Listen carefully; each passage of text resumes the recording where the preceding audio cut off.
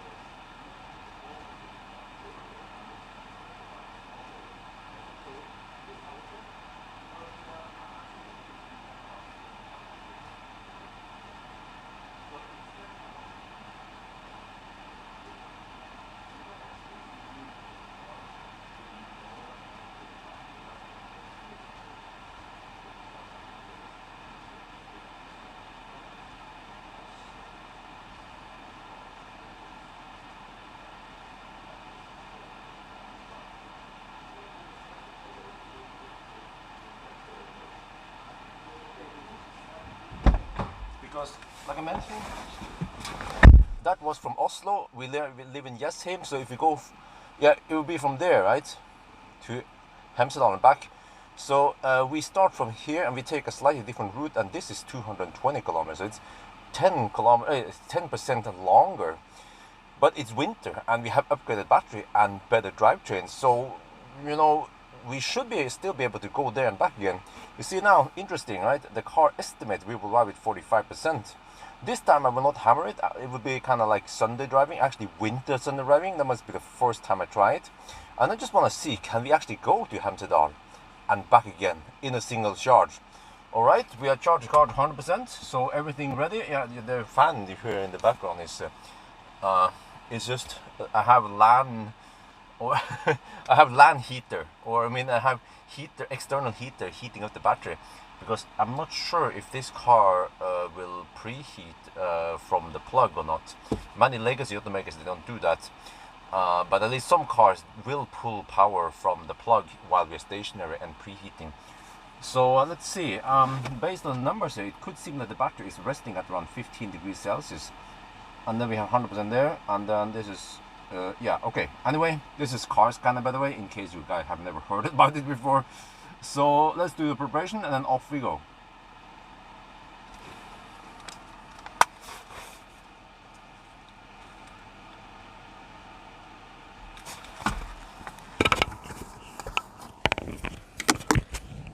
Alright, let me see. Oh, I'm getting some heat from the blaster from behind now.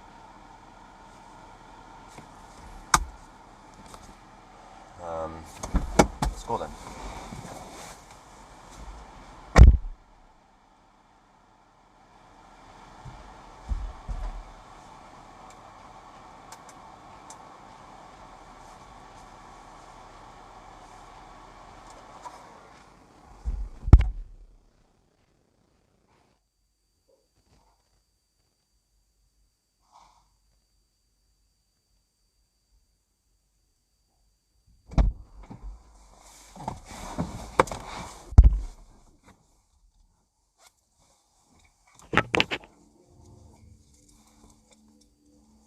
Okay, let's see.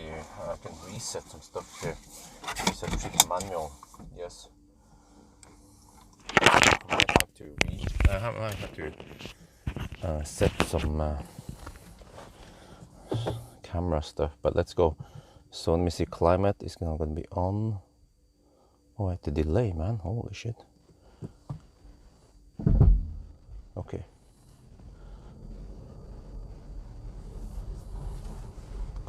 I think I want to go that direction just to get the camera adjusted properly. Let's see, normally, okay. Oh, this is pretty tight, man. Okay, normally if I can get the sun kind of against me, I can adjust it correctly.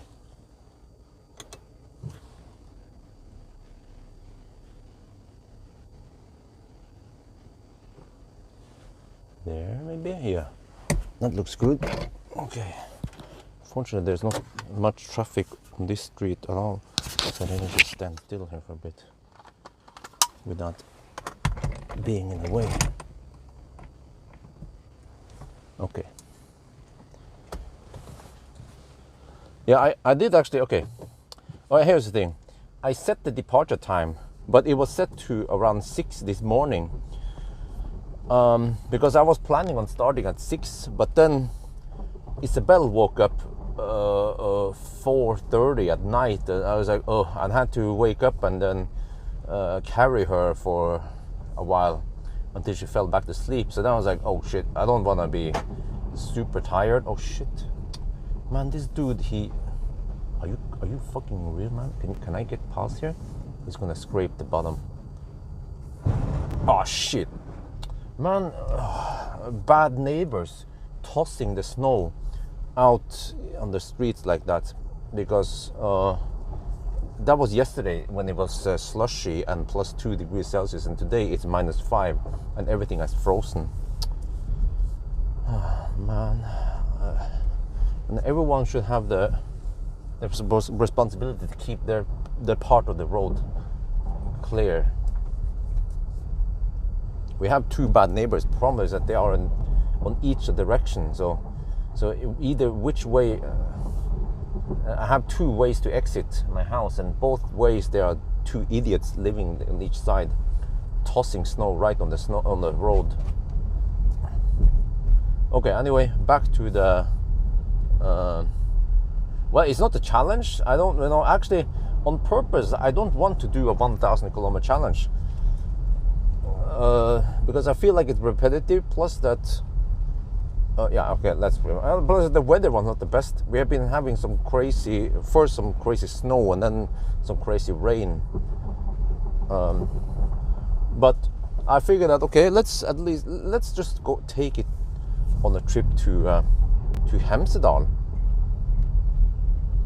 But yeah, I need at least the car preheated so the battery seems to be at 11-12 degrees Celsius. Not the hottest, but whatever. It's maybe more realistic test anyway. Because I'm not sure if you preheat the car, if it'll preheat the battery to maximum temperature or not. Yesterday when I preheated the battery, it went, I don't know how hot it was. I think it was way over 25 degrees Celsius.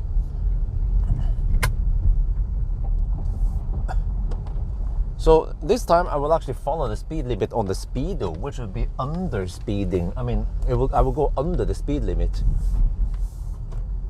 So it's actually considered like a Sunday driving test procedure.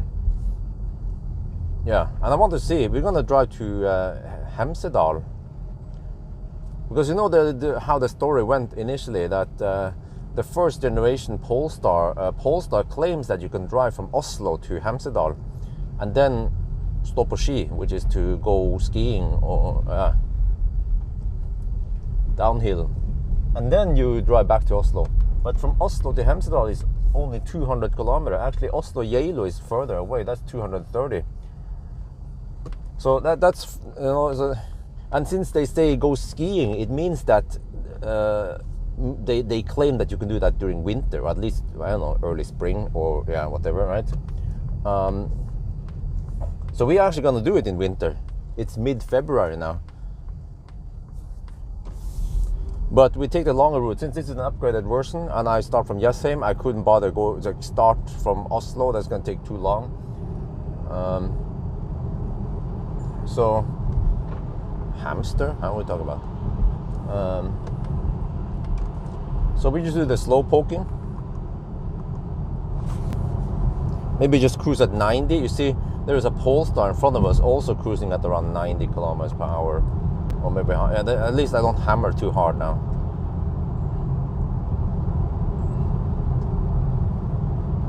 Jo Bjørn, huh? What?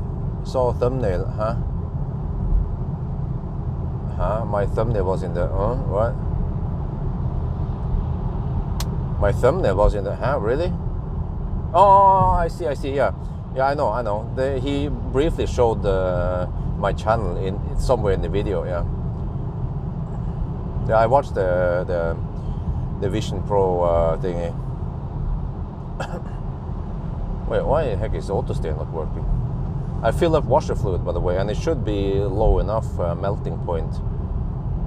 I think I mixed it for around -15, but that means that if we are in -5, it should still not freeze instantly.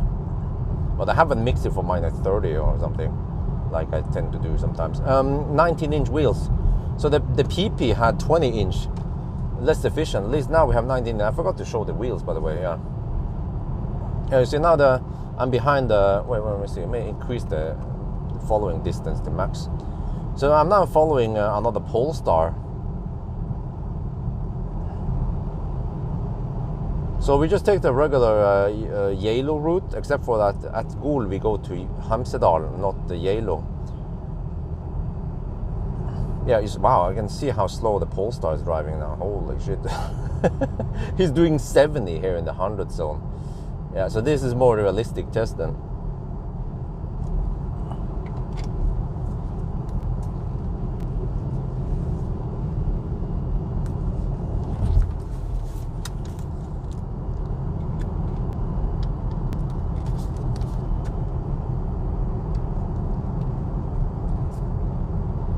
Alright, we're on the move, and to make this test as realistic as possible, we will follow the speed limit for once, or just follow the traffic. So you see it's a 100 zone, but for some reason they are driving at 90 only.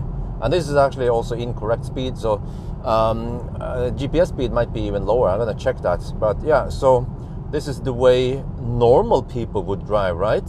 So we're gonna make this test as realistic as possible, while also trying to enjoy the nice landscape and the nice weather after the storm we had yesterday. Well, I had a freaking rainstorm, yeah.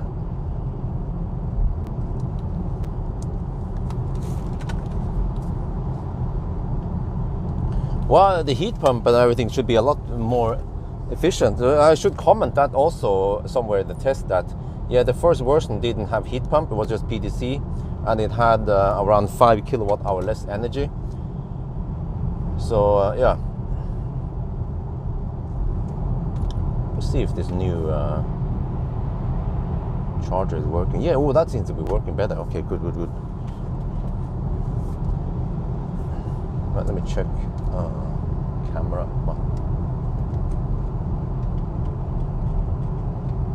The one thing I don't like about this Canon camera is that it is dog slow starting up. Okay, I think it's fine.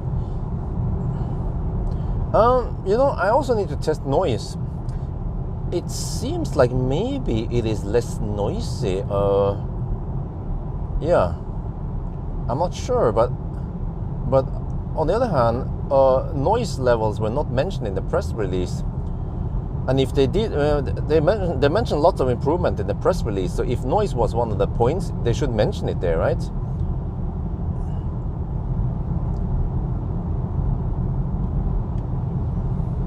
Well, okay, Pierre Simpson, let me repeat again. The original story is that Polestar, back then when Polestar 2 came out, they claimed that you can drive from Oslo to Hemsedal, and then they call it stå på ski. There's a difference between gå på ski and stå på ski. Per definition, gå på ski means cross country. Stå på ski means downhill. So yeah, they claimed you can go to Hemsedal, drive to Hemsedal, and that means that if you want to go skiing, it should be winter-ish. And it should mean that you need to spend some time there, not just go there and back again. So at least I will try to have my lunch break over there so we can spend some time there, right? And then drive back. But Oslo to Hemsedal is 200 kilometer. Round trip is 400 kilometer. But we are now taking the Jessheim route, Jessheim-Jevnaker route, which is actually longer but also has higher speed limit. So it's a tougher route, but we have an upgraded version. So we should still be able to go to Hemsedal and back again. Eventually they changed that so that they say only from Oslo to Noresund and back again, which is a lot closer. I'm not sure why they did that, because, well, actually, and then, you know, this is how the story goes. It's kind of funny when you talk about NAF and stuff, because NAF, they try to support a bunch of people who had Polestar and they wanted to claim 70,000 NOK from Polestar, each. It's like 7,000 euros because these users claim that they didn't get the achieved range that Polestar claims. But man, the Comedy Central starts that. So NAF, they tried to back up their own members who had this claim, and but NAF didn't test it. They didn't try to drive to Hemsedal and back again. What they did was that they were basing the claims on their own range test, the so-called winter range test. And the Polestar went up the mountain before it died. So they took that result, that range, and then they extrapolated it and claimed that the Polestar could not make it. But then Elbil24, Fred Magne Skillebakk, and some other, but at least they drove there actually because they know physics, unlike NAF. NAF doesn't know what kinetic energy and potential energy is. So Elbil24 drove there, but it was in May, but you could still go skiing in May. Was like last final call before they shut down everything. But so they managed to drive there and back again, and they still had 16% battery when they came back. So you can say in winter, it should be possible. Maybe you arrive with 0% to 1%, right? Yeah. So Hemsedal, by the way, is at around 650 meters over sea level. So that's a lot of potential energy. I think it's around 5 kilowatt hour. But it goes to, the error becomes both ways. If you if you drive up, it will look like you have way worse consumption because you have higher you have higher consumption uphill. You have to take the 5 kilowatt hour divided by the distance, which is around 200 kilometers. So it becomes 25 watt hour per kilometer extra. But if you measure the other way around, which many Norwegian Nisse tend to do, they start from the cabin. Wow, we are going 10 kilometers per hour, or 15 kilometers per hour under the speed limit now.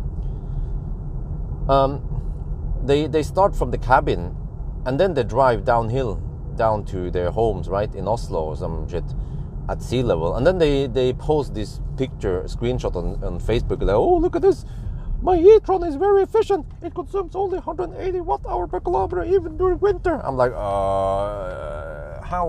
how high up in the mountain is your cabin? Yeah. Okay, but anyway, so that's the plan today. I'm not sure.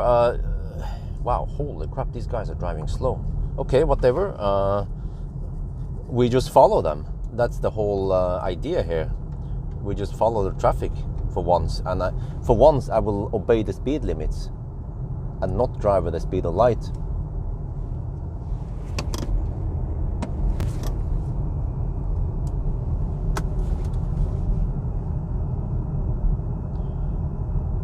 Wow. Oh, how much does it cost then?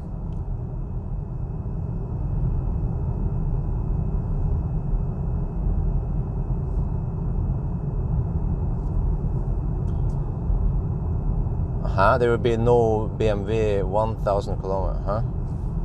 What are you talking about? BMW? Huh? What? Which BMW? I'm a little bit lost here. I think, but you guys are a bit confused because when you see a video of some car, that video might have been shot a week ago. So when people say, can you test this? Can you do that? I already returned the car, by the time the video is out. There is sometimes a huge backlog of videos.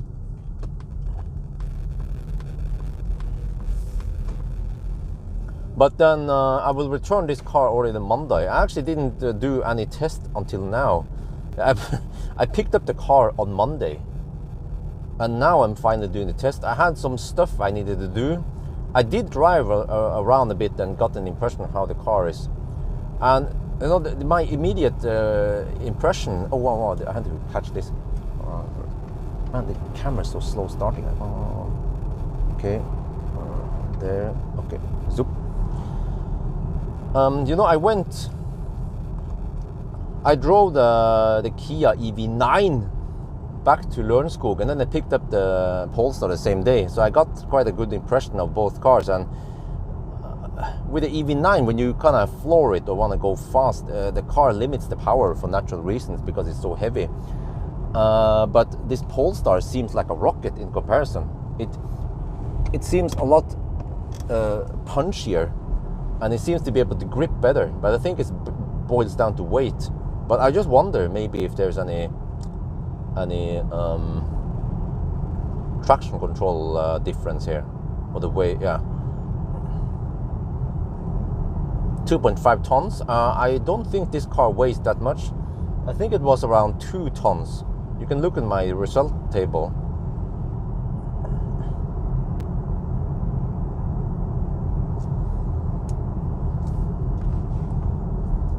$481K NOK. Oh, starting price. Whoa, what the heck? What is the price of Model 3 long range then, or Highland, the one without stocks? I wonder if that's cheaper, right? Also, I haven't checked the tires here. Usually it's Continental Viking Contact 7 or Nokian Hakkapeliitta R5 nowadays. I haven't seen any press car use R3 anymore. They all switch over to R5 and Viking Contact 7. Well, the Viking Contact 7 has been out for a while. 420 horsepower. Yeah, so... what? Oh, the torque numbers. Well, but it seems like the EV9 was mainly restricted by traction.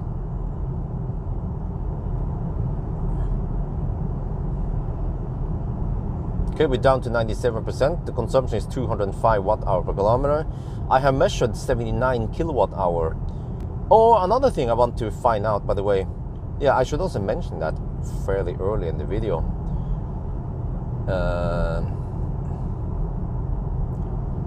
Okay, let's do it now. Because this is a bit bummer. It seems like auto steer is not working. That is a minus. I'm pretty sure that Tesla, if we drive a Tesla over here, the autopilot would work.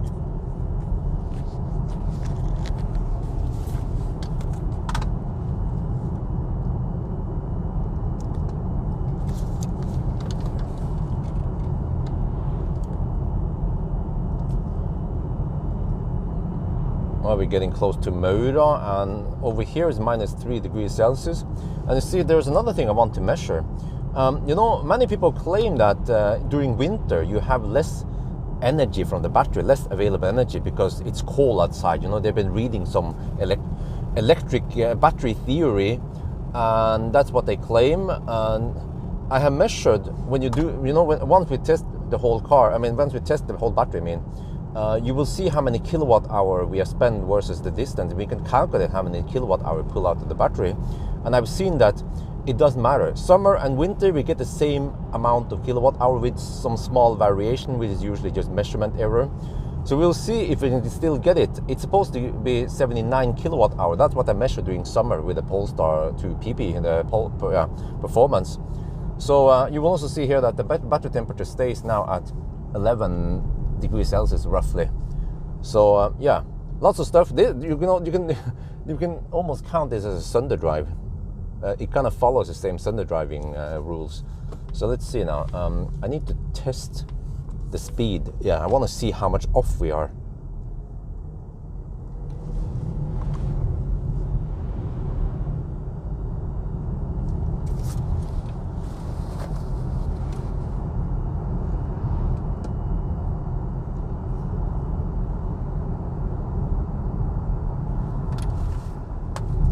Wow, but auto steer is not working at all.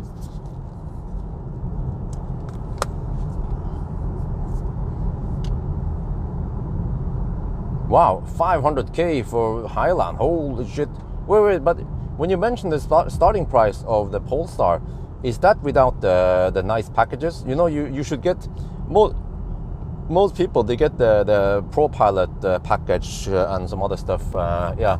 So if you actually spec the Polestar for whatever most Polestar owners go for, then it's also more than 500K, right? I remember that the package cost 40,000 or something, 30 or 40,000 NOK. So the price should be roughly the same as Highland. Test car is 547. What? Wait, why is it so expensive? Is it because of the package plus winter tires, maybe?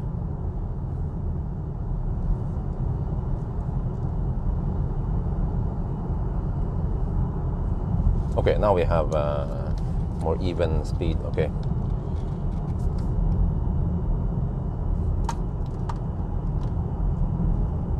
Okay, we're doing 80 kilometers per hour. It's not hard to see there. Oh, no, what the heck? Did I bump into there? Yeah.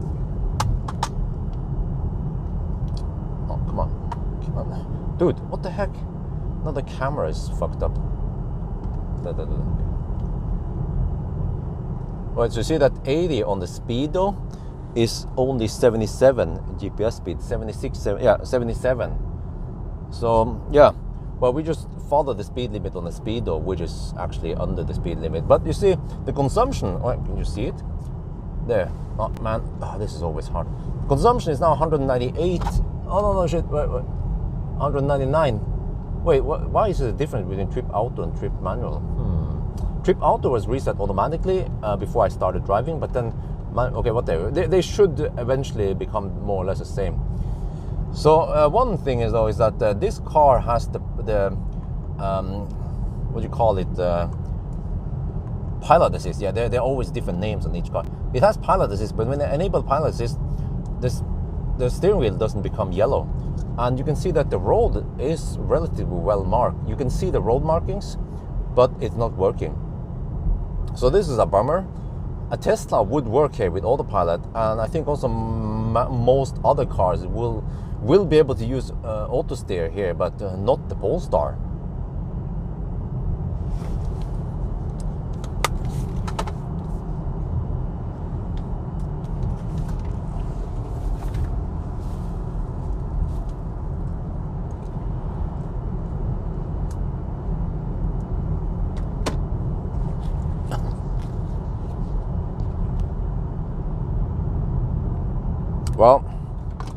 Well, I do agree that Tesla is technically the best car because of the whole octavalve and all the features. But the problem is the lack of stocks, man. Lack of stocks messes up everything, screws up what would have been a perfect car. Sensors are blocked, really? But there's no error. What kind of sensors am I looking for? I mean, the car is a bit smoothish, but is that enough to mess up the auto steer, really?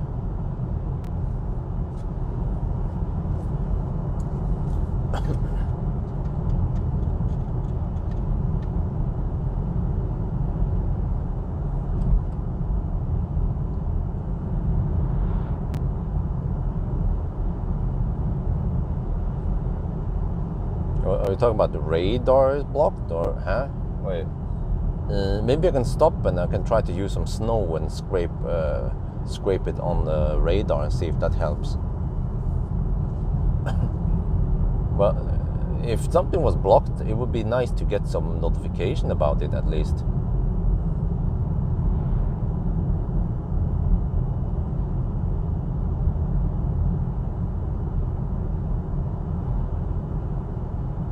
Wow. Well, congratulations with my referral link. Oh, thank you. You know, this is interesting, by the way. Tesla limits the number of referrals to 12. So you notice that I was quite aggressive right after New Year to promote my referral link. Now I have totally removed it, which is kind of funny because it then means that there's no promotion or no advertisement no free advertisement for Tesla anymore. Yeah, no soup for you. I only advertised initially until I reached 12 referrals. Then I removed it because I don't want to push the 500 credits. So I waited last year, looking at the different items you can redeem. The one.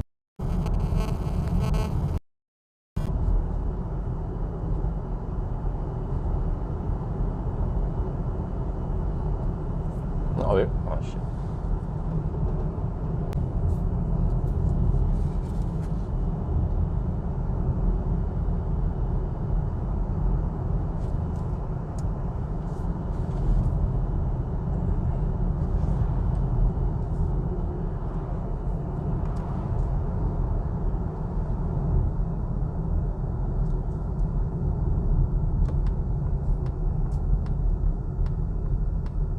Pull out now, pull out.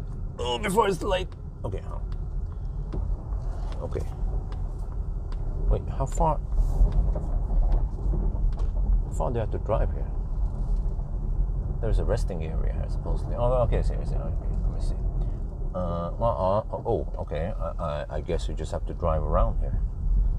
So, shouldn't be too much traffic. I just want to pull over somewhere, but doesn't seem like there's a place you can just pull over. Well, there's some dude dumped the trash here. Holy shit balls. Okay, let me see. Well, okay, let me just get over here. I need to wipe and then use my use something to clean.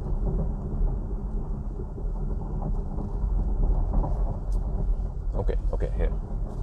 Let's try. Park.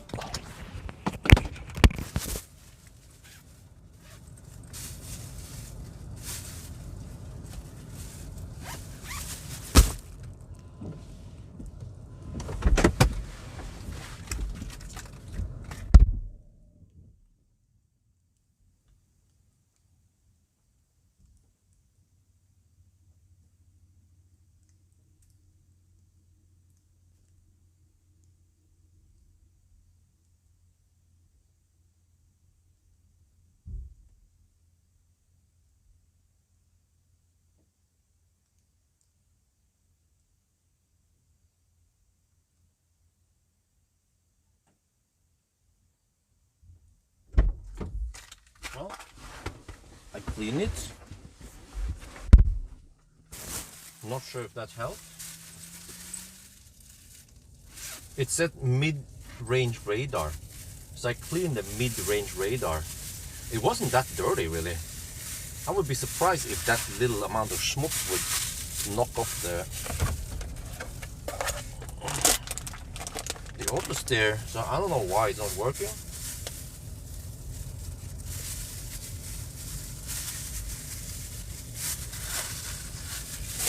But whatever, we're gonna go back on the road now. We don't want to dig around too long.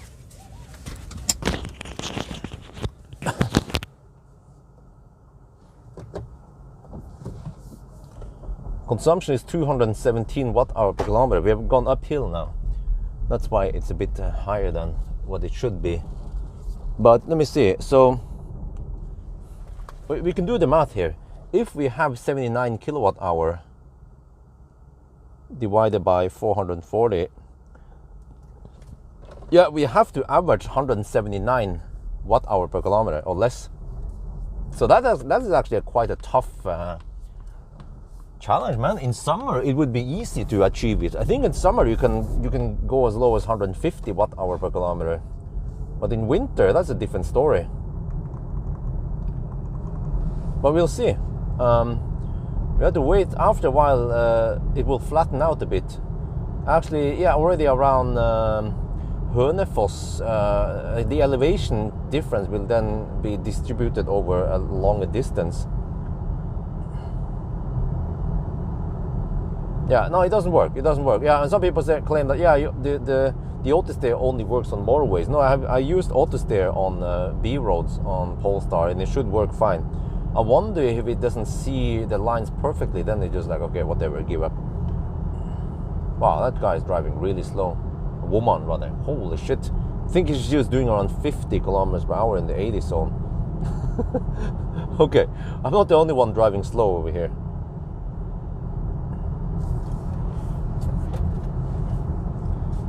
But yeah, so I was talking about the referral program. I think I should make a video about this. Because it is a bit, I think, yeah, okay, it says in the, you have to read about it. I think it's written somewhere in small letters somewhere, right, that you can only get 12 referrals per year, which is fine for most people. Initially, they had it set to only 3 or 5. I remember last year. But okay, so 12, that's fine. Most people, they won't get more than 12 anyway, but it means that for big YouTuber, or I mean for big influencers like me, 12 is nothing. I mean, I gained 12 already first month, so I could have gotten over 100, maybe somewhere between 100 and 200 referrals for Tesla per year.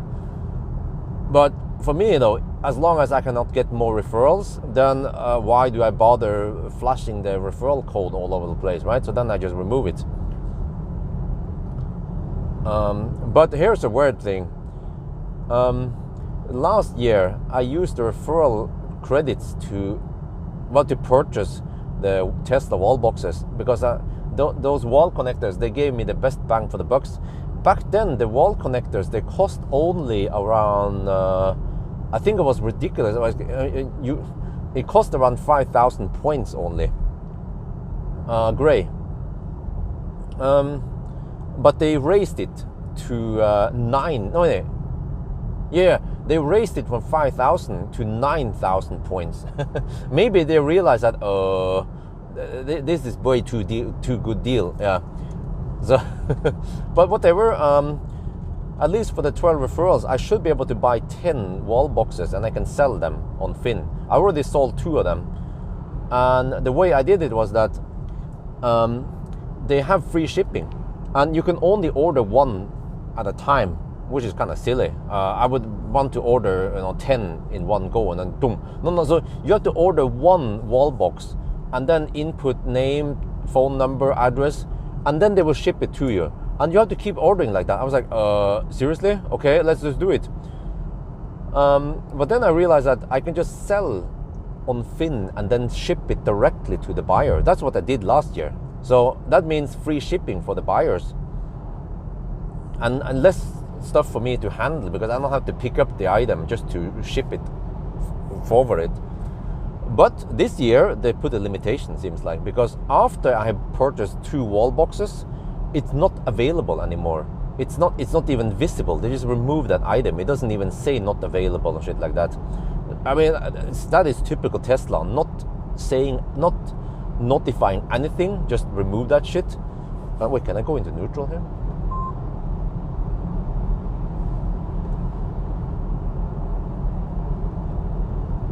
Nope. Okay, whatever.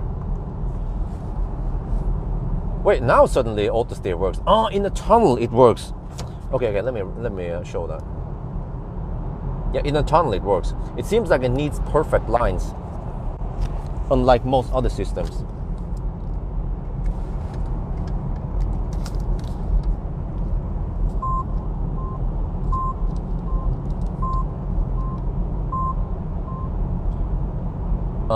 Now we're in the tunnel, and over here it works. Yeah, and I need to remind you guys, many times when I say that some press car doesn't have auto steer, trust me, it does not have auto steer. Many people claim that when I have MEB cars or some of the other cars, that but you just have to enable with a button or what? No. Many press cars, they just haven't bought that option, which in my opinion should be standard, really, like Tesla. So yeah, but this car has the package that also includes the auto steer. But okay, but you see, it works here in the tunnel when you have clear lines. So as long as the lines are slightly blocked or partly blocked, then the car is not smart enough to extrapolate the lines and figure out where the road goes. So Tesla and other cars, at least most other cars, they will work. But yeah, in that regard, yeah, also many other cars, yeah, if the lines are slightly obscured, then they will also not work.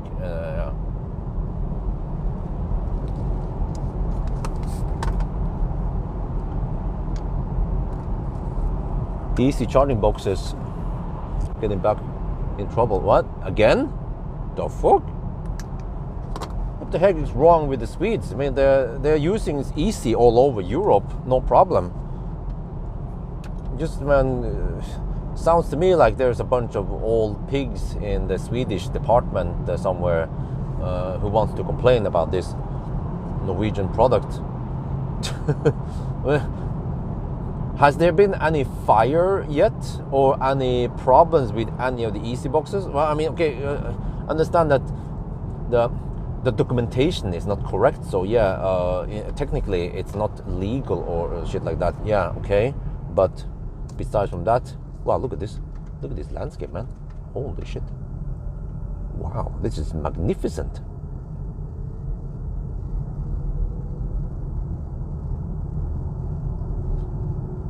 But I wanted to drive in the daytime to catch the beautiful landscape, because most of the drives now tends to be at night.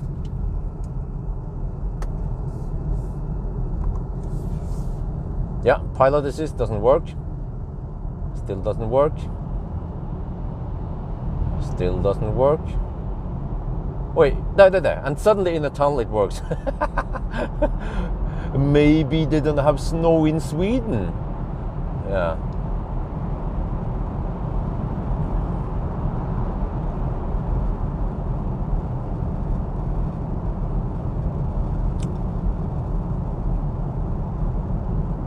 Yeah, but so now I'm sitting on 72,000 credits that I cannot use on wall connectors. I can buy some other shit like roof rack and shit like that, but I bet I can only buy 2 of each item, which is still kind of silly. I mean, what if I wanted 3 wall boxes in my house, for example, right? Or I want to buy one to my friend. It's a really silly limitation. I need to make a video about this foolishness with Tesla. I mean, what the heck are they doing? You know, Tesla, they are a great company. They make great cars, but sometimes they just fuck up everything with stocks and shit. And there's been more shit. Holy shit! There's a Model X driving in front here, going 60 in the 80 zone. No, I forgot. He's going at 58 in the 80 zone. Best to steer manually. Okay. Why are all the other cars working then? Okay, maybe not all the other cars. And in this situation here, I think Tesla would at least work, and maybe some other. Maybe I'm not sure. Maybe Mercedes would be able to detect the lines.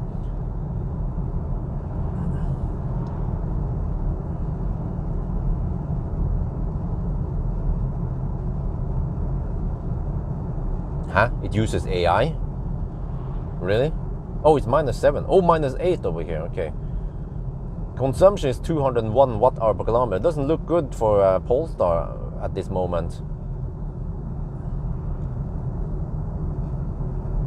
We also need to check distance error once we are at Hemsedal.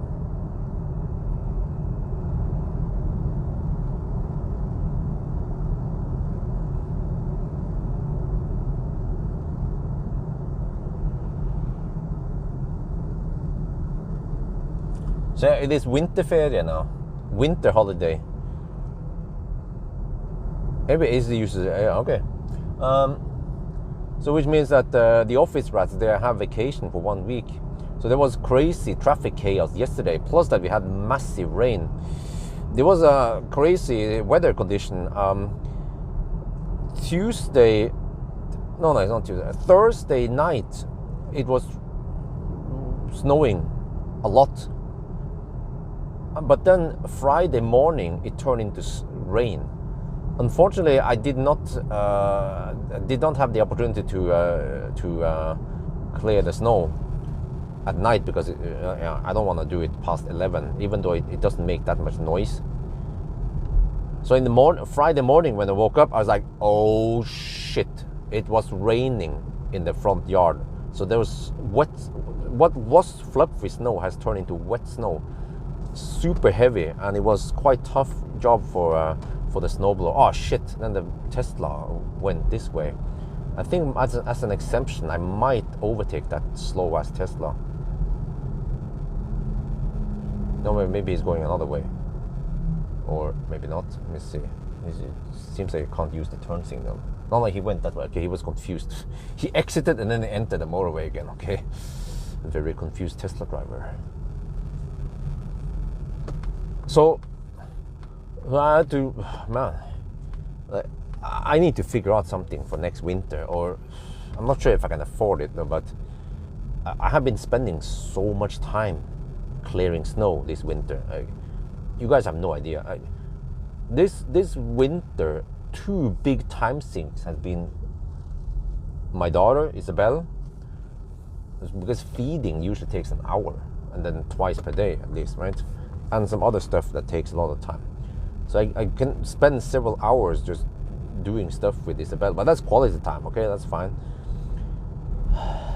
Clearing snow, on the other hand, I mean, it's still kind of good exercise and all that, but would be great to not be able to spend too much time on it.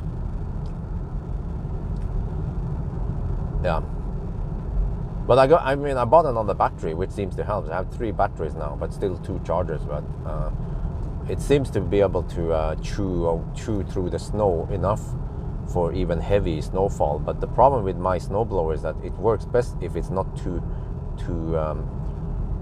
much snow. Usually, let's say up to 10, 15 centimeter snow is fine. Once it gets higher than that, then it seems to struggle. So I have to figure out what the heck I'm supposed to do for next winter, because I'm not keen on spending too much time next winter digging around with the snow shit. No, 440 kilometers.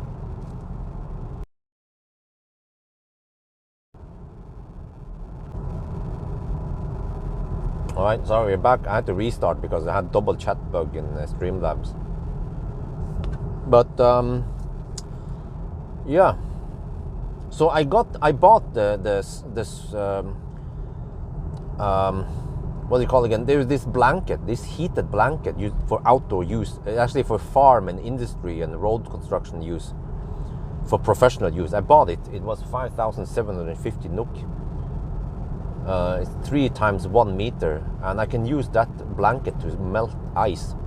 And which is typical situation now, that it was snowy, cold, and then turned into rain yesterday, and now it's going to be cold again. So my front yard, man, has been freezing. And also another problem is that there seems to be some drainage problem, because we had too much frozen stuff and tundra and shit. So yesterday there was lots of rain, and then my front yard is just full of water. I'm talking about maybe 5 centimeters water trapped there in, let's say, 50 square meter area, which is a lot of water. And then yesterday I tried to use the spat, you know, there's like a big piece of metal to chop away some chop away a little like a little trench so the water could run off. But it seems like it helps a little bit, but then also during the night it froze. Everything froze now. So now the trap water is frozen. We have ice skating in front of my house. Yeah. So that's the shit I need to deal with, right? I did that last night. I had the head lamp on and stuff, and I was chopping on some ice and shit. And also tried to clear the backyard for the snow, wet snow, because sometimes I might have to clear the snow which is accumulated on top of the pool, because I don't want the snow to be too heavy. It could maybe break the cover, even though I think it's super strong. So there's several tons of snow now on top of the pool. The man, shit I did not expect I had to waste time on with a new house. Slush alba, yeah, true. I mean, ideally the temperature should stay at you know, if the temperature could stay about 0 degrees Celsius, you know, below, let's say -1 to -5 degrees Celsius through the winter, that would be the best. Then the snow is just fluffy. Yeah. So in a couple of days now we will get more snow. I'm like, oh shit. But now the problem is that the front yard has frozen, but it's not even. There are these bumps of ice. So yeah, ideally I need to try to even out that shit, so that yeah, because now if I want, in a couple of days when the snow comes and I want to use a snowblower, the hard edges, which are, you know, you bump into them. I need to shave them off somehow, man. Like shit I need to deal with. Ideally I need to have the whole front yard heated, but that is 200 square meters that needs to be heated with 300 watts per square meter, so that's 60 kilowatt of heating power. It's impossible unless there is a way to alternate, so that you only heat one part first, or I don't know how they do it. No, but okay, whatever. I probably have to screw that idea, but at least I want the ramp, the downhill ramp all the way to the garage to be heated. Maybe that will cost me I don't know, 50k NOK, or somewhere between 50 and 100k NOK. I'm not sure how much. And also it will suck maybe 10-15 kilowatts at the worst times. but it will solve lots of headache, and I don't have to waste too much time on that shit, man. But I'm not sure if I can afford it yet. This summer or whatever. But the problem is that I want to have asphalt there. But if I wanna have heated driveway, I need to do that before the asphalt is slapped down. So maybe I have to wait until next year with the asphalt. But then the problem with that stupid sand shit is that it sticks to the shoes. Yeah, the moisture, the more stuff there I need to deal with. Let's talk about the garage then. Moisture in the garage is the problem. Especially a couple of days ago when we had snow and shit. Man, like Polestar, without exception, Polestar, Tesla, Audi, like, they pull in so much snow and shit in the wheel arches. It's crazy. Like, they could pull in maybe, each wheel arch could contain maybe 3 to 5 liters of snow, or I don't know, or water. You pull in a lot of water, unless you knocked off the stuff before you enter the garage, which I now have to try to do every time. So I have to scrape off the wheel arches of snow, and then I put it in the garage. But there's still lots of snow or moisture or water trapped in the car outside all over the place. And then it evaporates into the garage, and then the garage moisture level is at 80%, which is freaking high. Yeah. And there are so many obstacles here, because wifey uses the garage as sleeping ground for Isabel. And the moisture problem, the high moisture actually, I think, has become a problem, because with high moisture it is better for bacteria to grow. And wifey mentioned that recently Isabel started coughing while she was in the garage, and wifey claimed that there is a weird smell in it. And I don't smell it because I don't know, I have bad smell. I have a bad nose, maybe, unlike wifey has a nose of a dog.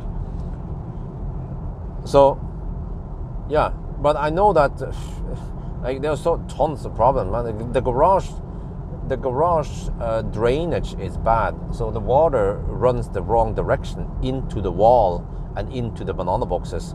I have now fixed part of the problem by elevating it. I have assembled the IKEA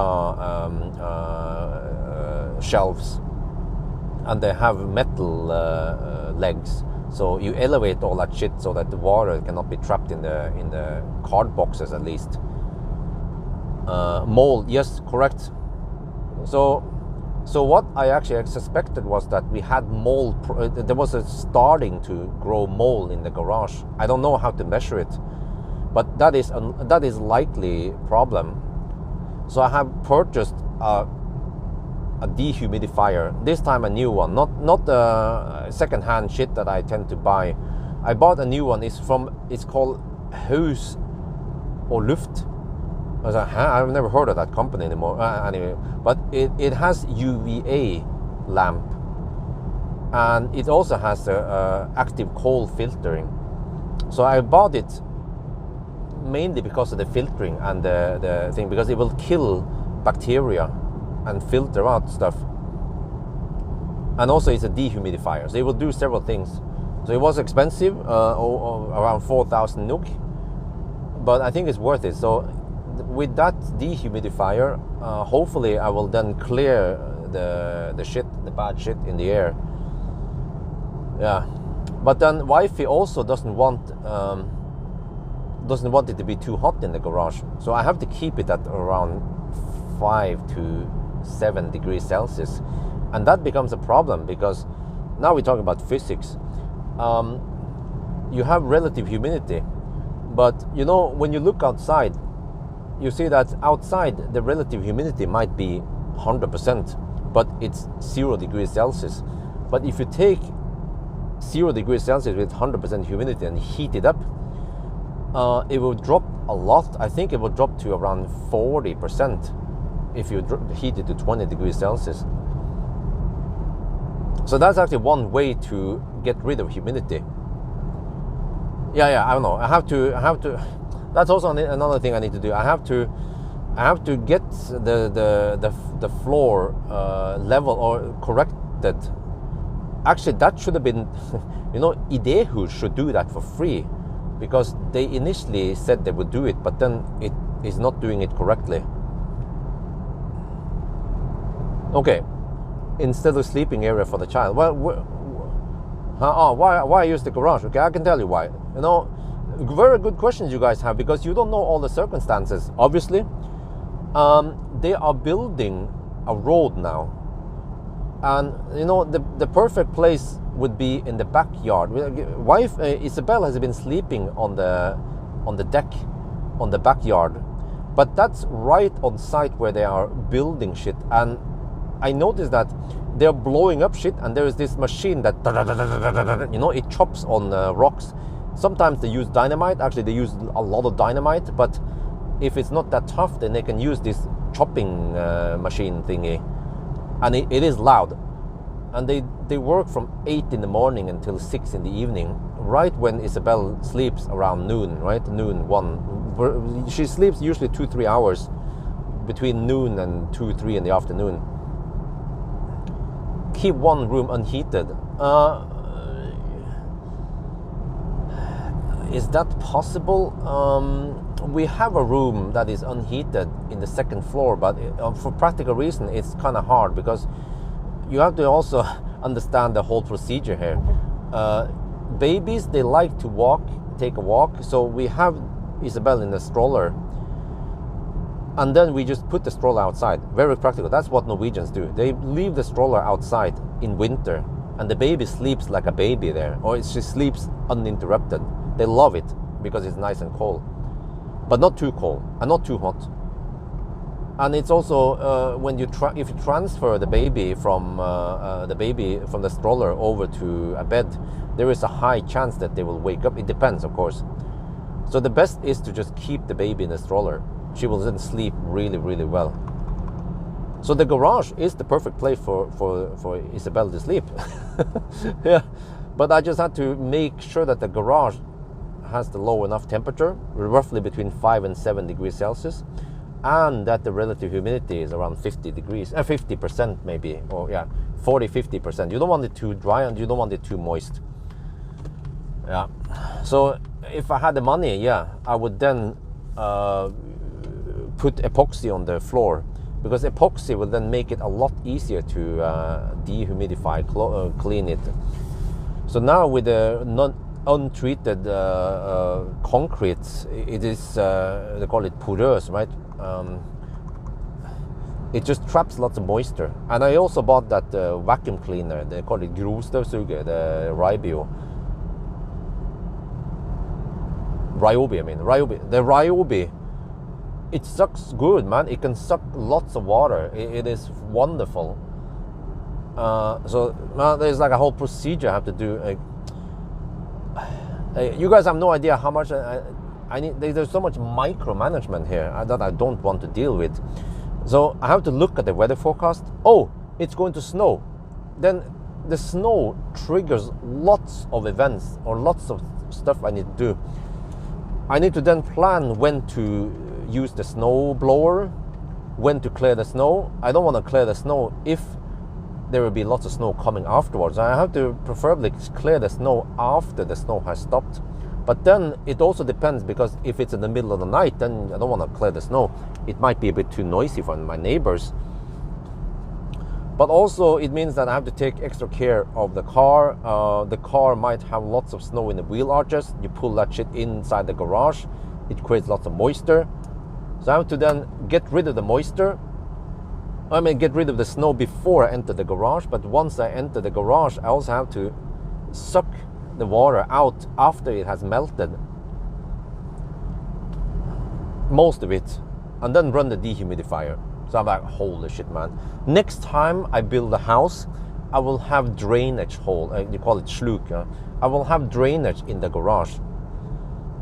That would be wonderful. You could just put the car full of snow in the garage, it will melt and then it drains out. Plus I will have a separate room for the baby to sleep in somewhere, but that's not going to be a problem next time I build a house. It's not going to happen anytime soon anyway, so.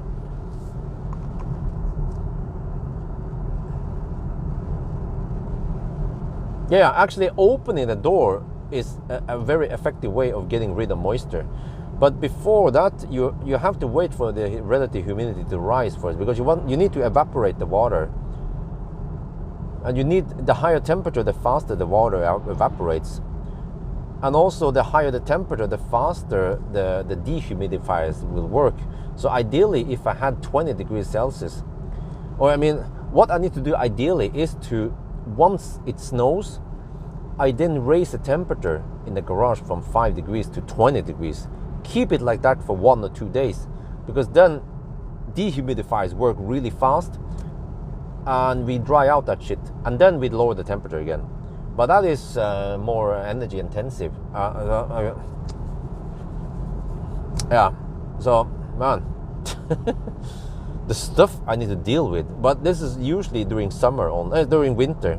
In summer, when we have rain, no problem. The amount of water that is stuck on the car after rain is nothing compared to winter. Mainly because we have snow accumulated all over the place, or snow or ice all over the car, or under the car, on the side, on the wheel arches and stuff. So even after I clear the wheel arches, there's still some stuff stuck somewhere.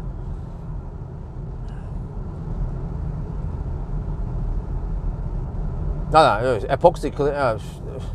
Hopefully I can do that this year. The main problem now is the money. Money is the biggest barrier, and I still have to pay back Idehus. I still owe them over 1 million NOK, so I need to prioritize paying back them before I start investing in all stuff. Yeah. So, yeah, that's the way it goes.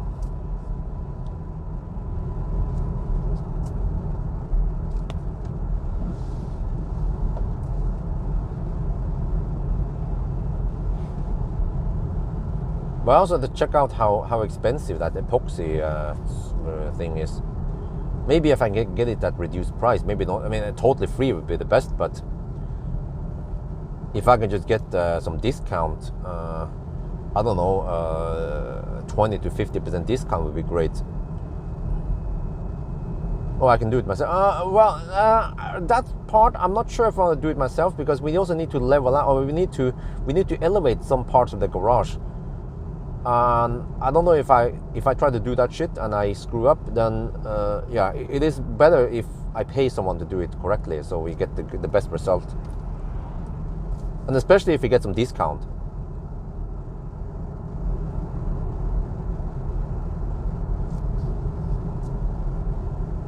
But one of my friends supposedly works at this shop that will do the coating, so I can ask them. Yeah, are you guys willing to do give me a discount, and I can make a video about this, because it would be interesting for other people also, especially car guys. I think they would be interested in coating the garage, if it's not too expensive, of course. Okay, but like I said, you know, I don't know how to do that stuff properly. But actually, you know what? Maybe we can demand that Idehus needs to correct it for me, since it's not done properly. Yeah, I mean, it's kind of funny, because I already owe Idehus a lot of money, but I feel like they haven't done the job correctly. If you guys start looking in the house, by the way, you will see lots of huge gaps. Like those gaps, they are wider than Madonna's front teeth. It's crazy, man. Some of the gaps I could almost put my little finger in some of the gaps. But yeah, Viggo from Idehus, he has looked at it and he said that, yeah, you know, the gaps might be wider, so we can fix some of it, but it's gonna come back again. So just wait after the 1 year inspection instead, and then they can fix it. I was like, okay, whatever.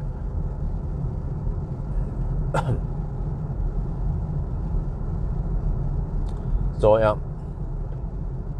Okay, well, but if it's relatively easy to do it, and hopefully it means that it's not too expensive to pay someone to do it for me. If I can get away with, let's say, 20, 30k NOK after discount, and I make some video about this, I can do it. Yeah, no problem. Just have to ask the right guys. But right now, I feel like I need to prioritize other stuff. And also, other problems. We got the shower walls installed now. That was 50k NOK. 3 shower walls in each. Each room has now shower walls, and we also replaced some of the whatever they call it, blandebattery. We have rain shower in all the rooms now, but that costs money. But it had to be done because wifey's tummy is getting bigger and bigger. She's been showering in the bathtub until now, but she had to then now stand up and shower. So we had to take the cost eventually. And also, eventually now we need to get the, what they call it, walk-in closet. Yeah. So we went for IKEA pucks, and good timing because now they had a discount, 20% discount for IKEA family members on pucks. They call it stamme. It's like the pucks, what do you call it? It's like the foundation for the closet, but then doors and shit is not included. But it was still around 12% discount total, so that's good.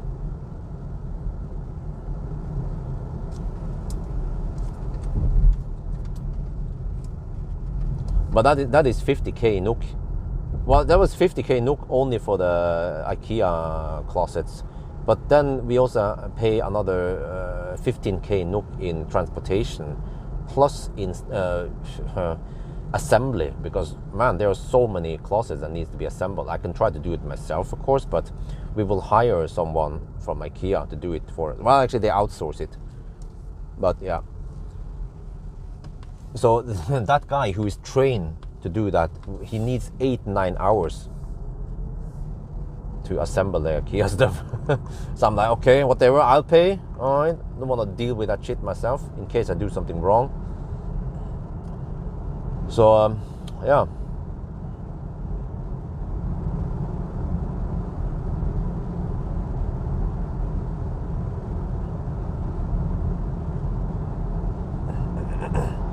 No, but like I said, I can do it myself, but the problem is that I have not done it before, and if I screw up something, you know, it might be bad. So that's why I figure that if you can just pay someone to do it, and if it's not too expensive, if it's let's say less than 50k NOK, then I think it's worth it just to let someone else do it, some professionals to do it, because I want it to be good. You know, I don't want it to be as cheap as possible. Because you might have to live with that house for 10 years or more. And I've been through the frustration now in the first year. Now everything, like the house, man, like the snow I had to deal with, and the moisture and bacteria growth and shit that I never thought about having to deal with suddenly came up now.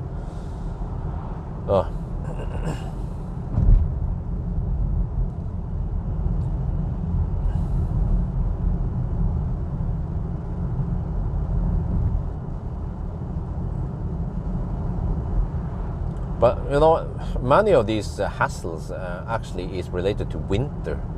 As soon as spring comes, then no crazy moisture in the garage, and yeah. Well, also timing-wise, if they are done with the road construction, it will be not too noisy. So then Isabel can sleep on the deck, on the backside of the house again during daytime. So then we don't have to put her in the garage. But there's also another problem, by the way. If it gets really cold, like we had in the past, minus 15 or something, minus 20, then that's simply too cold for the baby to sleep outside in the stroller. And also another a by-effect of that is that because it is so cold, then all the Norwegian Nisse neighbors, they start burning wood, and the PM 2.5 level spikes up, or it stays high, like between 50 and 100. And it's not recommended to stay on longer time, above 50. But then the garage becomes a sanctuary because it's warmer in there. Plus that the dehumidifier works as well, they have filters there, so they work as also what do you call it, air purifiers actually. So we managed to keep even if outside is the PM 2.5 level is 50 to 100, inside the garage is less than 10, which is safer for the baby to sleep there. But I mean, are we overreacting? Because other parents, they probably don't even know what the heck PM 2.5 levels are, and they would just put the baby outside and expose them for the particles. Wait, dude, are you gonna? Okay, we do the zip merge. Okay.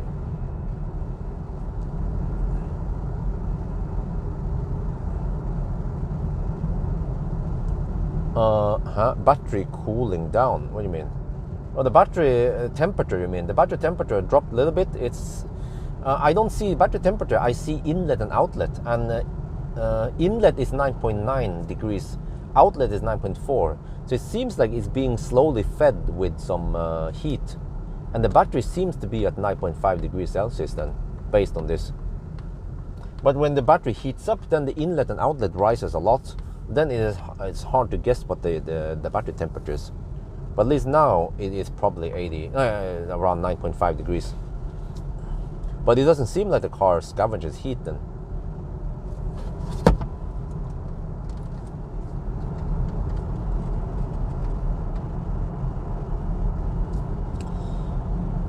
So yeah, maybe tomorrow, I'm not sure tomorrow or tonight, I might want to do a range test when I just measure consumption at 90 and 120. But actually today I will measure the battery capacity, which is not needed. But okay, again, many it's funny because many people, they will come out with empty claims, untested claims. Like many people claim that Tesla does not show correct consumption. Tesla hides consumption. Yeah, I'm like, okay, do you have any test that backs up your claim? No. Oh, it's just based on assumption. But remember that assumption is the mother of all fuck-ups. So the relative cost for you yourself, blah blah, friend to use it, blah blah, okay, material, blah blah, money, blah blah, research, so okay, whatever, dude. EB guy, there is another problem, which is that time. I don't know how much time I need. I need to spend time on the research and on the execution, and yeah, and I could spend that time making videos or work instead. And then I will guarantee that I get the best result. And another thing is that if I can get discount from my friend and I can make a video about this, I mean, I'm not just gonna make a video about, oh, I'm drinking Coke, you should also drink Coke, so I get discount, I get free Coke. No, this could be useful for other people also. So then it is actually relevant, because I see this as an advantage to have epoxy on the floor, right? And many other people who own cars, I mean, there are lots of car guys out there in my channel. They'll be like, yeah, I also want that, you know? This boils down to everything I do. If there's something that is relevant for my viewers, like the LED bar or the sexy buttons or whatever, I'll make a video, and then there might be a couple of guys out there who also found this useful. So yeah, I don't know, you probably want to do this yourself, but like I said, I don't want to waste time or try to do this myself. Just let the professionals do it. So charging EV around Oslo. Okay, get Charge and Drive app and Circle K app. Those are the most important nowadays. And then you can get Mer also, yeah. And Tesla, of course, yeah. Then you're good. Model 3, yeah. Oh, what? But it's Tesla. Yeah, okay, yeah. Then you're pretty well covered. With Tesla and the other ones I mentioned, then you're good. So, yeah. Tesla, Circle K, Mer, and Fortum, or I mean Charge and Drive, or Recharge, then you're good.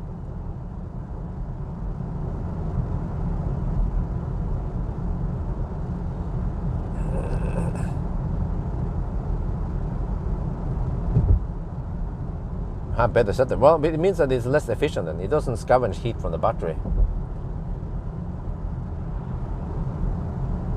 Nice weather.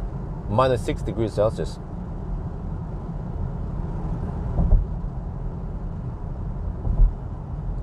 But yeah, okay, I was on to something. Oh, consumption is 180. Oh, that is roughly where we need it to be.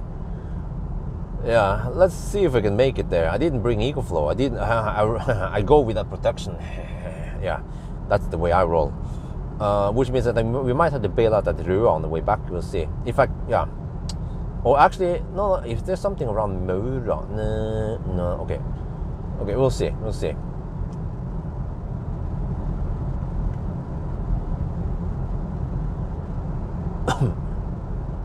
And well, the Polestar still cannot read. Man, it can read. It pops up. It cannot use the USB stick to play music. It recognizes USB stick, but that's pretty much it. The lamp lights up, but I cannot play USB music.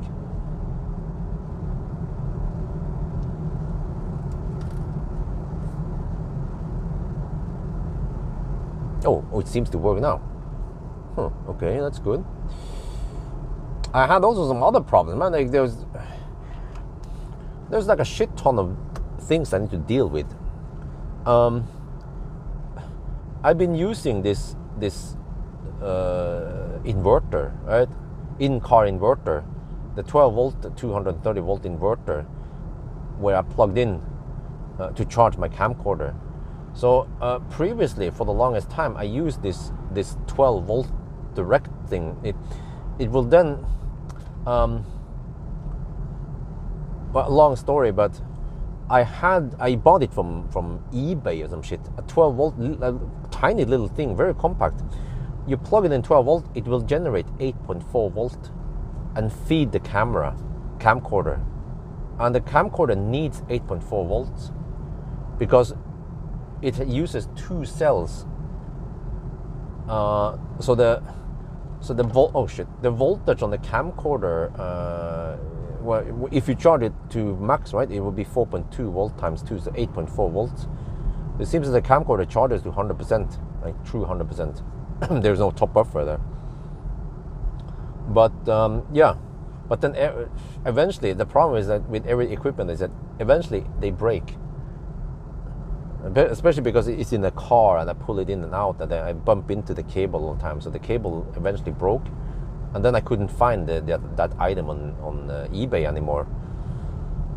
But there are some third-party chargers or whatever out there with variable voltage. The only problem is that they don't go to exactly 8.4 volt. You guys remember, right, when I forgot no, how was this again?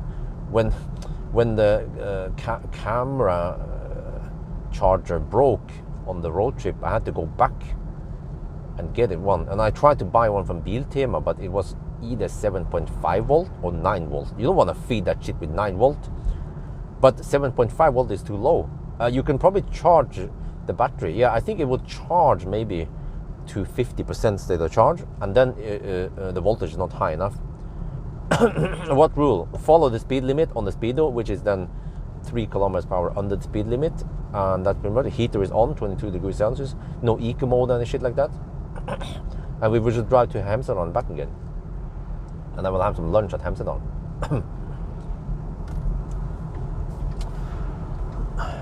Yeah, so man, like, so ever since then I've been using I have to then use the original camcorder charger, which runs on 230 volt AC, and then I have to carry around with this big well, not big, but it's like a little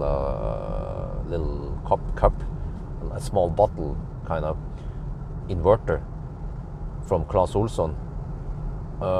It converts, it makes 230 volt AC, and I think it's maximum 100 watt only. It's not that powerful, but I don't need that power. Fix the cable. I tried to fix it. It couldn't be fixed. I was like, okay, and I threw it away a long time ago. I know that EB188, he's some kind of do-it-yourself handyman, and he always has a solution for everything. But unfortunately, I already tried it and it didn't work. But so yeah, so I don't want to ruin equipment, because there is a chance if you screw up something and you destroy the camera, then we're talking about big repair. Like when I physically dislocated one of the lenses inside the camcorder, the Canon G60, it cost me 14,000 NOK to get it repaired. That was insane. Fortunately, I think I got it on company this expense. So whatever you do, don't risk of destroying your camcorder, your very expensive camcorder. So that's why I just take no chances, and I use that. But also there's another nice bonus, by the way, because the original charger comes with a relatively long cable, and some cars like this Polestar has no 12-volt outlet in the front. Same with MEB cars, except for Audi Q4.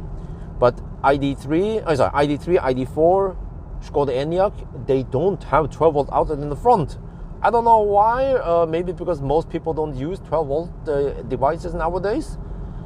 And also there is no USB-C to camcorder charger thing. That would also be nice, but no. So in this case, in the Polestar, I had to connect the inverter in the trunk, and then I had to run the cable all the way. But fortunately, the cable is long enough so I can reach all the way to the front here where the camcorder is. Yeah.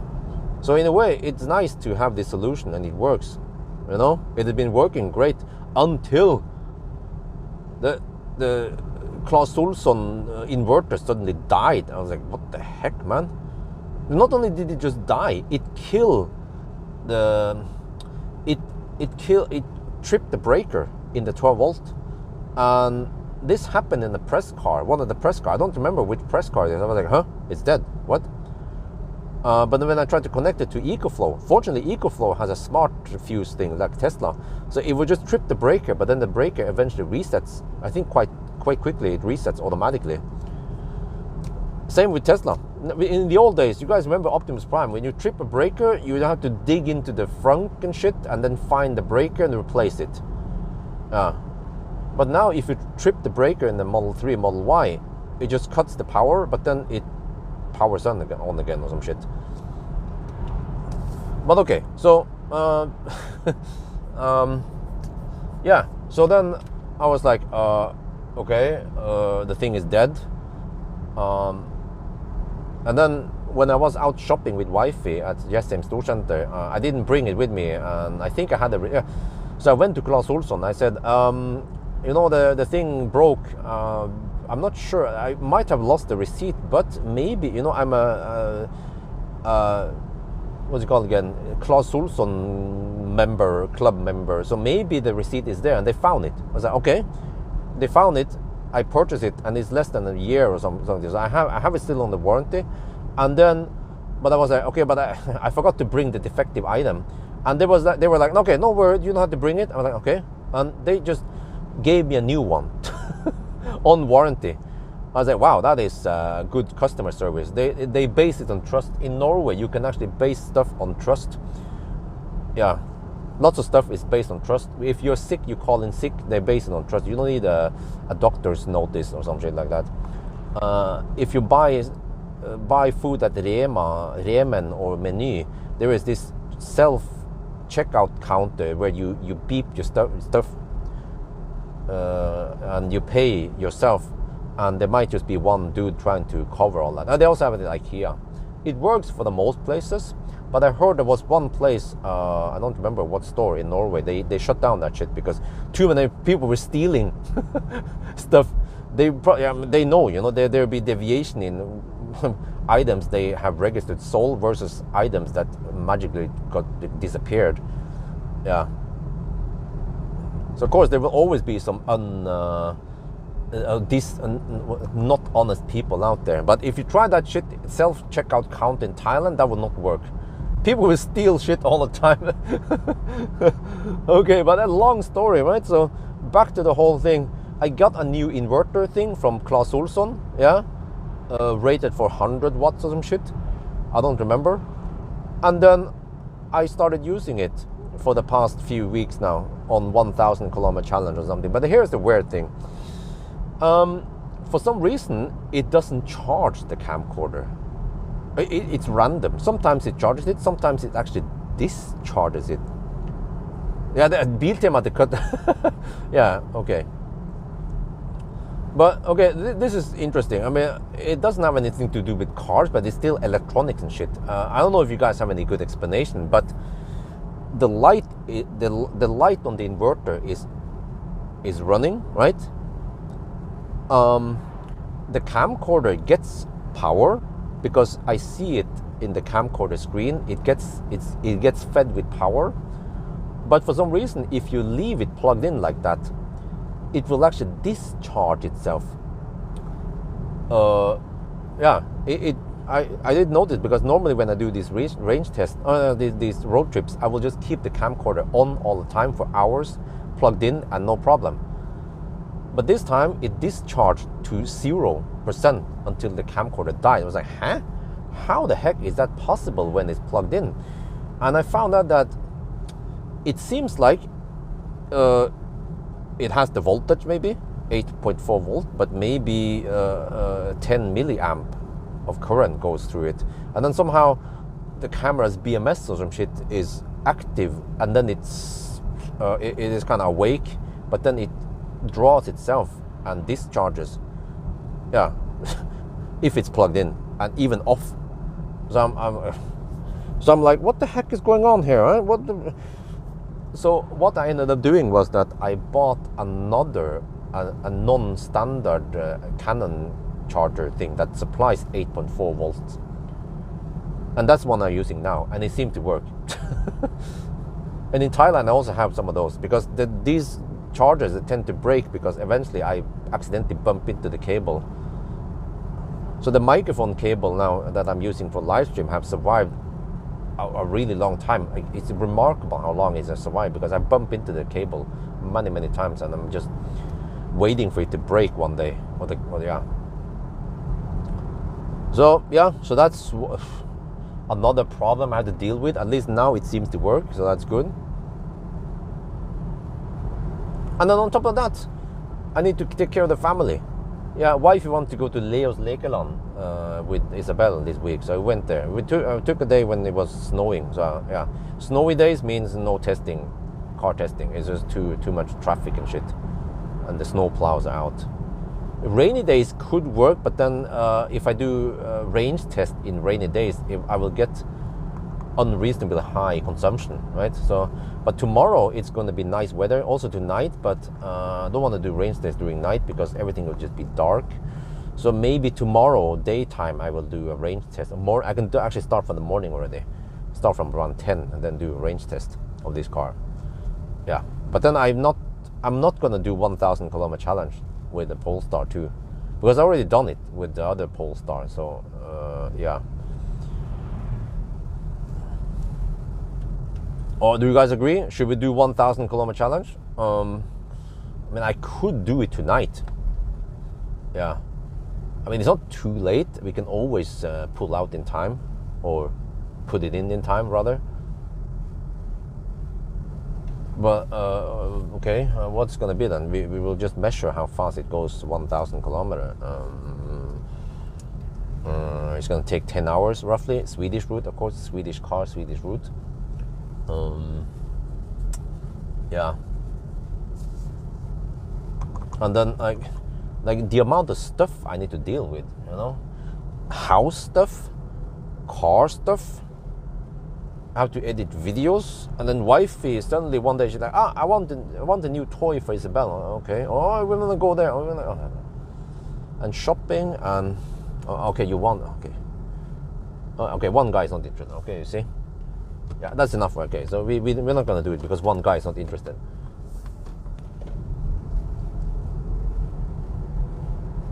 Wow, I'm already down to 83%. But I feel like this is different. We take a trip to well, not Yale, but Hemsedal, so it doesn't become too repetitive. I've done 1,000 kilometer challenge almost every weekend now, so, and I don't know why people still watch them. The EV9 got a lot of views for some reason. I don't know why, like 50k views. So okay, good, it makes it worth it then. Sleep tonight. Huh? What? Wait a minute, huh? Sleep tonight? Is that what you mean? No, but if we want to do it, we have to do it tonight. The 1,000 kilometer challenge.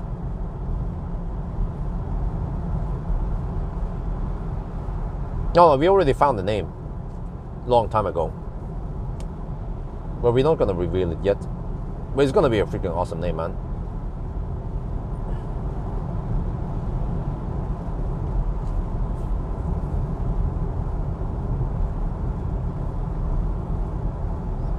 And then also another thing I need to deal with nowadays is that we are inviting Ameri's parents to come here in April, mid-April to mid-July. So then I also had to deal with documents and preparation. What? AutoSteer works here. Damn, AutoSteer works. Hallelujah. You have better, more important things to do than, huh? Oh, well, I want to do something that people are interested in, and I think this video here might get more views than a 1,000 kilometer. Yet another 1,000 kilometer, especially since I already done 1,000 kilometer with a PP. But that was in not winter, okay? It was last year. I don't remember, but I mean, we have already done 1,000 kilometer challenge with this new battery, this new charging curve, right? So it's just slightly different because it's winter now and we have smaller wheels. But I feel like it's not justified to make another challenge just for the heck of it, you know? But yeah, for EV9, I have not tested anything like EV9. It has different battery, it's different in any way, so then it makes sense to test EV9. So if it was freezing cold and I could go sleep in the car in Trysil, for example, in -30, I would do that instead of 1,000 kilometer.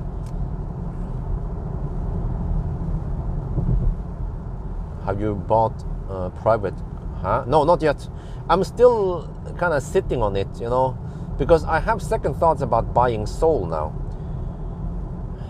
There are so many Soul batteries that fail, so I'm not sure if it's a good idea after all, even though I was first convinced that would be the best deal. But the problem is that the time has drawn out quite a while, so we're getting closer and closer to the second baby. And once the second baby is out, then it's kind of pointless anyway. If we can't bring both babies, then, you know, it's not going to work, you know. The Soul would have worked earlier, but now it's almost too late. But I think I will go for a different approach. I will ask iMove or move around, get around, or whatever they're called. Ask them if they're willing to sponsor me a car, or whatever, if I can get reduced price on a car. I want like a big minivan or some shit. And the thing is that I only need it for a limited time. Let's say 3 to 6 months, and then the baby gets bigger, and then we need less space.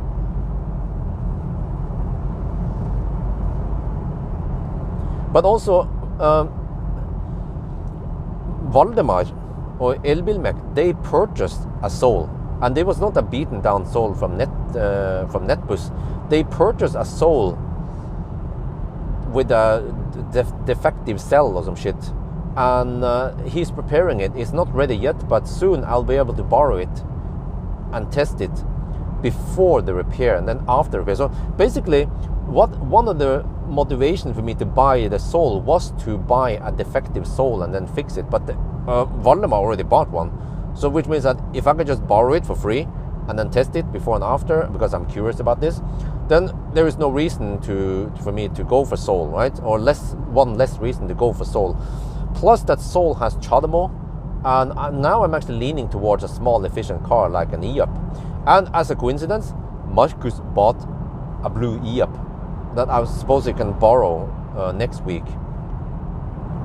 So I also want to test e-up and see how good it is. And what is important is that the car I want should not Colgate. There should be plenty of cobalt in the battery.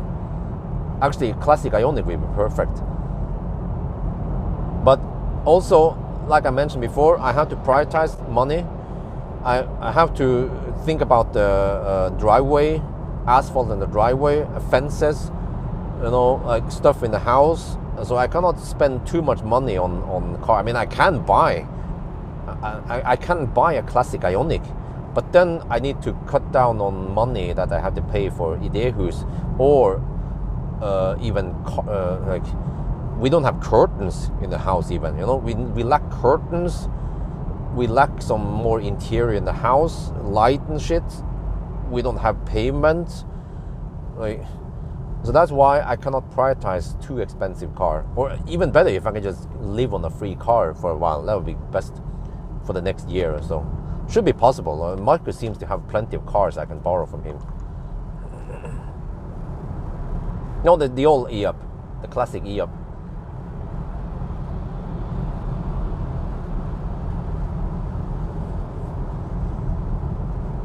Oh, okay. EB, can you stop bugging me about the DIY products? Because Amory's father is retired. He's old, you know. I don't want to bug him about this. Yeah, we will maybe help each other paint the garage inside and out, but that's pretty much it. Will you please stop bugging about the DIY? You are probably some handyman, but not everyone wants to do all the DIY. You know, I didn't want to invite Amory's parents to come here and work. They are retired people. They want to spend some quality time with granddaughter and son, you know. And of course also they will help me take care of the babies while I'm at work. That's the kind of light duties I would bug them for. Oh, Strands, how do you like it? It's cheap, right? But it does the job. Yeah. I wonder if the E-Up has any significant degradation or not. But it has no thermal management, but I think it doesn't rapid gate or cold gate that much. I need to test it. So maybe an E-Up would be the best. E-Golf would be better, but actually E-Golf tends to cold gate a bit. I noticed that.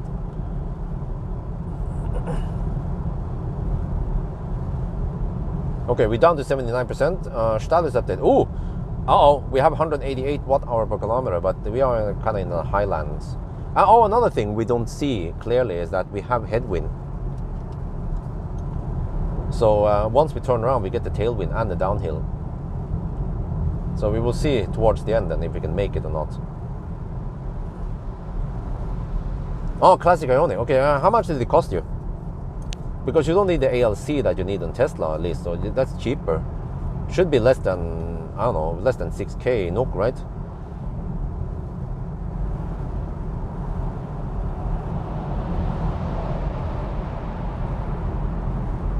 Well, another thing, Jor 1013, did you get any discount, or could you use the?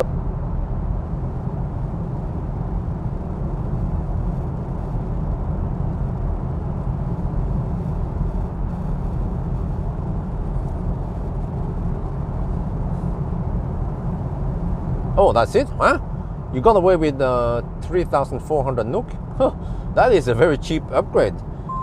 And yeah, classic Ioniq has shitty headlights, so it's like heaven now. Then, even with the shitty LED bar, it is way better than the classic headlights. And I think even the Strands is better than most, even better than the best headlights, at least in strength. But as long as you don't drive on too twisty roads, then no problem.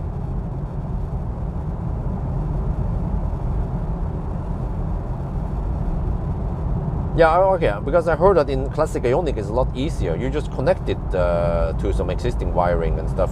So it should just go on and off with a high beam. But which means that you cannot disable it, unlike you can in a Tesla. I don't know if that matters, but the LED bar, technically you don't need the LED bar in summer. Well, it depends what kind of summer it is, yeah.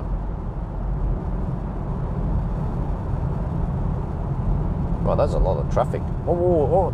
I'm not sure if I want the auto steer, man. It just goes, oh shit, what the heck? Freaking auto steer goes crazy.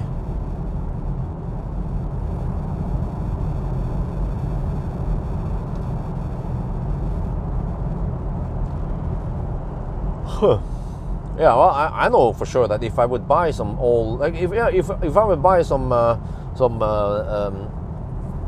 E-up, I could consider that. Except for that, the E-up, well, I mean the press car shuttle will usually be done used for day trips only. I mean, yeah, not driving at night much. But if everything goes as I can pick up I can pick up E-up next week. I need to do some tests, and eventually we need to set a time for we have to set a 500 kilometer time for classic Ioniq. There's still lots of stuff I haven't done yet, and I still need to do a degradation test of MC Hammer. He already contacted me before Christmas, and I was like, oh yeah, let me do that, and then yeah.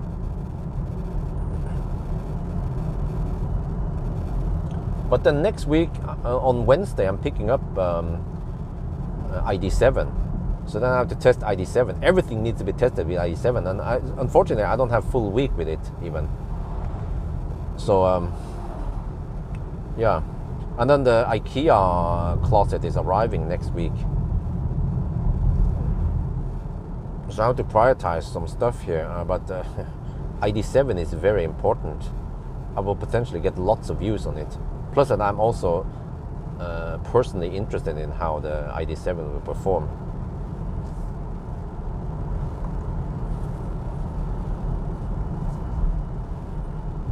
Banana box test, for example. How spacious is the ID7? Can't wait to put banana boxes in it. And what about the range? And what about 1,000 kilometer challenge? And acceleration, noise levels, and what else? Yeah, headlights. We can just test it if it has the same ID headlights or not. And those are pretty much all the tests. Yeah, I'm not sure if I need to do charging test. If it has the same new drivetrain and the battery as the Q4, then at least I can skip on the charging test. But that's going to be a very intense weekend next weekend. From Wednesday to Monday. Yeah, I pick up the ID7 on Wednesday and I have to return it on Monday. So I just like to bam, bam, bam, do all the tests. Unfortunately, it's not going to be crazy snow or something next week. There will be some snow, yeah. Also, more hassle and think about this Toyota. It's a Toyota, and then oh shit! No, it's a RAV4. Oh shit, man. How slow we're supposed to drive then? What is the consumption? Oh, consumption is 180 watt-hour per kilometer, which should imply that on the way back it's going to be lower. But there is a butt crack here. I'm going to make it slightly harder for the Polestar. So once we are in Hemsedal, I'm going to take a lunch break, and the car will just sit outside maybe for an hour and cool down, which means that once we start driving again, it needs to heat up the cabin, spend extra energy. So we're not just going to go non-stop run like we tend to do with Sunday driving. So I will actually not label this as Sunday driving. I just say road trip to Hemsedal. Yeah. Okay, here is where I could hammer. Let's go for it. I need to get past that slow ass Toyota, man.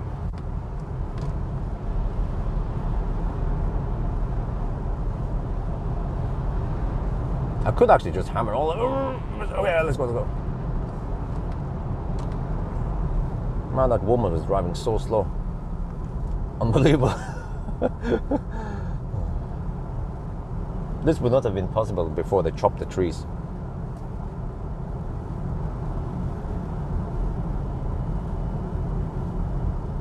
Oh, seems like she speeded up after I hammered. Okay. Some people tend to do that also. They drive dogs slow until you hammer them, and then they speed up. Yeah.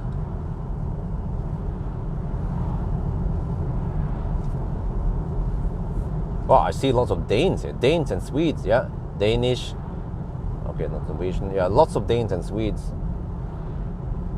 I wonder if they had winter holiday the week before, and now they are traveling home. But then Norwegians, they have winter holiday next week. Yeah, there's a Dane, Dane, Dane, Dane, Dane, Norwegian.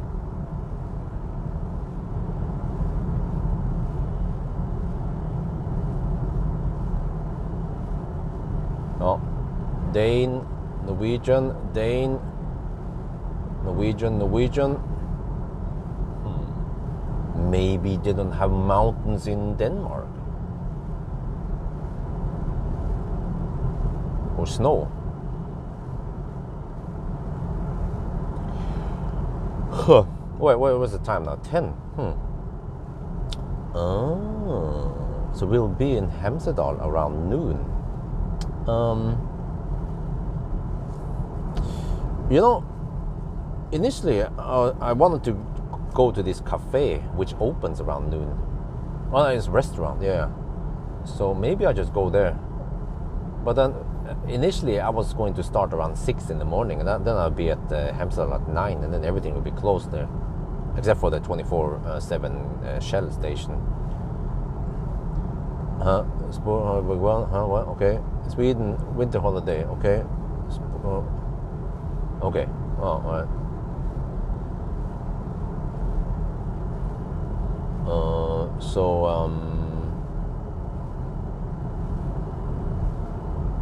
Yeah.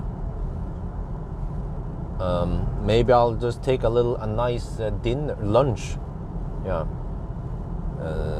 There was this restaurant in Hemsedal.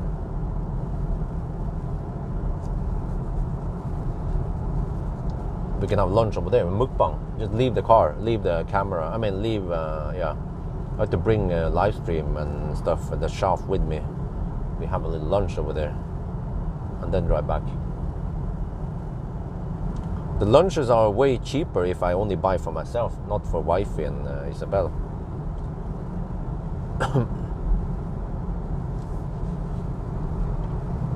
But I was surprised because yesterday we were at IKEA when we ordered the Pax closet, or what they would call it, wardrobe, and it was time for lunch. So I was like, okay. We bought meatballs for wifey, the adult meatballs, and then the baby meatballs for Isabel, and then some pancakes, and then a pizza for me, and then wifey also went for some jelly, and then we had drinks. So I was like, oh, that's a lot of food, man.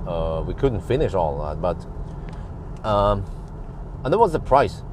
It was like 337 NOK. Huh? 337 NOK only for all that food. Yeah. So that is quite cheap food. Because on Valentine's Day we went to Kanpai, which is a Japanese restaurant, and that was a lot more expensive. We had this Wagyu beef, and it was only 80 grams. 80 grams of Wagyu beef cost 450 NOK. 455 actually, to be exact. 455 NOK for 80 grams of cocaine. Probably more expensive than cocaine, man. And I was disappointed because some of the meat was really juicy, but many pieces were kind of chewy. So yeah, that was disappointing. The buffet in Thailand was way better, where you can just order as much Wagyu beef you want for way less money. Yeah, I remember the buffet in Thailand was 1,500 baht each, which is around 500 NOK. Yeah, but for 500 NOK, for 50 euros, you can eat as much Wagyu you want. It's madness, man. It was funny because when I went to the buffet with wifey, I don't know, she wasn't aware of the Wagyu beef, so she ordered some shrimps and shit, you know. I was only going for the Wagyu beef, just munching on it over and over again until she realized that, oh, that's the one she should also go for. Yeah, and also we had some king crab. Yeah. So, but I have to say the IKEA food tasted remarkably well for cheap food. I have to say, oh, I should overtake this mother trucker, even though I'm not keen on always hammering too hard, but just the truck seems to kick up too much schmutz and block the view.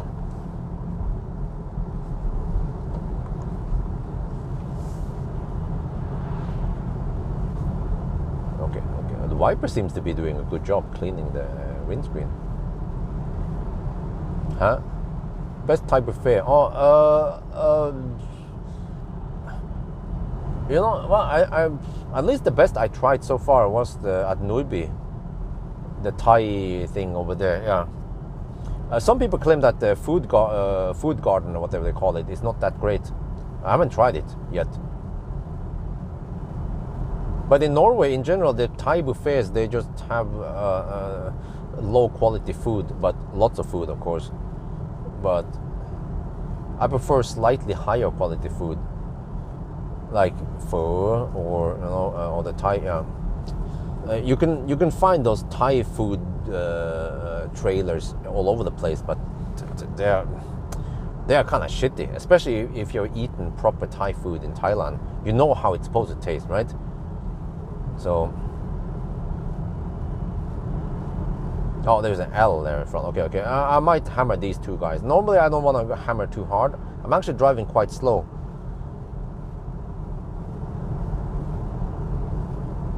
But I feel like I need to hammer these two guys. There's a hammer stretch coming soon.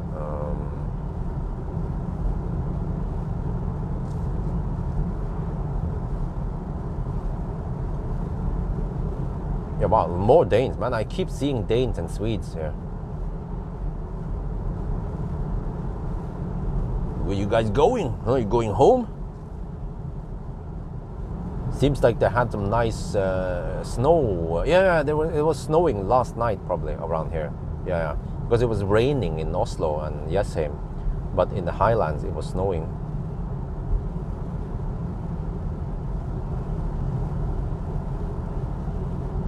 Yeah, really nice scenery. And also the part where I nowadays never go to, which is Hemsedal. Also, that place is really beautiful. Once you clear the mountain and get up in there, it's nice.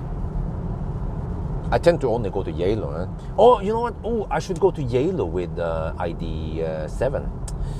Just stock up on the batteries, man. I won't get too much sleep next week.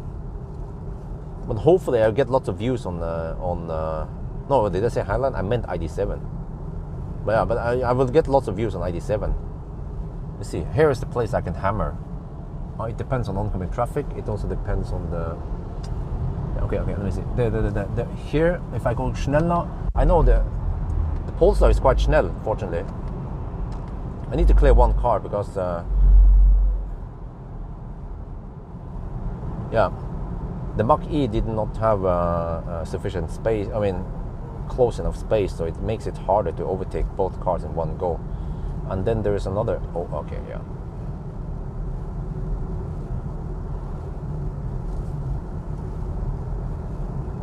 Fortunately, there's not too much traffic today, Saturday morning hours.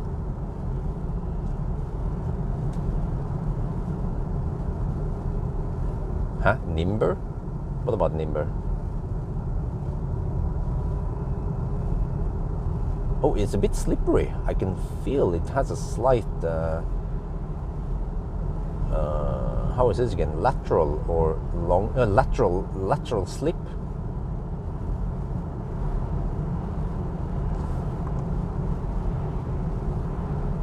Oh, I said ID7. Okay. Sometimes I brain fart. I brain fart a lot. Wow, look at the traffic, man. Lots of Danes and Swedes traveling home today. Wow.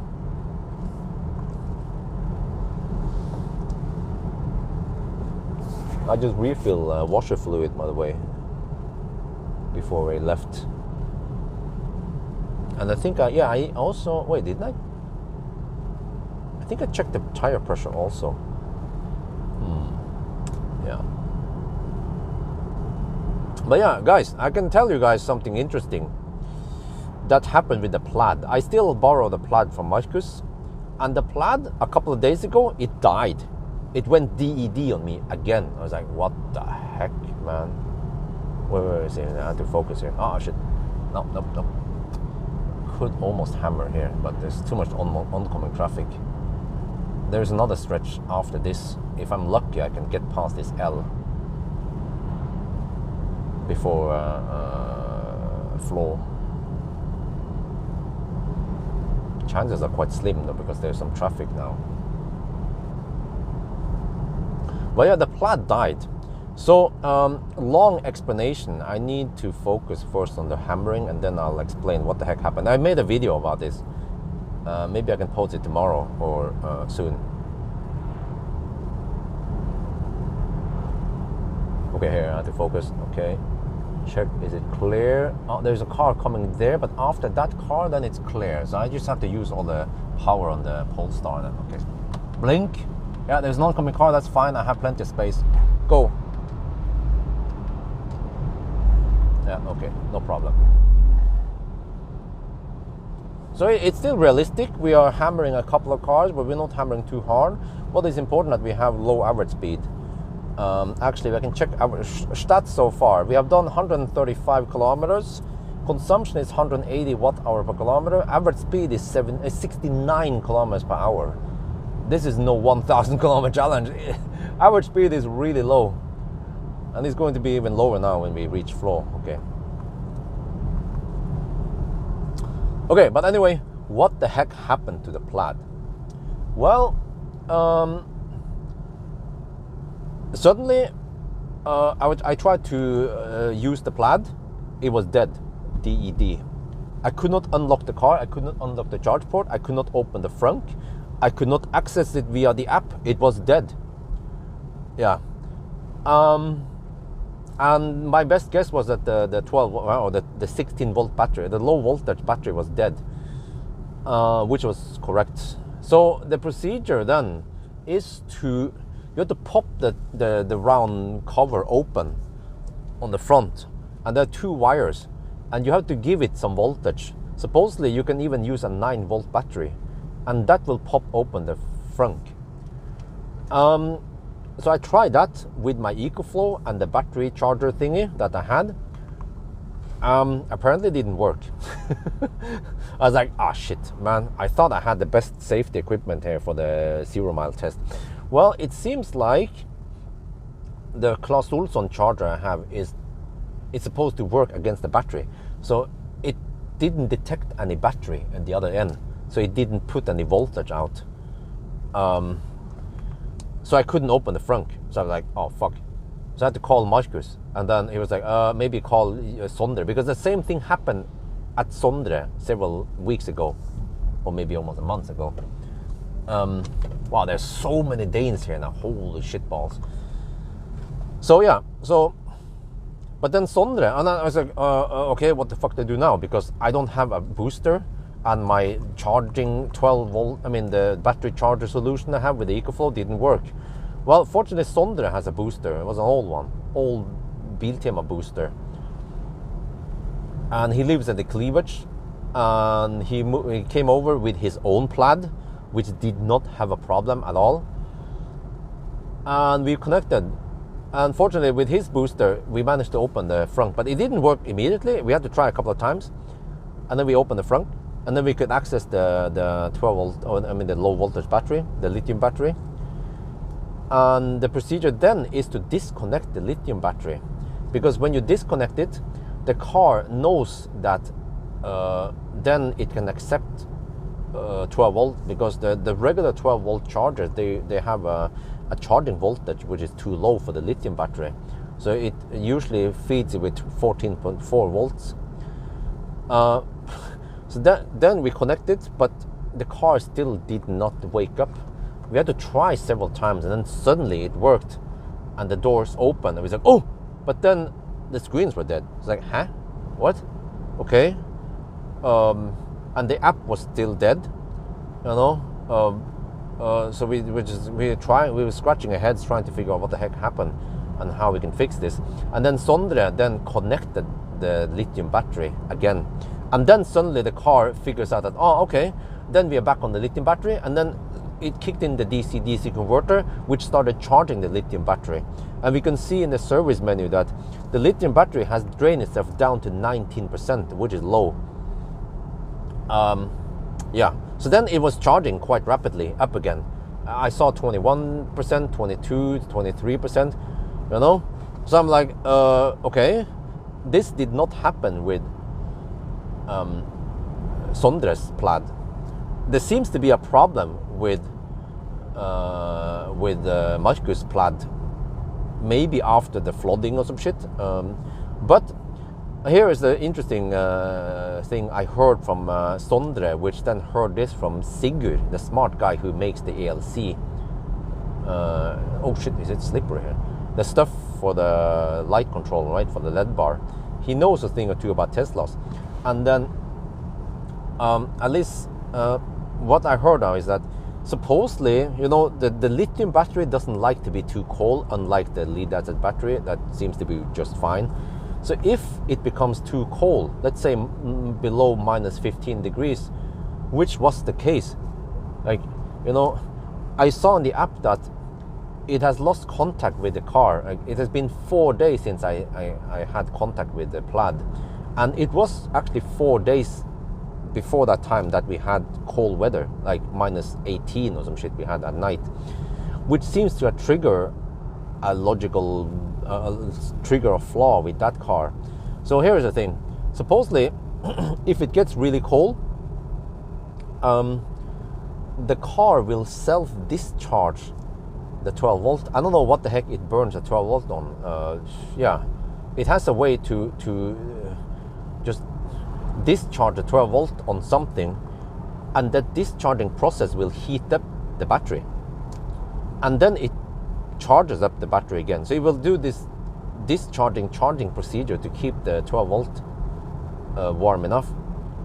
Yeah, because otherwise it will be too cold and it's not safe to discharge a 12 volt or some shit like that. But for some reason the Lime Plaid discharged to 19%, and then it couldn't charge it up again, you know. So I don't know what the heck is wrong with it. Yeah, because Sondre lives in Cleavage, and it was also cold in the Cleavage at night. Yeah, but his Plaid had no problems. So yeah, so we made a video. It will come out in a couple of days, but it was interesting. Yeah, insightful to learn more about how these lithium batteries work. So maybe there's a reason why they don't, many car manufacturers don't use them, because they have limitation. From what I know, the lead acid batteries, they can work in even in minus 30 degrees, they can still work fine. Just that they might have lower power output. But supposedly maybe they don't take damage from discharging 100 amps on short burst, unlike a lithium.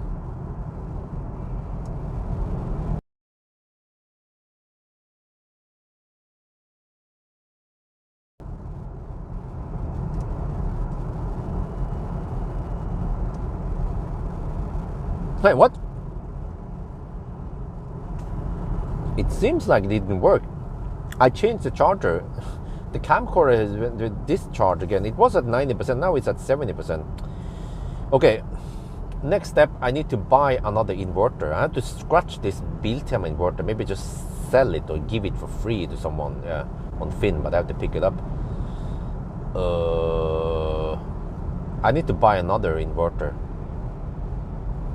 There was another one I was interested in, but it had a fan, so I was like, okay, maybe no big deal, because most cars, it's still, I mean, it's going to be somewhat noisy anyway, so a small fan shouldn't matter. And I kind of like the other inverter that I saw. It had USB-C output. This Claes Olsen inverter has only USB-A output. Okay.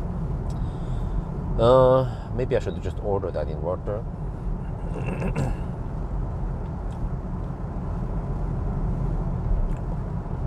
Yeah.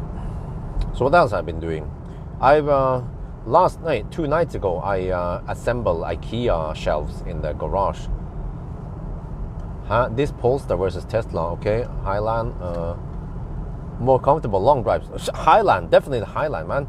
The comfort level in Highland has been remarkably good compared to other cars. You don't realize how good the comfort is until you try other cars. You'll be like, oh, even, the Highland even had better comfort than the Q4 e-tron I tried recently. It has been that good now. It was not the case before. Like MC Hammer comfort is not that great.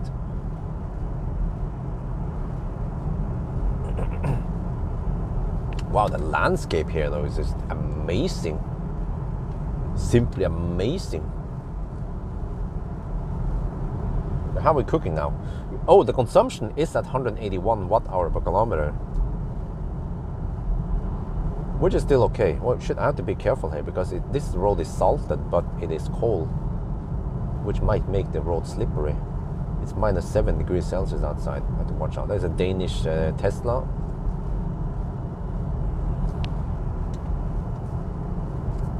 Not too much traffic, just the way I like it.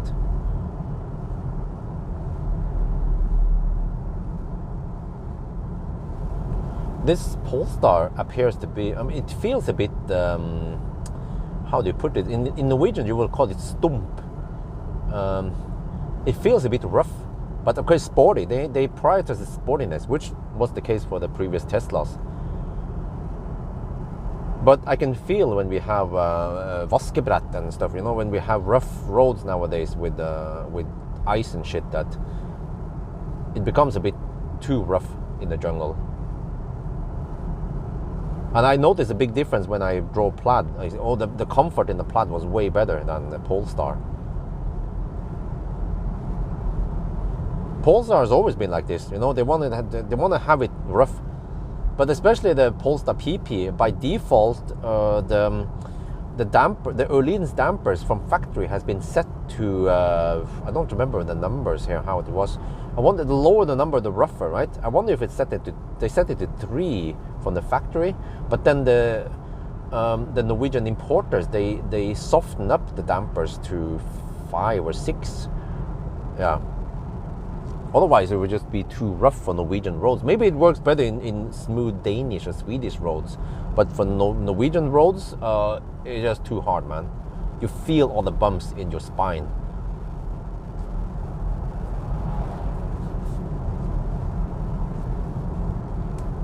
Wow, really good light conditions now for now. But on the way back, though, I wonder how it's going to be. I'll get sun in my face then. Let me see. I'll be in Hemsedal at noon, and I'm planning on staying there for about an hour, at least half an hour. But I'm guessing it might take an hour before I'm done eating and all that.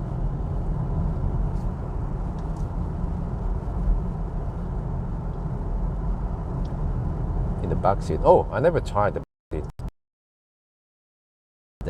The back seats were uncomfortable and tight, because a couple of days later I went with a Plaid instead, and she commented without me asking, she said that the Plaid has way better comfort, not so cramped in the back. I was like, okay, yeah, that makes sense. I knew it already first time I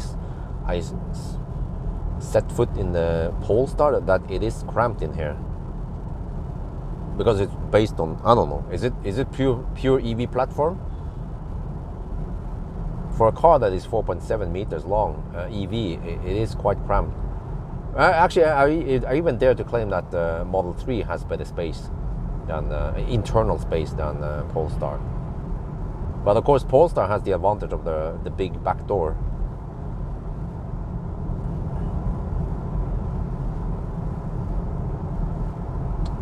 The new Model 3 has unique shock absorbing technology called frequency. Oh, I heard about that.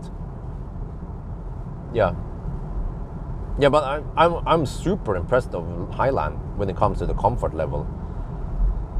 Lack of stock, that's a different story. man, like, how could they screw up that shit, man? The Highland could have been perfect if it had stalks. It has the perfect look, you know. It's beautiful now. They removed that goofy duck face on the previous Model 3. It has now the more elegant headlight design, way better comfort, way better soundproofing, and then they fuck up with a lack of stalks. Man.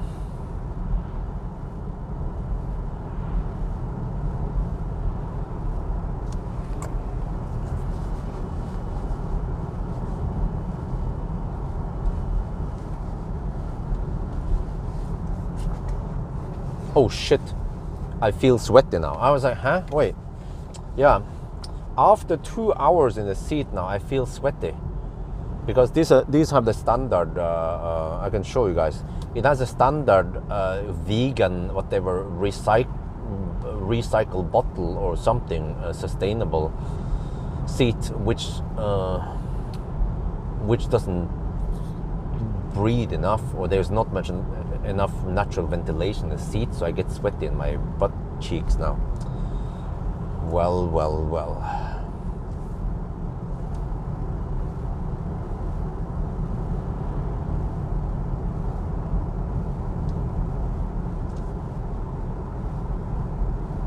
Tesla Vision update. What do you mean? You mean the auto high, the matrix lights? It's not out yet.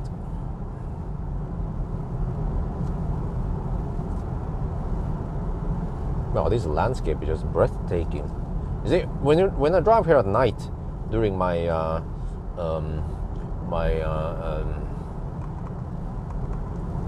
Yalo test, we don't see all this stuff. So, yeah, here's the thing. From mid-April, Emirates parents will come here if everything goes as planned. They already bought the tickets. Where they're gonna. Yeah, actually, next week they will go and to Bangkok and do the thing for the visa application. Short interview, and I think that's it. I mean, they are retired people. There's no problem. You know, they should get visa. So we will get the help from grandparents for helping to take care of the baby and the newborn.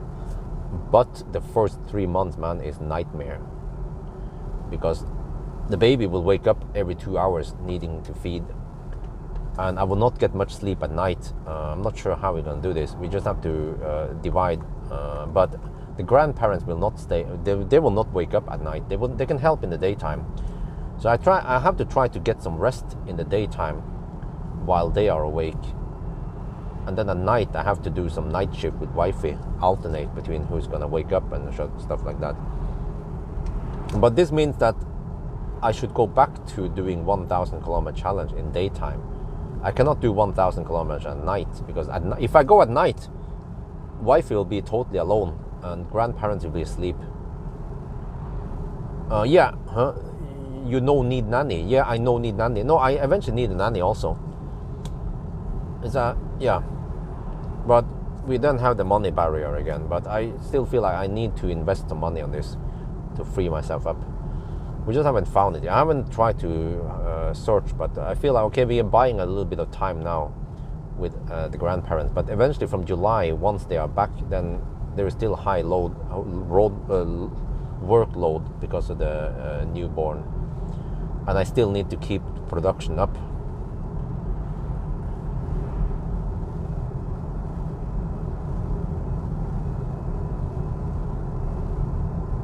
So, yeah. But in the past, I've been doing lots of night run because that seems to work best with the current situation. But then, at least in springtime, summer, we might have to go to do some day runs. Yeah, like, you know, I don't know how the heck I'm gonna do this though. I will somehow have to survive through the night, and then in morning hours maybe get a little bit of sleep, and then I have to start doing my test in the daytime, and then I come back in the evening, and then I have to prepare for night again. That's gonna be 3 months of nightmare. Yeah, but hopefully Oh, they got it. Okay, but what, in Europe? But hopefully we are better at raising babies. We have more experience, so hopefully we will not be too exhausted this time with a second baby. Oh, it's minus 10 degrees Celsius over here. And now we're coming to the average speed zone. And that means that all these guys in front, they're gonna drive dog slow, way under the speed limit. No.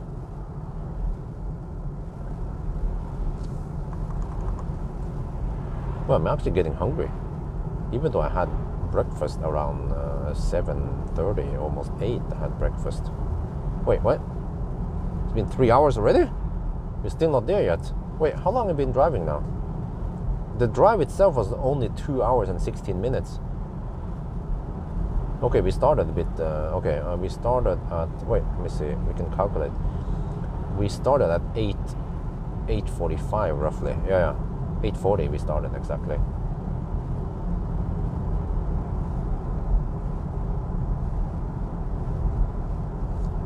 No. I don't get paid family leave, and wife is not employed. So, but we did get the one-time support, which is a drop in the ocean. But you get, they call it engangsstønad, which is around 95,000 NOK. So you get that. So actually, the Norwegian government is quite.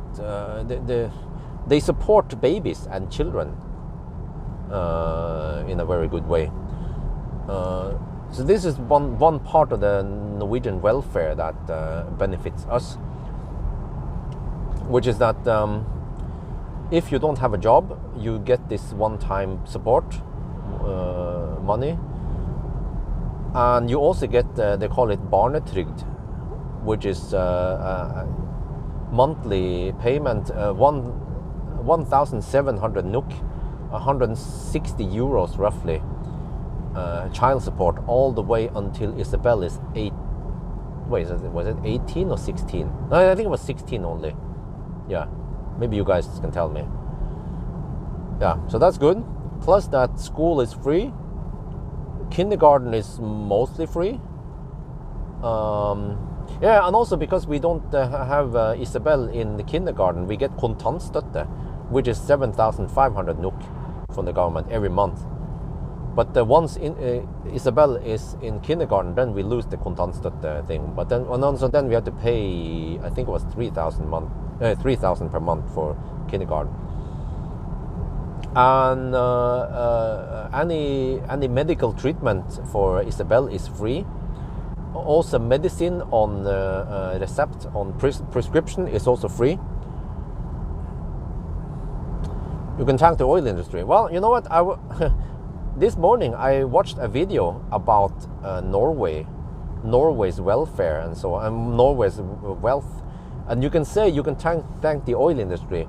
But you know, did you actually know that Norway was actually the wealthiest country in Europe even before they found the oil in the 60s? There is a long video about this. I haven't watched through the whole video yet, but it started with, in the old days, right? The industry revolution, and the industrial revolution. Norway has quite a big coastline, and we have lots of mountains. And the coastline is important because in the early days there was timber industry, and they could then, Norway has quite a lot of forest, and the coastline and the rivers could allow Norway to then harvest timber and transport it in very cheap and efficient way down the river. And then with the boats, they can then have quite good cheap shipping. And also later Norway once electricity became more common, then Norway has lots of natural resource of hydropower, and with hydropower they could then establish very energy intensive industry like aluminium. So Norway then produced lots of aluminium, we have, let's say, Mosjøen was well known for aluminum industry, and also steel in Mo i Rana. But you know, before First World War, in 1930, 1940, right? Norway actually had one of the best economy in Europe. My misconception was that Norway was considered poor before they found oil. It is incorrect.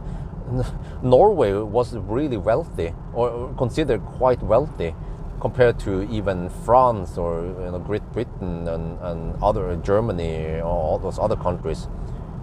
But of course, the oil made Norway even richer. Yeah, fishing also. I forgot fishing. Also, fishing was quite a big. It is still a big resource in Norway, of course, along with timber. Yeah, other industries.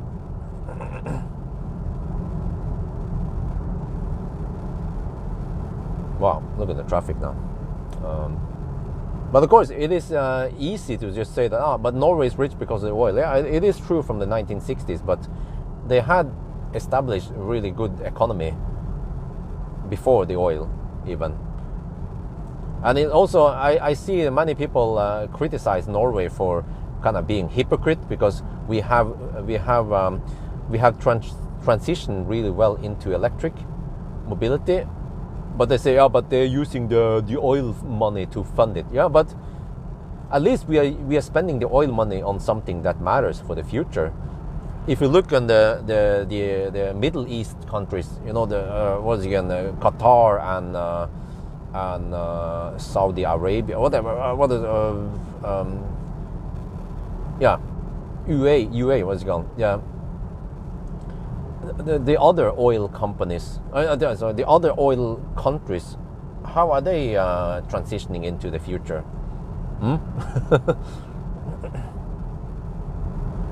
What about Russia? Russia also a big oil producer.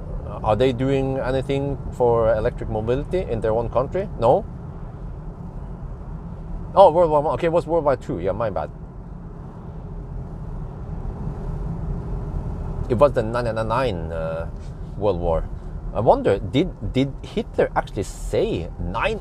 Did he actually say 9999? Or was that just a movie thing? Was it just something that was made up in the movies?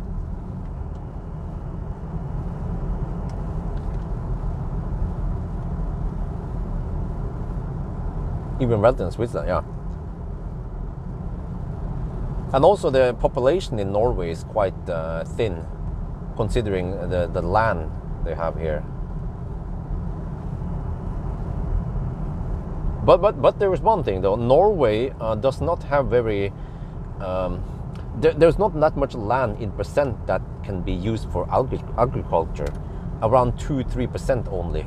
So the country is not very suitable for farming shit, which is then needed for feeding the population. That's why we need to eat the Swedish meatballs. Yeah, exactly. In Russia, they're wasting the money on invading other countries and shit like that instead. So in a way, yeah, you can say whatever you want about Norwegian oil, but we are actually spending it on something that matters. Plus that we are using it for welfare for the people.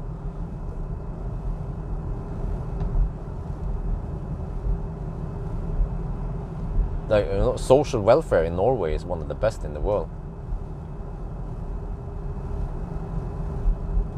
Yeah, also I forgot to mention, if you just happen to be in work, if you get pregnant and you have a work, right? You will then get the money from government. Let me see. You have the permission before birth. I think it was 3 weeks before, and the same with the husband. He will also get some parental leave in that period. Plus that the mother gets, I think it was 10 months of full payment, full salary for 10 months. But the money is not from the employer; it's then from NAV, which is the government. or you get 80% for 1 year or some shit like that. Yeah, but you get massive support for staying home and taking care of the baby. And also, when you get sick or you need treatment, then you have to pay just this egenandel, deductible, and you get away with way whatever. You don't have to worry about healthcare.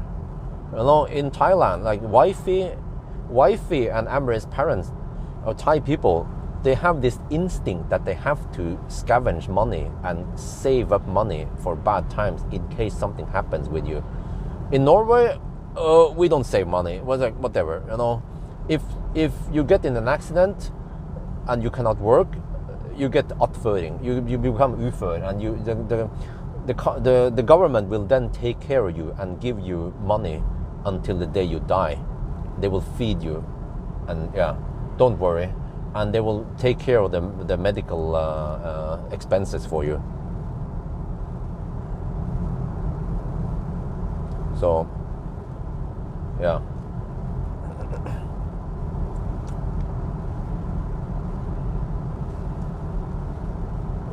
What the fuck, based Björn? What are we talking about? Norwegian shipping has been in business since Viking. Yeah. Yeah. Well, in the early days, Norway became wealthy because we raided England. Norwegian Vikings, they figured out that those defenseless monks in UK, they had the good goodies. Yeah. Man, freaking Vikings. The Dark Ages of Norway. Every wealthy civilization is based on dirty history, right? Like the Romans and the Spanish and the colonization. Yeah, colonies all over the place.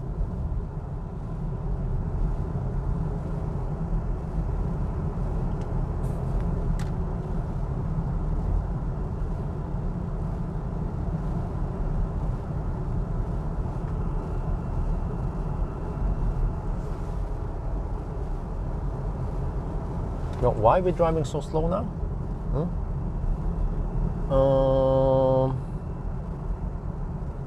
Oh shit, we're stuck behind a slow poke.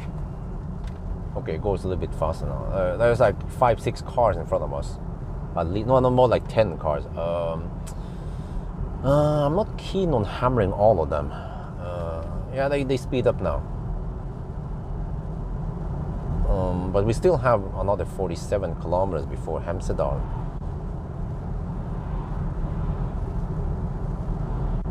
No, well, it's close to Sunday driving. Wow, look at this landscape, man. Wow, awesome. I feel like I want to pee, but maybe I can hold it. Yeah, I can hold it for another 45 minutes. Then we can stop at Hemsedal. Well, but look at this. Consumption is 182 watt-hour per kilometer. We're down to 61%. I don't know how many kilowatt hour we have left, but the car claims we will arrive at 46%. That sounds good. Yeah, you know, maybe I should do a winter Sunday driving. I couldn't even do that with the Plaid. The Plaid, okay, it has its faults, but the battery should still be good, and we have a new battery in the Plaid. Yeah, how about doing a winter Sunday driving in Plaid? The only problem is that it's gonna take forever, man. So I have to start early. Like, maybe I have to start around 6 in the morning, and then it might take 10 hours. Yeah, so I'll be finished around. Or if I do, I probably have to just stop it for a while. I can do range tests, I can do whatever. So I want to be around 1 to 2, maximum 2 hours away from home. So in case something happens and the water breaks, then I just have to drop whatever I do. I have to abort mission, literally, no pun intended, and then return home. But yeah, it's not gonna happen, you know. The baby is not gonna pop out in the car on the way to the hospital.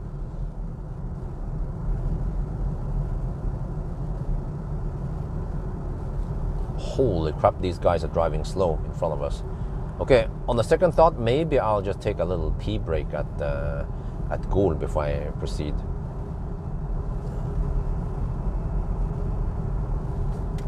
I need to point out this, man, how slow we are driving. And that auto steer is still not working. Holy crap, these guys are driving slow. Okay.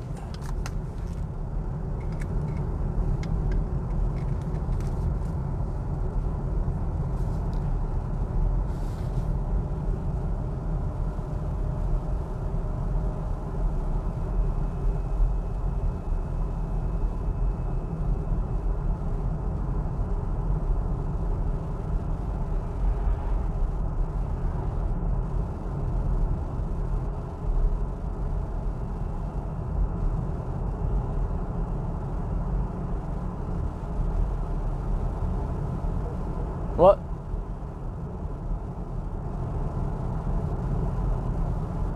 What the heck was that shit? Okay, let me just permaban Johnny here. Okay, enjoy your ban. Okay, hang on. Let me shoot the video here, man. What kind of idiot is that?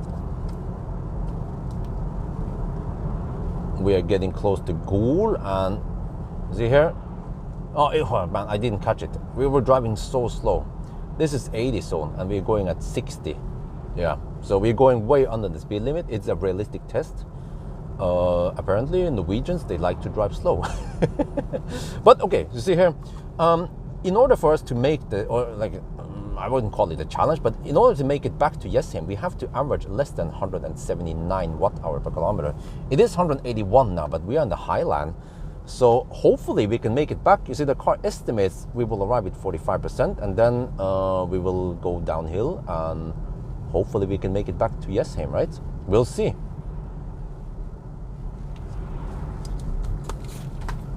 What the heck? What the fuck was wrong with Johnny? What the heck is wrong with him? I didn't catch the whole conversation, what was going on. But if he starts talking shit, he just can go take a shit. Yeah. I don't care, just permaban him. It took me 2 seconds. I have no idea what the heck was wrong with him. We were just talking about the Norwegian welfare, and then suddenly he puked out some shit. But don't feed the troll, you know, he's already permaban. He has been erased, so we don't care about him anymore. Just focus on what the heck is going on now. So we are roughly at 400 meters over sea level, and we're supposed to have headwind, even though I think we don't have that much wind. But I've seen in the wind map. Oh, holy shit, man! That yeah, there's a one slow poke. Yeah. Okay. Do I pee now, or do I pee afterwards? It's going to take another 40 minutes supposedly to reach Hemsedal.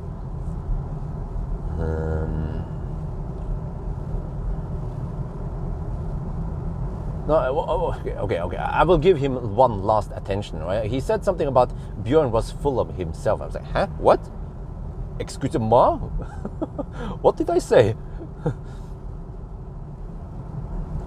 I have no idea what the heck that was all about.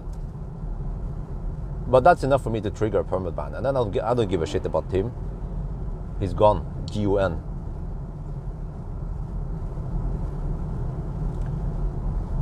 Okay, I'm getting hungry. Yeah, I kind of feel like I need to pee.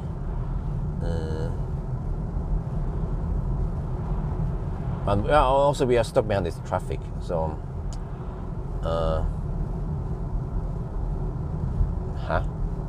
See, okay. You better leave it. Okay.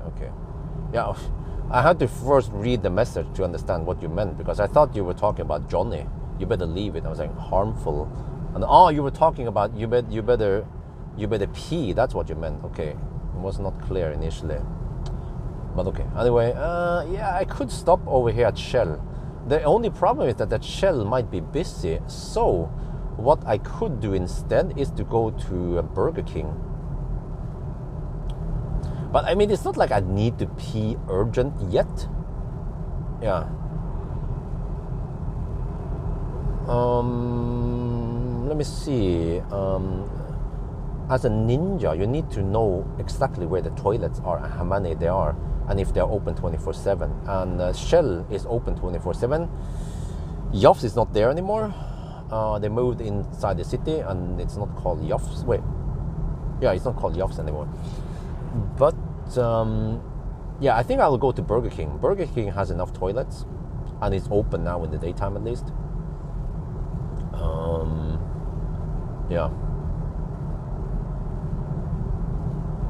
And I think that will be the plan, because the problem is that if we stay behind these slow pokes, they are going to drive so dog slow up the hills to the point where I just even if I'm not doing a challenge, it's just like yeah, you know the feeling when you're walking down the road, if you're walking in the city and there's a really slow dude, maybe he's using his phone or shit, you want to overtake, you want to go past him, right? Because you have your own pace of walking, just like I have my own pace of driving.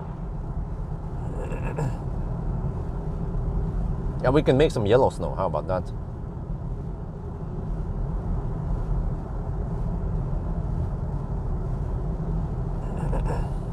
Yeah, now they hammer it. What the heck, man? This yo-yo driving. Now they go over the speed limit. Sometimes they go 20 kilometers per hour. In the curves they go 20 kilometers under the speed limit, and then once the road straightens up, then they speed up, which becomes super annoying when you try to overtake them. But unless you have something fast like a Polestar or a Tesla, then you can still hammer them. Just have to watch out for Polizei, because Polizei tends to laser at straight. They will never laser in the curve. So the best places would be if you have a left curve. Well, it depends. Left or right curve with good vision, then you can overtake them there, and there's almost no chance that the Polizei will laser you there. Depreciation on Tesla. Well, I mean, depreciation happens with every car, so that's no different. And you have those guys who will speed up if there's an overtaking lane, right? There are 2 lanes up a hill. Then they speed up right there, and then right afterwards they slow down again. Oh, snowblower! Look at that. Oh, you can actually. Okay, you know what? For next winter, I want to get the bigger snowblower. Even though I kind of like the small one because it is somewhat light and small, but I think I realized I have to get the bigger snowblower. It's gonna cost me extra, but it will speed things up a lot. Yeah. So I need the 2-stage snowblower from Ryobi. I need to invest in slightly more batteries because I need to deal with snow, man. But I'm going to be in Thailand more. Yeah, the plan is to go to Thailand. I'm not sure how I'm gonna do this because it's gonna be expensive.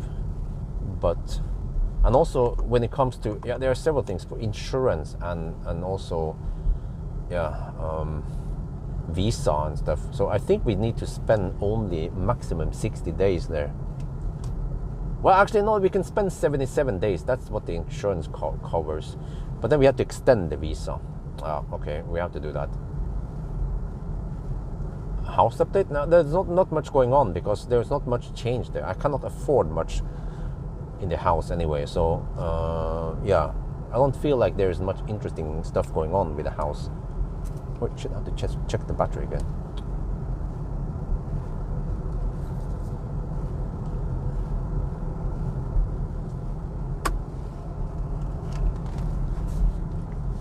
Okay, let me see. So I will probably stop at Burger King. There's a slight detour, not that much.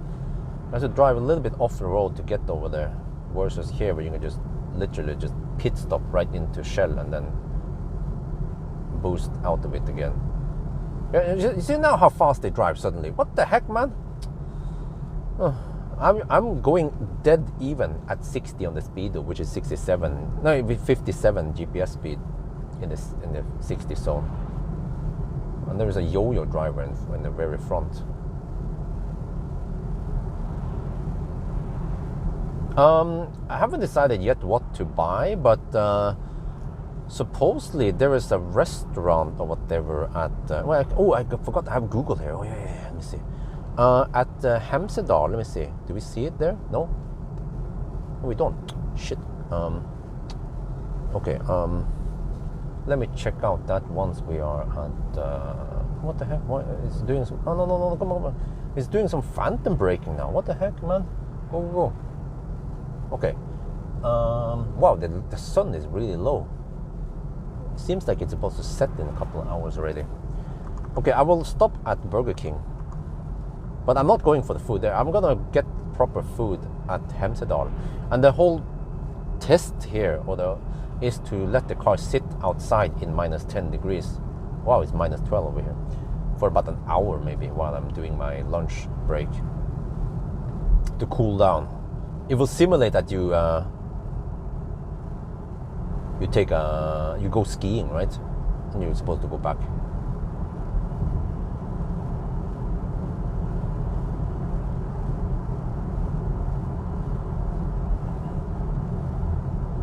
But man, I can't wait for spring and summer to arrive again. And finally, we're getting longer days. But I have to figure out this winter. Yeah, we will probably just go for 77 days, unless we want to go for, let's say, 90 days. But then we have to buy extra insurance. That is also an option. Yeah. Okay, maybe I'll do that if it's not too much hassle. But it's either 77 or 90 days in Thailand. We'll probably travel in mid-November. I think in November is still bearable. December, man, it is so. So maybe I'm thinking if I can leave Norway with the whole family in a bit slippery here. In mid-November, or maybe late November. Wait, I didn't have the blinker on. Shit, I thought I put it on. But then the plan is to, I will just stay in Thailand for a week, maybe even less than a week. And then I come back home alone. Yeah, on economy class. Yeah, but yeah.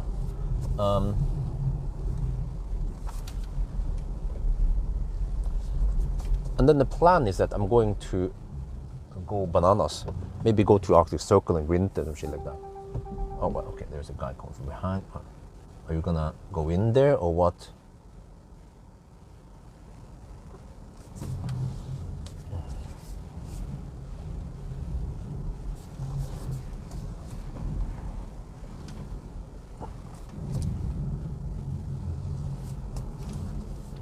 That was nice, the alarm sound. It warned me about the obstacle in the back. Nice!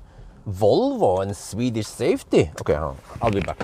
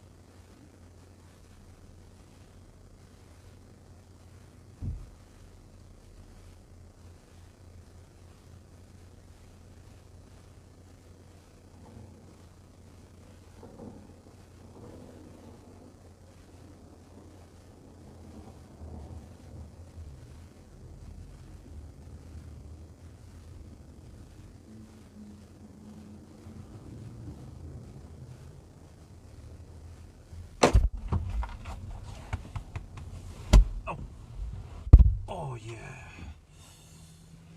Oh, release the pressure.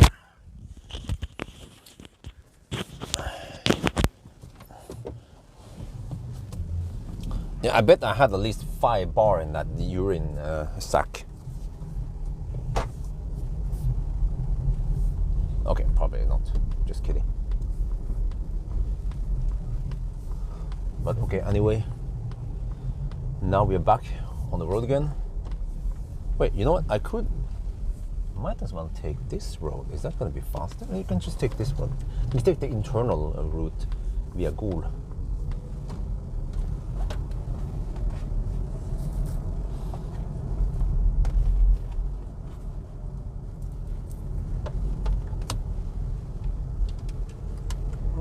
I'm not going to go to some cafe or shit. There's supposed to be a restaurant in Hemsedal that opens at noon, and we're gonna be there right at noon. That's good. That means that there will be no one there, right? Yeah, we'll be there in half an hour, right when they open.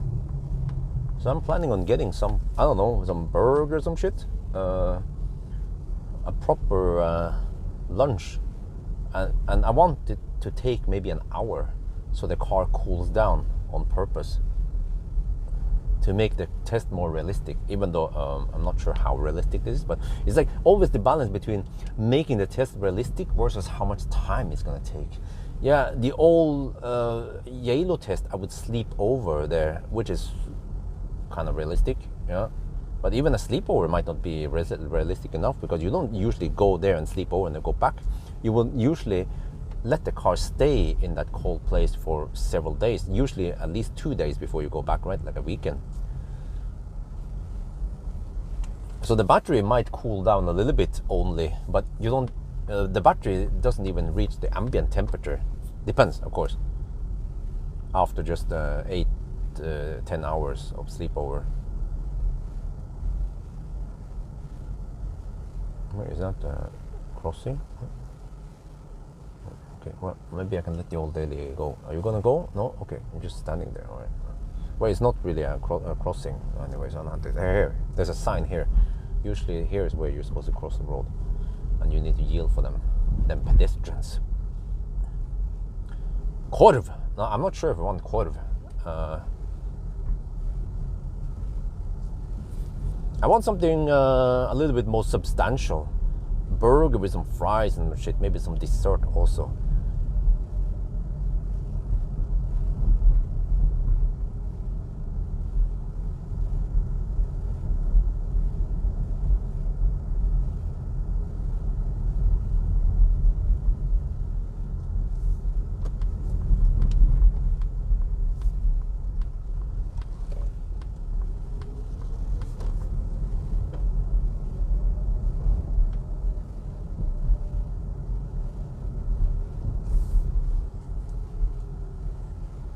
Okay, they have to yield. Okay, that's good. Then we turn right, hopefully. Get stuck there. Okay. Yeah, I wonder if this is faster. If I turn left, it would be a longer route, and then if they get behind slowpokes, then you just get stuck behind them. Meatballs? No, I saw maybe there was some kind of deer steak or some moose or some shit, you know, something exotic. Yeah. Some roadkill steak, that would be great. A nice tender moose, for example. Oh. Pepe's Pizza? What? No, like more. Okay, whatever. You will see once we get there. Trying to find that restaurant. Let me see. Can I find it? In Hemsedal.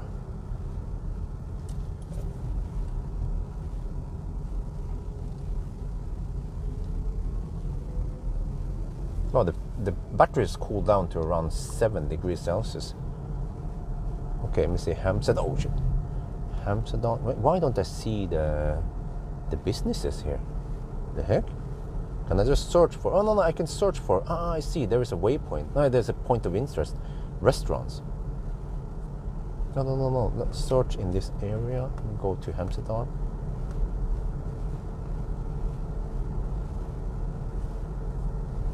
There, pop up something here. No, not log.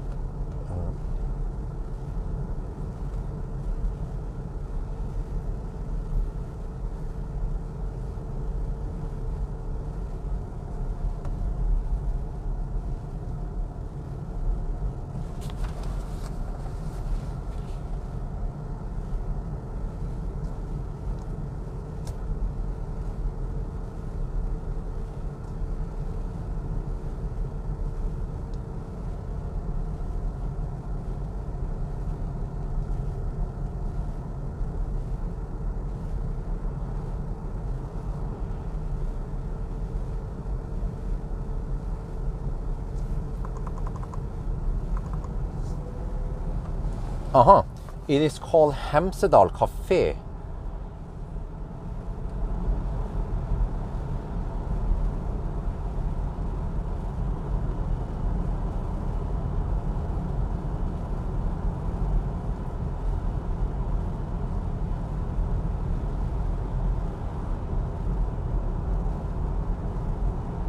There, I found it. Yeah, so we're going to go to Hemsedal Cafe. Wait, now, huh? Now the no, what the heck? No, huh? What is that shit? No, not that place. Oh, there's another Hemsedal Cafe. Oh, shit.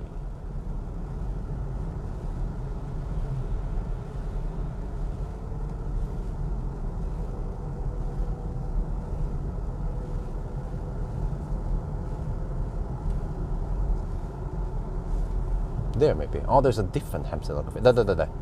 Okay, I found it. Yeah, it opens at noon.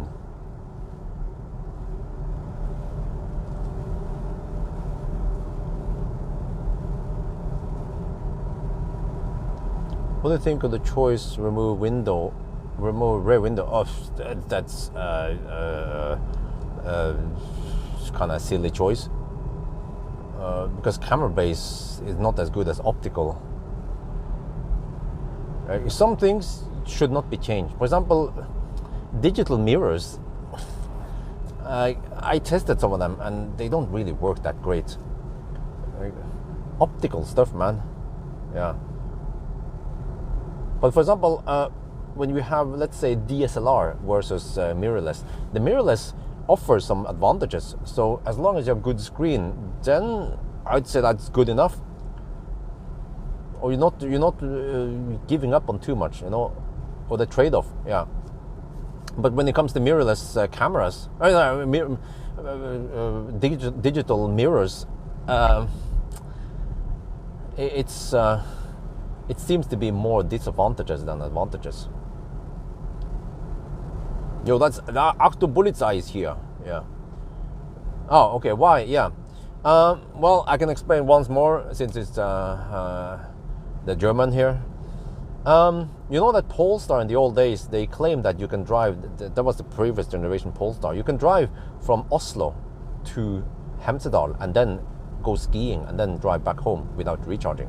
So I want to kind of test it, but we are driving from Jessheim, which is 20 kilometers longer. So the Oslo Hemsedal back again is 400 kilometers or 2 times 200. Now we have 2 times 220, but this is the next generation shit. So it should be able to do it. And also, since they claim you can go to Hemsedal and go skiing, that means that realistically you have to do it in winter. So we are doing it in winter. It's cold enough now, -6 over here. It's -12 in Gol. So it is in a way a realistic test. And I'm actually making it harder. Yeah.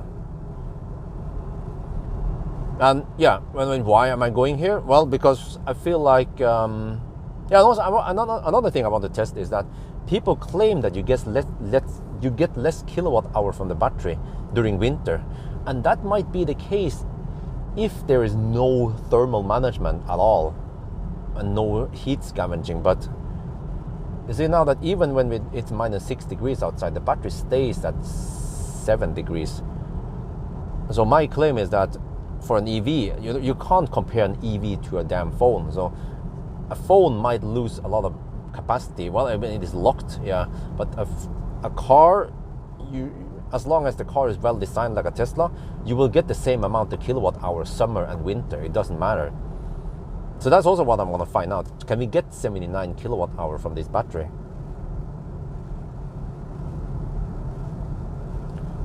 Grills, swim, okay. Hemsedal cafe. Yeah, okay, something like that. Yeah, I want to get something nice for myself. Yeah, when I'm out working. Even when we are out working, it doesn't mean that we have to skimp out on the good food, right? Because, normally when I do 1,000 kilometer challenge, I don't have time to go for any nice food. It's just hot dogs and shit, and then keep driving again. Well, I could, of course, deduct some time and then have some nice food. But I also tend to do that at night, so everything is closed anyway at night.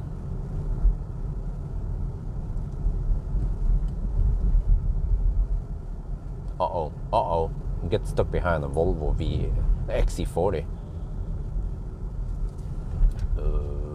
How slow are they gonna drive? It's a one. But yeah, also the reason why I drive this route is because I almost never drive this route anymore. I used to drive it all the time when I nimber. So, and since I'm driving a Polestar, it would be interesting to just try out that theory.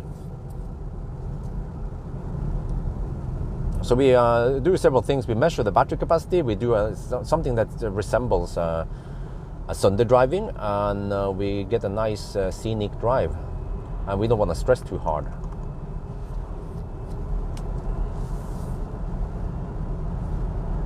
Yeah, it's electric. It's EC something license plate.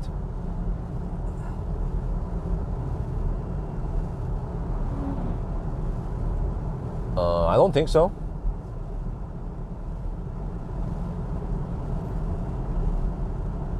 No, this is beautiful landscape, man. Once you clear the hills and you come out here in the flat. Wait, how is this again? Can I get elevation here? What is current elevation? On the website nationalgeographic.org, they say, elevation is the distance above sea level of a given location and impacts a location's temperature, the amount of precipitation. Oh, man. It's not as advanced as BMW. BMW can tell me the current elevation with voice command. Well.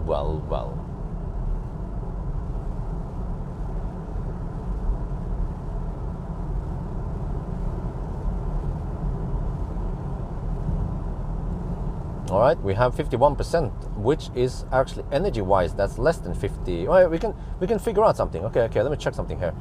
199 kilometers done there, and consumption 191. Okay. Oh, 38 kilowatt hour, huh? Really? Oh, wait. I think they fixed that. The state of charge scale in the Polestar is linear. Yeah, it should be. Okay. Wait, but it says 51%. Oh, it says 51%, but there is a snow crystal because the battery has cooled down. We will see towards the end. It should heat up slightly towards the end. Elevation to what? I'm just trolling with you guys.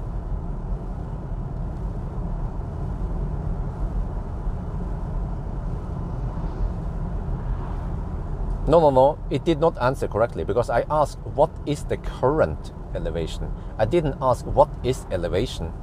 So it was incorrect.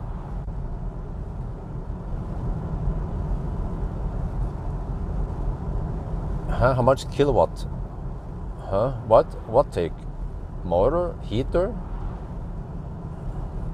And then 10 to 15 what? Degrees Celsius? Fahrenheit? Kelvin?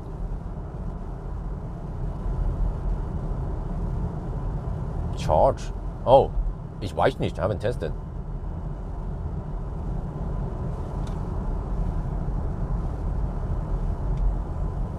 Well, it's good. The Volvo is going faster than me, so I don't have to hammer it. Man, I used to drive here a lot back in the days.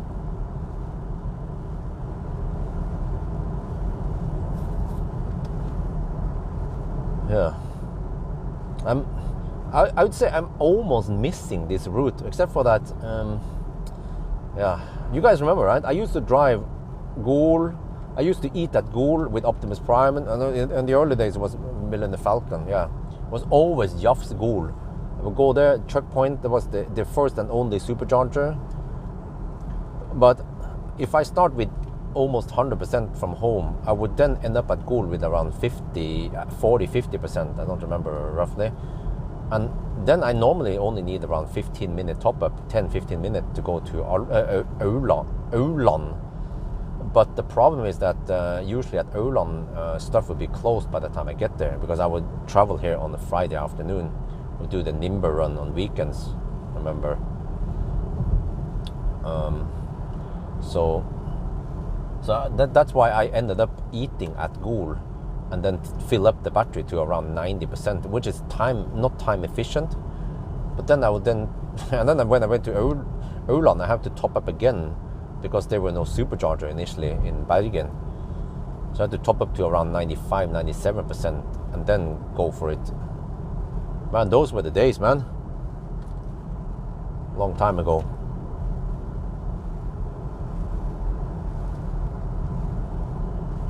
But I gotta say, during the time when I did Nimber run, I was away from home a lot, especially when I tried to do those runs when I went every weekend, but sometimes I went even more often than every weekend. That was crazy.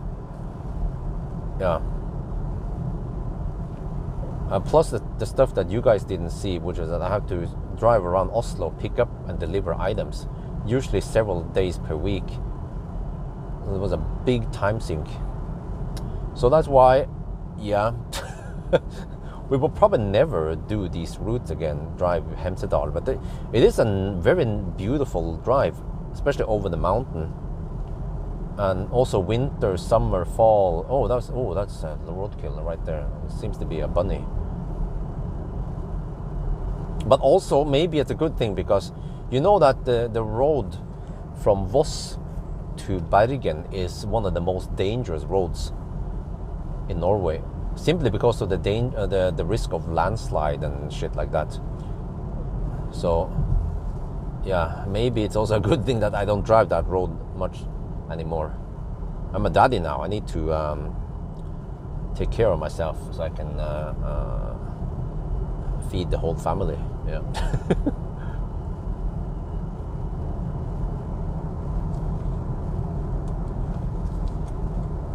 Yeah, you know what? If you want to avoid too much frustration, you should come to Norway before 1st of July. If you can come to Norway, and if you're lucky with the weather, and you come here around June, that would be the best, because then there is no massive traffic and the annoying German motorhomes, the RVs. I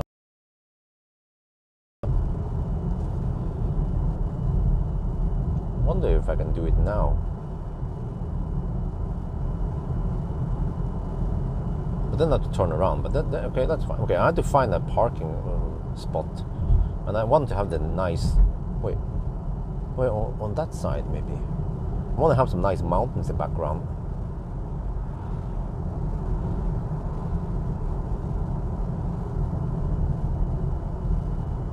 Wow, 1,700 kilometers. Yeah, that's actually nothing, right?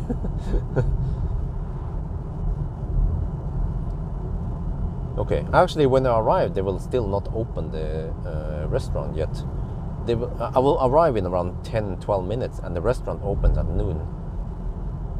I wonder if they have heated up everything so they can cook for me. Oh man, that was epic, man, to Tromsø. Oh shit.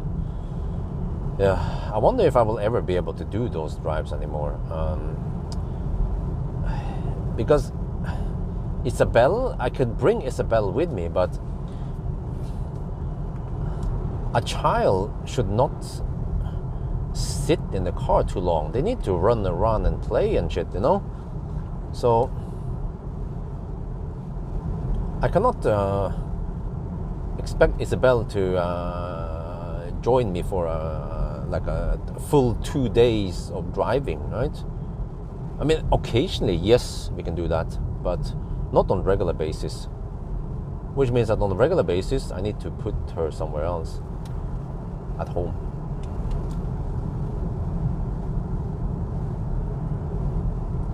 Yeah, those mountains are epic, man. And the cool thing I like about winter is that the mountains, they get some nice texture from the snow. The snow will, yeah. In summer, you just see more uniform mountain stuff. But the most beautiful time is right in spring, around April. Well, it depends where, but April, May roughly, because then you will have some green stuff, plus the snow-covered mountains. But also now is a good time to go Hemsedal, to go to the troll wall. Wait, I wonder if there's a place I can shoot some thumbnail. Or I can wait until the afternoon, but the sun will then roll in the right. I think the woman is driving so slow, so she's gonna pull. She's gonna wait. I'll just go. I will get ready now. I need to back up, but I need that space that the woman is holding up right now. That's where I'm gonna take the thumbnail. There she moves. Okay, good. Okay.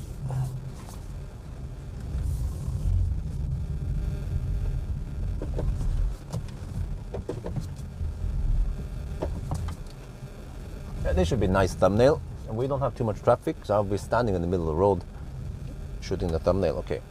Park.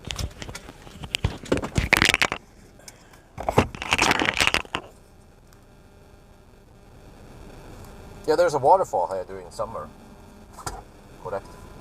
Now we just have to wait for the traffic to clear so we can shoot the thumbnail. I have to just set up. No, wait. I need sound. Forgot. Whatever, this is fine. We have to wait for the restaurant to open anyway.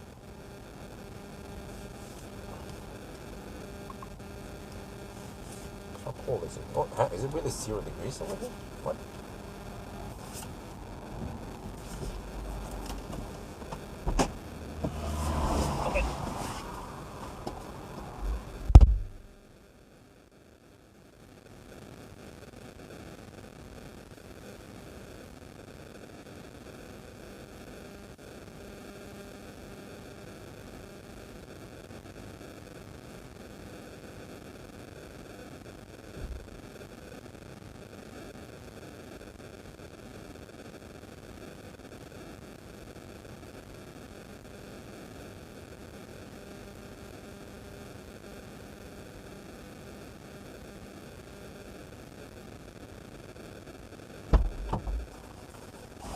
Oh, this is going to be interesting. I can feel the wind. I felt that we had headwind now, which means that we will get tailwind on the way back and downhill.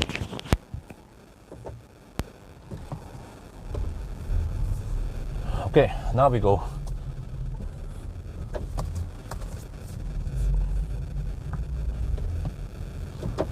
Proceed to destination, endpoint, waypoint. Island throughout the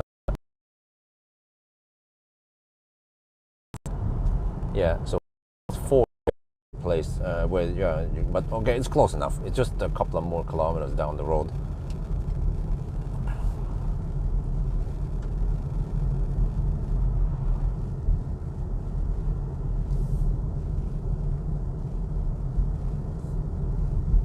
I wonder if they have high power chargers here by now. There used to be just 50 kilowatt land. Yeah, it was fun. For the longest time, first of all, for the longest time, Tesla was the only high power charger network in Norway, at least, and maybe Europe. Yeah, like from 2013, Tesla supercharger. That is, well, is it considered a high power charger? Yeah, I think everything above 100 kilowatt is high power charger. Tesla had 120 kilowatt from 2013. And then we had to wait at least 5 years before Fortum started building some high power chargers. And Circle K, they were still digging around with 50 kilowatt tritium and some shit like that. Yeah, so Fortum was the first company in Norway that started building HPC, and then Grønn Kontakt later became Mer. They also started building some. But I mean, I remember even when I tested Kona in 2017, we had to go to Nygårdskrysset, and there was one ABB high power charger there. But back then they didn't have 500 amp CCS Type 2 cables, so it was just for some reason it was weird. They had supposedly that was 175 kilowatts with 200 amp limited CCS 1 cable. Sorry, not CCS version 2, yeah, version 1, yeah. So it's like being in Thailand, because in Thailand, at least previously when I went there, they had those so-called 160 kilowatts, but they were limited to 200 amp. But now I see that Thailand get more and more high power chargers with proper cables, plus that they have superchargers. So, you know, yeah, they have supercharger in Lampang and Kampeng Phet. So you can actually drive a Tesla now from Oslo to, from Bangkok to Chiang Mai on supercharger, V3 supercharger. They don't have V4 there for some reason. So Ragde charger. Oh, okay, cool. Oh, it's a stuff where you can use the card. I like it. Yeah, it's almost noon now. We are almost there, right on time.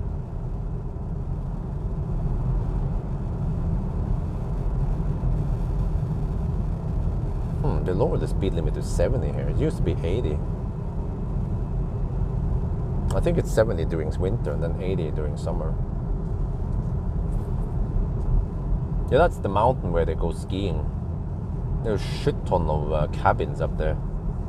Norwegians have cabins here.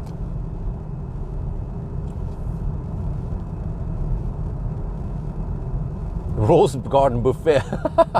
A pork belly. Oh, wow.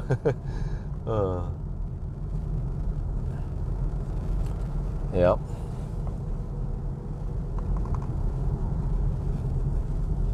Right, here we are. 46% at arrival. Battery is cooled down to around 8 degrees Celsius. Okay, can we make it back? You know, simple logic is that, oh, if you spend 46% getting here, you cannot make it back. Well, we will see.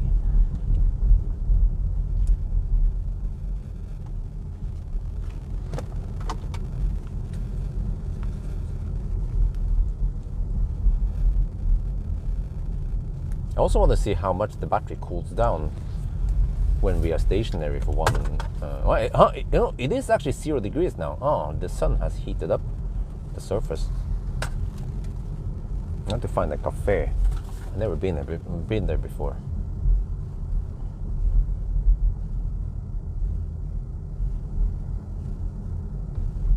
We'll see. We'll just buy something nice over here. Okay, let me see. Where is it? Uh,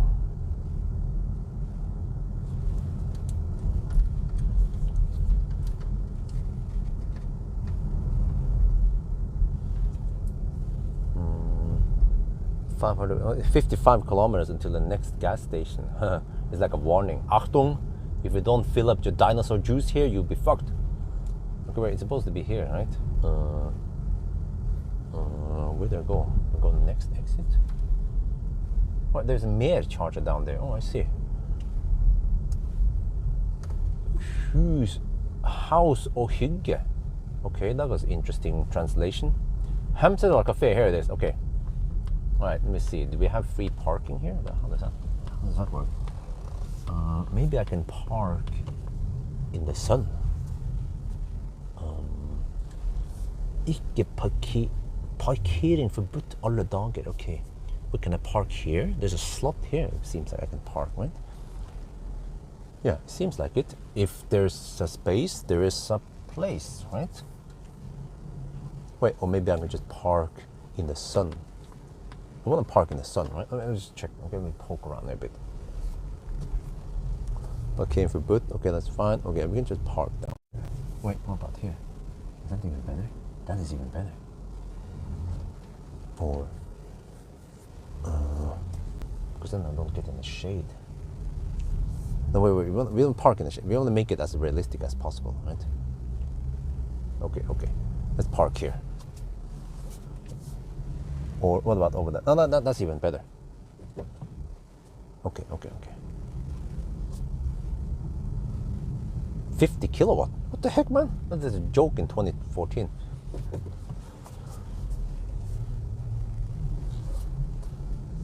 We should only install high power chargers with power sharing in 2014.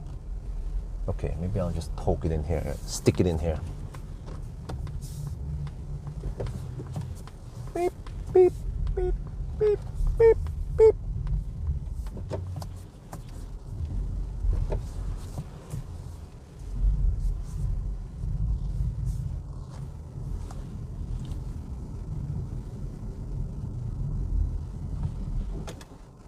Okay, let's shoot some video here.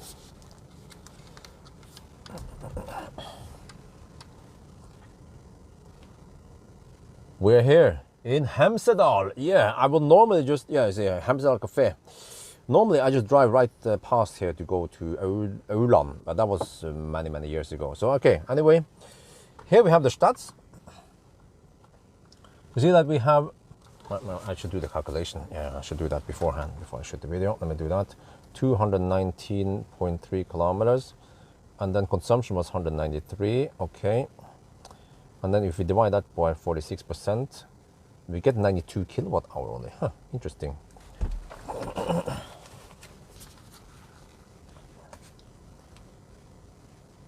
We have now arrived at Hemsedal. Yeah, look at the mountains. Oh, we are surrounded by mountains. Okay, but so yeah, we will stop here and have some lunch at Hemsedal Cafe. They just open now, a little bit past. I mean, they open at noon.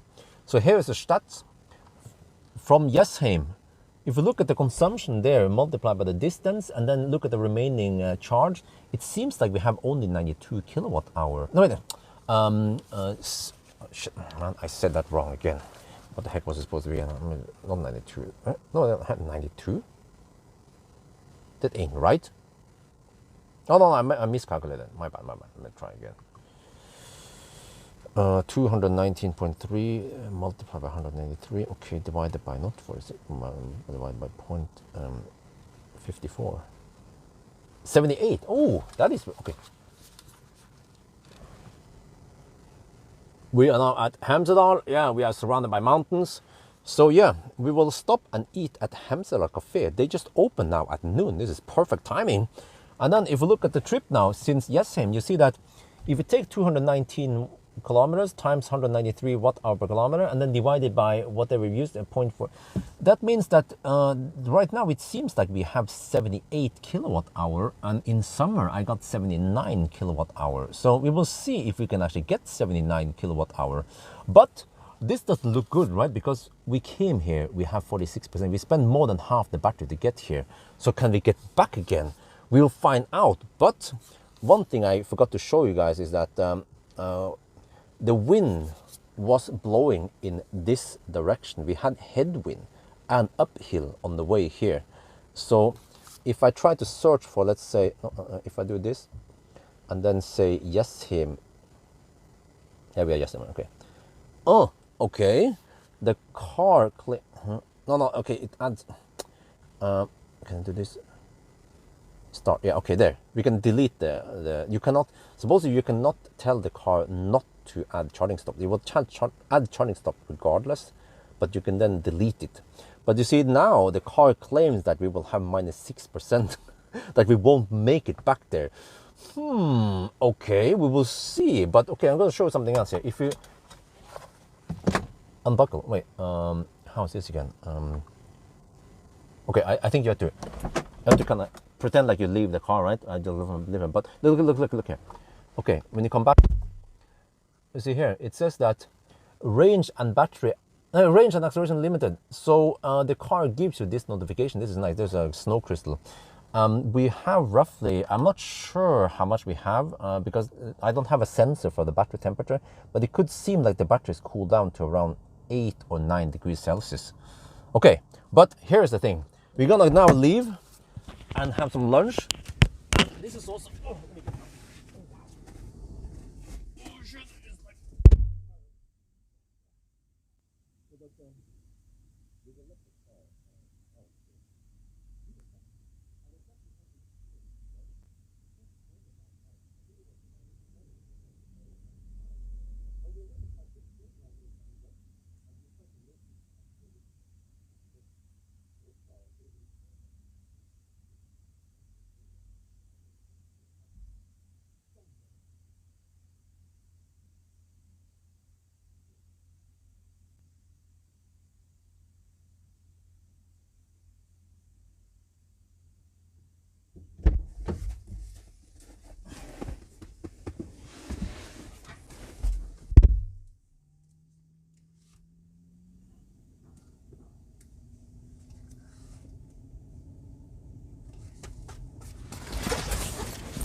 Well, there seems to be maybe a slight idle consumption that is not counted in the thingy, but whatever. Let me bring the shaft. We can always correct for that. I have to bring you guys with a shaft, but I'll just skip the cables. There's too much hassle to bring with me. Now, I want conventional Norwegian food while we are here.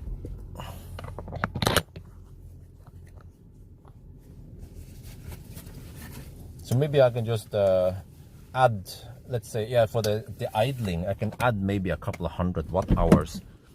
But it's so far it looks good that we can supposedly get 78 kilowatt-hour with that snow crystal, which might deduct a percent or whatever, right? Okay, we leave the... This is the first time you guys see the Polestar. This is the Polestar 2 PP. No, non-PP. I have to check, by the way, tire.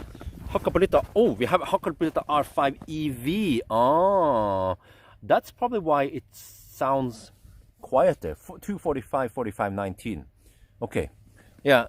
So the car might not have gotten quieter, but the tires got better. So yeah, you don't improve the car, but at least you improve the tire. Okay. Well, let's see now. This is the first time I come here.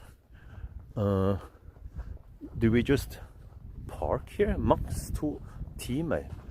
Okay, whatever. Yeah, lovely place. It is quite busy in some. It is quite busy in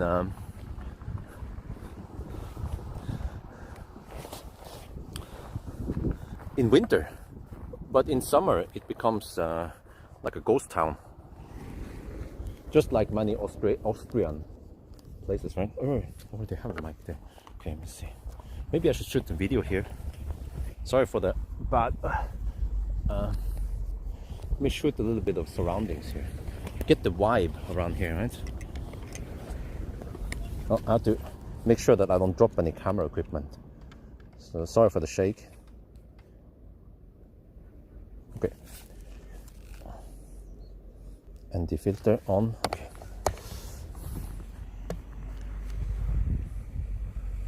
So here you see the main road. I'm also live streaming, so I have to hold the live stream camera here. But here is actually the main road. Highway 52 goes right here. They haven't built any detours or anything. You see that there's a lot of activity here during winter. But then during summer, Hemsedal becomes like a ghost town. So yeah, a nice place. It is really a beautiful place. Too bad I don't travel here anymore. I just go to Yalo.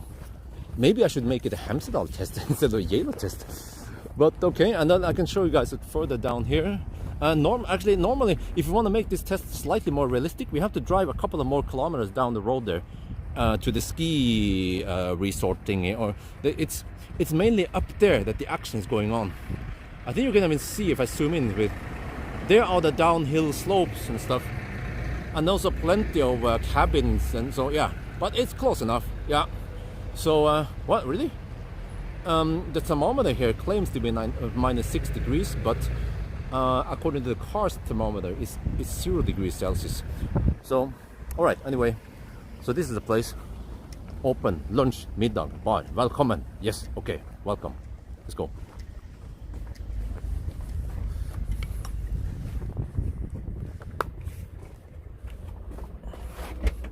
I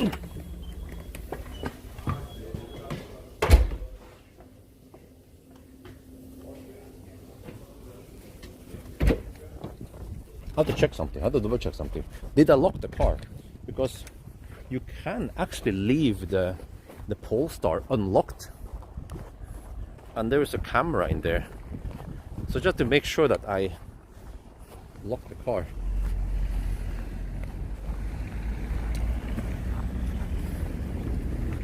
Even though the risk of anything happening is quite low, but you never know. How the heck do I see if I lock the car? I'm pretty sure I pressed the button, but just it's peace of mind. Just gonna double check.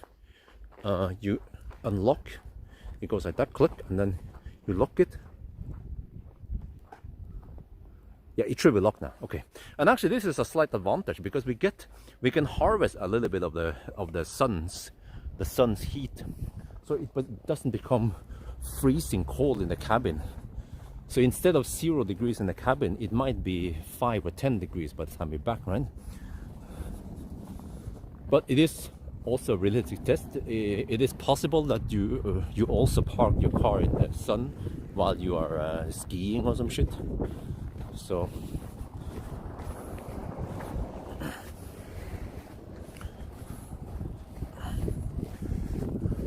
Thor's hammer. Okay, let me see. Just have to do this. Let me get a spot somewhere.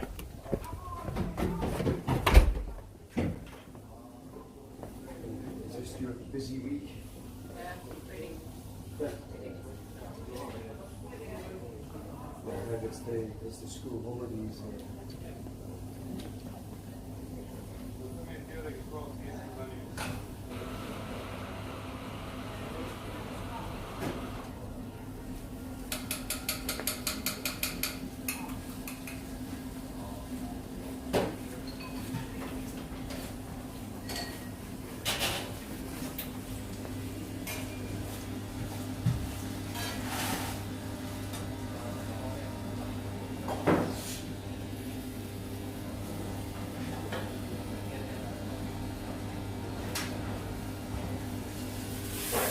Okay, this is weird. I was not greeted by anyone, so I will just look at the menu myself.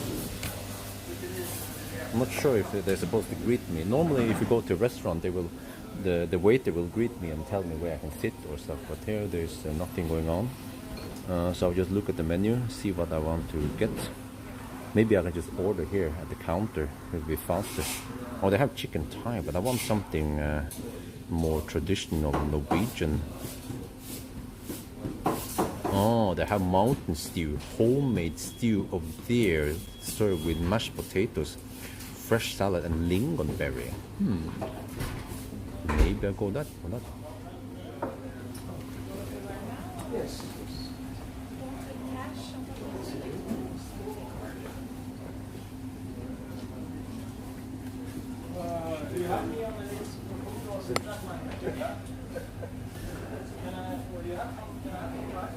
Hei, skal bare finne en plass til deg? Ja, bara sätta sig. Ok, og så... Äta, dricka. Ja, men skal jeg komme hit og bestille, eller hvordan gjør Jag jeg? kan komma ut till bordet. Ok, ja, da skal jeg finne en plass. Okay, let's see. This looks nice. We can get a nice view here. See? Yeah. Okay, let's sit here. I think the light condition should be good.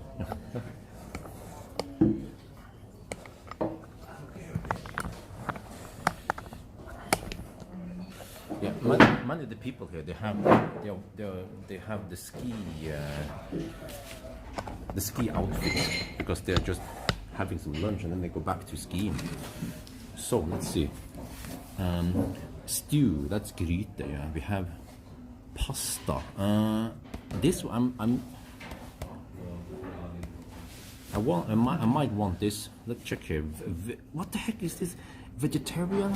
I drive electric. There is no need for me to eat vegetarian because I already done my part of the CO2 emissions. Chicken Thai? No. Thai food we eat at a proper Thai restaurant, not over here. Asian chicken. No, I don't want to eat Asian food over here. Grilled pork. Oh, what's this? Oh, damn. Grilled pork with barbecue glaze. Pork neck. Now we're cooking.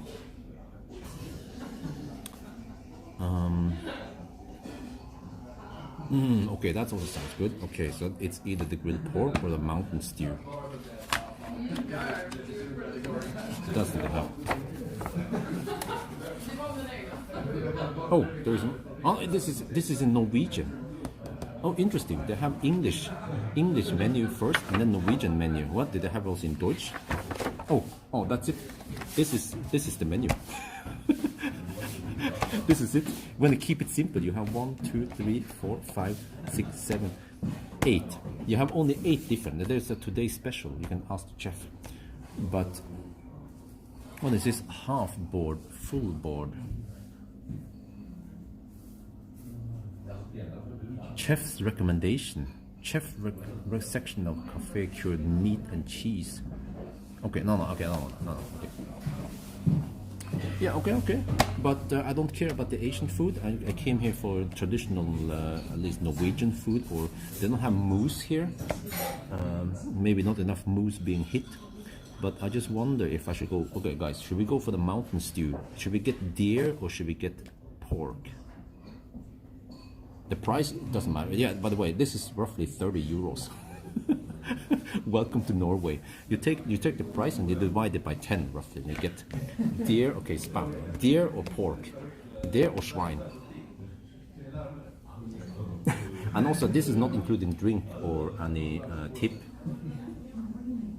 Pork, deer. Oh dear. Yeah, I feel like I want to go for deer because I can eat pork other places. Mountain stew then. Mashed potatoes, fresh salad, and lingonberry, which is tyttebær. Yeah, I just Isabel learned a new word yesterday, which is tyttebær.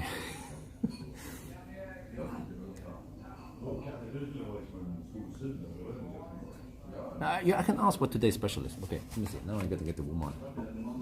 Oh, they have some snack. Look at this. I've been watching Sonny on the best ever food show. He's a very interesting guy to watch. Homemade air dry ham. Oh. Wait, are you serious? Was it actually air dry for 1.5 years? Huh? That is some dedication right there. Smoked ham. Oh, damn. Oh. Ooh. What else do they have? Drinks. No, I don't drink all that. No, this is alcohol. I don't drink it. Cocktails. And then soft drinks. Okay, let me see. Yeah. They don't have Coke. Well, they have Coke. Coke? Ja. Skal vi se. Hva er som er dagens? Kycklingfrikassé. Ok. Da kan jeg ta en sånn mountain stew. Og så en cola. Har du isbiter da? Ja. Og forresten, har du ikke noe dessert også? Desserter? Ja. Hvor er det? Jeg så det ikke. Det er ikke på snacks. Cocktails. We have to, of course, check the sort also. We want to make this test as realistic as possible, which means that we have to get dessert. Mocktails. Wait. Look at this, guys. Yeah. Guys, look at this. No, there was the kycklingfrikassé. What was that again? I don't know. Can you guys translate for me? I don't remember what it's called in English. Yeah. Is it a hønsefrikassé or kyllingfrikassé? But I just want the deer. But look here, guys. The price for a Coke is 56. No, 5 euros for a Coke. If you want Red Bull, it's 7 euros. Wait. They have homemade ginger lemonade. Oh, wait a minute. I should try that instead. Wait, I'm not sure how fast she is with a drink. We should definitely try that. Let me tell the lady I want to go for homemade dinner lady.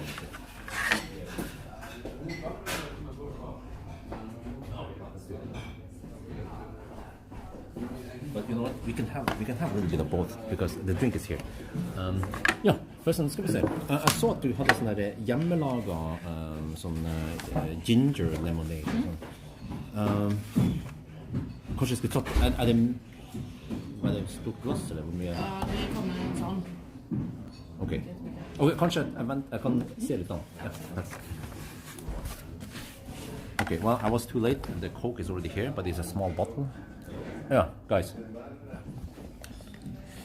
So, this is wow. This is you have to see this. 330 milliliter cost €5. Welcome to Norway. Yeah, is this even worse than Switzerland? Oh shit. Okay, anyway. It's actually the price per liter is more than 150 NOK per liter for this drink. Yeah, but it's a nice bottle, glass bottle. I like it. Yeah. But okay. Anyway, let me see here. What is this? Oh, they have more. They have pizza. Okay, we don't care about pizza. They have kids menu. Sutt here. They have cheesecake. Broken cheesecake. With some berry sauce and mint. Okay, they have brownie and they have panna cotta. Okay, I'm not sure what I want. Cheesecake sounds just. Wait, what the heck is panna cotta again? Is that? I have to Google it.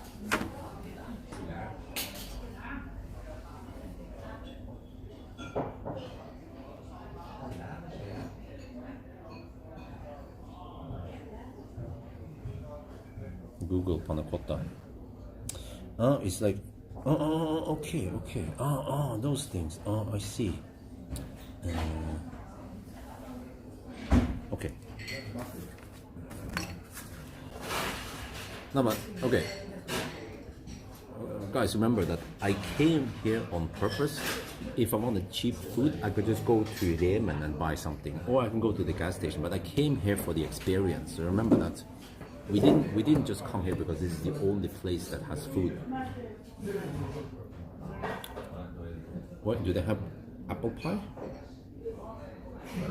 Kind of also a bit brown. I also kind of like brownie, but with cheesecake. No. It's okay. What do we go for? Cheesecake, brownie, or panna cotta? They cost the same, which is around €9. Oh man, my business budget is going to be blown now with this food.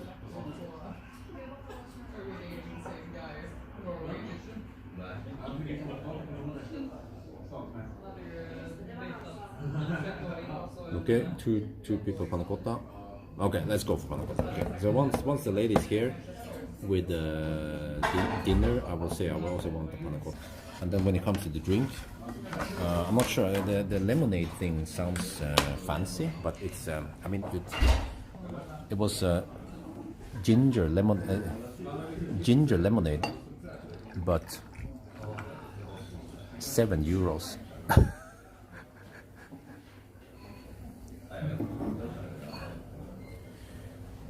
Cheesecake, okay. So now we need to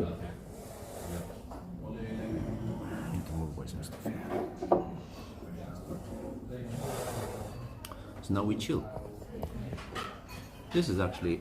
Wait, let me check. This is actually nice. Like when I do 1,000 kilometer challenge, I don't have time for this. And also when I do range test, I end up at Circle K or at home. So this is a rare case where I drive like this. But in the future, once Isabel is bigger, and I want to do this test, I mean, I want to take this trip, let's say once per month. Eating videos. The house was around 15 million with the land. But I could totally take Isabel with me on a trip like this. It's more chill, you know, no time attack. We can stop as often as she likes, but maybe not too crazy extended stuff. But she has to be able to sit in the car and not complain too much for several hours. Yeah. Then okay, you can see how's the cafe. So, maybe for privacy, I shouldn't show too much, but it's a nice cozy place. Here's, you see, this is where the people who likes to burn shit, they want to stay over here. It's just full of soot. Yeah. But it's koselig, yeah, it's koselig, you know, it's cozy over there, yeah. Look, never try to ruin the coziness of Norwegians. So yeah, I consider my options. I could have a burger at Shell, but that's it, you know, there's nothing there. And I could show the view here, by the way. So this is the view. Nice view. Cows, yeah. It's gonna be a deer cow, hopefully we eat. Yeah, so you see, we are surrounded by mountains, Hemsedal. Dal means valley, and this is the Hemse Valley, technically. So nice view also. And for the test to be more realistic, we have to go up there. There's where they have the resort, the cabins and shit, and then they go skiing over there. So, but this is close enough.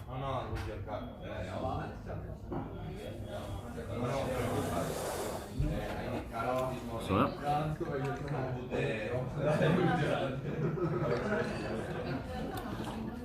This Coke is probably good enough. Even though the lemonade would be interesting to try.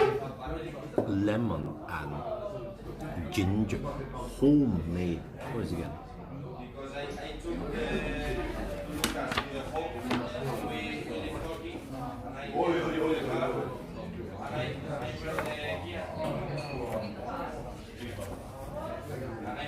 Mocktails. Yeah, there was. Not here. It was homemade ginger lemonade. Yeah, but just because it's homemade doesn't mean that it's good.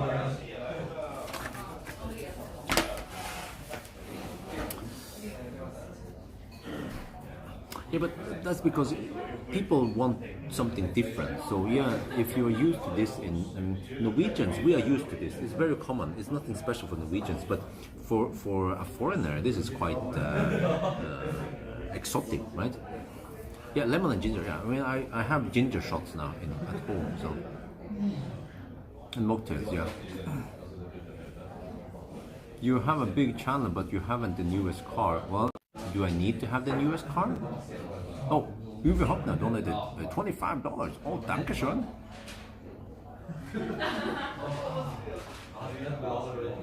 $12. Holy shit.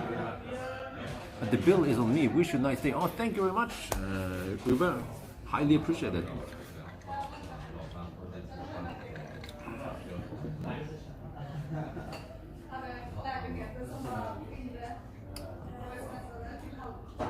Do you think are you blacklisted?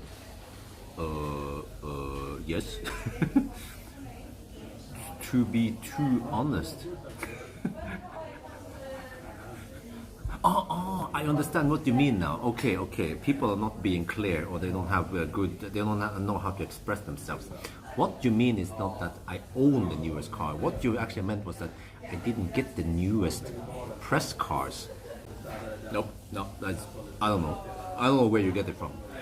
I'm of course not blacklisted. I have a good relationship with many car manufacturers like Audi, BMW, Volkswagen, Skoda, Nissan. You know, I have plenty brands where I have really good connection with, relationship with. So,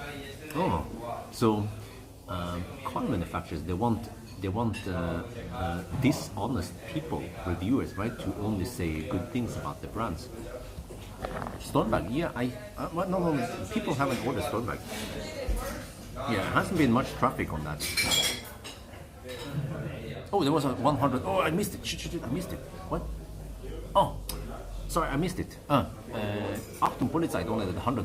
Dankeschön. Yeah, that was AP guide. Yeah.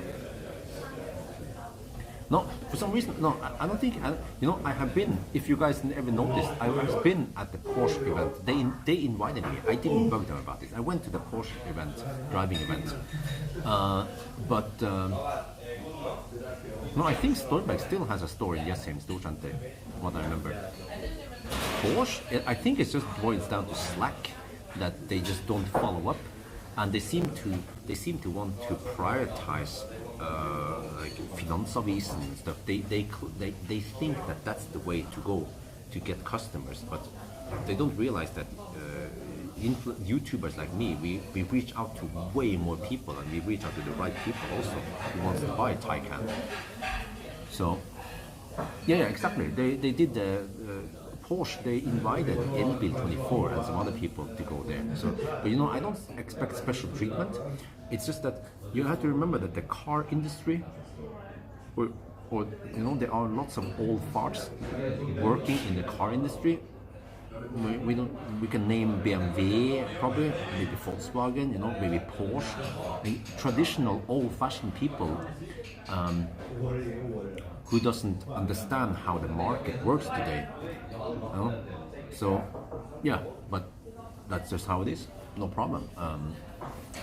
It's not like I don't have anything else to do. I have plenty of stuff to do, and yeah, I could, in a way, I think that getting the ID7 and, for example, the EV9 is more important than getting the freaking Porsche. I mean, the Porsche is just way too expensive. How many people can afford that fat Porsche, right? Versus an ID7, or even, I don't know what's coming, or the Highland, for example, way more affordable car.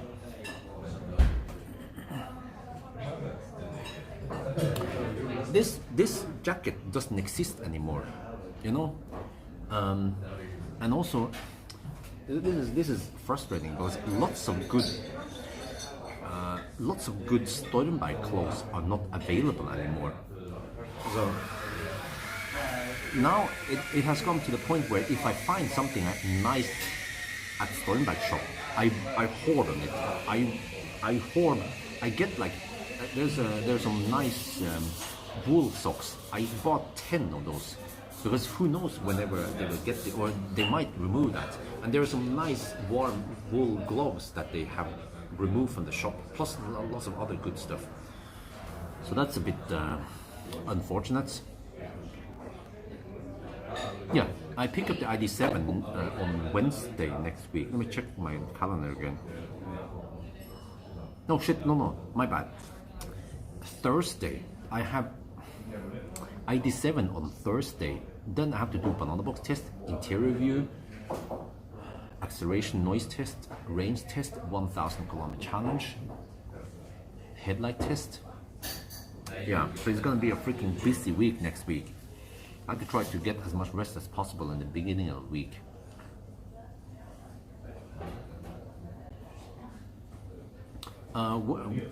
BZ4X, as soon as I can get it. I don't have it scheduled yet. I talked to Espen, he's called Espen, was it Espen Olsen at the PR guy in Toyota at the e-car expo.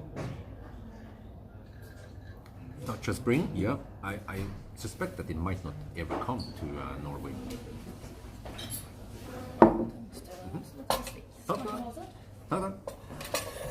The food is here. With the smart. Which smart? Oh, the smart whatever. Yeah, of course. Here's the food. It is surprisingly small for a hungry guy like me. I have to film this now.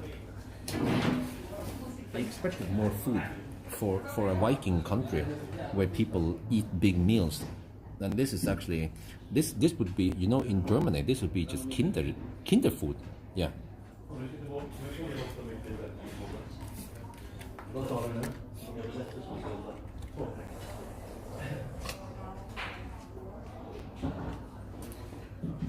Right, we're now in the cafe. The food has arrived, but let me just show you. I pick a nice place where you can see the mountain.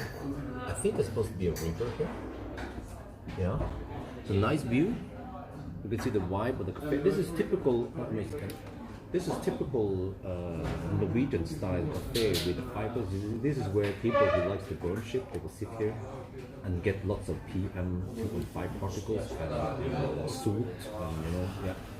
But okay, anyway, here's the food. So I went for deer. It's a stew with deer and some mashed potatoes and some salad. And this is tyttebær. But to my big surprise, I'm quite hungry.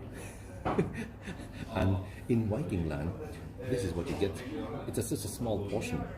This would be a Kinder portion in Deutschland. This is 300 NOK roughly, around 30 euros, around let's say 28 euros. And then a drink here, this is only a small bottle. This is also 56 NOK, around 4.5 euros. So yeah, this is it. Let's eat.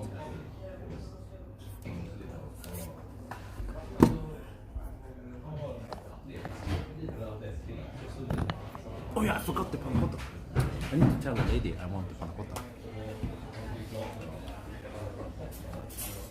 If she's there.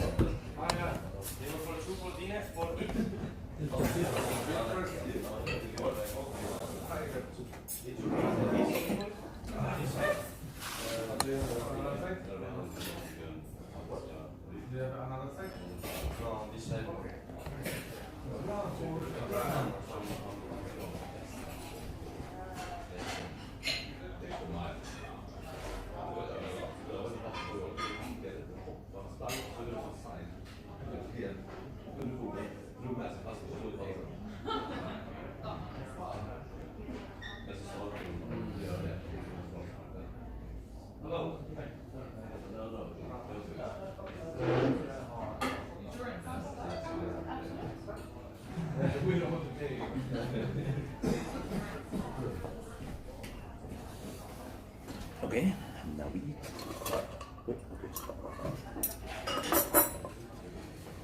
Interesting.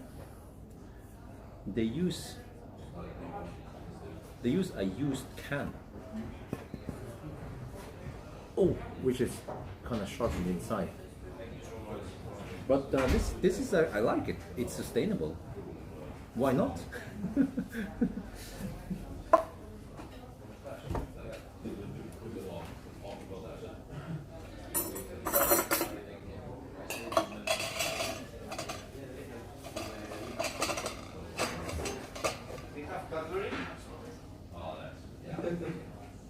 Interesting.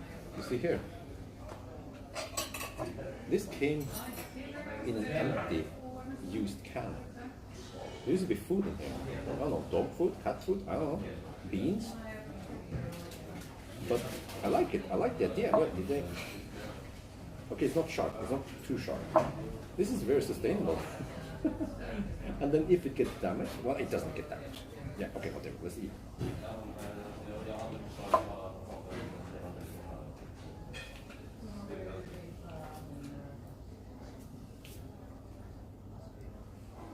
I should do this Sony style. I watched the best ever food review show thingy. Yeah, he has the pork on food. Oh, it's nice and tender. The deer is nice and tender. It must have been hit hard before it was harvested. Salad though seems to be a bit basic. Mashed potato. Okay.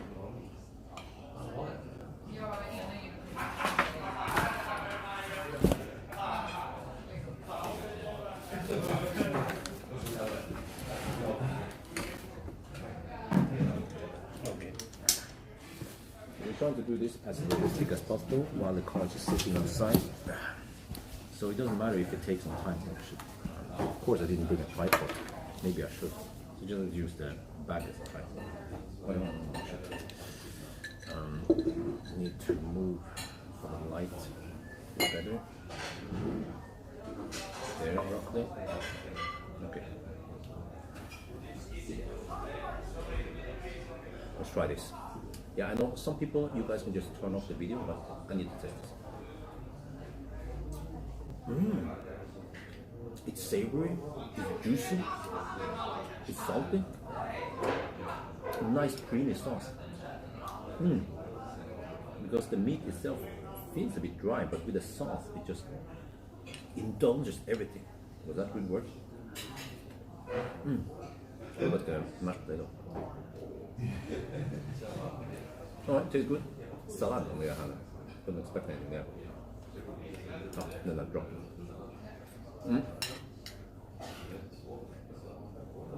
I can tell you that this kind of salad in Norway, it is like salad. It is pre-cut, mixed in a bag, and you just open it and you just pour it in. That's what it looks like.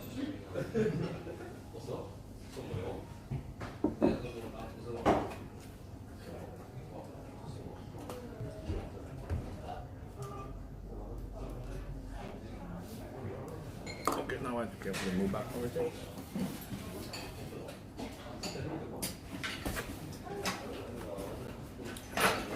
So yeah, I think in terms of the gastronomical experience, I would probably not bring my family to a place like this.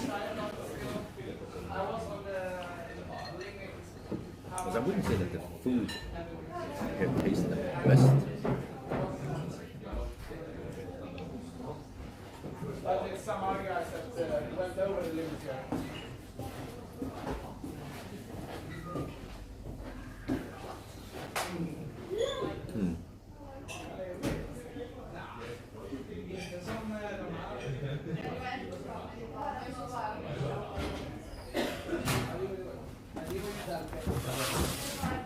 Now I have to somehow adjust the camera.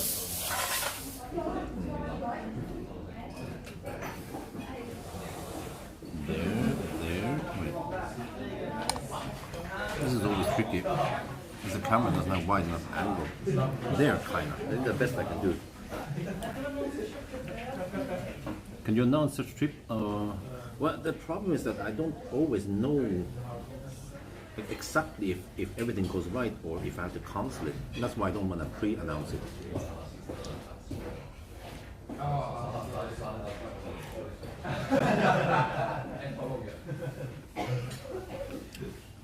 No, it has nothing to do with stalkers. It's just that things doesn't always go as planned.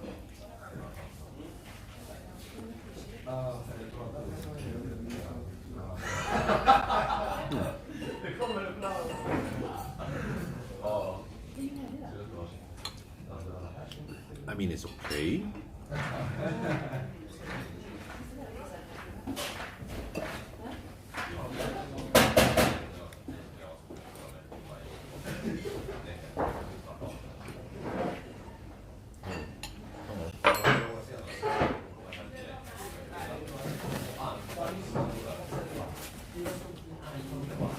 Oh, you have to go. Okay. Sorry. Thank you for staying. Yeah, that's the problem. That I don't know exactly if everything goes as planned or not. So I need to chop them a little bit, but they are fairly tender. Deer. So how does deer meat taste like compared to other? It feels more like beef. Yeah. If nobody told me that this was deer, I would just say, I would assume it was just beef.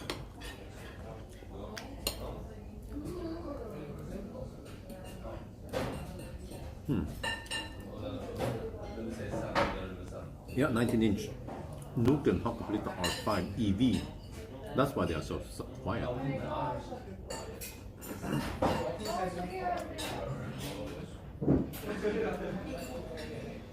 If the meal was just a little bit bigger, that'd be perfect. I said this is always a hassle because whenever wife and I did go on a road trip together in Europe, like some countries they have big portions of food, right?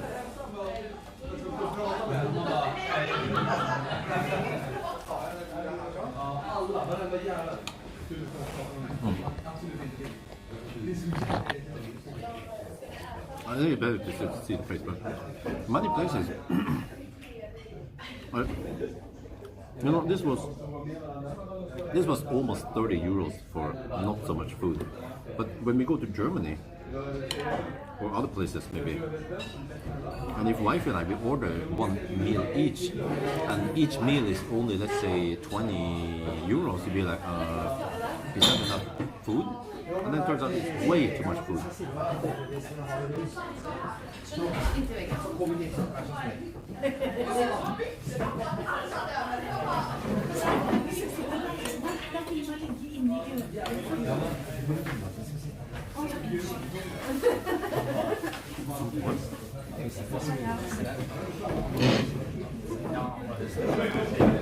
Can you even have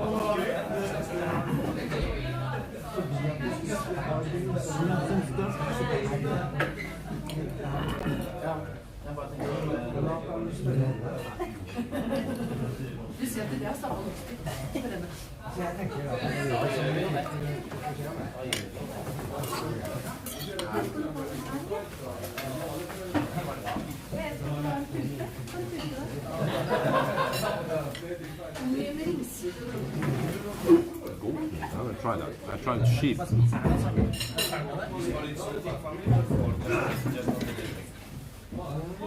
Just drink or it's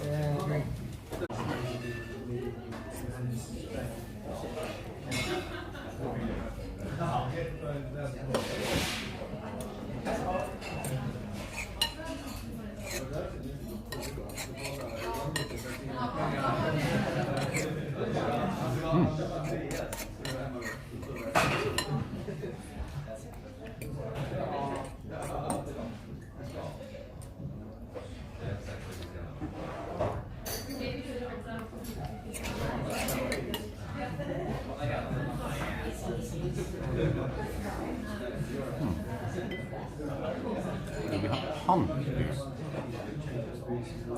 Interesting.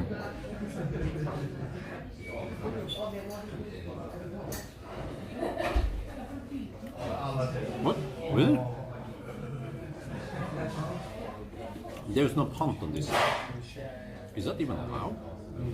Normally, all the bottles need to have punt, but not this.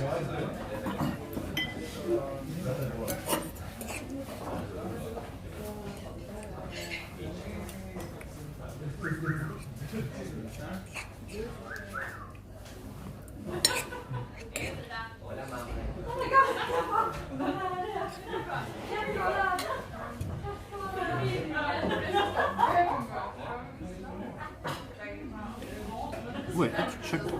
What was the actual distance?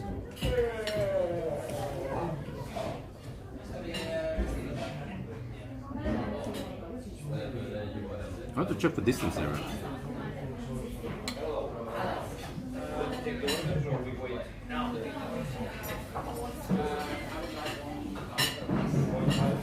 Yes, 220 according to Google. I have to check the distance in the trip meter. We took a slight detour at Bull, so that shouldn't matter too much. Well, I could even put in Burger King Bull.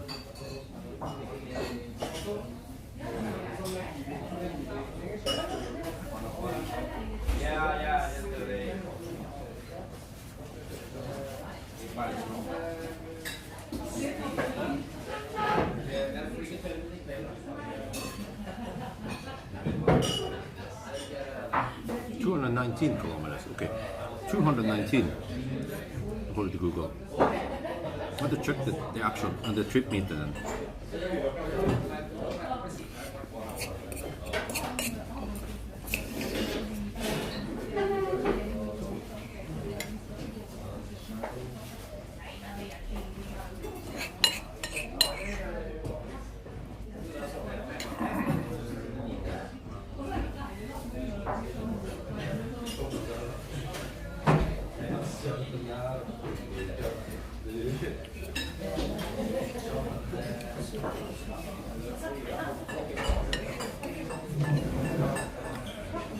The deer has a different.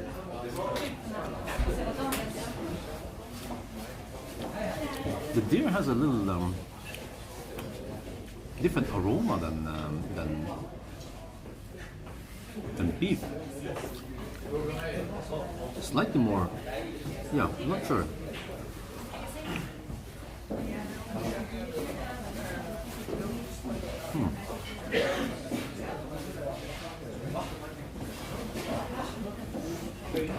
I will definitely try to make some merchandise. There could be potential lots of money in making on it.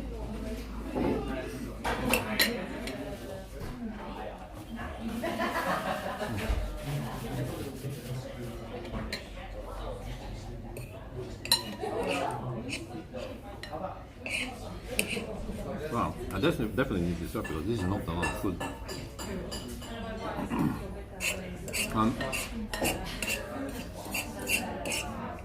The plate is relatively small. I'm not sure how to measure it. But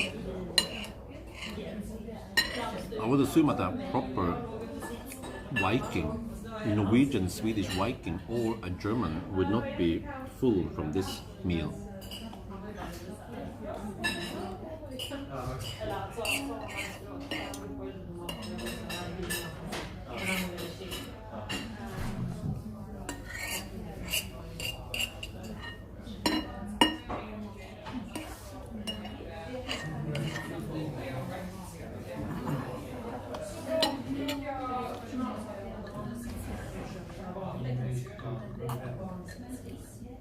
Well, actually, we took the slightly shorter route.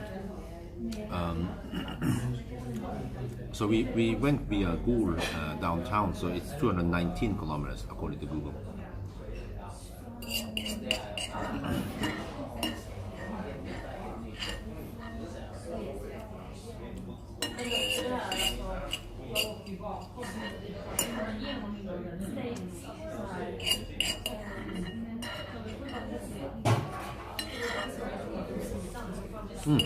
It was a nice creamy sauce. But yeah.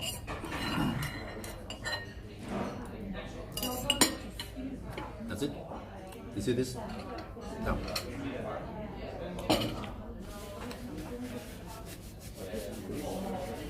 So now I'm ready for dessert. See that? Panna cotta. Yeah, that's the next.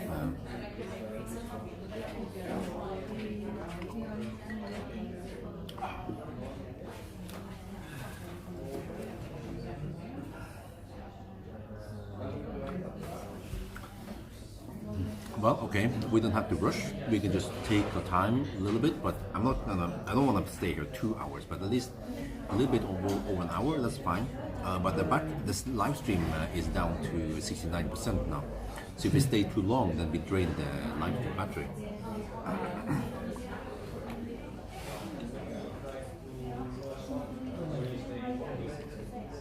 No. Listen. You see, Volvo dashcam, you're thinking like not right now. You look at how many percent we spend, but remember that we went uphill and we had headwind. So now we will get the tailwind, and you know what comes up must go down, right? I think we should be at 650 meters over sea level. Let's see, what do we get here? Yeah, you see, that's elevation. That is heading and that is speed. So 650 meters roughly over sea level. But then Yosemite is not at sea level. Yosemite is roughly at around 150 I wonder. So it's going to be interesting to see if we can make it back. That app is called GPS Plus. Yeah. Okay, I might need to bug the waiter because she did not pay attention as I finished the meal. Because I did order the dessert. So I might have to bug her that I want the dessert soon. So, but on the other hand, it's nice. It's nice just to stay. I like it, man. Look at this, huh? Nice weather today. Blue sky. So this is like my little getaway from the family. Well, I have to go back, but it's also nice to be with Isabel and mommy, of course, or the mama, wifey rather.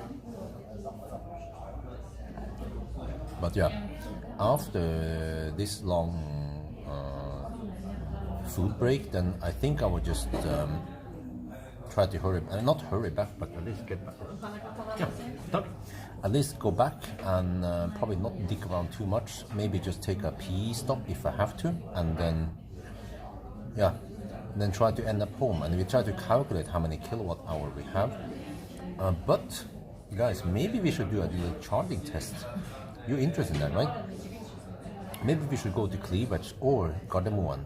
Gardermoen is actually a bit closer. Yeah, definitely closer now that we are coming here. So we can go to Gardermoen, and I want to see the Colgate test. Like, it is possible that by the time we are back, we will have around roughly 5-10% battery left. How slow will it charge then, right? I have 5-10%. There's 5-10 degrees left, but close to 0%. Maybe, I don't know, we'll see. But there is also a possibility that I have to bail out at the Hua. Okay, maybe I feel like I need to take a little. Oh, that one is quick. Okay. Yeah. Tack ska du ha.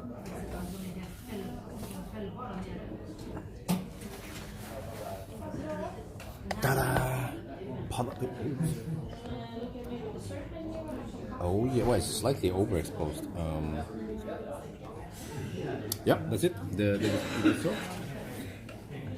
The 95 NOK distort, and I can show you how big it is. It seems to be roughly 2 deciliter.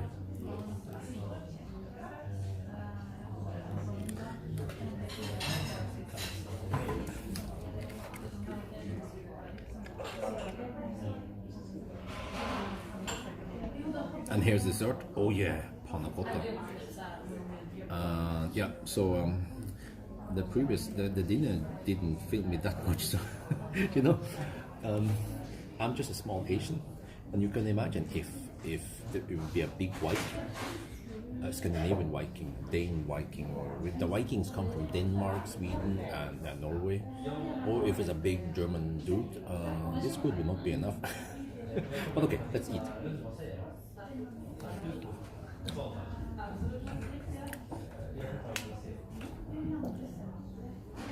Let me see. I take a little bit of both, mix it, and then you have the crunchiness in the nuts, you have the creaminess in the white stuff, and the sauce. I mean, on the sweet stuff, but it's not over sweet. I like it, and it has the Norwegian berries in here, and lingonberries.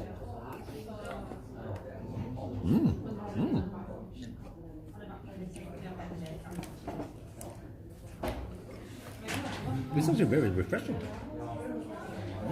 It's a big surprise. Tastes good, and it's over sweet. I don't like over sweet stuff. Okay, now what? Now we just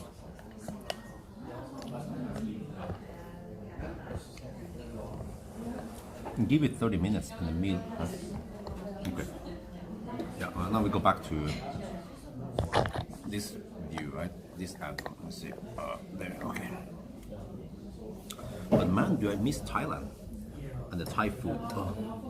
You know, I think once we are back in Thailand by this year, hopefully, I will probably not do the Bangkok challenge. It's just too stressful.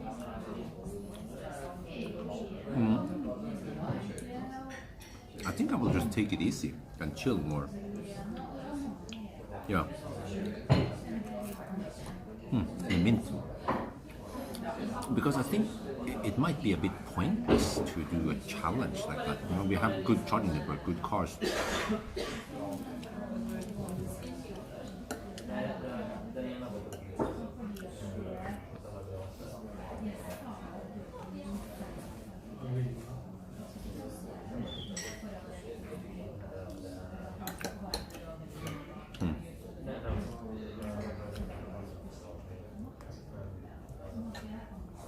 Okay, you guys want to see me or you want to see the food? Maybe I should show the food also. There. You can have this point of view, right? Interesting.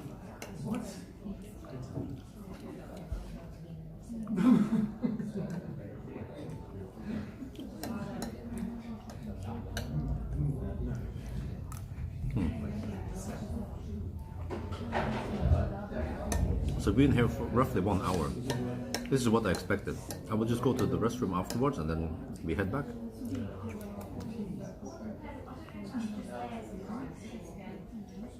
So, I'm gonna ask you guys. We have, how much was it again? We have 46% left now, but we're gonna get tailwind and downhill. Will we be able to make it back to Jessheim?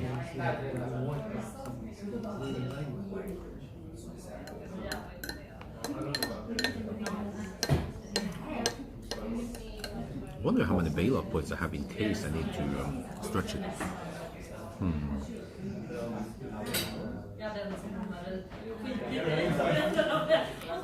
Maybe if I can.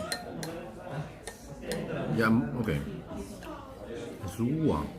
Once we go to Roa, we have to go uphill, which is a bit scary.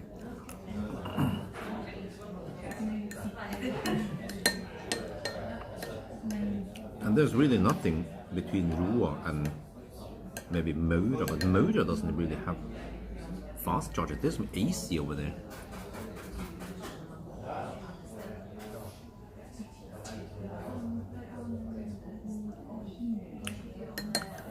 But it is cold. This is a realistic test, right? I set it to 21 degrees Celsius and then later I set it to 22 degrees Celsius in the cabin. I follow the speed limit for once, and it was minus 12 at that cold. It was roughly somewhere between minus 5 and minus 10.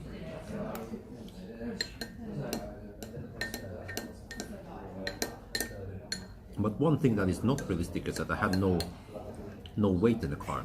Maybe I should buy something. Okay, I can switch back. You know, maybe I can put some weight in the car to make it more realistic. I could put the EcoFlows in there. That's 45 kilograms. That's like a Thai wife.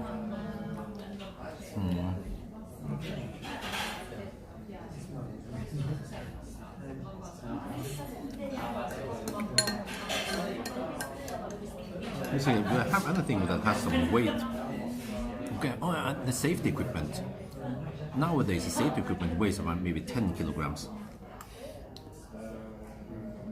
That helps.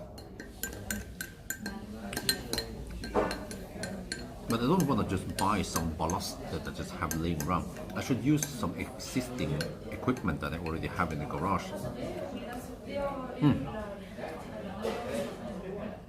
I have the microwave oven. Maybe it weighs 6-7 kilograms. I'll bring that one also, just for extra weight.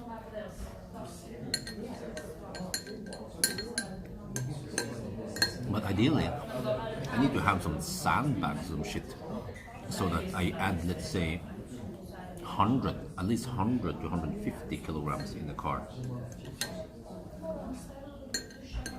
to make it more realistic. Okay, I'm done. Do you add? Oh!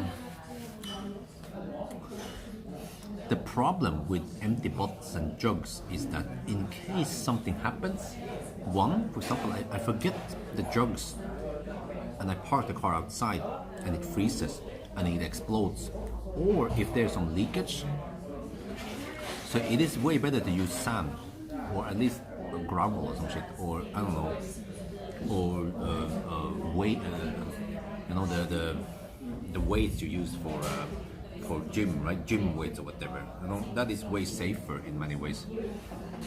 As long, but you also need to keep it safe, like strap it down or put it in the trunk or somewhere where it cannot move. But also maybe I should, if the car has a front, I should also put maybe at least 10-20 kilograms in the trunk if it can take the weight.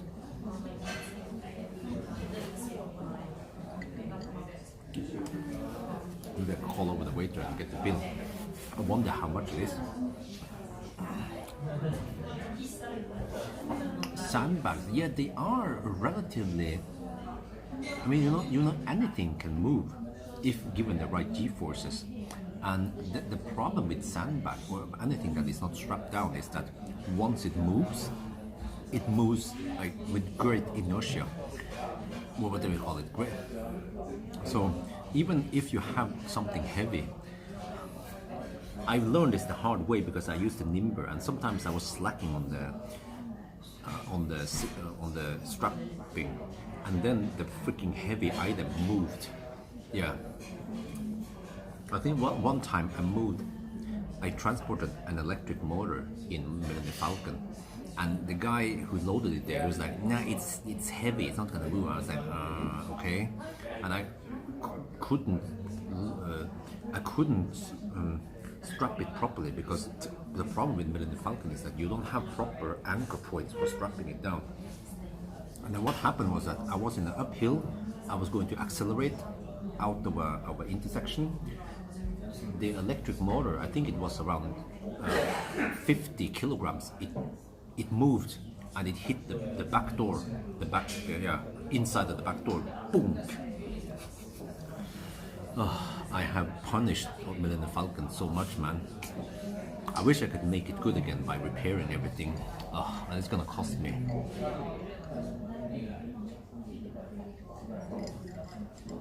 Well, I heard that in Germany, in general, you tip €1 per person you eat something.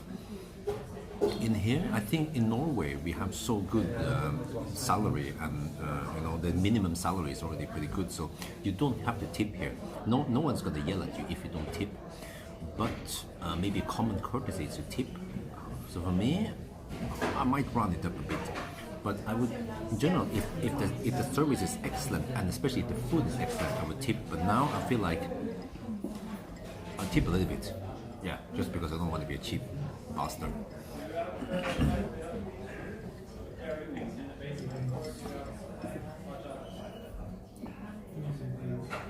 Also, I don't want to shout, I don't want to talk too loud here, but I feel like we need to move soon. We have been here over an hour. So now we just have to get the bill, and then we go to the restroom, and then we go home. Yeah, I know, in US, supposedly in US, the waiters, they get really low, shitty salary, and then you kind of need to rely on tip. If you don't get tipped, then yeah. So it's it's just the way it works in US versus here. But it is kind of weird because tipping should be like it was intended to be. Like you give extra because you feel like you earn extra. But also it's a bit weird because why you don't tip the delivery guy? You don't tip the DHL guy, right? Or if you if you go to Stormberg clothes and you buy clothes, you don't tip them. So it's for some reason it only applies to restaurants, yeah, where you have some service. But also you don't tip McDonald's, right? So let me see if I can call the lady over. I want to get the bill. Well, she's okay. I don't want to nag too much in case they are busy.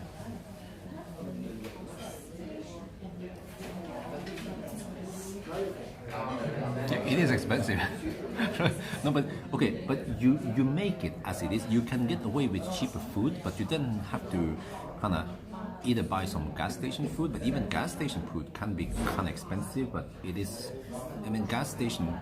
This food. If I could get the same amount of calories at the gas station for way cheaper, or even better at like IKEA or McDonald's or something. But then the quality of the food might be lower, but on the other hand, if you buy something like this in this place, there is not guaranteed that you will get quality food even here. So it's more like the location and the vibe and the reputation of this place. Yeah, you know what? Even IKEA food is quite good. It can't get wrong. You can't go wrong with IKEA food even.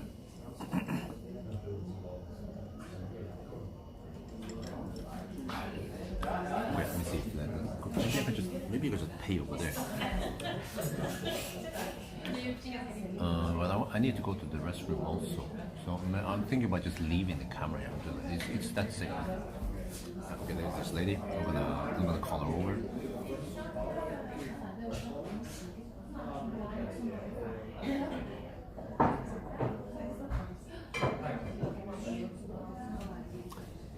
Ja, kan jeg få i den igjen?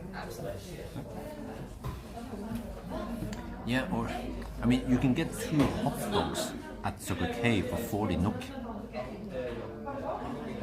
But that's hot dogs. Lots of carbs and probably bad stuff in there, processed food. Here at least it's supposed to be less processed, right? We had the deer, it was pure meat. It was What's that?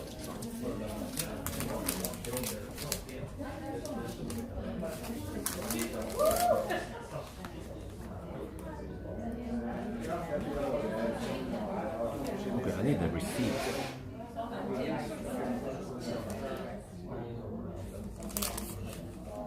Oh, can I just get this one? Is this the receipt? But I can ask her if this is the receipt.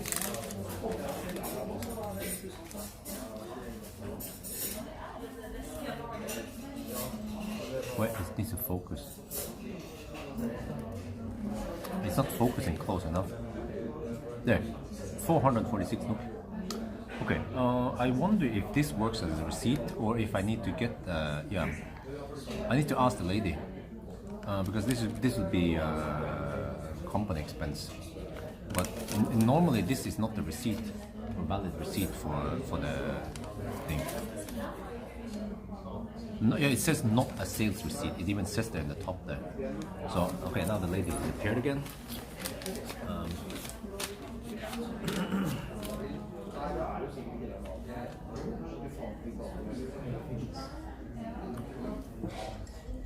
Now we sit and wait again.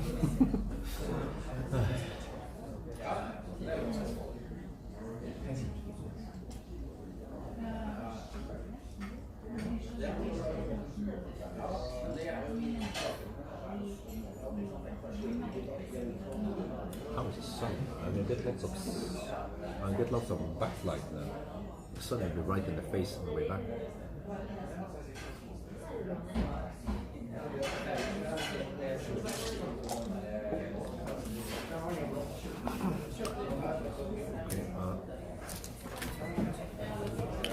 Now I need to wait for the waiter to come. You know, that's the ironic part is that the waiter is called waiter for no reason because I'm the waiter, waiting for the waiter to come over here. I'm not I have all this equipment with me also, so I need to. Well, I can just bring it in. I can bring it with me in there. Okay, let me just move. Yeah, okay. Don't want to waste too much time. We know what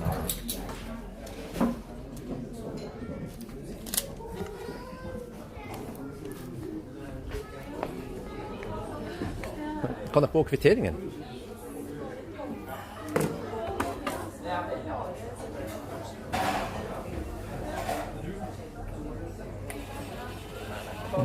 Takk skal du ha.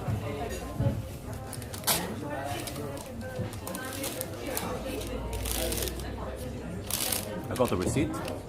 Now I need to take a photo.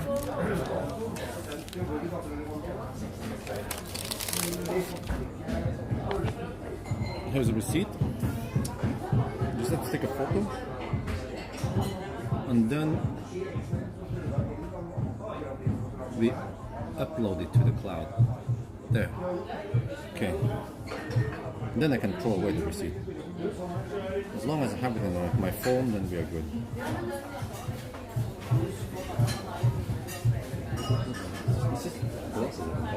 I should test this.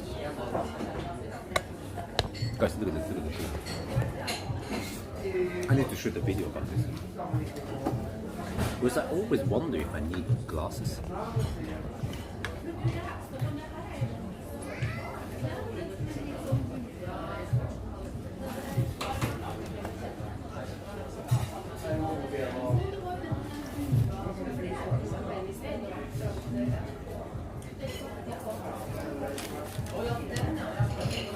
Okay, so the amount ended up at 468 NOK, but you can't see it, right? Yeah, even I have problems seeing it, but look here, they actually have glass you can shop.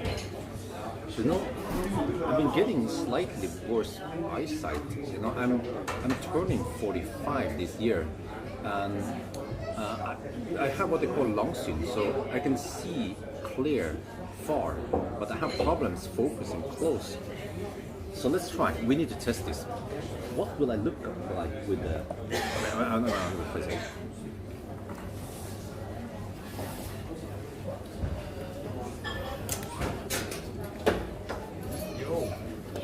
How are you? Okay.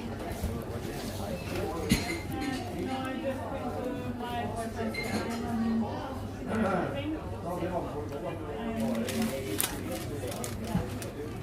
See, if I try to read something here, it looks blurry for me.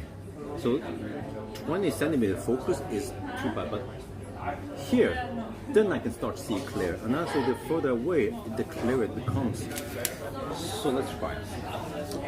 Do I have to get one of these glasses? It's just that I haven't had my period for 7 weeks, so I have Is this my new look? Probably. Right. Do you want that I'm gonna change? I can see so clear now.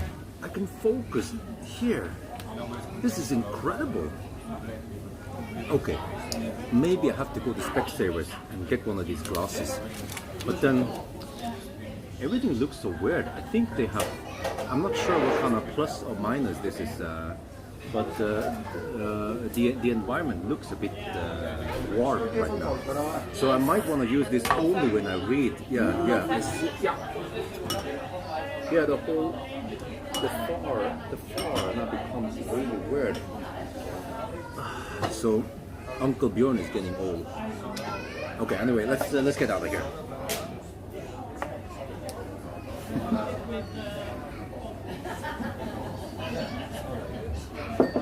betala direkt. Yeah. Homemade lemonade?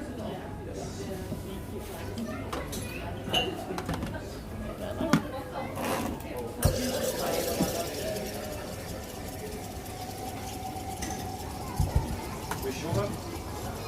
Yeah, and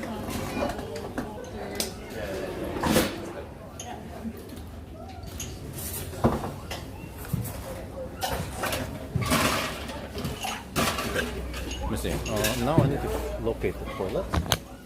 Toilet is downstairs.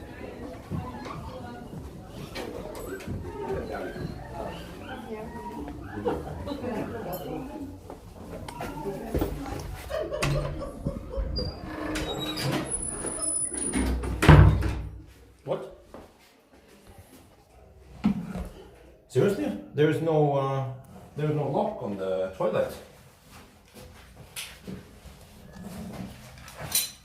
Okay, and there's only urinal, no shit hole.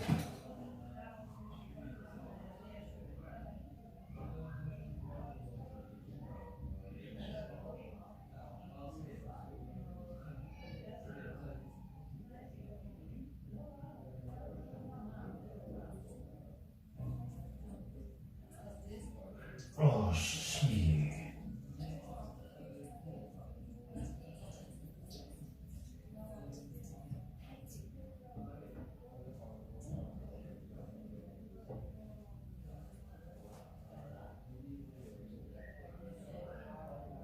Right, check.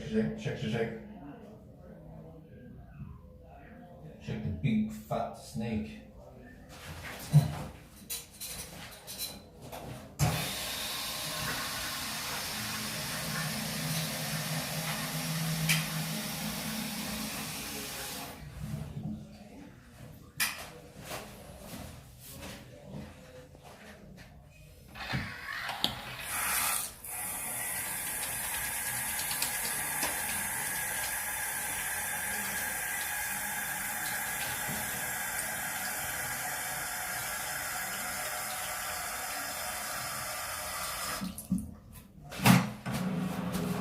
You know, I haven't dared to try to live stream a big fat diarrhea yet.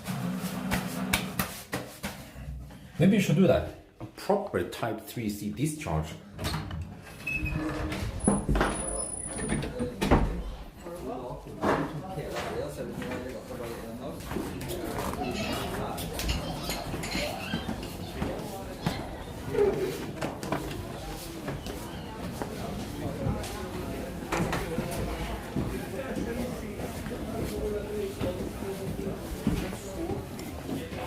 Okay, now we can switch over there.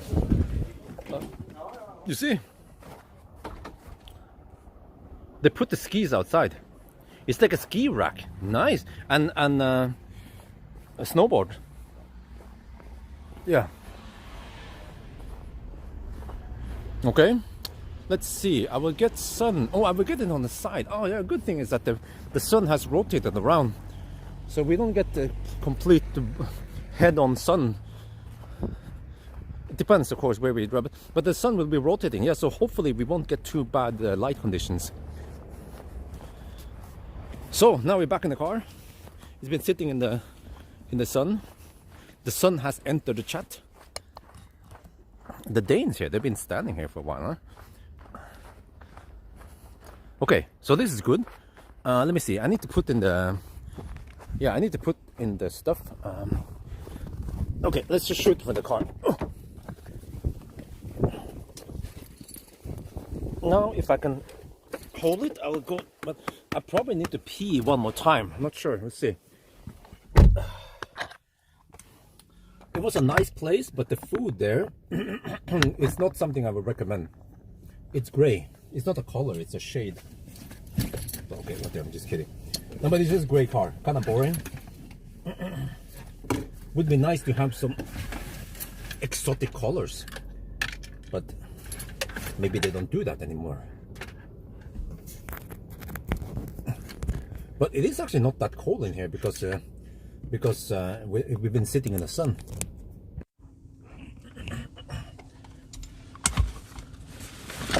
I was gonna check something here. We have 46%, but it doesn't have the coal thing there.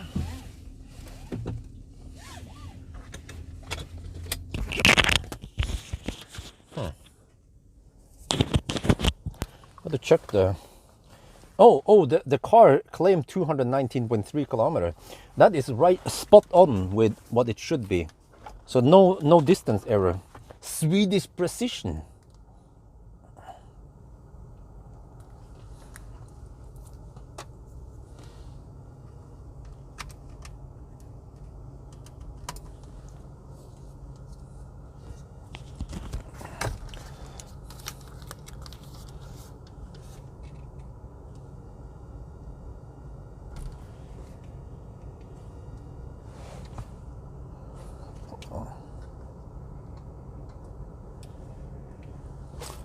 All right, we're back in the car. So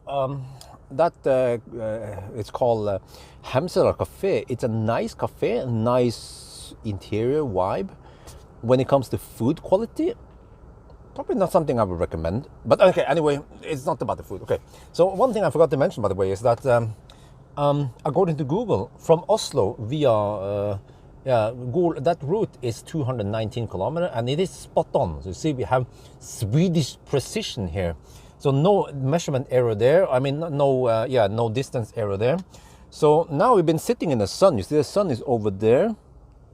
It's been harvesting sun, so it is actually not that cold inside here. Well, it claims to be 6 degrees. Okay, okay, it gets the sun. Yeah, that's why. But the battery has cooled down slightly. So now we are at around, I think it looks like 5 degrees Celsius in the battery. So all right, now we just head back to Jessheim. Wait, did it remember my navigation? No, dismiss. We don't want to charging stops.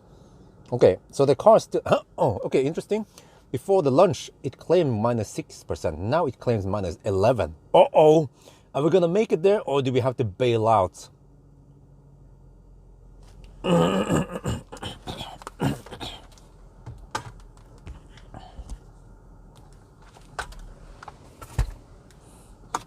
Well, but let me see. I can reset one of them maybe, since the trip auto is from to this morning. We already have. Okay, I can take a screenshot here just in case we lose it. But I can reset the trip manual, so we want to see the trip from here and back again.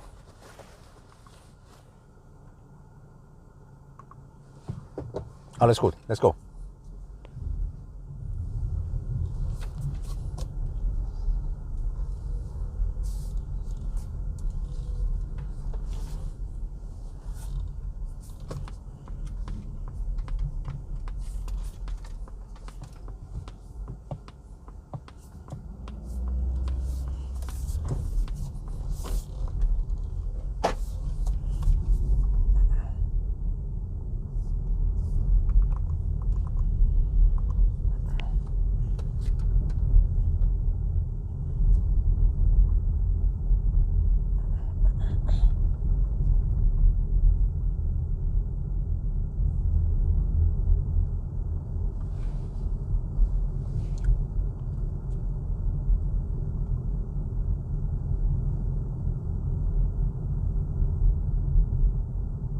is that EQS or EQE?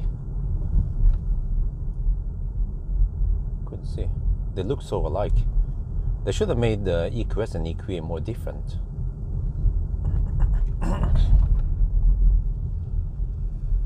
All these speed bumps, man.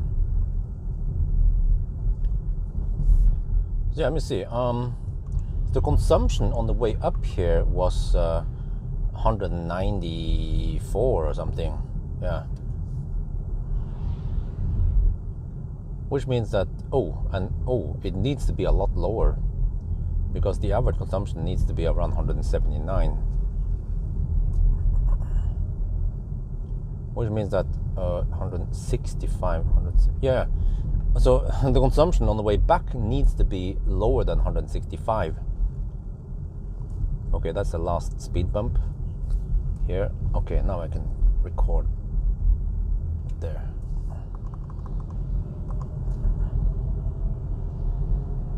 Well, I get a little bit heat from the sun now. That's good.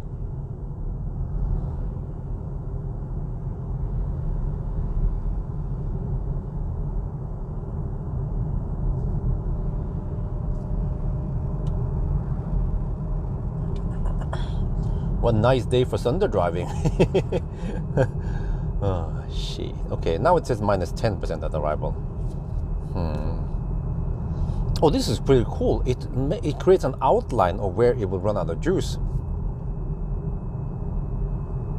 Huh, interesting.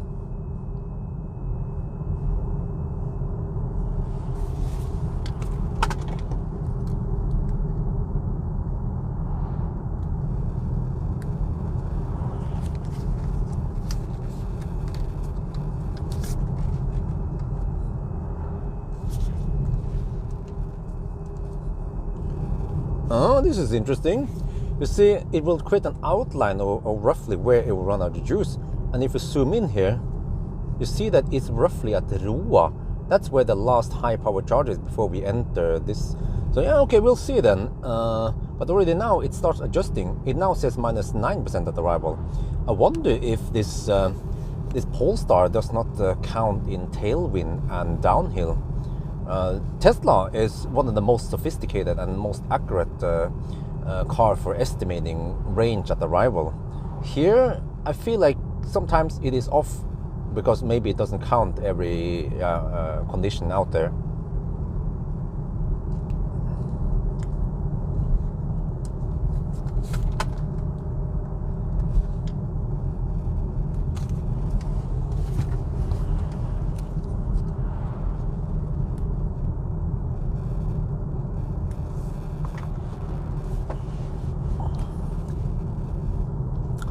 Okay, but I have to go also to Gardermoen and charge. Yeah, I think a charging test would be interesting. Charging test that, I mean, just not a full test, but just a quick dip, just to see how many kilowatt we get. Maybe I should charge for, let's say, 5-10 minutes, see how fast you can pick up the speed. But it is, of course, an advantage to, even if you have cold battery, if you start with, let's say, 1% or 5% or even 10%, it still helps big time versus starting at, let's say, 30-40%. But then it depends what car it is. Some cars will get out of you will heat the battery and get out of the cold gate. But some cars, like the Korean cars, it is programmed to only heat it up to a certain temperature, and then it stops regardless of how many. So what I say is that, for example, the Korean cars, if you plug in at 50%, it will heat up to only 25 degrees and then stop. But normally, if you naturally charge from 5%, 10%, by the time you reach 50%, you will have more than 25 degrees. You might have around 35, 40 degrees.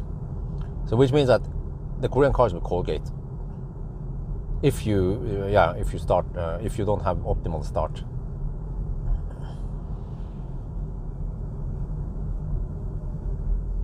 I wonder if I have to hammer that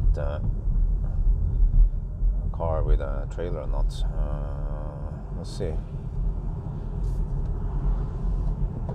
Yeah, I was expecting having to spend a lot of wiper juice.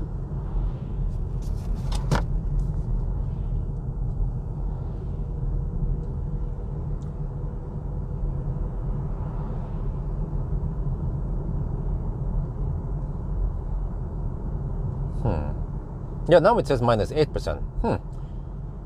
So, I think I know what's going on. The car the car estimates based on history, maybe. So the car senses that, oh, I spent a lot of juice getting up here, and it's like, oh, you're not gonna make it back again.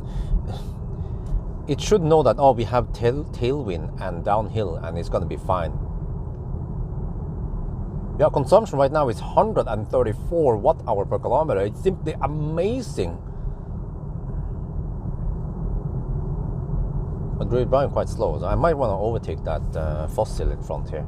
It's going a little bit slower than I prefer. Yeah, okay, let's try to hammer.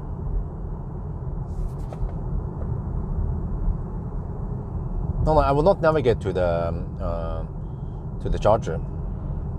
I navigated to Jessheim, just the town, city Jessheim.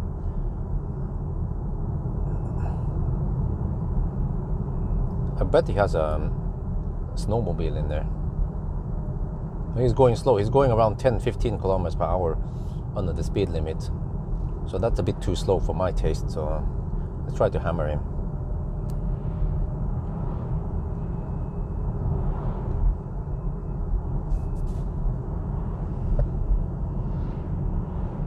Could almost work on this stretch here. Yeah, let's just go.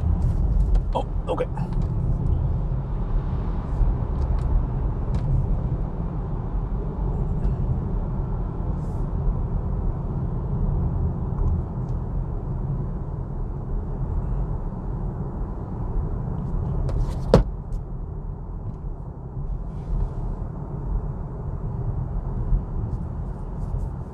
I also want to see how low the car allows the battery temperature to drop to. So yeah, around 6 degrees Celsius now, but also towards the end, the battery temperature should rise.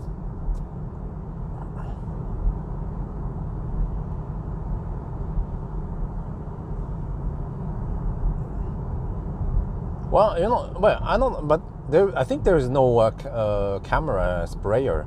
The camera sprayer could help, but it's not always a solution, or not gonna work. But yeah, maybe it's gonna be like Ioniq 5. Ioniq 5 rear window has no wipers, and it gets smutsish a lot. That's a misdesign. So, but yeah, it is quite high up. But the problem is that if you let the car sit, yeah, then it might be blocked, and it snows. Yeah. But as long as you're in motion, then the airflow doesn't allow the car camera to be dirty.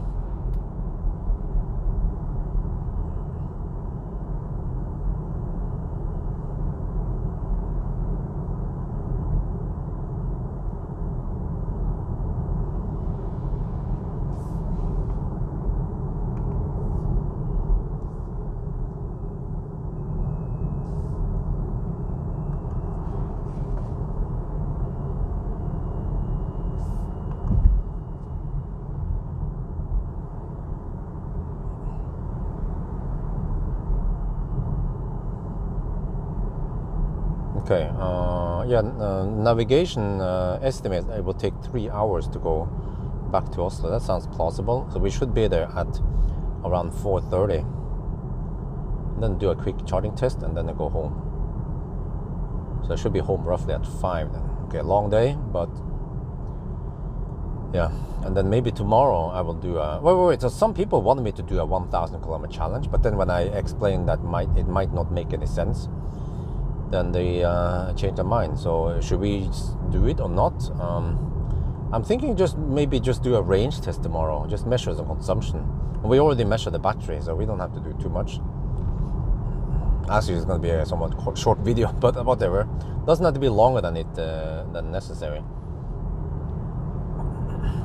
because everything else has been tested left and right. Banana box, you know, whatever.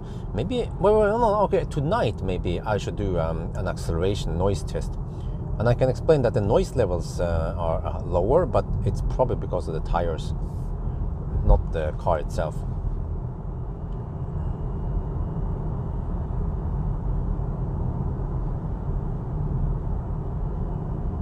But man, I just wonder when is the winter going to end?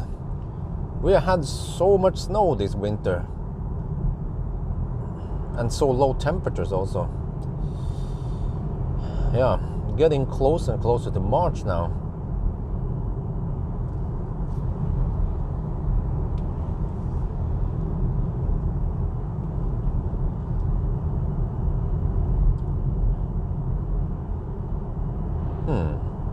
I wonder if I can do like a slippery slope test with a Polestar versus Plaid. But I might have to create the slipperiness myself. Or I can try and check out how it is. Wait for summer, okay. Yeah. Well, I should at least do a range test.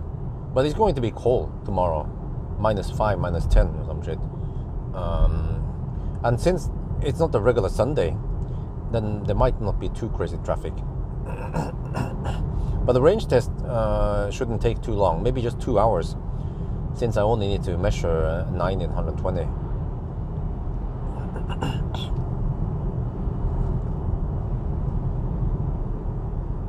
And also interested to see how efficient the car is during winter. But also this test here gives you an indication of how it is. So there's several different tests, like right here we have some up downhill curves and stuff, but lower average speed. So yeah, consumption has gone up to 145 watt-hour per kilometer. Still really low, and we still haven't gone downhill. Maybe we'll dip below 100 at Gol. Proper summer, yeah, I hope I can get proper summers I can use the pool. Yeah, so range test, hopefully it gets okay view counts and doesn't take too long, versus a 1,000 kilometer challenge is going to take a long time, of course. And it might not be that useful, other than that we proved that okay, the car can do it in 10 hours, but we kind of already knew that with the PP. Well, it is 0 degrees outside now. Okay, that's good. It's not too cold. It's actually very good condition for the heat pump.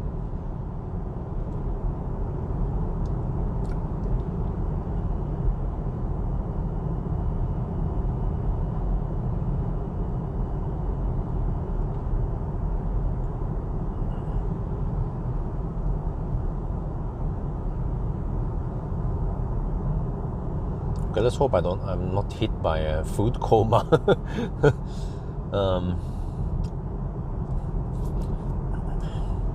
I feel like I didn't get the full sleep last night, since Isabel woke us up at 4:30 at night. Or I think it was 5 by the time I woke up.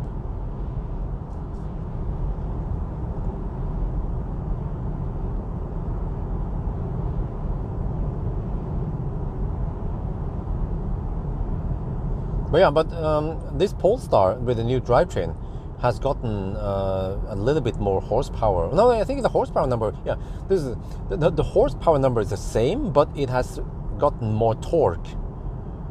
So that the 0 to 100 time has been improved by 0.2 seconds. So I need to test that. It should do it faster than 4.4 seconds now. The old Polestar, it was claimed to be 4.7 seconds, and then I measured around 4.5.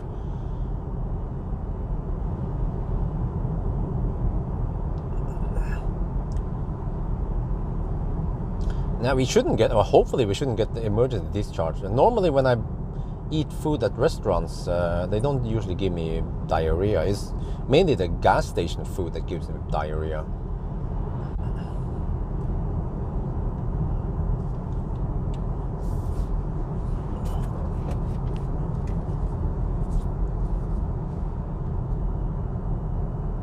Is this where I've seen moose before at night? Yeah, I see some. Yeah, I wonder if it was around here.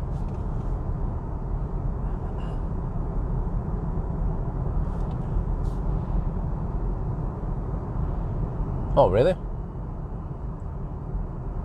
Oh, okay, slightly more.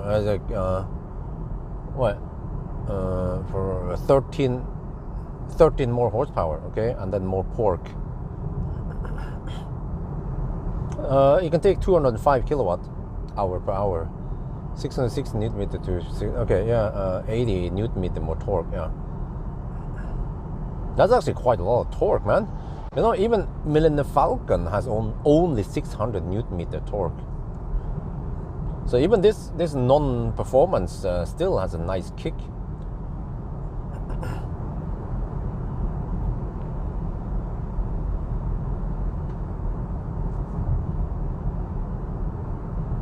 Oh, interesting. Now the car claims 3% at arrival, but the circle where you run out of juice has not updated.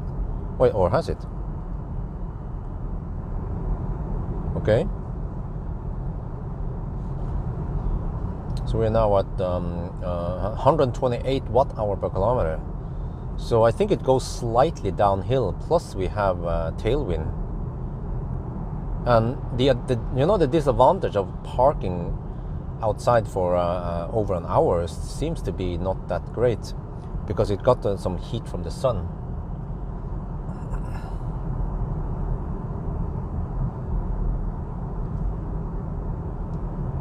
Wait, did I ever do a 90 to 10% acceleration test on the PP?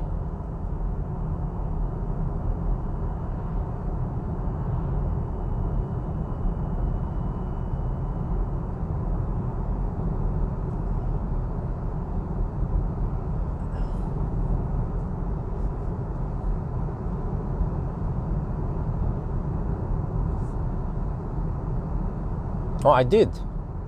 Oh.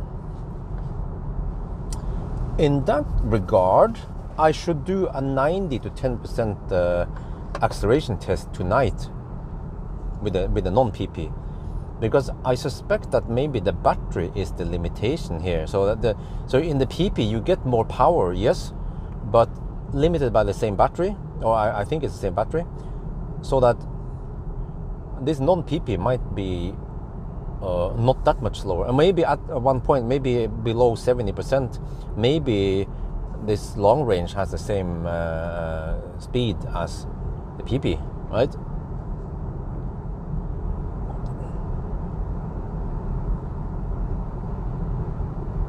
Yeah, I think that makes sense. Polestar is a performance car. It has been tuned to be sporty, so it makes sense to do an acceleration test, an extensive acceleration test for it. And also it would be interesting to see if it's worth it. Okay, you get the golden seatbelt and the Öhlins dampers and the bigger, fatter brakes, but I would assume that many people go for the PP just for more power. So if you don't get that much more power overall, then maybe it's not worth it. And also the selection of rims will be lower, since you have to get the 20-inch for the big fat brake calipers.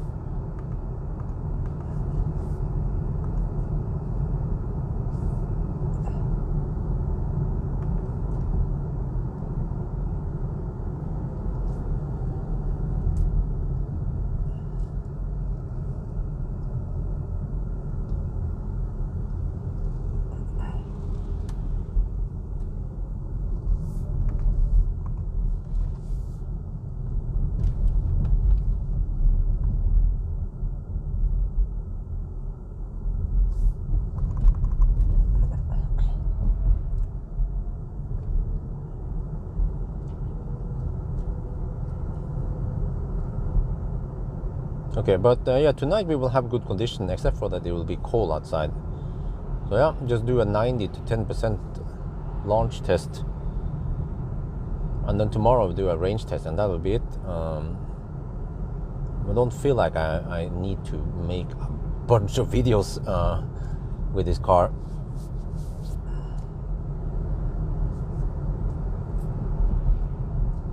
Yeah, maybe I will do a slippery hill test or whatever I should call it in front of my house. I can create this very slippery surface by pouring water on the slope. But then I also have to be able to melt it down afterwards so I can control the slippiness. My consumption is 120 watt-hour per kilometer.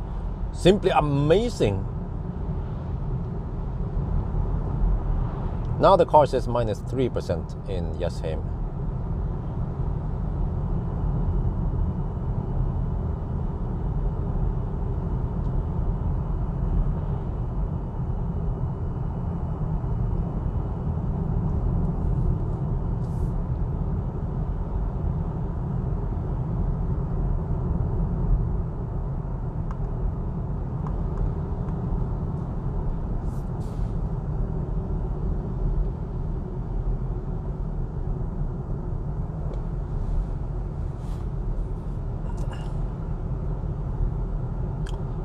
Speaking of NAF, I talked to Espen Olsen from Toyota at the e-car expo, and also read some articles. Like NAF, they have been posting some articles about Toyota and that they didn't want to participate and stuff like that. And the funny thing is that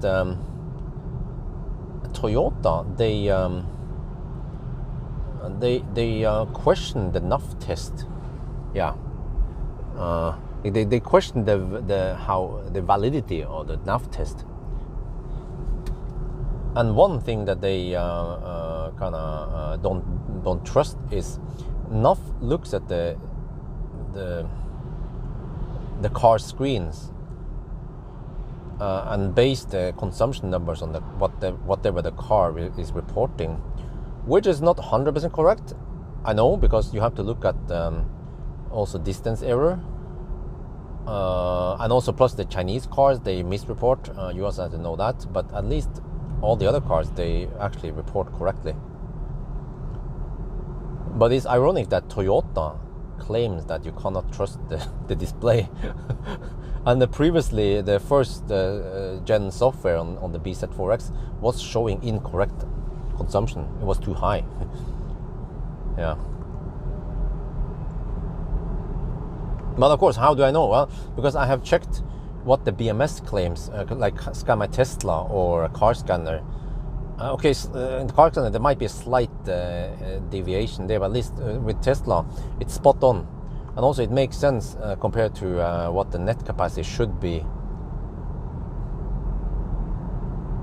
So at least there, I think the car's meter doesn't lie. They just measure how many kilowatt hour goes past a point, and then they divide it by the claimed distance.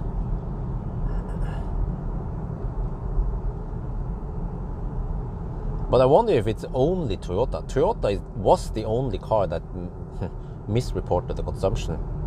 Or maybe some people claim that the Mercedes B-Class electric also reported too high consumption.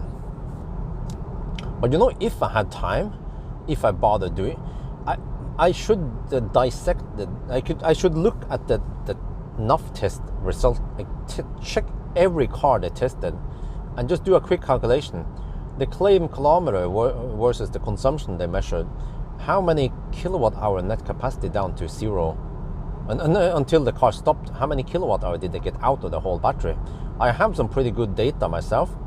We can cross-check if what we found was correct. And then Julian donated $5.4. Thank you very much. Because what was it again? Yeah, there was a guy who posted some screenshots about the test, the ARIA test done by NAF, and it did not make any sense at all. The data there was I claim it's full of errors. They measured way less kilowatt hour than ARIA is supposed to have, even though they drove it down to zero. So I wonder what the heck, how they could end up with those numbers, man. It's a big mystery.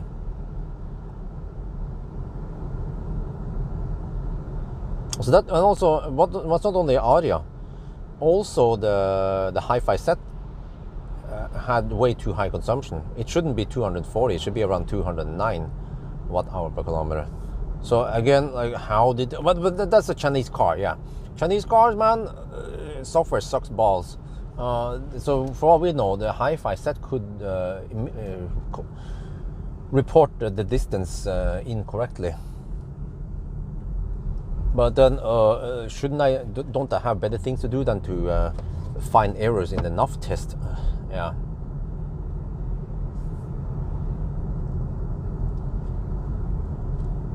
Wait, do I drive down? Do I drive through the city or do I drive the highway? I think the city is better. It's more efficient. It's slightly shorter, and we can drive slower, which is better for efficiency. Oh, consumption is 84 watt-hour per kilometer. Ioniq, go home.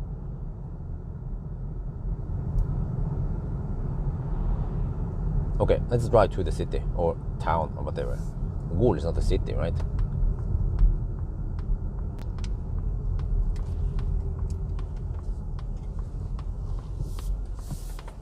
Okay, let's go.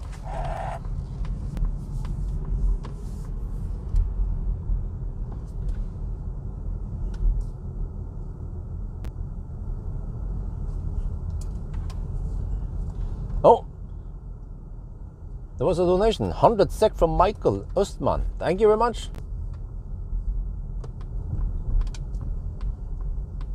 Or Mikael, I think that's, yeah. If it's Swedish, then it's Mikael. If it's Öst, yeah, that sounds Swedish.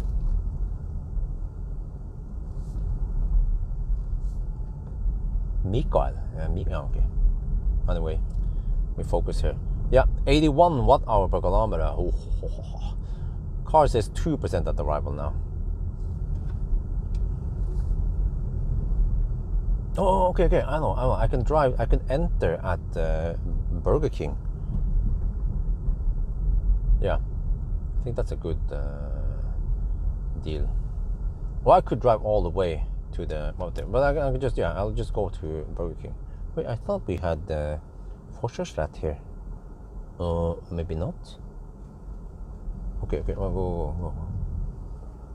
Oh, there is no yield. Okay, there is actually a regular högerregel here. Okay, because I don't think this road is considered a main road. I don't think. That's why you have to yield for everything now. Shit.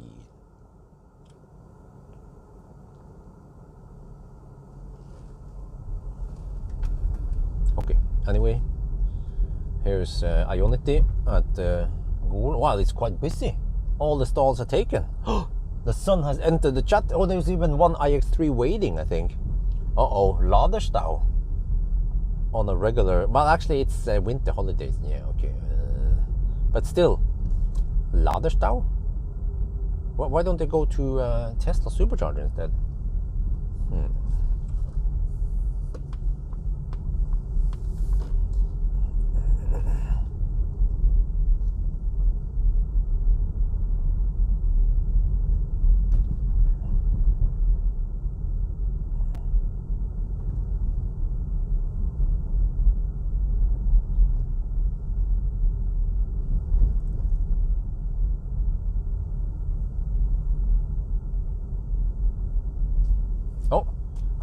EV6 with a LED bar.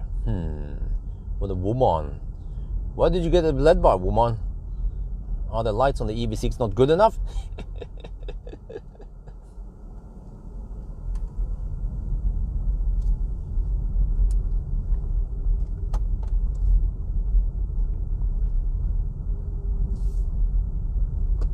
Okay, maybe I'll just enter the highway from here.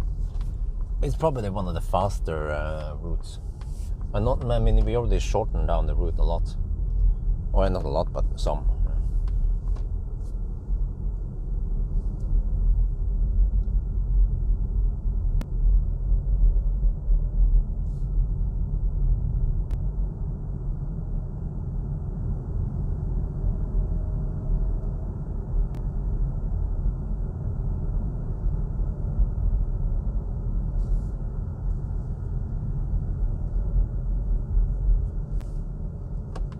Oh, even the supercharger is getting busy over here. Some non-Teslas charging there.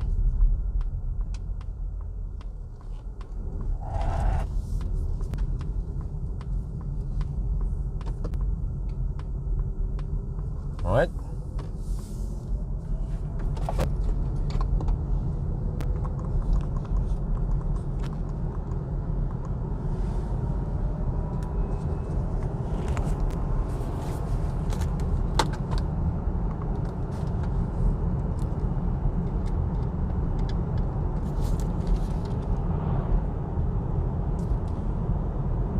We are now at the goal, and look at the consumption.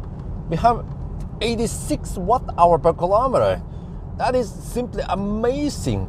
Ionic, go home. Oh, okay. But yeah, so this is what I expected anyway. With tailwind and downhill, we will consume very little energy. So now the car has updated. The circle is gone. The outer juice circle is gone, and now it says 2% at arrival. Okay, so it could seem like maybe Polestar does not take into account downhill and tailwind, headwind, or even also uphill, of course.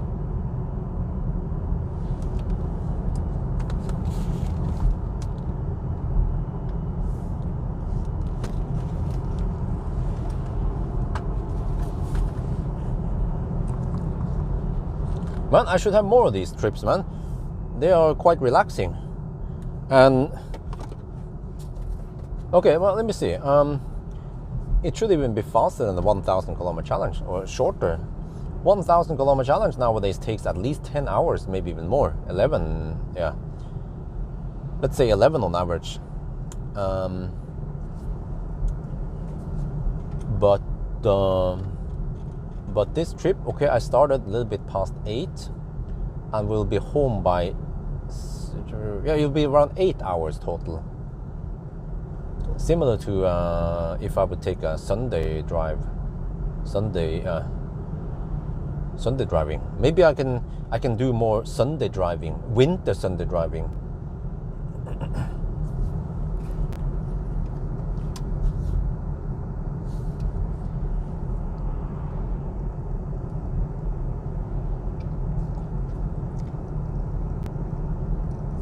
Wow, wait, let me see. What about the total consumption? I forgot to comment about that. Oh, the total consumption for the whole trip has dropped to 181 watt-hour per kilometer. We need it to be 179 or lower. So already now we're looking pretty good for going back to Oslo. Yes, Sam.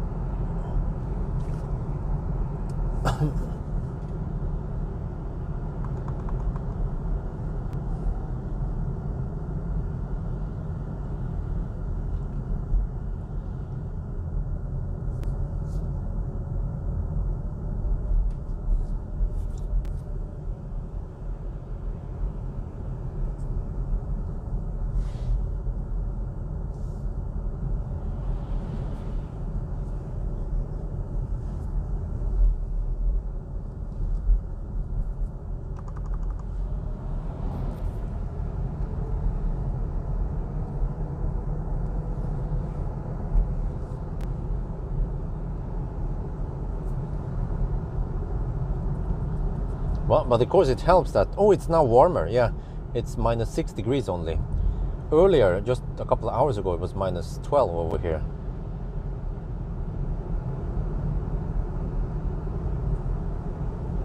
It's being heated up by the sun.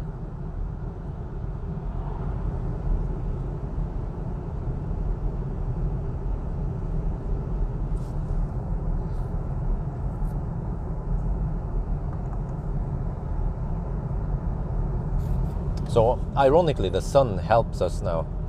The sun helps EV drivers get more range. I don't know if they allow it. Maybe it's too big, too heavy.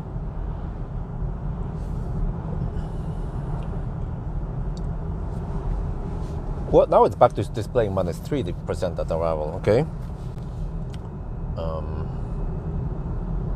I think once we reach Hønefoss, we should get an idea whether we can make it or not. But especially at Roa. At Roa, I have to decide whether I bail out or not. If I bail out, I can always extrapolate and estimate how many kilowatt hour we have. And I have to maybe add a couple of 100 watt hour for the idling. Yeah, consumption goes up now, 98 watt hour per kilometer. Total consumption is 181 still.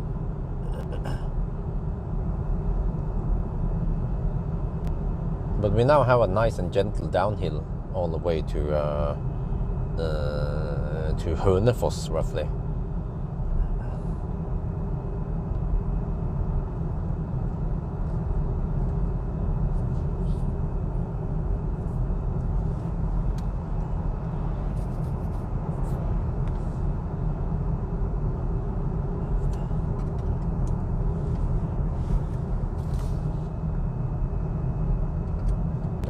Missed 1 to 2 donations. Let me see. Julian, Uwe Hopner. No, I haven't missed any. You missed the donations.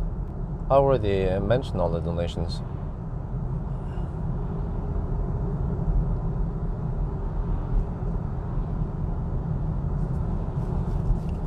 Oh, I see lots of Teslas here. Look at that. Model 3, Model X, Model S.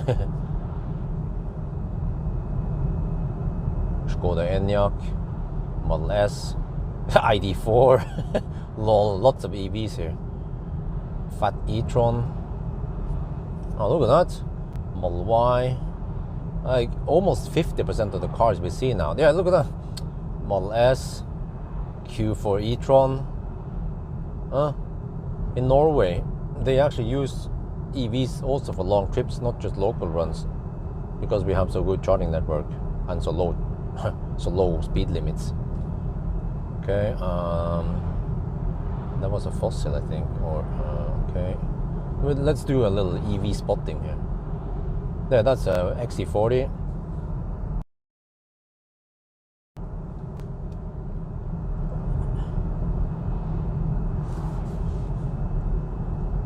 A bunch of fossils, and then ID4.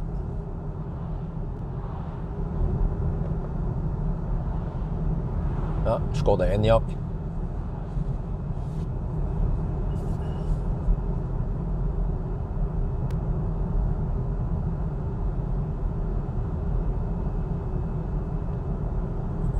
More EVs. ID3. Eniro, Model 3.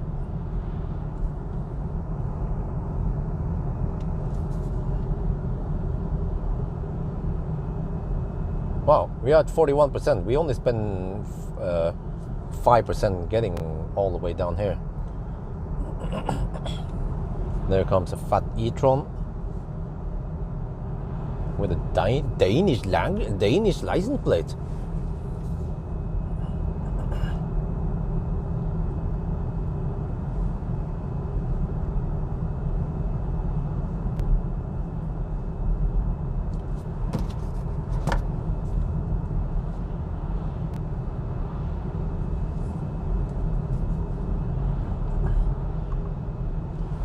$260 kilometers done total, and 181 still.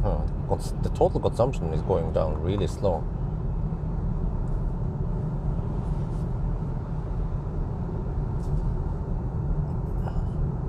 $47 kilowatt hour.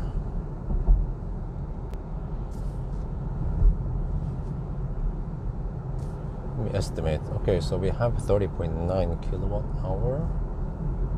Roughly divided by distance, 175 kilometers.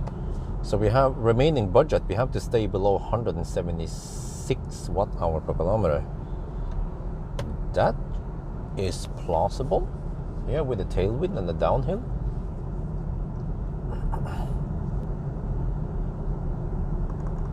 But the wind is not that strong, so you can't see the wind.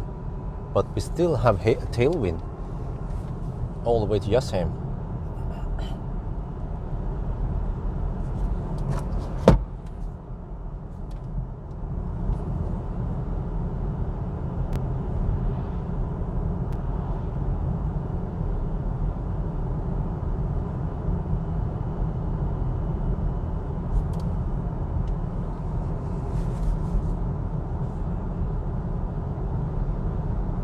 auto steer is not working again.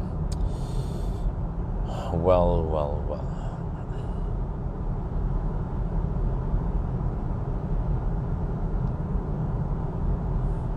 Yeah, so this low consumption is what the typical Norwegian Nisse would post on Facebook. Well, oh, Polestar is really efficient. Drove from Hemsedal back to Oslo, you know. Yeah. Common mistake is that they take this consumption, right, downhill consumption, and they divide it by the gross capacity of the battery. You know, they read somewhere that it has 82 kilowatt hour gross capacity. But then they calculate the range, like, oh, the range is over 600 kilometers even for winter. Amazing. Be like, okay, that's not how it works.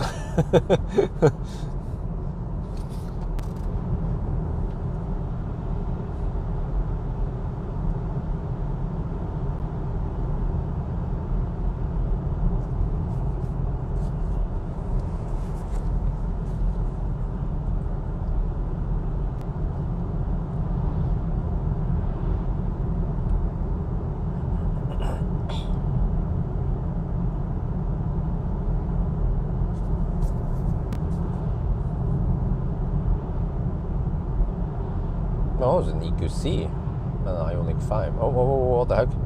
We are gaining on someone relatively fast. How can anyone be slower than me? Yeah, new motor Polestar.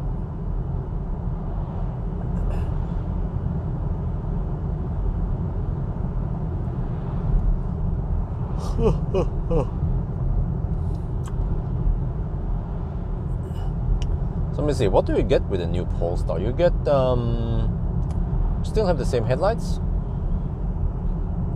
You just get new motor, more power, more torque, better range, of course, which is important, and faster charging, bigger battery.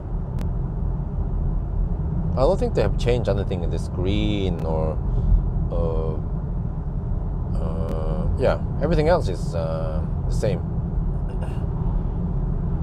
Okay, slightly different front, but the aerodynamics is more or less the same also. They haven't changed anything there or improved anything there.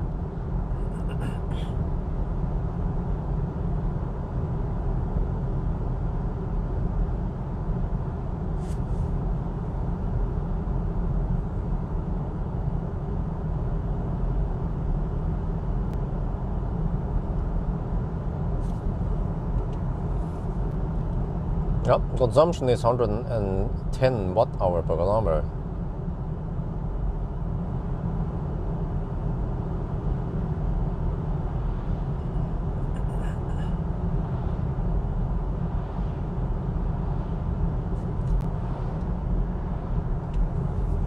But this makes me wonder. Oh, sorry. This makes me wonder.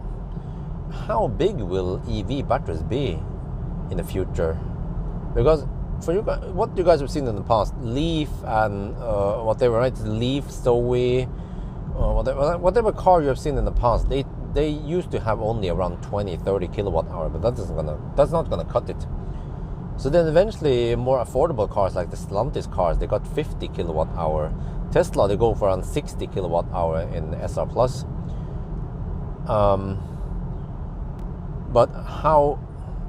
But nowadays you see that more slightly more expensive cars, they go for around 80 kilowatt hour, you know, like Polestar, Tesla, BMW, MEB cars, they go for roughly there.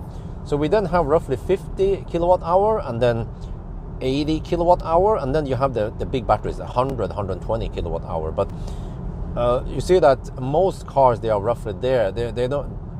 There is no 150 kilowatt hour, and I don't think you can buy 20-30 kilowatt hour EV nowadays. Even the cheapest Mazda MX-30 is at least 35 kilowatt hour, right? And then you have also E-Up Citigo E, that's around 39 kilowatt hour. Yeah, 29 net capacity.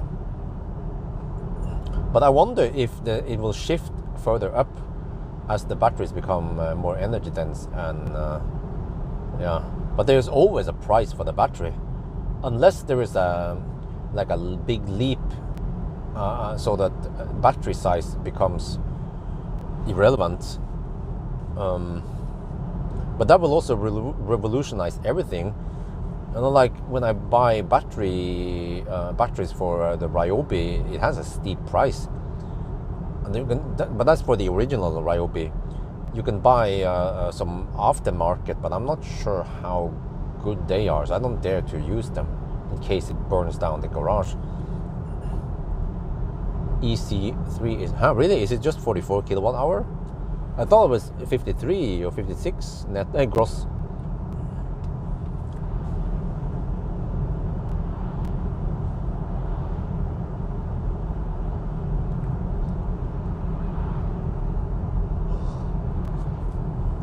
But I wonder if we will gradually get the bigger and bigger batteries, so that in maybe 5-10 years, then the smaller batteries are 75 kilowatt hour, and then the bigger batteries are like 150 kilowatt hour. But I suspect that maybe it won't go much past 150 kilowatt hour, and then the minimum 75 for affordable city cars.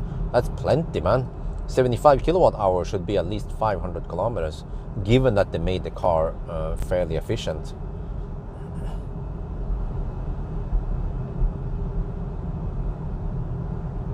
But then the big batteries in the future, they will have 1,000 kilometers of range. Let's say 120 to 150 kilowatt hour. But on the other hand, if you look at Tesla, the Model S initially had 85 kilowatt hour, and but then Model 3 has only 82 kilowatt hours. So they haven't really increased in battery size. But Tesla has done something smart, which is to increase the efficiency instead, which is better, way better. There's so many benefits by increasing efficiency.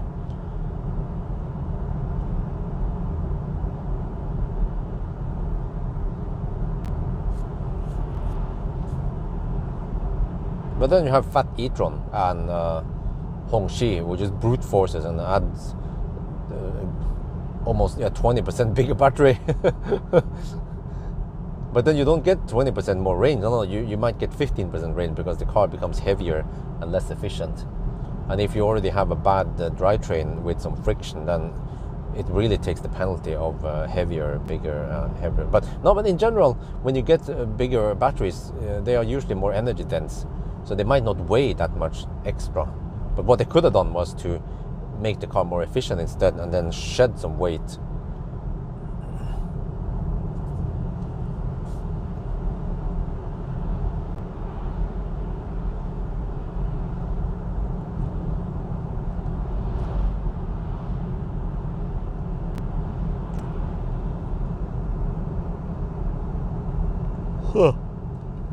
But at least I'd say that around 80 to 100 kilowatt hour batteries work just fine today.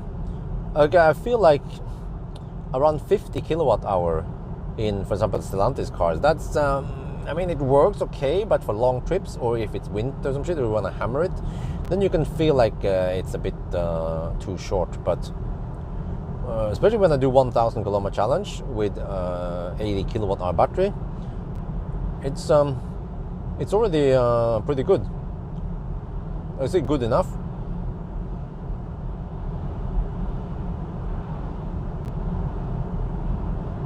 But usually, a main problem with Millennium Falcon back in the days was that we didn't have too many superchargers. So I was more or less stuck with charging at, for example, a 1,000 kilometer challenge, I would have to charge at Uddevalla. It was always Uddevalla, Falkenberg, Löddeköpinge. Yeah, that was it. But nowadays you can choose between so many fast chargers all over the place. So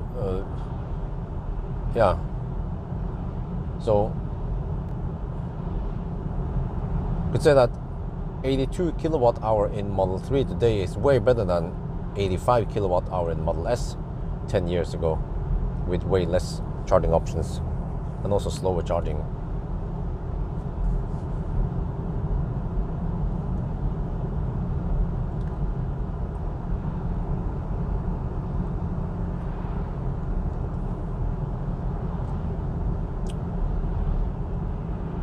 And now we're kind of semi-stuck behind. What the heck, man?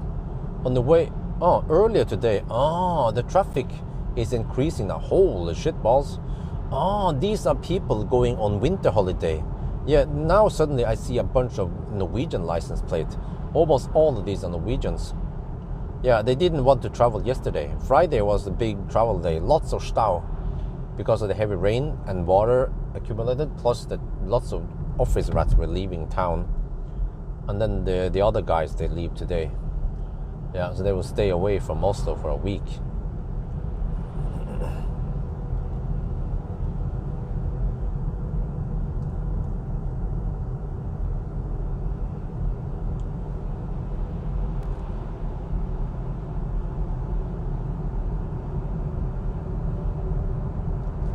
Wait, but I think I should hammer past that dude. Wonder if it's a Dane.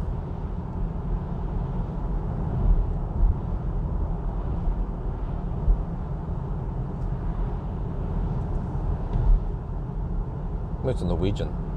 Okay, but let's see. Chances are quite slim I can hammer, but you can always get ready in case there's an opening. No, it's a Dane. Yeah, it's a Dane. Okay.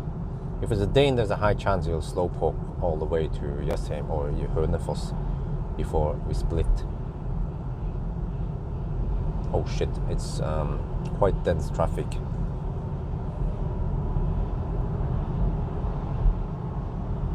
There's an opening here though. No wait, there's another car there. Okay, I have to watch out. The snow is so high now.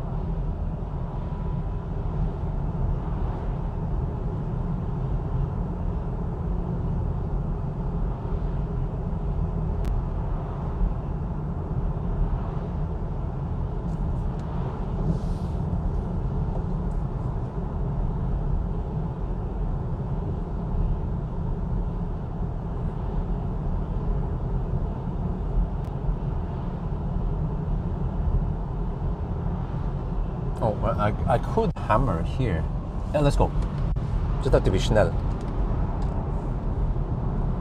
This is the advantage of having that power in the Polestar. Oh, I see. Power limit has dropped. We have now only 259 kilowatt available. Normally it's supposed to be around 350 kilowatt, at least from what the car scanner reports.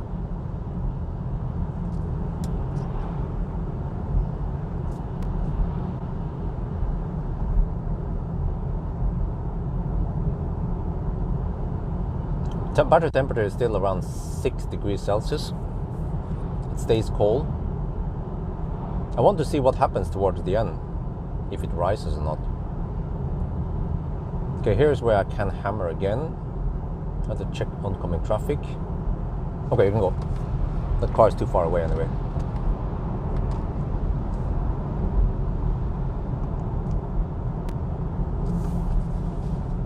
And now you stay behind me.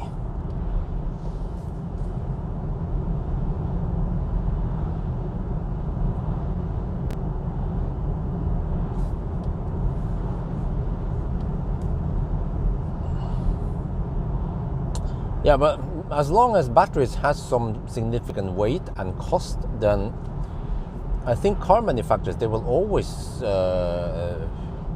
try to, not put too big batteries in there. Every car in the future will not have 150, 200 kilowatt hour battery. As long as, even if there's some kind of battery revolution, batteries, they always have a certain size, weight, and price.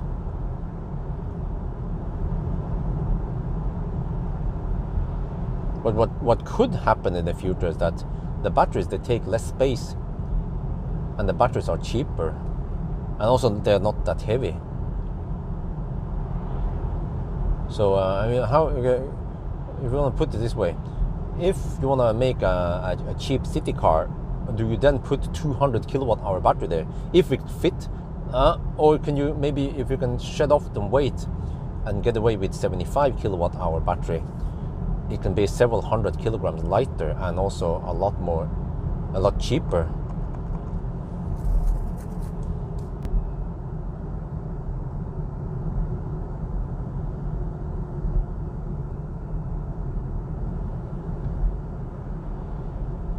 So actually the biggest batteries I've tested, we have EQS and yeah, at least EQS and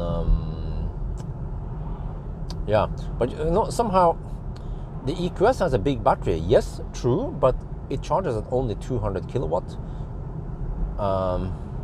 So but then, for example, Tesla or Plaid, especially Plaid, 250 kilowatt, quite flat and very efficient car. Like, I almost feel like the Plaid and the Model 3, like, I get the same experience that I have plenty of range and then I can fill up quite quickly. Yeah, but you have some of the cars that can charge at 300 plus kilowatt. Yeah, I forgot, but I haven't experienced them too long. Like Lucid, for example. Lucid and the G9, but that was winter, ish. But also it's SUV. And what else? Yeah, and also Lotus Electra, but haven't tested it properly yet.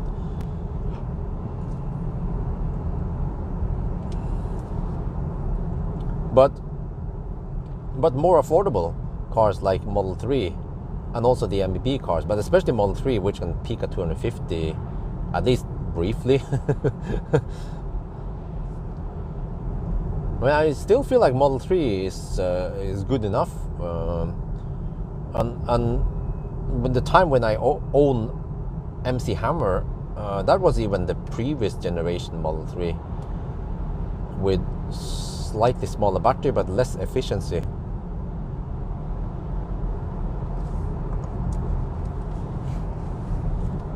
But okay, maybe if I could buy a slightly bigger battery, I would probably go for around 100 kilowatt hour.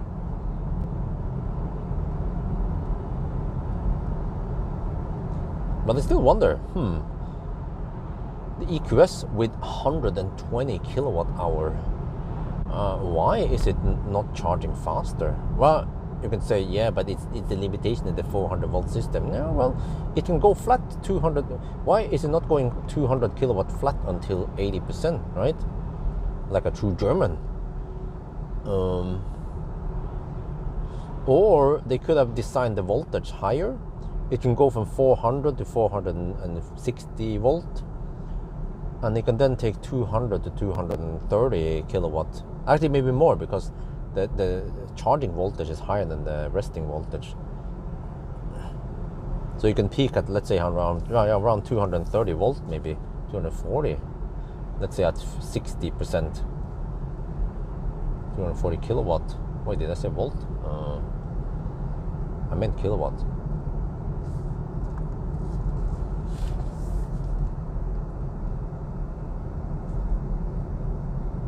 Oh, there's actually a little bit of power limit now. Oh, interesting. No. Okay, 260 kilowatt power. Charge power limit is claimed to be 130 kilowatts. But it should go up as we discharge the battery. We are at 34% now. Consumption has gone up to 129 watt hour per kilometer. Total consumption is 180. It drops really slow. Total consumption.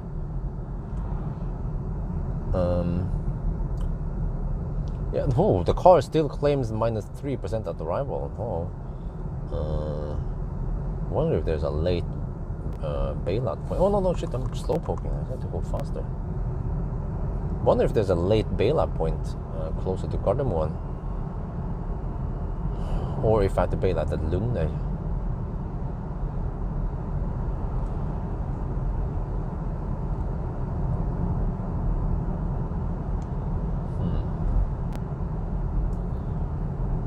Huh.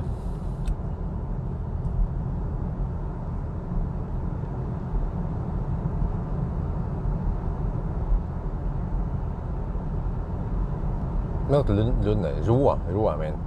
Ja, Pawel Roa.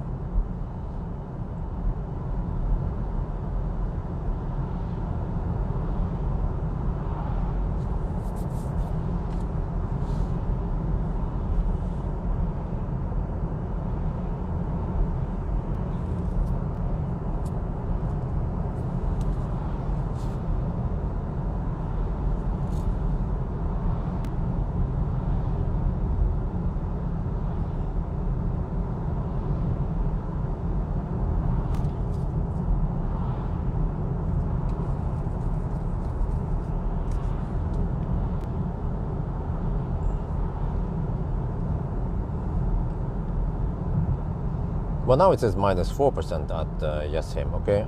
Now the circle is back, the end of range circle. Okay.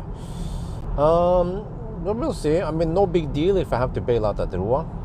We just extrapolate the remaining, and I mean, we should be maybe at around 5% at the Roa, less than 10% at least at the Roa.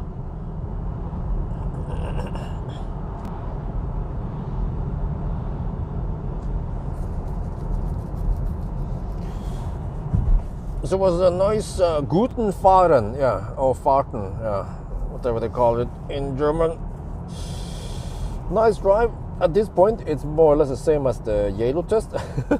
We just have to drive the same route back.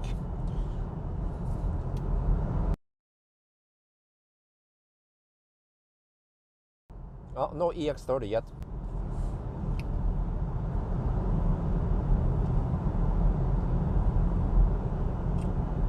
Maybe I need to send some emails and for IKEA furniture for the garage, and I need to put them in these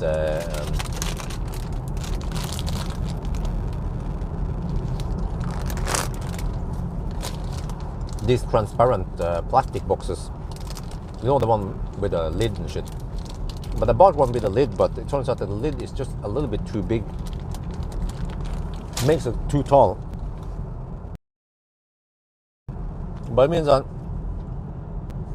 I need to buy maybe about one box and it fits. I need to buy at least 7 or maybe 9 more boxes. And then organize my shit in there better. Maybe I can fit everything. I need to throw away some shit. I have way too much stuff in the garage.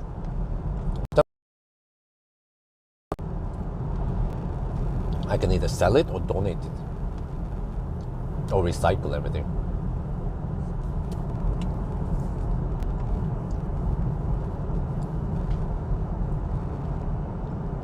Yeah. But I might want to buy maybe I'll buy 2 more shelves. They cost 900 NOK each, and it's I don't know, steel something. I think it's steel shelf. Very strong, durable, perfect for a garage, and it's white.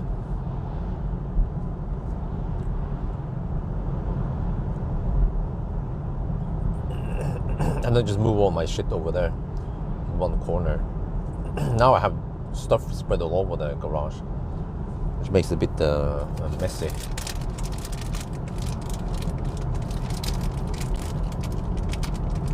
But at least now I know how to assemble the shelf. So it takes me maybe 15 minutes to assemble the shelf.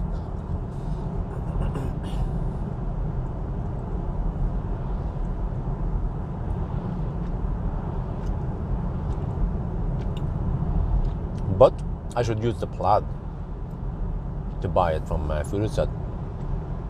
And each parcel is around 185 centimeters long, which will fit in the plaid.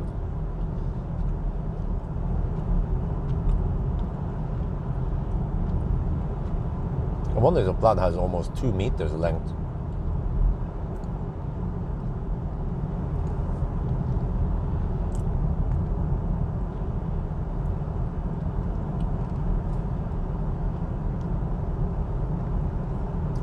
Because Optimus Prime's trailer, on the other hand, is kind of frozen in the corner. Plus I have some shit in there. Plus it needs a little bit of servicing, so I'm not keen on using the trailer until springtime. I should go to what do you call it again? Tilhangen Nord, yeah. Tilhangen Nord, they are Dal, close to where I live. And get some of the stuff. Need to replace some parts and maybe do a quick brake servicing or whatever. So probably gonna cost a couple of thousand NOK. Or I could actually go to Valdemar, like a bonus task with him. I mean, they are mechanics, so they should know how to work on a trailer, right? You need to grease the piston in the trailer brake and maybe check the drum brakes a bit, how they are. And replace the safety wire. But I have to order the original part from Tilhangen Nord.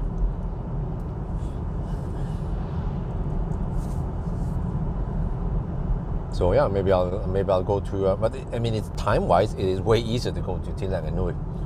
But because I have to pull the trailer all the way across the city over to Liertoppen, and if you want Valdemar to fix it. But he will probably just fix it for free. 100 kilowatt hour, and yeah, I think I'm totally down for that. I think around 80 to 100 kilowatt hour is fine. And a nice bone. Okay, you know, with a bigger battery, what you usually get is that you get faster charging. If you look at Plaid is a prime example. Plaid versus Model 3. You know, as long as I'm sitting in Model 3, I'm like, okay, that's great, but I can only get 250 kilowatt in a short peak, and then it disappears. But Plaid could maintain it way longer. So the Plaid is actually perfect, man. It has great power, great range, good charging speed, good enough, you know, 250 kilowatt, plenty. We don't need any 800 volt system. Plus the Plaid already has relatively high voltage. So, you know, I noticed something with the EV9, which is that the voltage is kind of low. So, you know, I calculated that Plaid at 5% has around 350 volts, I think it was. Whereas the EV9 at 5% has 495 volts. Yeah, but the difference is that the so-called 800 volt system, EV9, has only around 40% higher voltage than Plaid. And Plaid is not unique. You know, this Polestar, same here. When you fully charge the Polestar, it shows 462 volts. Same with iPace and Fat e-tron. They have roughly 400 to 450 volts. Which means less losses, slightly less losses than, for example, an e-Golf with 300 to 350 volts. And then the so-called 800 volt hyped cars like EV9.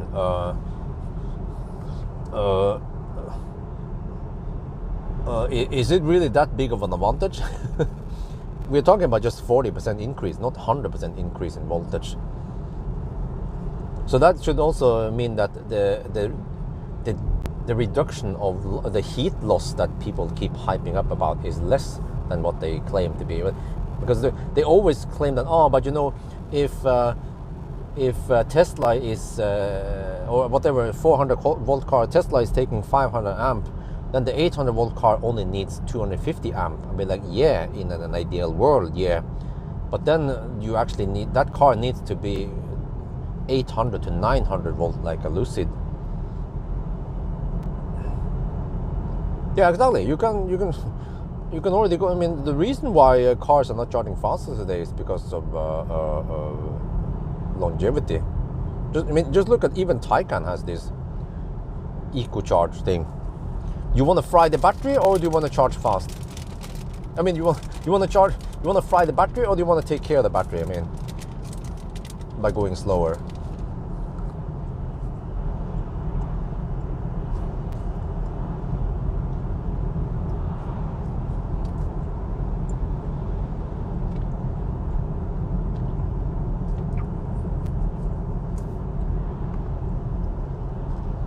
This is really strange.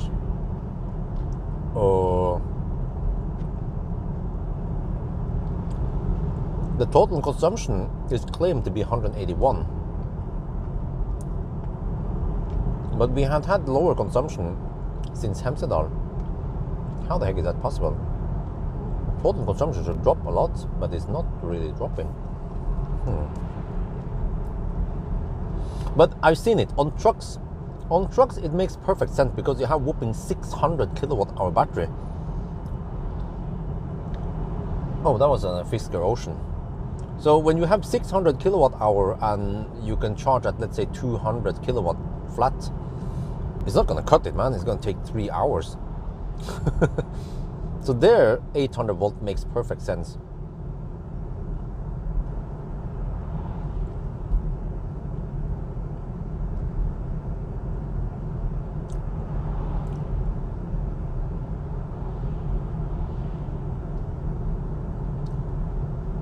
Okay, but then I'm gonna, okay, if 800 volt is a hype, can you guys come up with some good arguments why we need 50 megapixel cameras? What is even the point? You know, I think there is a, you can figure that for the human eyes, you need only around 1 to 2 megapixel, and once you print it on something, or if you want to display it on the screen, then roughly, I don't know, maybe let's say 2 to 4 megapixel is sufficient. Beyond that point, the human eye cannot distinguish the difference unless you zoom in. So if you want to crop, yeah, but crop, well, I mean, it's nice like to have digital zoom, right? But more pixels has also disadvantages because each pixel gets less light. So was it worth it to go 50 megapixel?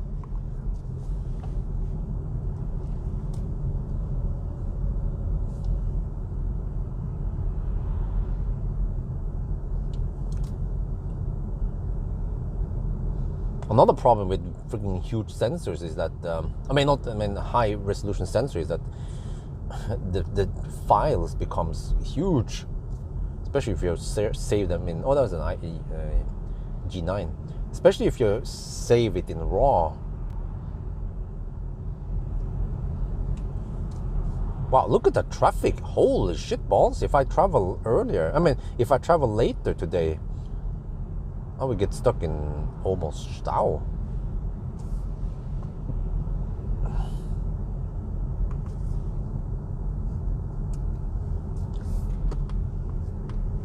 Wait, I saw someone use a trailer box. You know, I should try that one day if I have time. I should see how many banana boxes I can fit in the Thule box.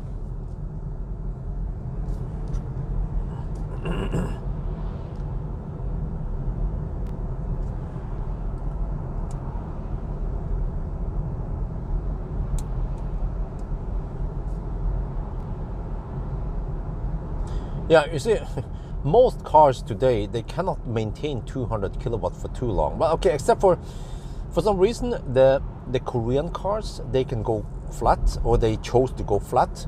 But you see, even the EV9 is not going crazy fast. I would expect the EV9 to charge at least, I don't know, 300 kilowatt or 250. But for some reason, the EV9 charges even slower than the EV6, the smaller battery. I have no idea why. But wait, wasn't that the whole advantage of the 800 volt hype?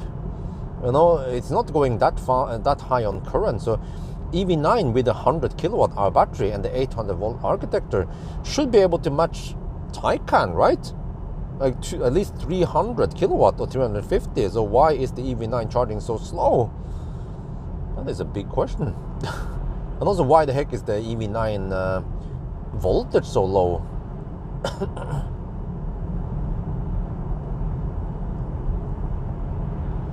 Yeah, but the problem when you have high megapixel count is that, when you have the light, but also I think, high megapixel requires also better quality lens. The glass needs to be tack sharp to be able to catch everything. Otherwise, the pixel will be kind of washed out, and there's almost I mean, it's almost pointless to capture that many pixels, right?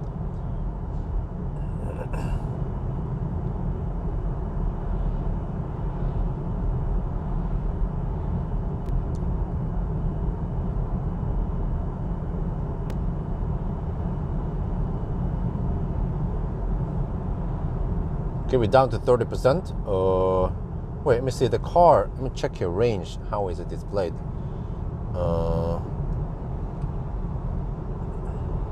Oh, it's a Swede behind. Oh, okay.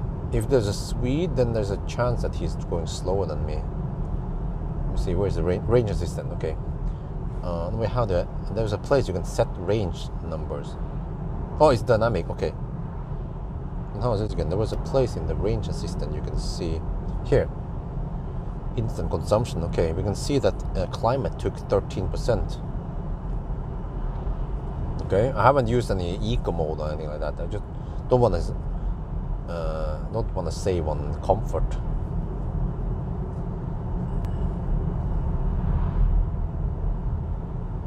With a car with 100 to 120 kilowatt, you mean kilowatt hour, right? When you're mixing kilowatt and kilowatt hour, it becomes confusing now. Yeah, especially when you talk about 100 to 120 kilowatt, and then you talk about 200 kilowatt. Yeah.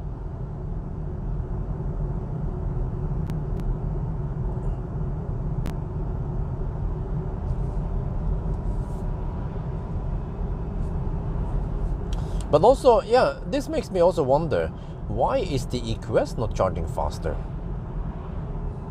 It has a relatively flat curve, I remember.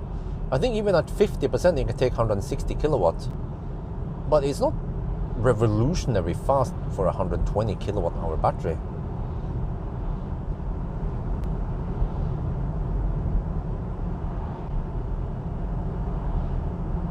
And then Hongqi, yeah, why is Hongqi not charging that fast? And also, what about Fat e-tron? I mean the Q8 e-tron. Also I think it was 114 kilowatt hour battery, but it charges quite slow compared to how big the battery is.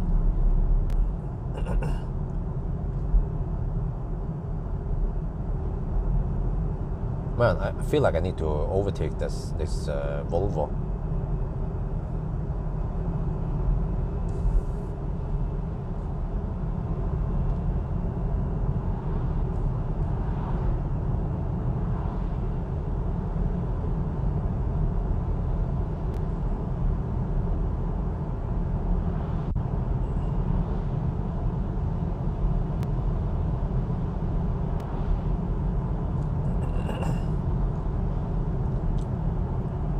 Yeah, I still have my Canon 6D Mark II DSLR I use for those shots inside the car. It has relatively wide angle, but there's one problem with it.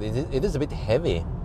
Yeah, a mirrorless would be better in that regard, but it is so heavy that it introduces some shake if I use it in a moving car. So you notice that I never use it in a moving car. I only use it while stationary. Another problem is that there seems to be the gain setting on it is not good, so it tends to jump up too fast up and down. It's too aggressive.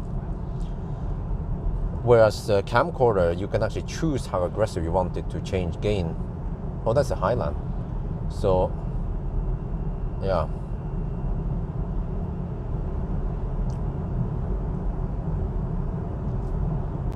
No, but 160 kilowatt hours, but it is a 120 kilowatt hour battery. So, in terms of C rating, well, I mean, it should at least be able to take, let's say, 2C, right? 240 kilowatts, maybe even more. Like 2C is not even that high. At low state of charge, some of the other cars are pumping out almost, around 3C. So let's say 350 kilowatt, right? Well, but it's 800 volt. It's 400 volt architecture.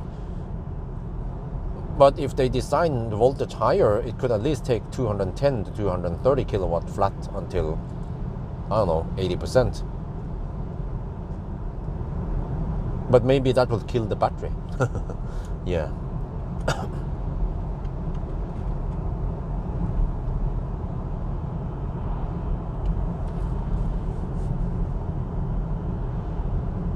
So I just wonder, with the new Taycan with 100 something kilowatt hour battery,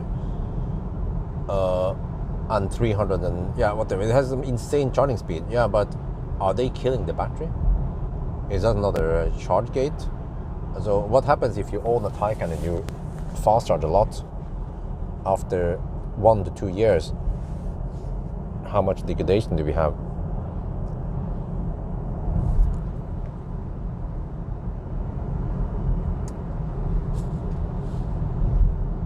What about Lucid? Lucid can also charge pretty fast.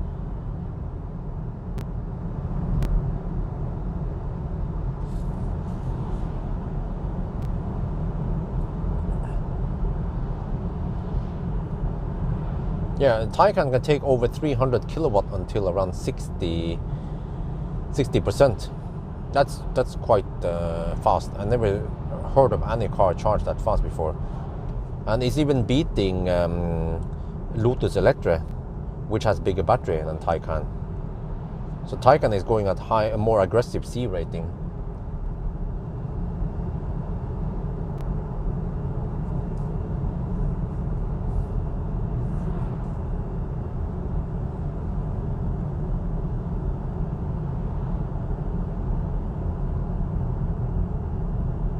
Okay, I need to eventually overtake this Volvo. I can do that after Gulsvik. The Volvo, it's a Swede, and he's driving quite slow in the curves.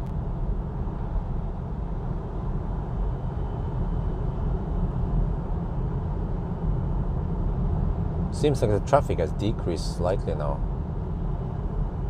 Yeah, people probably were traveling around noon. Oh, he's gonna exit here at Gulsvik.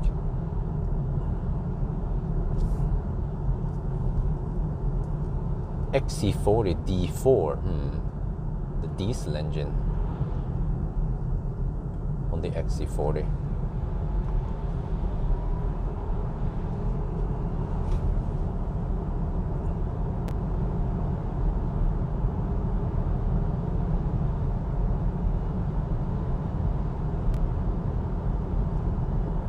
But who cares about state of health reported by the car?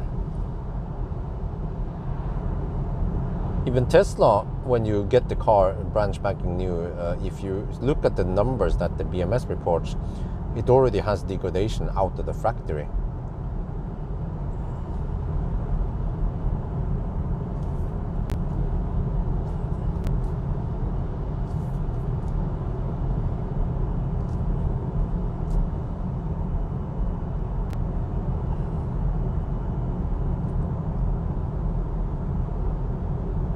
Right, consumption is 145 watt-hour per kilometer. Total consumption total trip now, we have done 315 kilometers, and total consumption is 180. Why the heck doesn't it drop more?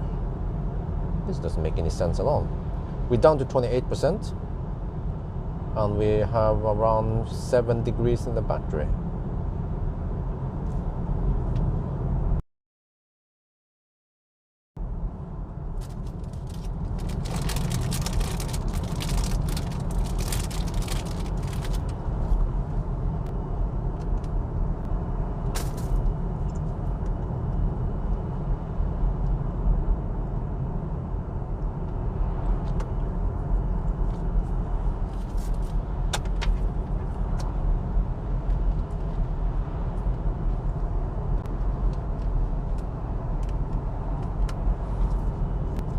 Wow, there's still a lot of traffic here.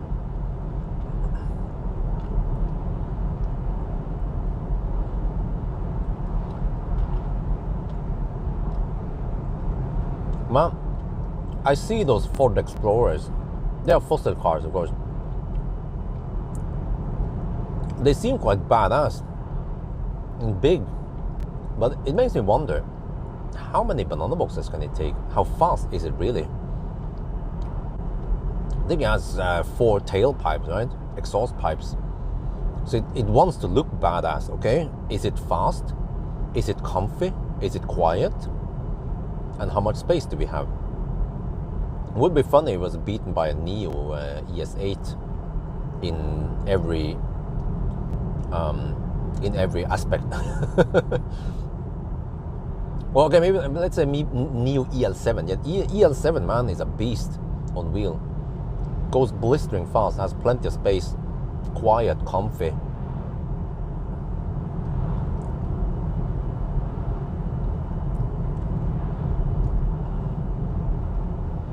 Spring break, yes. No, not spring break, it's winter holidays. Vinterferie. And lots of people traveled yesterday, but then the rest go today. So they space them out, which is good. So not everyone travels on Friday, man. Then the roads will be totally clogged. There will be traffic breakdown in Norway. Plus, we have, of course, not only Norwegian Nisse traveling to their cabins with their families, but also foreigners. Yeah, mainly Danes and Swedes. Now that's a Dutch guy also. But I've seen a different trend now that I see more and more foreign electric cars. In the old days, I would never see any foreign electric cars, just Norwegian electric cars. And you guys can even see it, right? You're in the camera. You can see lots of EVs. Tesla also. See, there's a Model X.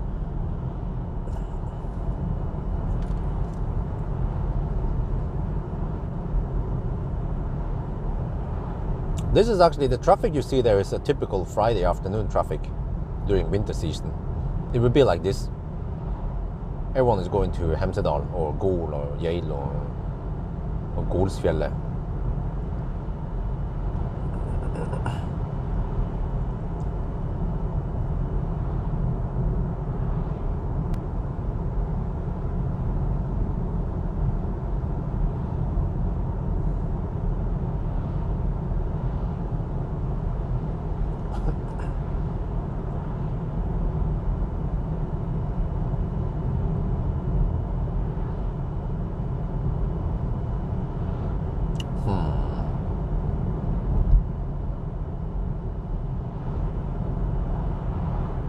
I have roughly 20 kilos. I have to have really low. Oh shit, the snow has fallen down the hill there, shit. Oh.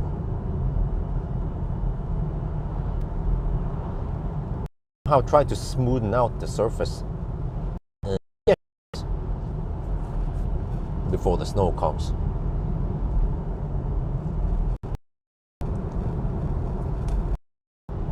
It could actually be what do I call it? Sometimes if you want to go cheap out, you can only put the heated floor thing on the track where your tires go, and the cheapest way. Because my method is still quite time consuming to melt everything manually. Why some people love BMW iX? Because it's BMW. But I mean, it's comfy at least, and quiet and fast. But that's pretty much where it ends. The interior, I don't like it, man. It's too. They try to be minimalistic, but freaking diamonds everywhere. And yeah. And also the space in iX is not that great for such a big car. Just think about this. The BMW iX is around 5 meters long. Kia EV9 is also 5 meters long, but somehow the EV9 has incredible space, but also the interior, the seating that you can twist and rotate and flip around. It's just amazing how much space you get there. But it's because they built it as a tank. It's quite boxy, tall.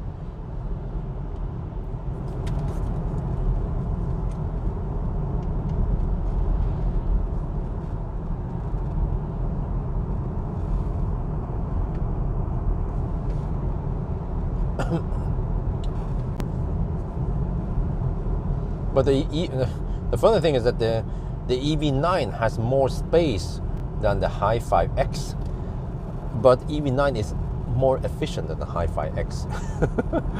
What is the point of the Hi-Fi X then?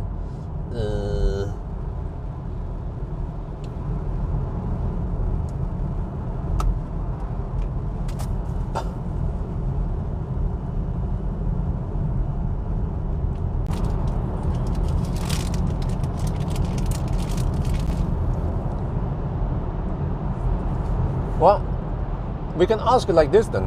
Why do some people like Polestar? What is the point of the Polestar?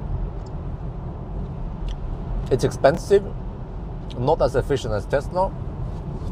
It's cramped in here.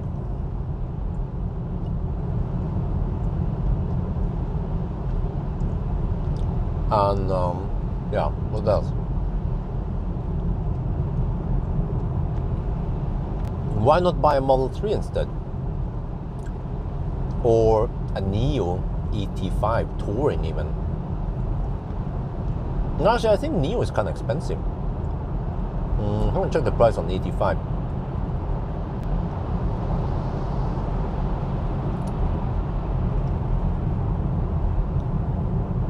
Better quality. Really? What are you talking about? What quality? The seats? The seats makes me sweaty. Highland has ventilated seats. This car has no ambient light. Well, there's a little bit here, but it doesn't have that typical LED strip that many cars. Highland has it. Highland is also quieter. Swedish car. Oh yeah, of course.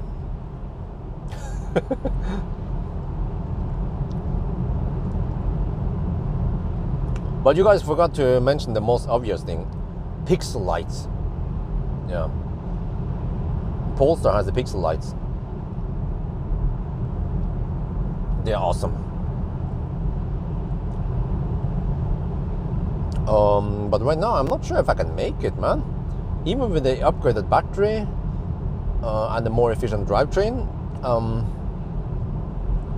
I made it challenging enough. I kind of compensated for it for the Jessheim route. But we are down to 22% cold battery. GOM claims 80 kilometers of range left, and we are 107 kilometers away, and we have descended most of it now. So we are kind of in the highland-ish over here. It's going to go downhill soon towards Sokna, but then there's another highland. But then past Sokna it's kind of flat-ish. Seems like I might have to bail out at Roa. Otherwise, the car estimates we will run out of juice a little bit past Maura, but do we have any charging at Maura? I don't think so. Well, I mean, we have AC, but I'm not gonna dig around with AC.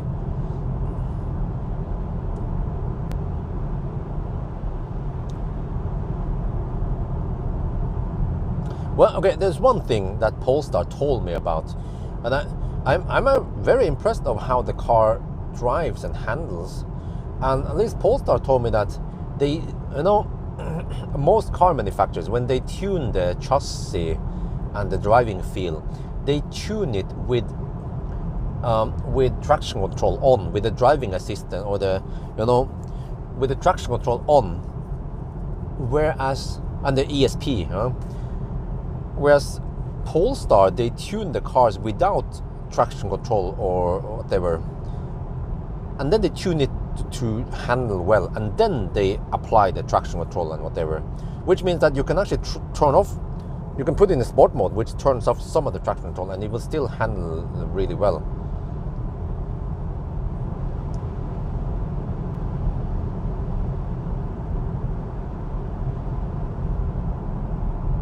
Just wish they didn't make the center area so cramped. I always complain about this. This is a big ass plastic piece that doesn't do anything, and just taking up space, making it tighter here, more cramped. But I mean, I can fit it just fine, even though I still feel like it's a bit cramped. But I just wonder how people, 190 centimeter people, can fit in here comfortably without complaining too much.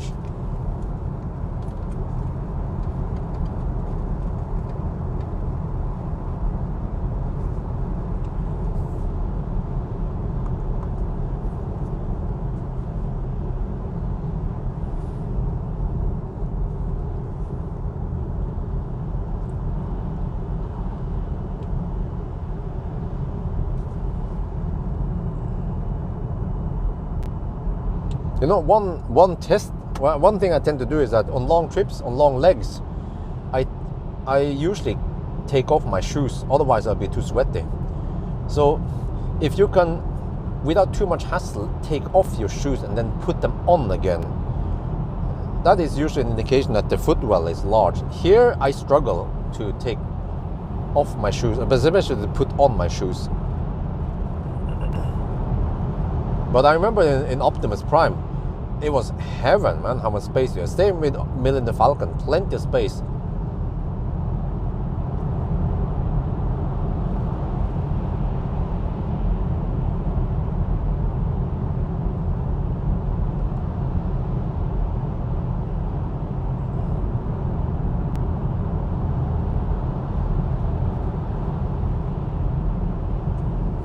Hmm, 20%. Still around 7 degrees in the battery. We are down to 230 kilowatt power limit. I see the power limit bar here is roughly at 80% power.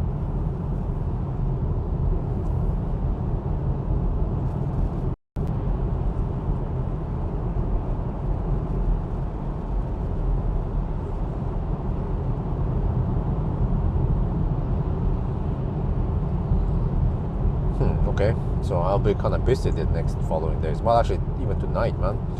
So to wait. Need to top up so we have enough juice for tonight. So if we want to do a 90 to 10% launch test. Oh yeah, I'm not going to incorporate some noise test. Maybe I should start around midnight, a little bit earlier. Yeah, around midnight maybe. Then finish around 3 at night. Go home. Yeah, I have charge limit, discharging limit. So the charging limit is claimed to be 130 kilowatt, even though that one is normally not correct.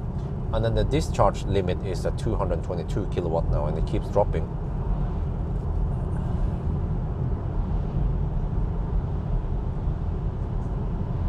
And auto steer is still not working. It has worked maybe just 5% of the time today. But maybe they don't have winter in Sweden.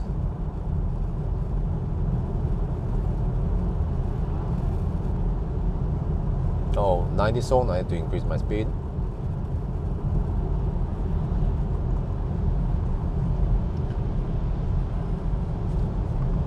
Let me check some status here. Okay, wow, consumption has gone up now, 182, really? Okay, so 337.5 kilometers multiplied by 182 becomes 61 kilowatt hour, and then divided by the, okay, 19. I spent 81% of the battery now. That equals to only 76 kilowatt hour. Interesting.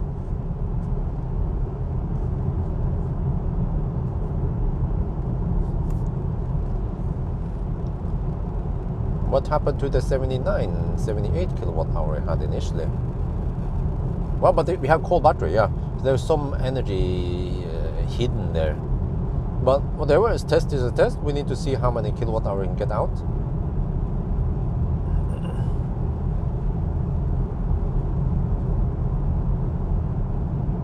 Heat pump speed, okay.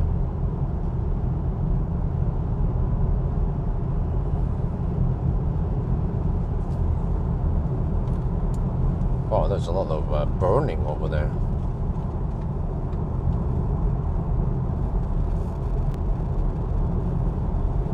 Yeah, this was one of the most significant descents before we flatten out.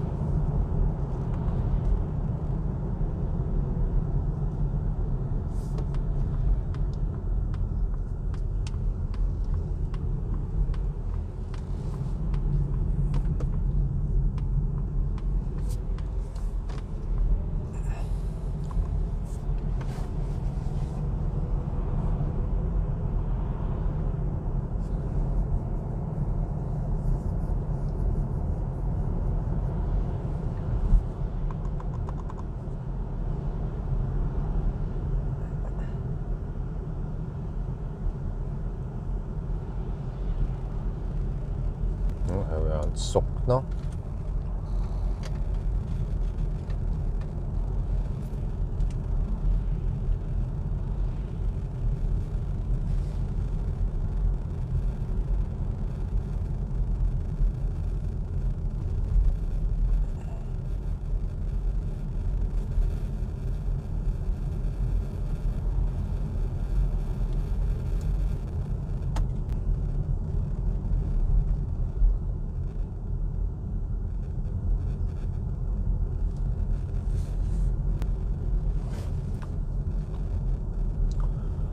Let me see, 3 in the afternoon, so we should be around 2 hours away from home now. Okay, car claims 75 kilometers of range and we are 94 kilometers away. This does not look good. Uh-oh.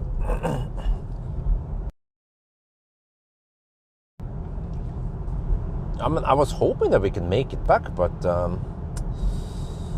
yeah, right now it doesn't seem like we can make it back.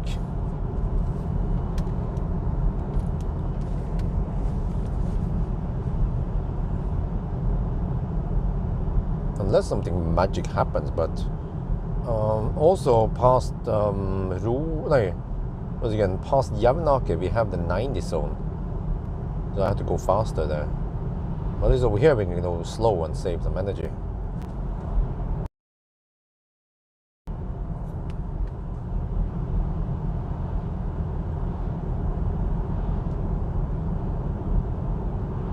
Wait, but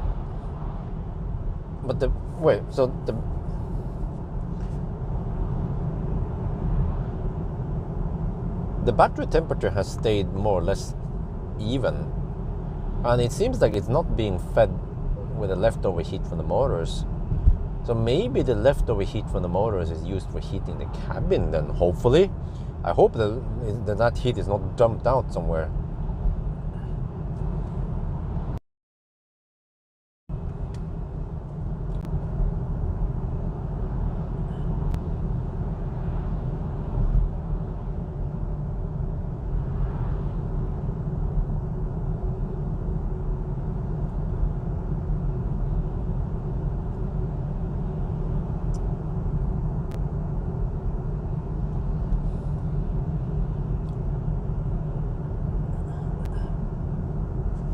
Oh shit, we have another slow poke here. Is that Swedish? No, it's Norwegian, but oh, there's also a fat e-tron in front here. Here is where you can hammer it. Or maybe not. Okay, I feel like I need to hammer this dude, man. Okay, let's wait a little bit and then try to go for it.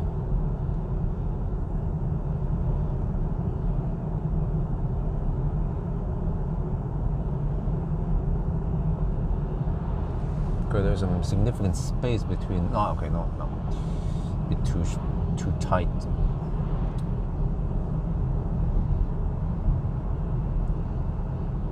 Also, too much oncoming traffic.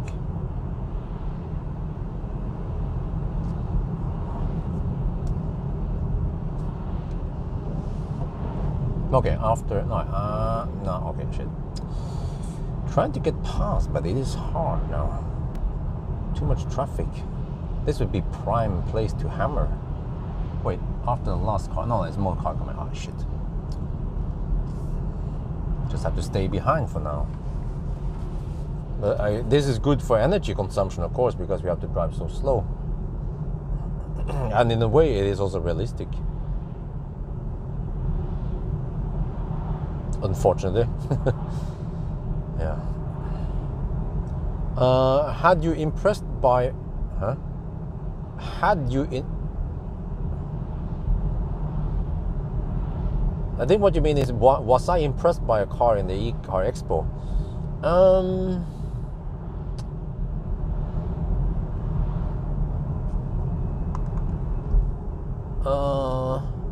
I'm not sure. Maybe Rivian. Rivian seems to be well built, and the quality, the look and feel. I mean, it seems to be nice and comfy. And it seems like they use some high quality materials. That was at least my impression. It doesn't look cheaply made, at least.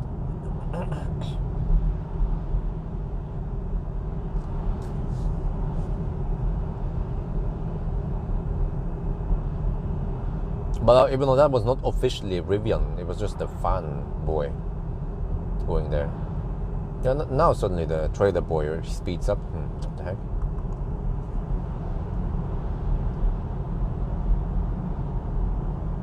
EMEA, it's kind of cramped in there. And the virtual mirror is silly placement. The angle is useless. How could they have? Did they not notice that this is not gonna work, buddy? No, let's make it into a functional pre-production car. Huh? The heck? Huh? Congratulations. What? Oh, you're ordered. Okay. All right.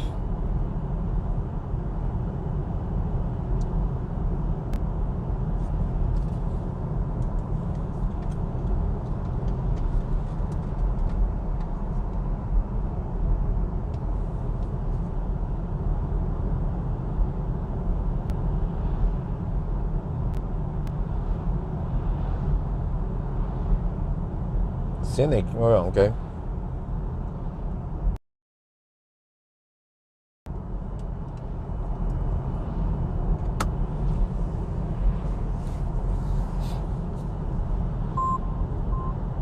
Oh! Auto steer works suddenly. Impressive.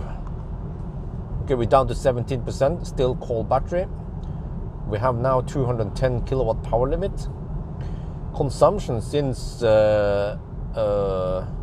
Hemsedal is 152 watt hour per kilometer. It is remarkably low. It's going to go up soon because we have to go on the high speed stretch around Rua. 90 kilometers per hour speeds. Yeah. And the Germans here, they'll be like, lol, that is nicht high speed. That is slower than the Landstraße. In Germany, yeah. No joke, man.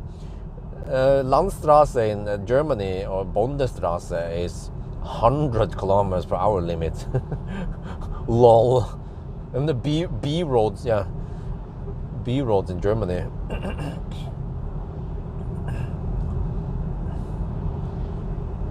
Man, now that auto stay works, it just jerks on the steering wheel, not going straight forward. Maybe I would just want to disable that shit. Yeah, okay, I disable auto steer. It's useless. EV9 Scenic i5 AX30 I haven't tried 3008 or Seals. I cannot comment on something I haven't tried. But what is the question? Which one can take the most banana boxes? Which one can charge the fastest? Which one is the cheapest? Which one is the best looking? Which one is the most efficient? There are many questions to answer. Car, the yes, none of them. I would actually consider G9 to be car of the year. The only minus, the big minus I have with G9 is the stupid auto steer. Yeah. But it does everything else pretty well, so yeah. But that would be 2023 car of the year, kind of late.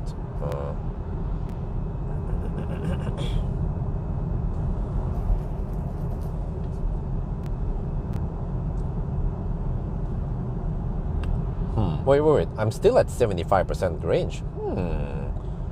Okay. So the range has stayed, the remaining range has stayed unchanged now, because we are going dog slow and we're going slight downhill.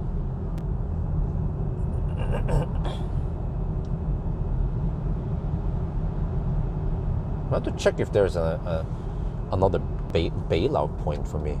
Wait, I'm navigated to Jessheim, right? Okay. What if I navigate to Gardermoen? Plantasjen.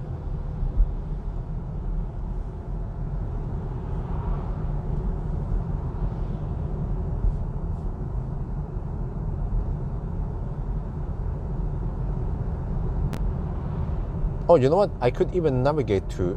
Oh, there's a bailout point. Circle K. Circle K, but there are many Circle Ks. But let's see.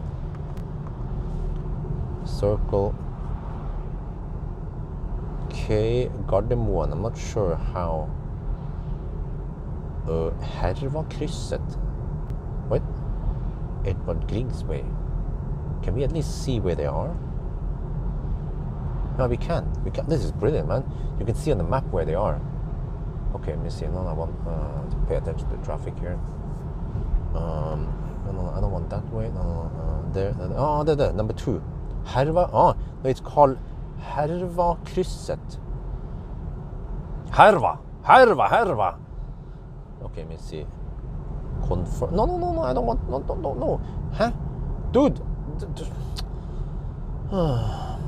Javnak. What the heck is that shit, man? No. It added a charging stop automatically. I don't want that shit, man. Route options. How do you delete the charging stop? Oh man, this stupid system. Can you? Are you for real? Let me see. How is that again? Route options. No. There. Yeah. There. Okay. Charge. Recharge. Delete. There. Holy shit, man! This is clumsy. This miss. I don't. There. -4% at Hervakrysset. That is one bailout point, but I still can't reach it, I think. Interesting. Now it says 75 kilometers to that point, and we have 75 kilometers of range. Okay, we will, by the end of the day, we will see how many kilometers we can go. But it's supposed to be 440. So if we bail out a little bit before, then okay, you'll see. But in the Polestar, you cannot choose to not show the. I mean, it will automatically add charging stops for you. You cannot configure it to not add charging stops, and then you have to afterwards delete the charging stops. So that's clumsy.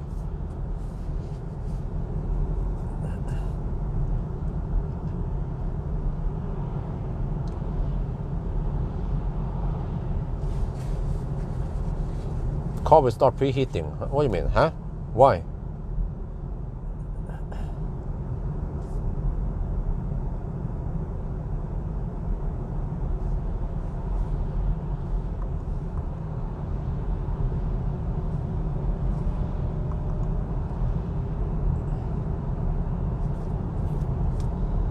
I navigated to Circle K. I did not navigate to the fast charge at Circle K.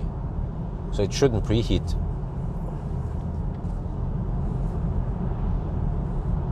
If it preheats, I will also notice it in car scanner that the inlets go up.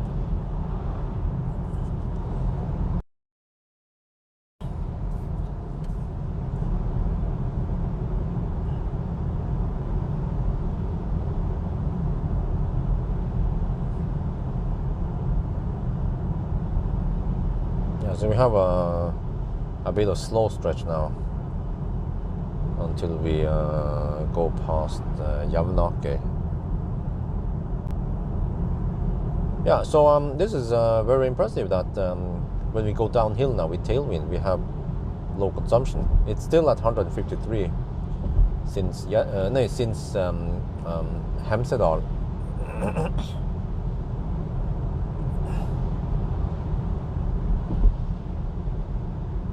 Estimate percent. It says 5% now at Circle K. Okay, which is even further closer. First, I navigated towards Jessheim, downtown Jessheim, which is further away. So, well, we can estimate if the state of charge scale is linear, 14% left, and let's say if we get 79 kilowatt hour. I have only 11 kilowatt hour left divided by 72 kilometer. So I have a budget of, I have a budget of 153 watt hour per kilometer just to get to Circle K. So right now, there is a 99% chance we cannot make it to Jessheim. And there's even a quite slim chance that we cannot make it to the Circle K. So which means that I have to bail out at Lund. No, I have to bail out at Roa then. Well, it's a bit wet, but it's -1 degree Celsius. It was dry, I think, this morning, but colder. But on the other hand, it is realistic. Actually, wet road like this is very common in Norway during winter, when the temperature is around 0 degrees.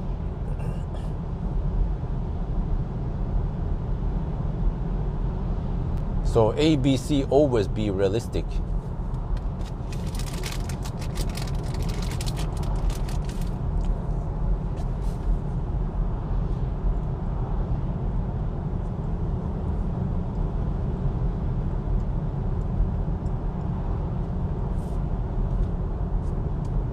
Dude, that guy has high beam on.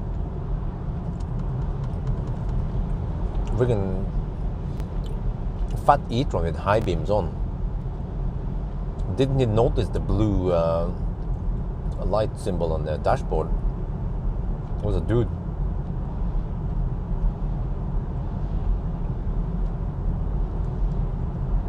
No, I flashed at me and he slowed down.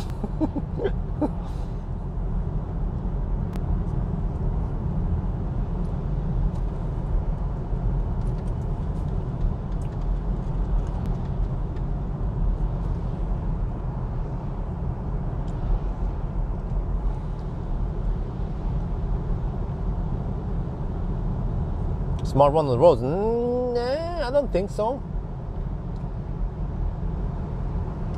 Or smart #1, man. It's too long name, man.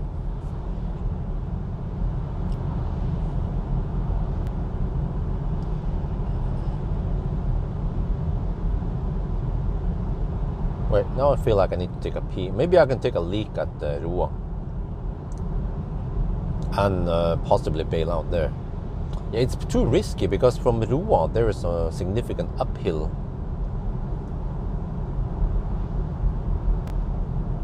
And then I'll run out of juice somewhere there, get stranded, so I don't feel like that. But even if I brought EcoFlow, it's going to take forever, man, to top up so I can get to the next fast charger. So I just want to pull out early before it's too late.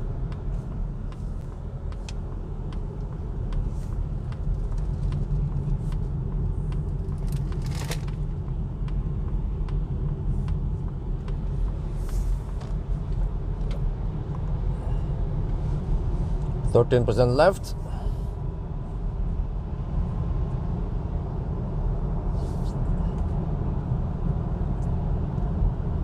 What do you think about this brand? That is a very open question. In what regard? Styling, efficiency, space, noise levels, towing capacity, service levels, warranty? You know, it's a very open question. Oh, did you mean smart? Not. Did you mean smart or did you mean Polestar? Remember to ABC, always be clear. Price quality. It is a nice car. Price wise, yeah, you get the big battery, good charging and all that. Quality, yeah, in general, pretty good stuff here you get for the money. Oh, the smart. Oh, Jesus, man. I give up. When it comes to smart, I haven't tested it, so no answer there.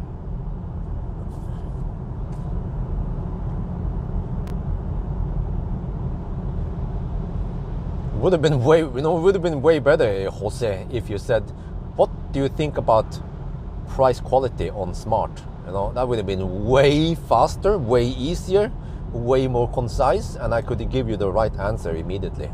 So now I just give up, man. Unbelievable.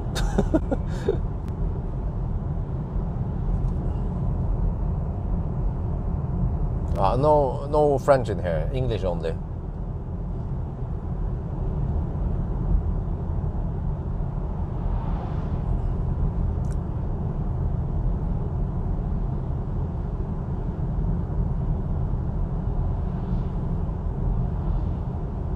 -2 degrees Celsius now. Well, it should be good condition for the heat pump to get good COP. Uh-oh, but we have, oh, what the heck happened there? We have suddenly 50 kilometers of range left.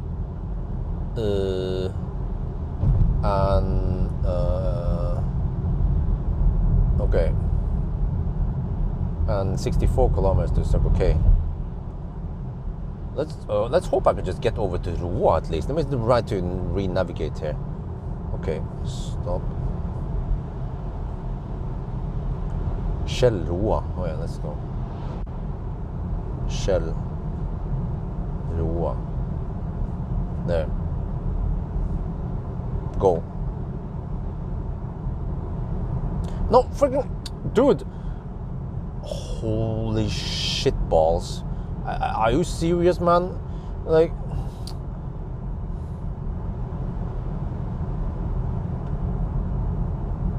what the heck, man? Like, the car's navigation wants me to stop at Mer at Hønefoss, then charge up for 15 minutes so I can arrive at Shell Roa with 42%. What is the point? How stupid is the navigation, man? This can't be AI, man. Are you for real?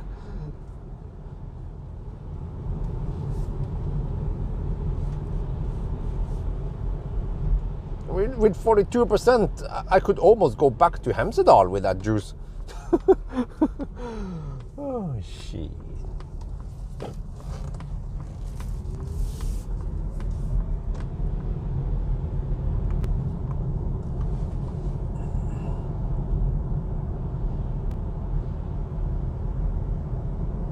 In settings, okay, let me check. I mean, is it that stupid by... where is it in setting? In the navigation setting thingy? Route options, okay, let me see. Huh? What? No, I know nothing there. Okay, maybe I have to go to the other setting. It's clumsy that there are two different settings. Right, is there something here with the navigation? No? Where the heck is it? Okay, can you tell me where in the settings it is? Because I cannot find it by just looking. If it requires reading the manual, then that is poor design in my opinion. I don't know where the heck where can you set it?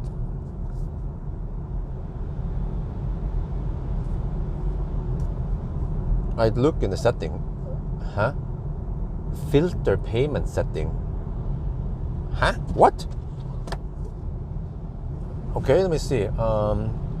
Traffic guidance. Route options, no? Huh? EV payment filters is grayed out.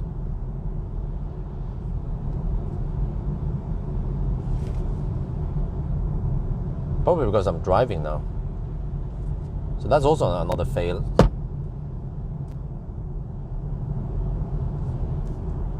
But just the fact that the car wants me to charge 15 minutes so I can arrive with 42%, that is madness.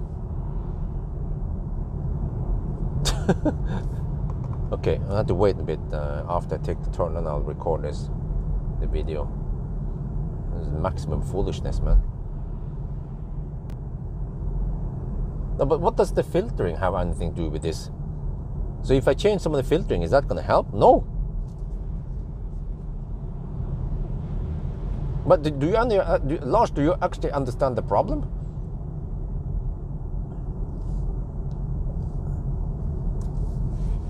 Well, does it matter that I change the filter? Because the problem here is that the car wants me to charge 15 minutes at Mer so I can arrive with 42%. I don't think changing the filter is going to change any of that.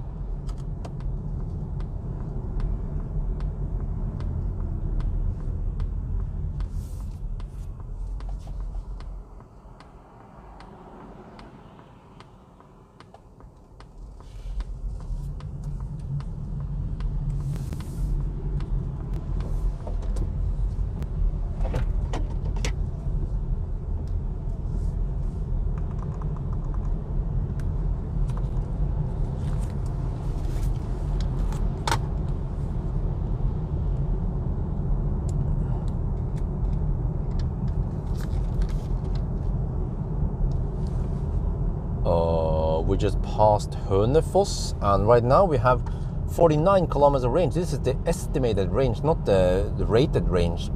So we have 49 kilometers of range, and we simply cannot make it back to Jessheim. So I'm now navigated to stop a bailout at Roa. You see, that's 41 kilometers away. Well, actually, this is weird. No, what the heck? But look at this. So, first of all, this stupid navigation does not allow you to disable this feature where the car automatically adds charging station. It will always add charging station, and then you have to click here to remove that charging stop. So, but anyway, if you look further, you will see that, so it wants me to drive to the Mer charging station and charge for 15 minutes. Okay, that's fine. Just so you can arrive at the Roa with 39%. Why? Why? I don't get this, man.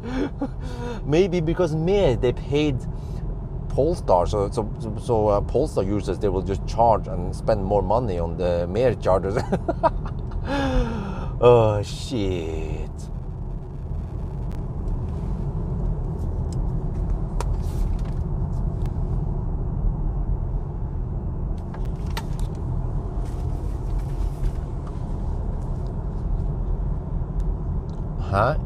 It creates routes for you only, including Tesla. What the heck? Again, what are you talking about? Lars Petter, I don't think you understand what the heck the problem is here. Whatever, I give up. Okay, let me remove that charging stop first. Not that it matters, because the car wants me to go back to Hønefoss, but so the distance is a bit fucked up now. If I just delete this shit there, so it goes directly to... yeah, now we will arrive supposedly at the Roa with 2%.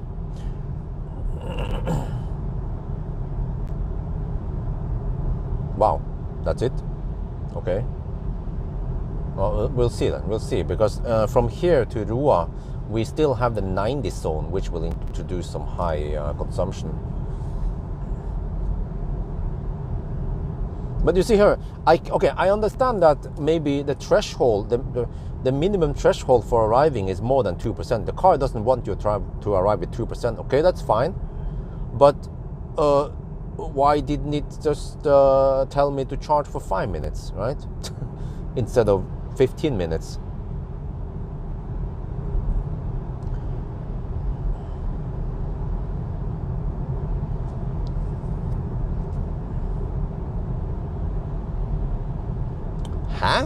What the heck does that have to do? Oh, so if I set it, then suddenly it will give me a better recommendation for charging. Is that it? What the heck, man? Why is it so stupid by default then?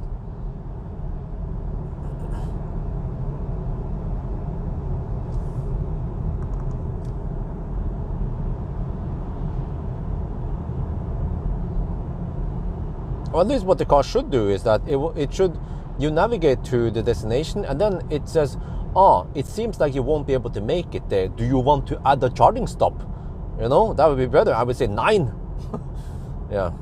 And then it will still calculate and then tell me that I will arrive at 2%. I'll be like, I'll take that chance. I want to go deep in my life.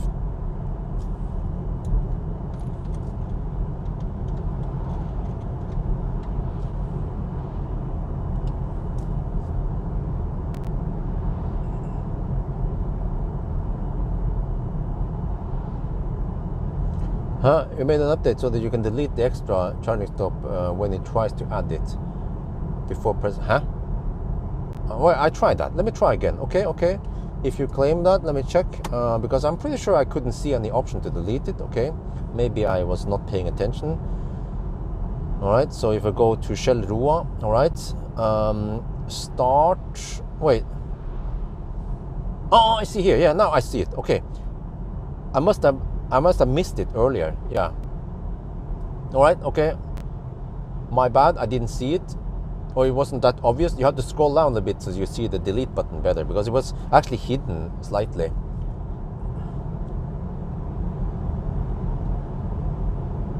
But still, it is still silly that you have to delete the charging stop. It should not do that, or you should be able to configure it so that you can go there directly. or like most other cars. Most other cars will ask you to add charging stop, not do it by default.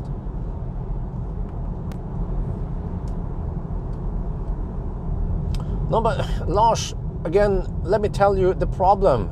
It is not that I want to go to Tesla supercharger or whatever. I navigate to Shell Roa now. It's nowhere near a supercharger. Whatever, I give up, man. Lars is like Polestar, man. He will not ask me what the heck is the problem. He would just do it. Keep going about whatever. I'm like, the heck, man.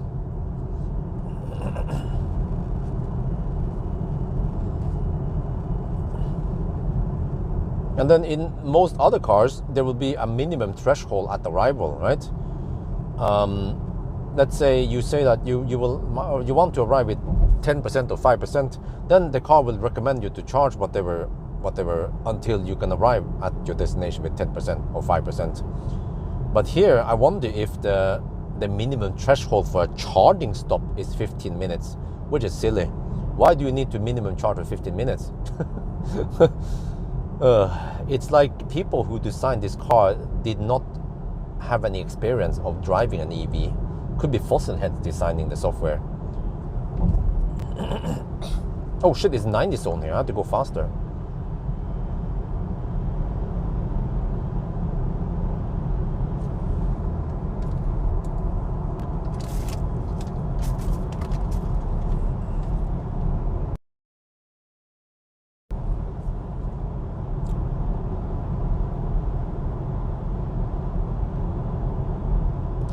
Yeah, I wonder if they use the same navigation system on the Android based. Well, I wonder if this has the same look and feel and functions and features and options like the one you find in Megane, for example, and also in Volvo.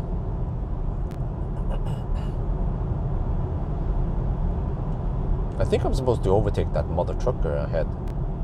Except for that, I'm only doing 87 kilometers per hour. Mother trucker might be going 88.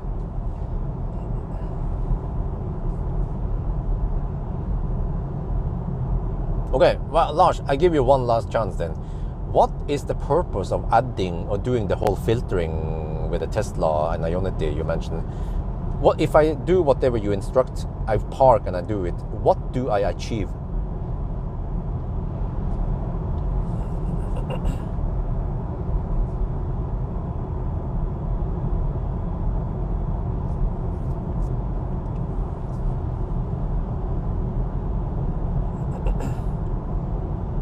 Wait, so 2% on arrival. Okay, we're at 7% now. Yeah, that's it. We couldn't make it round trip. So we have to say that it's false advertisement. Okay, I'm just kidding.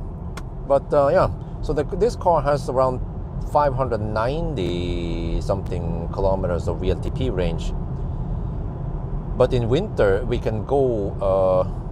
wait, let me see. What is the total distance? We have 20 kilometers to that. No, 16 plus. Okay, we will be able to go around 400 kilometers only during winter.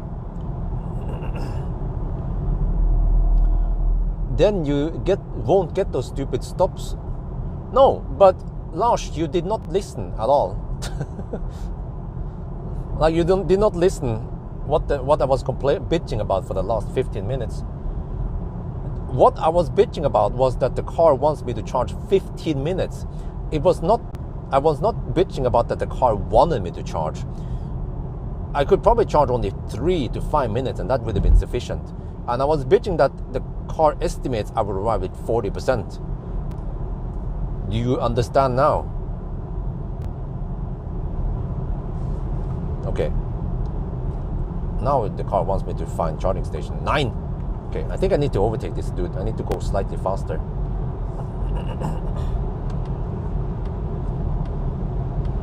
Oh, but you know what? If I overtake it, he's gonna hammer it downhill. Yeah, that is also the problem here.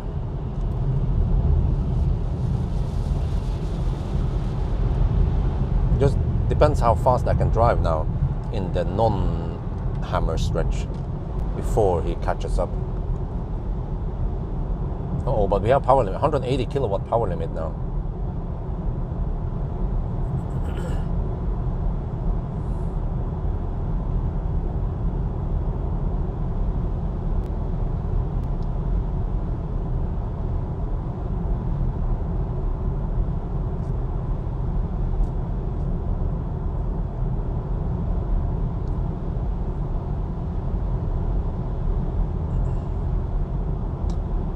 Well, like I said, we have now 178 kilowatt power limit, and so we have roughly 60% power left. Oh shit, 4%. Oh shit, we're getting kind of low now. Oh shit, we have 13 kilometers of range left, and we are 12 kilometers away. You know what? I might want to change my mind and let the mother trucker overtake me. In that case, I have to pull out in the SOS and. But I know that soon I will go downhill, but the problem is that I need to clear the mountain first, or the hill. We're getting dangerously low now, but it still claims I will arrive with 2%. Yeah, but what I was complaining about, that if there will be I was looking for some kind of threshold that you said that you don't want to. Well, okay, I'm gonna pull over here. Yeah, just it's funny, man, that the car was okay. Let me just okay. I'm gonna slow poke a bit. I'm gonna make it slightly more dramatic. We're gonna wait for the truck to pass, and I will slow poke up the hill. There, okay. Oh, there's another. Okay, there's another van coming. I'll let the van pass also. Yeah, okay, but you might have several kilometers at zero. But I don't want to go past zero. Plus that the battery is cold. Well, actually, no. Oh, now it heated up. Huh. Okay.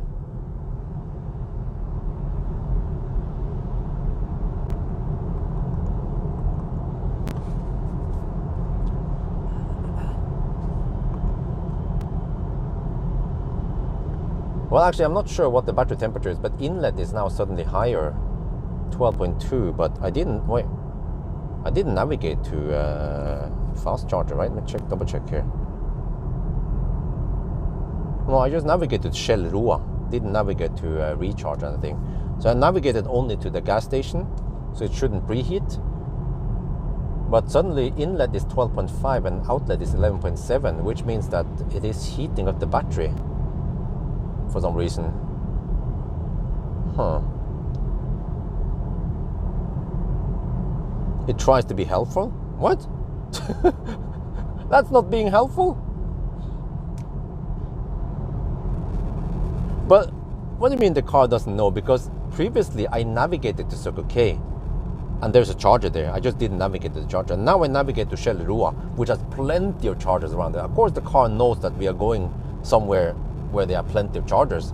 So there's no reason to charge with 44%. I mean to arrive with 42%. Yeah, it is higher because the voltage is low. Oh, I'm not sure what the heck is going on. But we are now at 3%. This is getting kind of scary because we still haven't cleared the hill yet.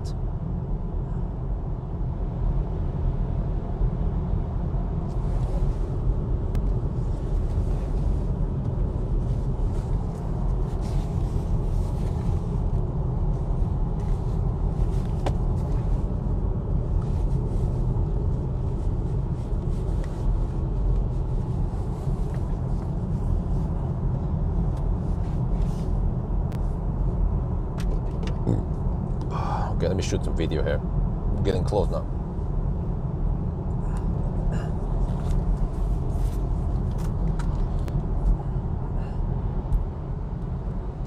Well, yeah, 3% is plenty as long as you can get past the hill. Okay. And it's summer, maybe. We are getting close to Roa, and yes, we are down to 3% with cold battery. Wait, can you see anything? There. Uh-oh, we have power limit now, roughly 60% power left. And if you see here more in detail, we have, well, it's kind of hard to spot there, but 168 kilowatt power limit. Okay, so yeah, I have chosen to bail out at Roa We will supposedly arrive with 2%. So yeah, let's hope we can make it there then.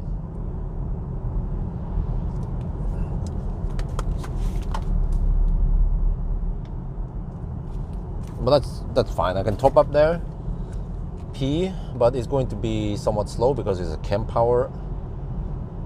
300 amp. Maybe I get 100 kilowatt. Maybe I cold get anyway. So I have to charge up enough so I can go over to Gardermoen and top up more over there. Let me see. Then I have to exit. Yeah. Okay. Yeah. There's still no turtle mode, and I still have 160 kilowatt power limit. But slightly disappointing, man, that you can only go around 400 kilometers during winter. I wonder how far Highland can go. Wait, maybe we should try Highland. I need to request Highland from Marcus Bil. Okay, the weather might be slightly different, but still, you know, close.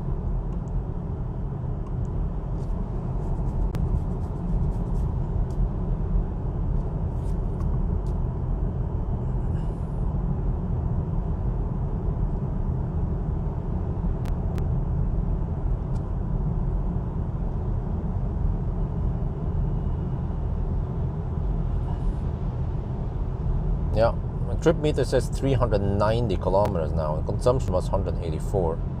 I can try to estimate the kilowatt hour. I think we actually get less kilowatt hour than we're supposed to get. But really? I mean, the battery is at 10 degrees. That should be okay. It's not freezing cold.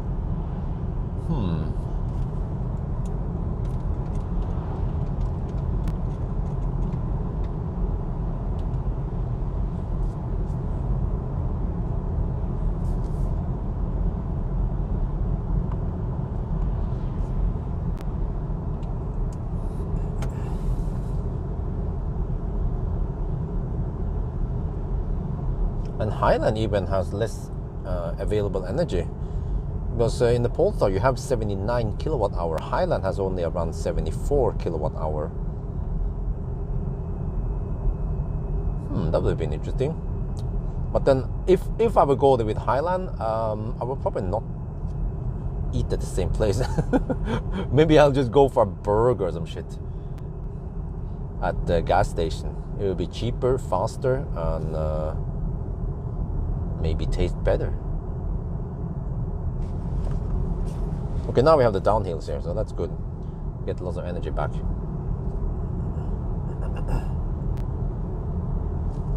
$300 kilometers only. What?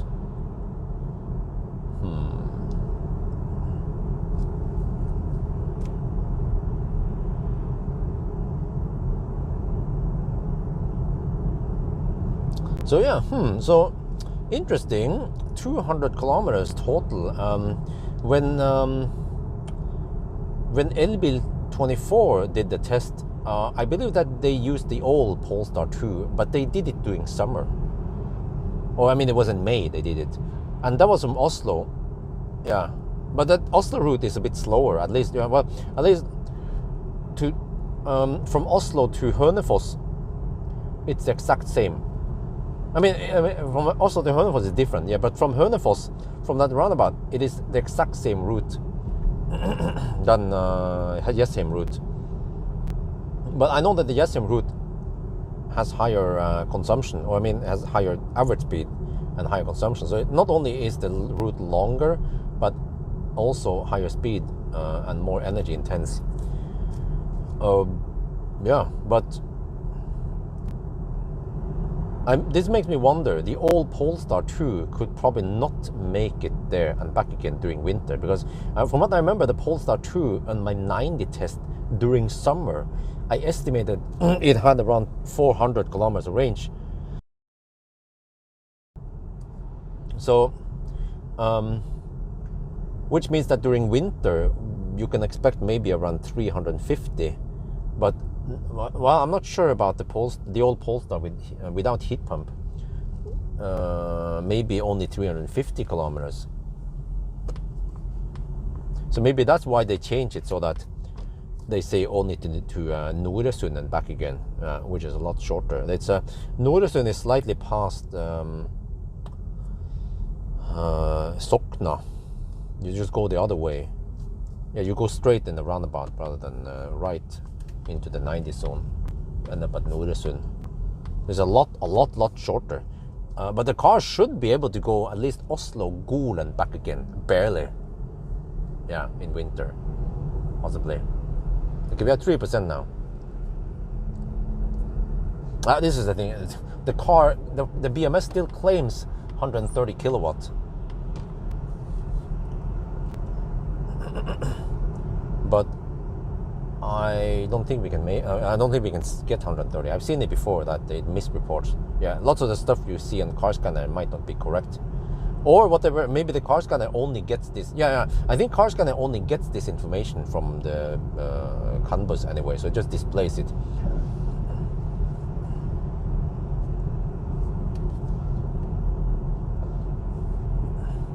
Yeah. So okay, at 3%, I could probably still proceed further until it dies completely. But I will also try to estimate now the net capacity based on what we see here with a cold battery also. But I don't consider 10 degrees Celsius that cold for a battery. I would say 0 or minus 10 degrees, that's proper cold battery.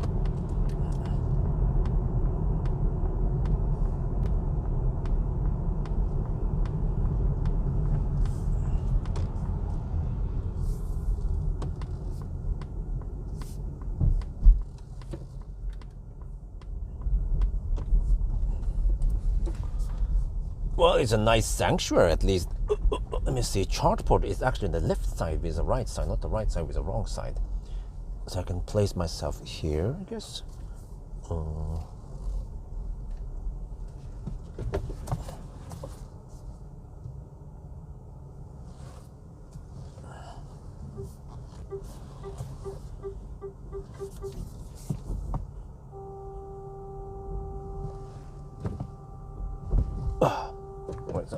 Okay, there you go. Right, let me see. So the end stats: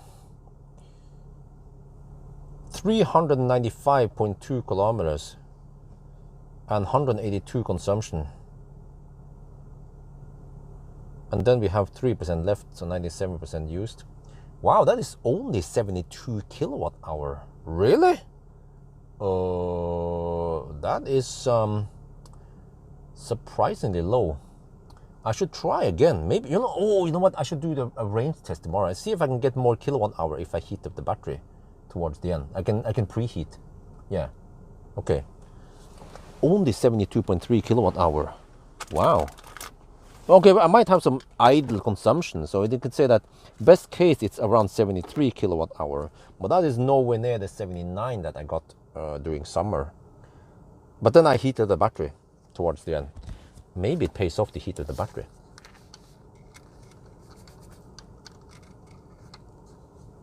Yeah, but I should do the same thing with other batteries, and at least many other batteries you get the same kilowatt hour even if it's cold outside, because as long as the car is well designed, then it shouldn't do this shit. Okay, anyway. All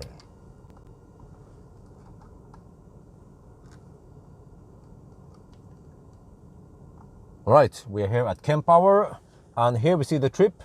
Well, this is from Jessheim, 395.2 kilometers. It can still go, well, it has another 13 kilometers of range. Okay. So that means a little bit over 400 kilometers in winter. That is still very good. And then there's consumption, but based on the numbers here versus how much we have left, it could seem like we have only around 72.3 kilowatt hour.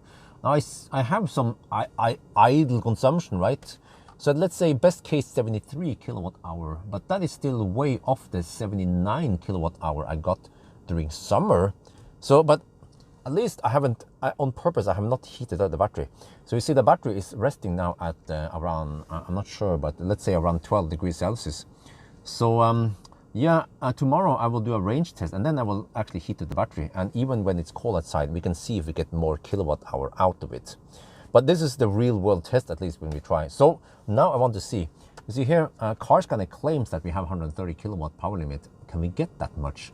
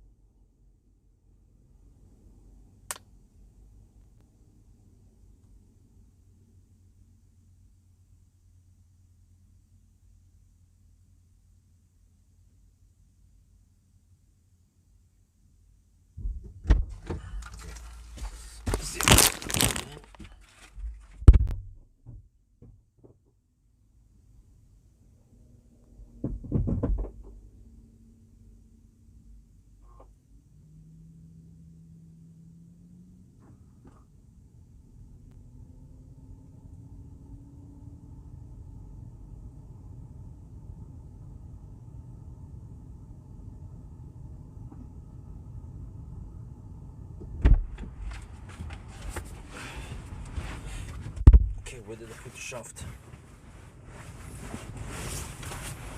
Wait, where did the shaft go now? What? I put it in the back. Huh? Where the heck did the shaft go? Oh, it's here, it's here. Okay, my bad.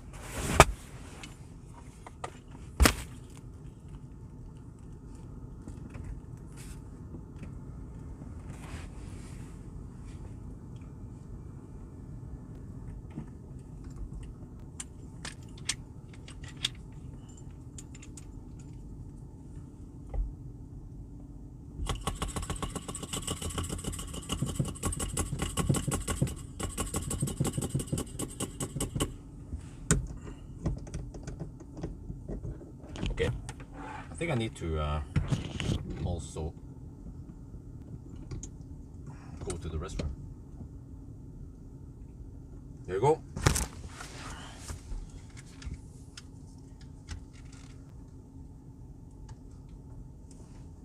Oh yeah, we're taking 90 kilowatt. Well, actually, no, this is from the charger, 90 kilowatt. And then into the battery. Oh, shit. Okay, actually, it's maybe better to see it like this. You see here, we have 82 kilowatt going into the battery. Here, inlet rises now. You see that? You can see the diff that it puts in 24 degrees in the battery inlet, and then that goes out is 17, so it loses around 8 degrees Celsius, which means that it's heating up the battery. So yeah, this is it. We can see in the temp power screen. We'll probably say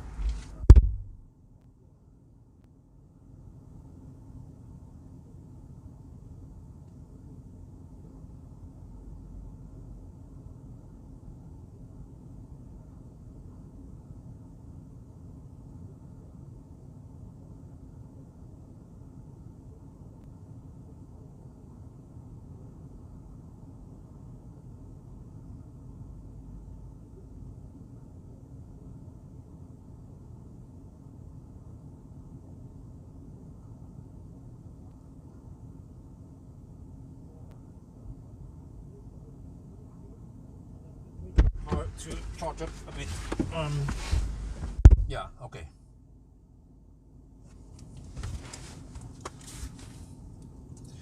Well, that's good. I need to, I mean, I don't want to go too deep or anything. Let's check something here. Now I want to go to, yeah, I will still, wait, do we need to do the whole charging test again, or can we just preheat and go to the supercharger instead? Let's do that, right? We already done the Colgate test now, kind of, you know, so we know how slow it charges at 3% even. So this time I want to go to the supercharger if it can find it. Wait, charging Tesla supercharger. It found that. Ah, it found it. Nice, 250 kilowatt. Okay, go. No, shit. No. No. Navigate again. Supercharger. Okay. Oh, you have to. Oh, Jesus! You have to scroll down to find the charging stop. Oh, let me just. I should mention that in the video.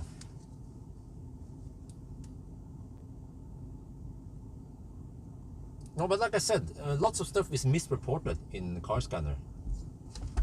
Or I mean, I don't know, but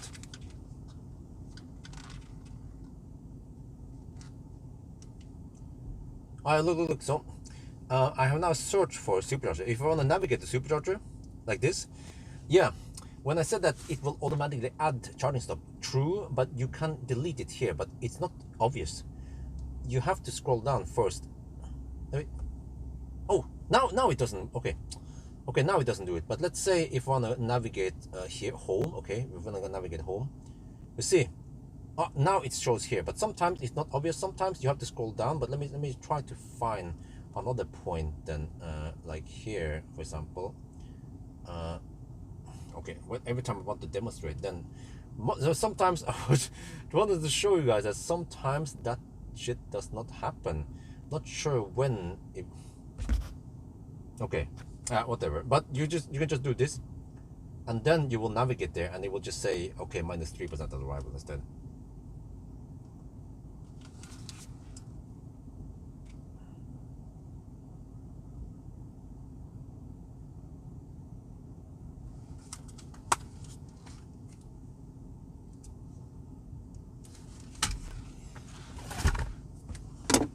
Okay, I'll be back. Wait, can I preheat the battery, or is it not possible? Probably too low state of charge, right? Oh, it seems to be able to do it. Okay, good.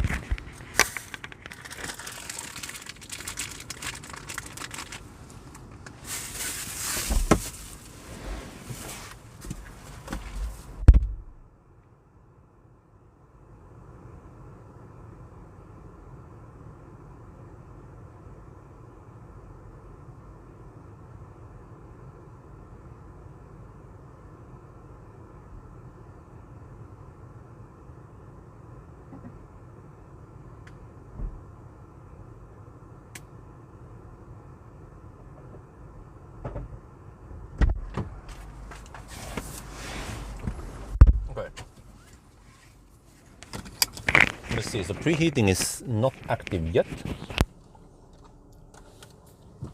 What actually is it? Oh, it is active. Let me record that.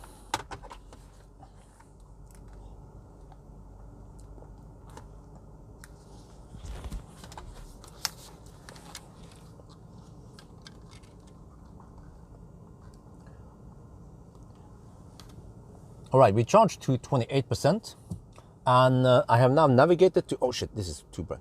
I navigated to supercharger at Gardermoen. That's actually 39 kilometers away, but the preheating is active.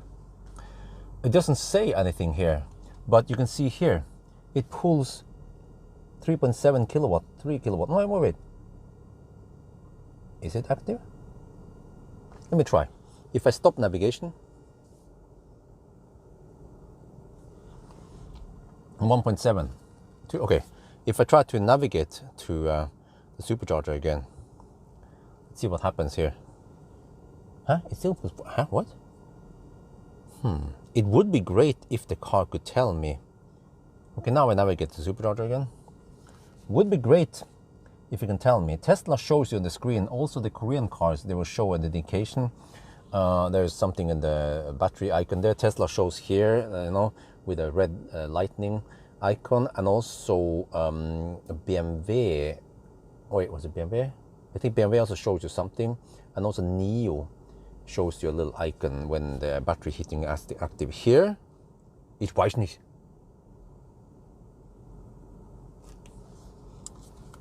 I don't think it's active yet. Oh, okay. Yeah, this is an indication that battery heating is not active.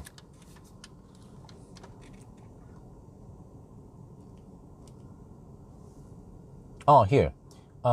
Based on this, it seems like it's not active. The inlet is lower than the... Huh? What?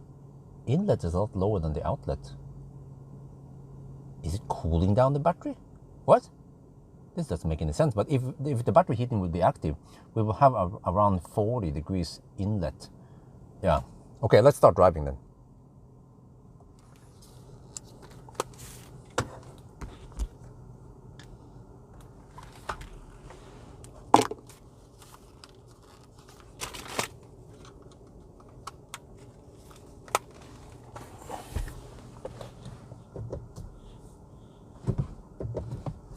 Okay, go. Yeah, actually this time we don't have to slow poke. The kind of slow poke test is over.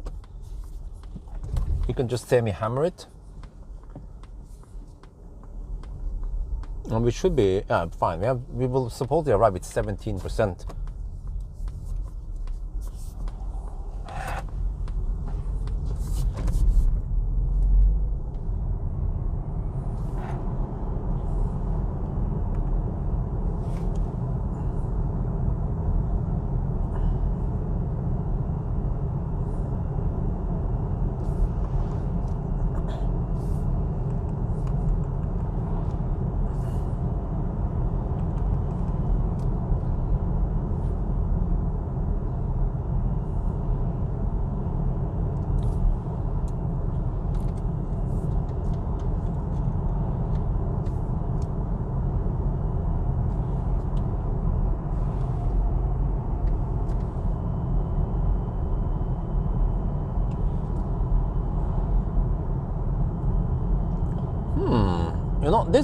This got me curious.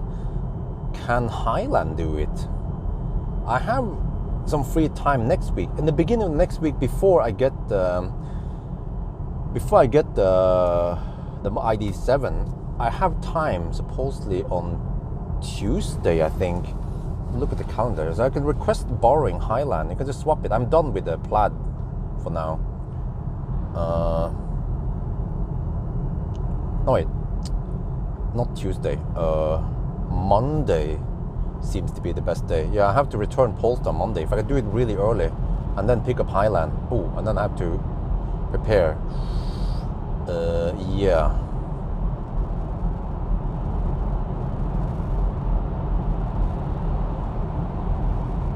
Okay. Then I should return the Polestar really early. I have to check, but that is a possibility. Otherwise, I have to wait until the next week, until the week after.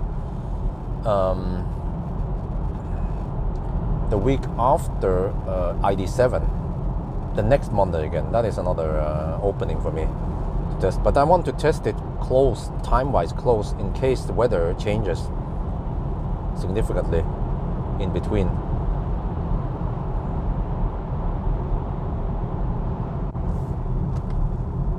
Oh, good. It's not going that way.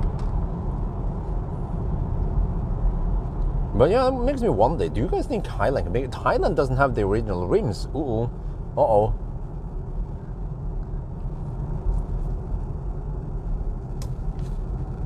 It has some aftermarket tires even, which is a disadvantage, and not the aerodynamic rims.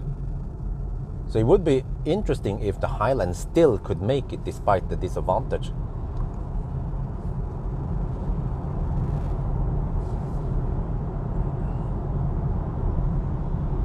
Bluetooth, it has both Bluetooth and Wi-Fi. OBD LX, the green one.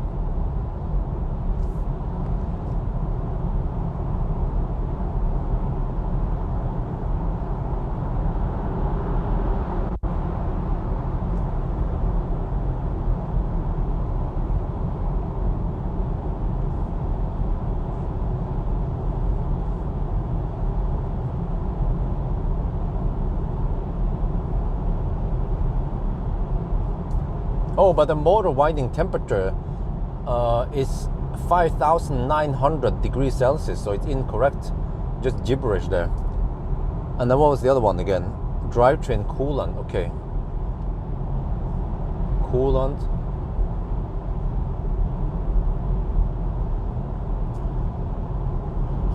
Drivetrain coolant is 20 degrees. Inlet and outlet, okay. Well, I can display inlet and outlet coolant, all right.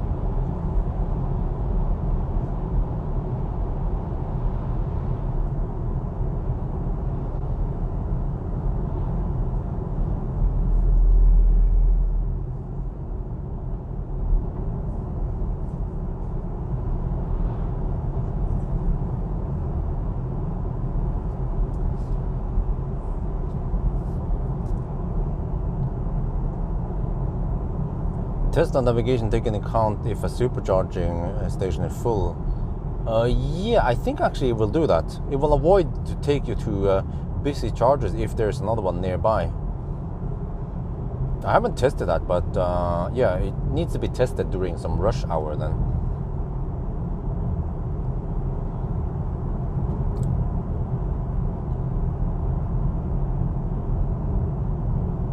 Well, preheating still hasn't started yet. I can see it seems that the battery is at around 20 degrees Celsius now. Battery inlet is 21 and outlet is yeah, it's around 20 degrees, 21 degrees on both inlet and outlet. Oh, but then what? And then suddenly the inlet drops to 18 degrees and outlet is still 20.8. That should usually indicate that it's, I don't know, scavenging heat from it. Can it do that even? Or at least cooling the battery.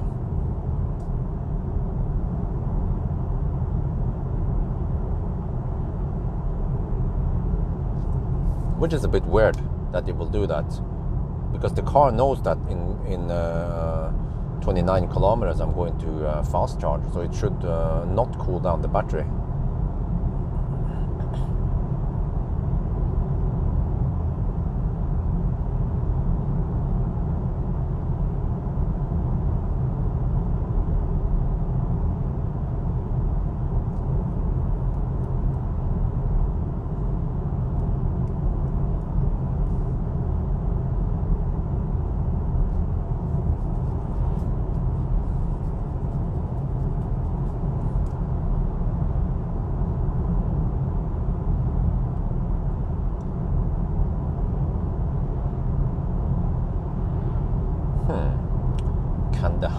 and go there and back again without recharging.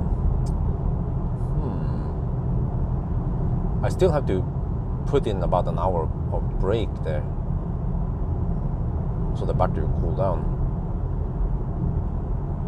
But I probably want to have a food break anyway at Hemsedal.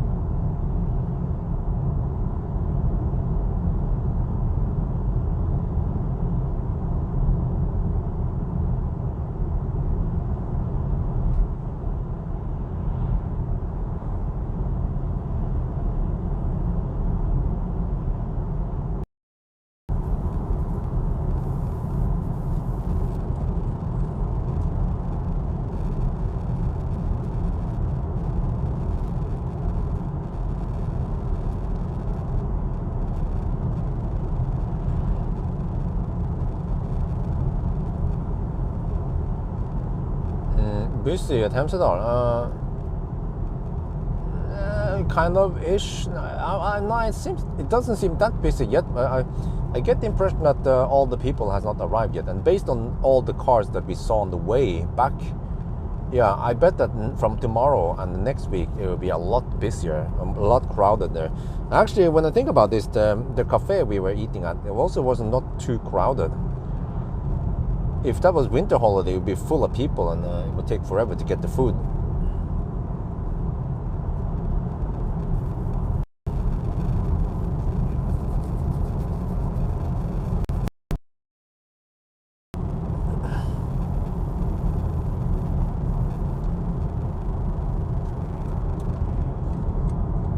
Oh, this is a nice and quiet road for now. Yeah. Not much traffic at all over here. And I'm even hammering it now.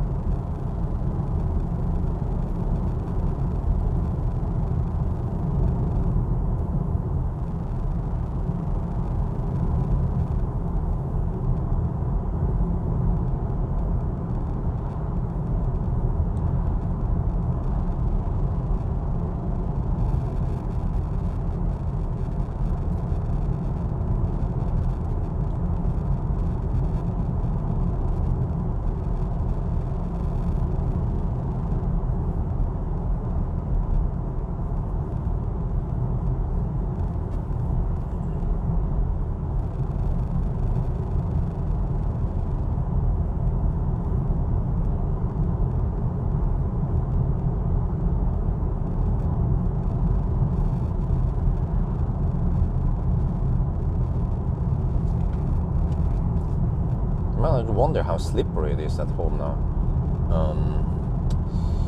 Hopefully not too slippery, because the Plaid is kind of parked in the way. Maybe I should move the Plaid before I attempt to put this car in. I had to park the Plaid in a weird place today, yesterday, because otherwise, it would be deep in the water, and then during the night, it was raining a lot yesterday, so my parking lot is flooded. I tried to drain some of it. I'm not sure how much was drained until it clogged again. And then during the night, last night it was last day, right? Yesterday it was +2 degrees throughout the day and raining. But during the night it chilled down to -6 degrees. So now we have nice ice skating arena in front of the house. Yeah, so at least now it's safe to park the Plaid there in front of the easy box again. Yeah, but I have to pay attention. If the temperature drops significantly, the ice will break, and then the Plaid will sink into the ice. And then what could happen is that, actually I don't know what the heck would happen. If I would park the Plaid in the water, in 5 centimeter water, and then it freezes during the night, then what? Will the car be stuck there until I have to wait in the spring before I can move the car? Or I can pour some hot water there. or the heat blanket, but I'm not sure how the heck you're supposed to wrap the heat blanket around the tire, the frozen tires.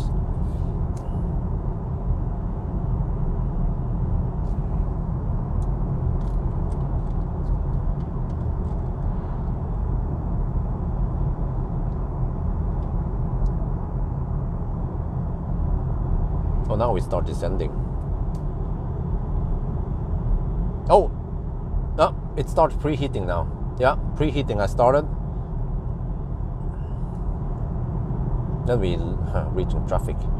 Okay, I might be able to overtake them.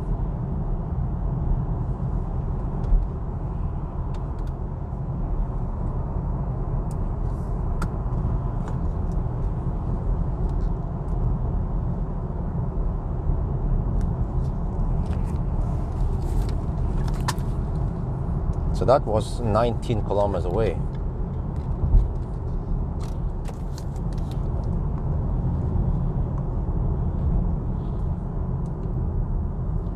Oh, we are now 18 kilometers away from Superdodger Gardermoen, and preheating has started. The way I can see it is that inlet here is now 45 degrees Celsius, outlet is 39. Yeah, and as I've shown it before, there is no indication whatsoever that preheating is active for the normal users.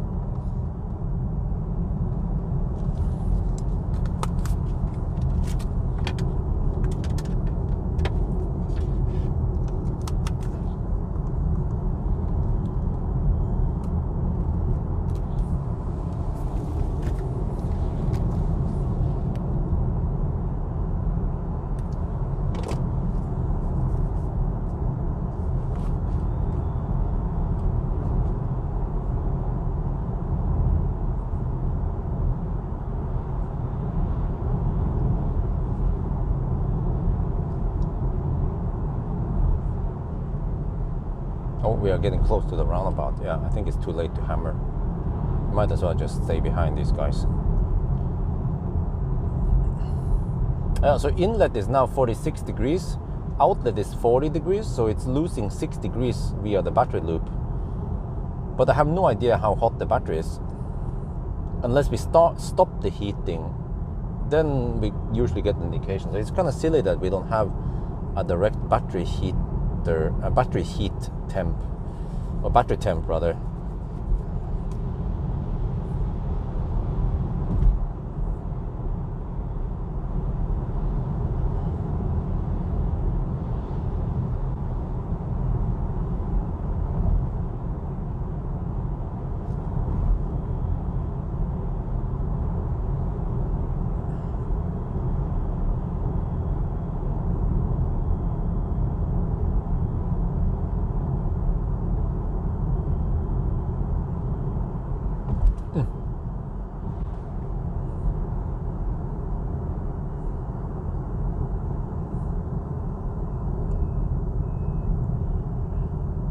But Norwegians, do they go for the Polestar PP performance pack?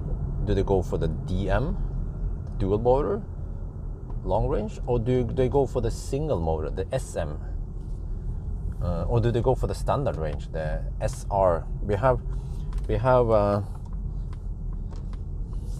LR PP, LR DM, LR SM, and then SM. Wait, and then SR, SM.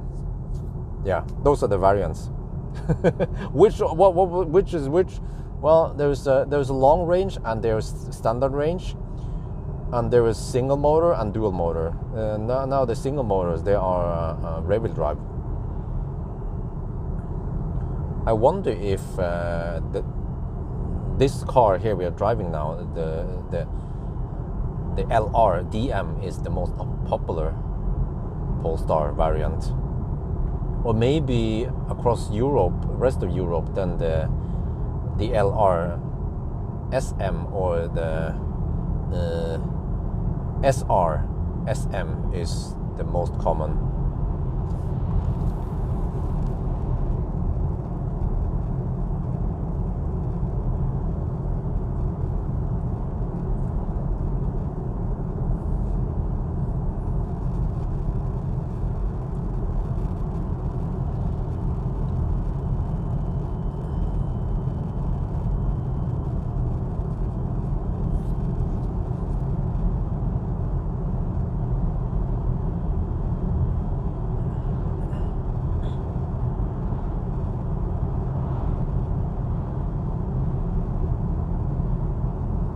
Yeah, Norwegians, yeah. And I don't think they care too much about PP. But the PP, well, you can configure PP to be softer, but you still have to deal with 20-inch wheels. So, me personally, I feel like the PP is a bit too harsh for Norwegian roads.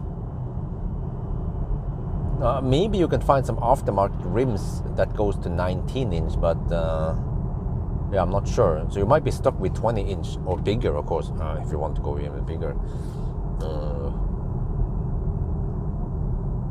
But I still feel like the regular the regular dual motor that I'm testing now, it's already plentiful, powerful enough. So the test tonight will reveal how good it is as the state of charge drops. So yeah, I suspect that battery is the limitation here. So which means that if you get the power in the PP, you might only get an advantage until 70%, right? Unless they synthetically tune it so that the PP is faster overall.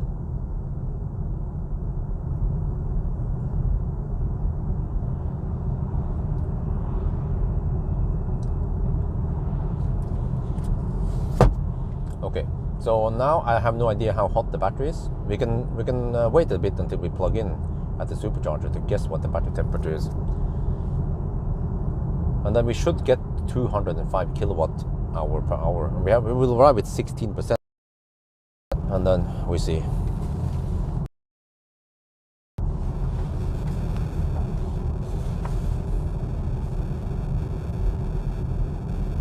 But yeah, what was the price again? 750 or something, or 700k NOK. That is a really good price for a car with okay space, okay towing capacity, really fast charging, pretty good range. Actually, the G9 was remarkably efficient for a Chinese car, at least. Chinese cars in general, they're not that efficient, and it's a I don't know if we should call it SUV or crossover. Probably SUV, right?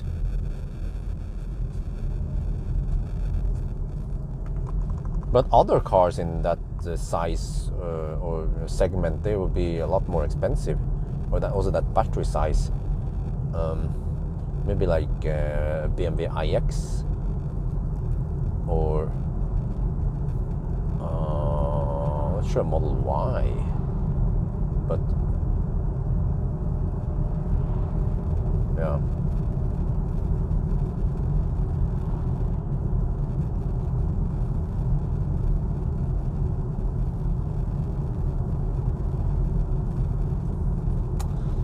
So we could not go 440 kilometers. Well, okay, so if I would do it by the NOF standard, right, it seems that the car could go around 410 kilometers.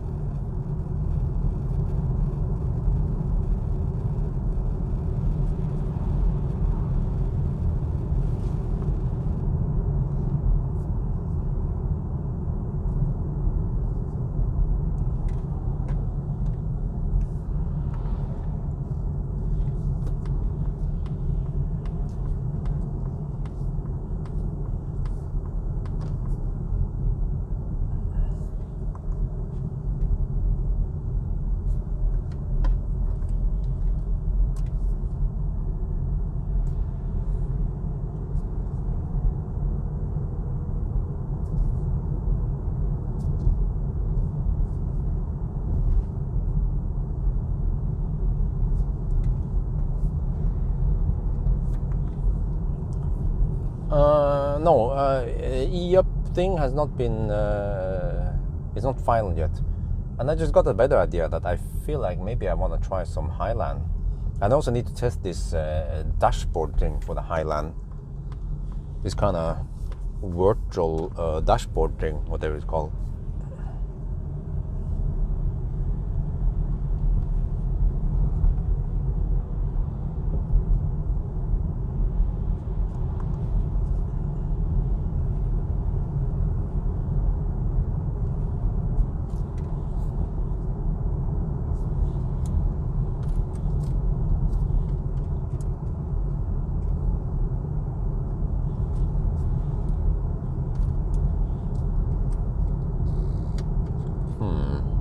So I could ask Marcus if Highline is available, and then I can push out the test. Yeah, maybe if I can borrow Highline for just a couple of days and then switch over to the E-Up when I pick up the ID7. That could work. Just have to ask if Marcus is up for it. Because I think Marcus uses the Highland. He was amazed of how well the Highland drives and the comfort level. I was like, yeah, I know. 1,000 kilometer challenge in the ID bus. Huh? What? Have you not watched it before? I've done it a while ago. You should look in my YouTube channel. How could you have missed it?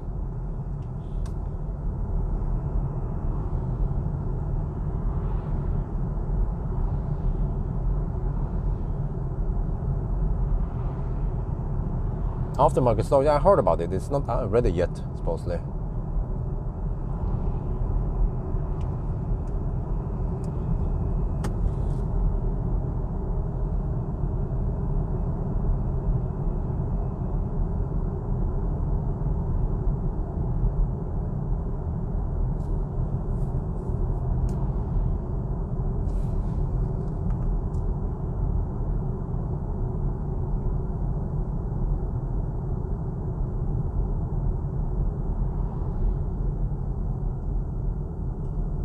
So here, Circle K is where I could have bailed out, but I simply didn't have that much range to even get here.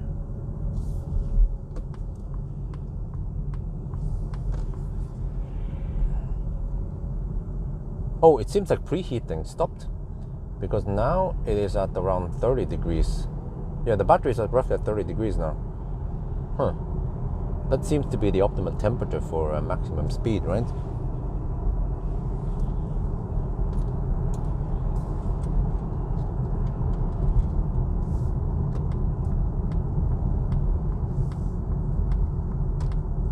ID family get the same software ID7. I don't know. One thing I wonder is will all the MEB cars get preheating before fast charging? That's the first thing I asked Möller about, and they were like, "We don't know." So okay.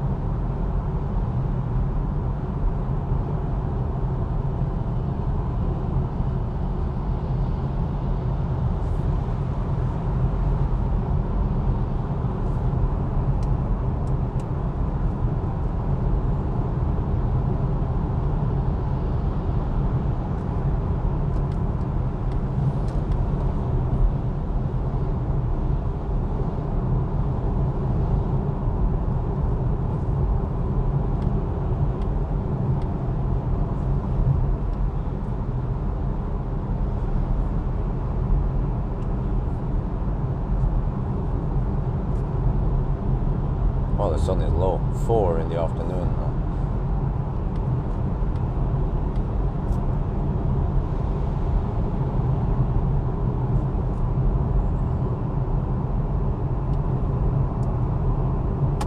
The Tavascan, huh? Where was that? It was the... Oh, that's the... Oh, it's gone again. Yeah. Where are the pages now? Trondheim. That's him. Exit here. Cupra. Yeah. And what the heck is the 4.0 you guys talking about? Is it the software? Let's see. Yeah, Gardermoen. Yeah, I have to go here. Gardermoen. Normally I don't take this route, but it should be. Yeah, it's gonna be more common. Yeah, but are you guys interested? Should we try Highland to Hemsedal?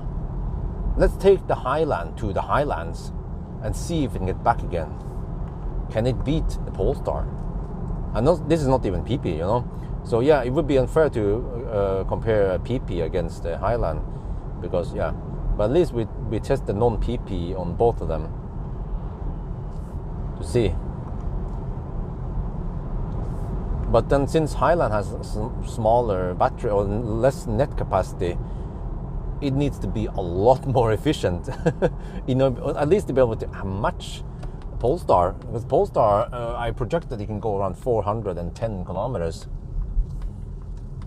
which would be almost back home. I would be missing out on, I mean, short on just 10 kilometers. Wait, maybe I can measure the weight here. Wait, or do I have? Yeah, I don't have too much heavy stuff with me. Okay, we can just measure the weight in case it is bugged or some shit. Yeah, who knows? So let's just do that, so we don't have to bother about that tomorrow. Wait, how do you get in? That is not an inlet. Wait, or is it? Oh, you have to just drive around. Okay, I see. Yeah, it's one way that direction, so we can go in here and then we have to drive around and then we check the weight and scale.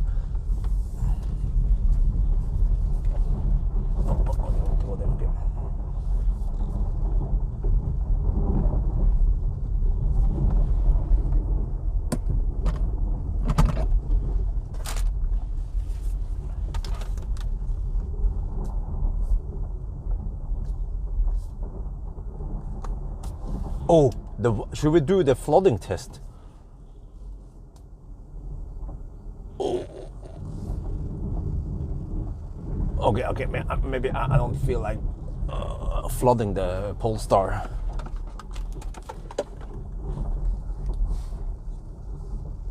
Okay, I have to ask. You can also test the matrix action. Well, you are assuming that we will get the matrix update, which we don't have yet. I'm pretty sure if Marcus got the matrix update, I will be the first guy he will tell it to, right? I'll be the first to know. Oh shit, we have some low light there. Okay, whatever, let's check now. How heavy is the non-PP?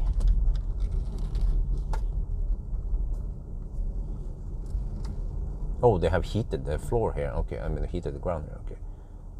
All right.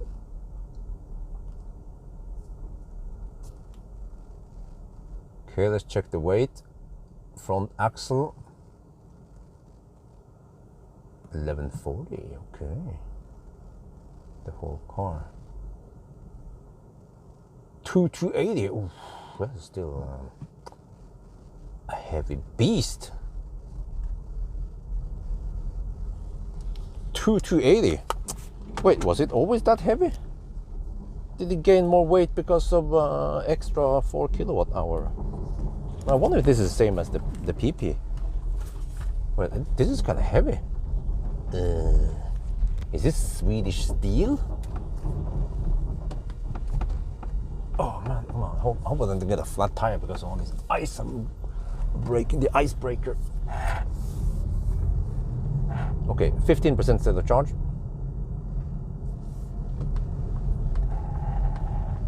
Well, that's the claim weight. The actual weight will matter once we'll see. Whoa, what the heck, man?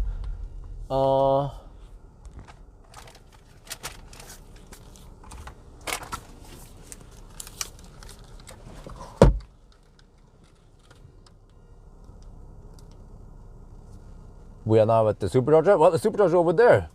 The road is flooded. Okay. Do I dare to go here? Oh, okay. Come on. Submarine mode now. Look at this. You get this nice strip.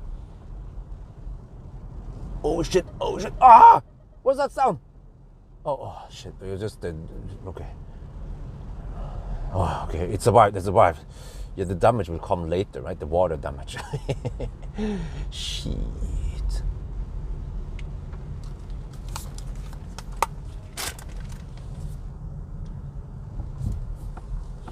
Wait, there's more. There's more water here. Damn. Okay, let me see. Charge port is on the left side with the right side, not the right side with the wrong side. I can just plug in over there at the thing here. No, maybe I should take the V3. I want to take the V3. Okay, let's take the V3. Oh, shit. Okay, can I just plug in behind the BZ4X? Yeah. Well, the BZ4 is using the wrong stall. Because it has a charge port in the front there. Oh man. Okay, whatever. Let me see. Let's plug in behind the Toyota. Because at least I have the charge port on the left side, which is the right side. Wait, do we have?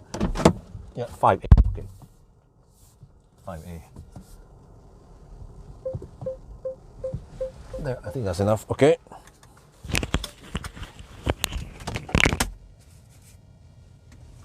Enable 5A.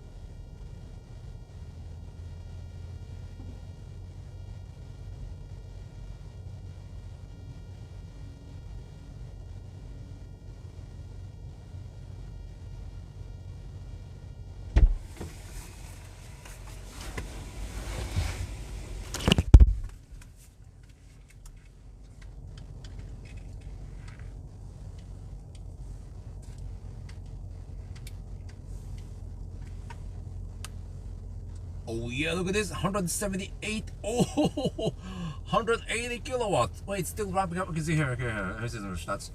Now it's not heating up. Oh, okay. It seems that the battery is at 28 degrees Celsius based on the inlet and outlet. Wait, why did it throttle already? What? Wait, huh? We're supposed to get 200 kilowatt hour per hour. What happened to that one? And it's not heating up the battery, so it's slightly cold gating maybe. Okay, whatever. It's still good enough.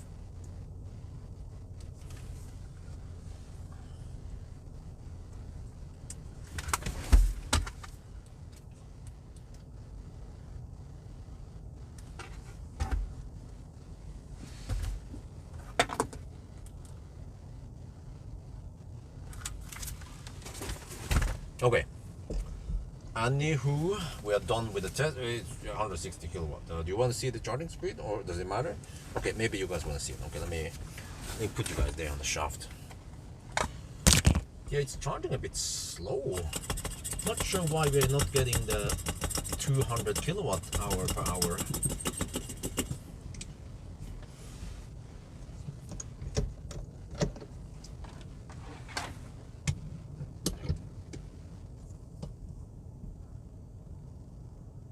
This is it? 150? I mean, I'm not gonna complain, but okay. I have to do some paperwork here.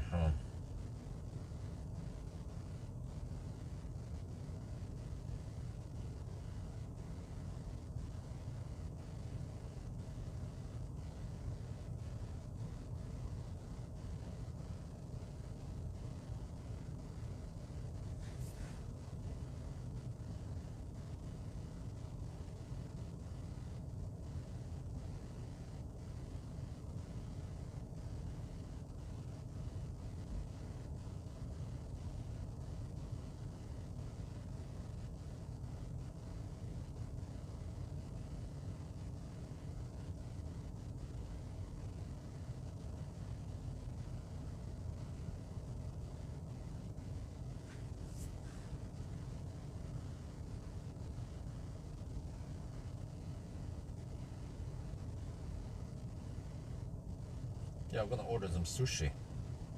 So we can charge for, I don't know, 10 minutes before the sushi is ready. And I can do a quick end point, or should I do it at home? Okay, whatever. I might end the video at home.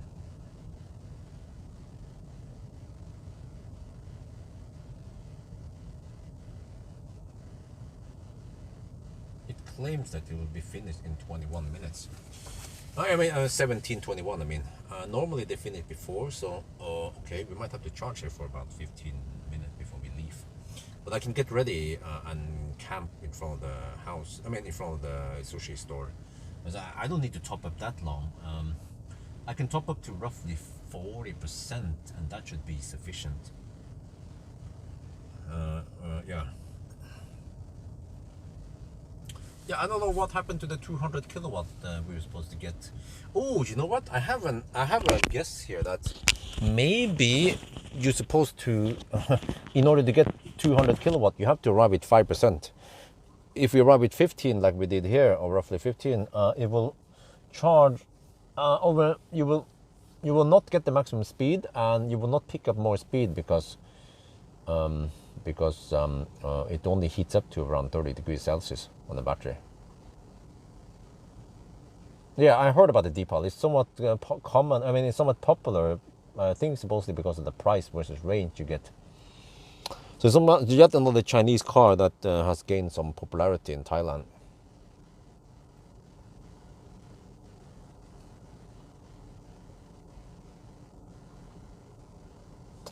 Well, or I can just take the N here. Yeah, how about that?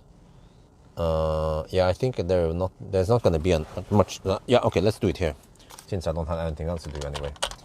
Yeah, BYD Auto 3 mainly, and also some MG4. They are quite popular in Thailand.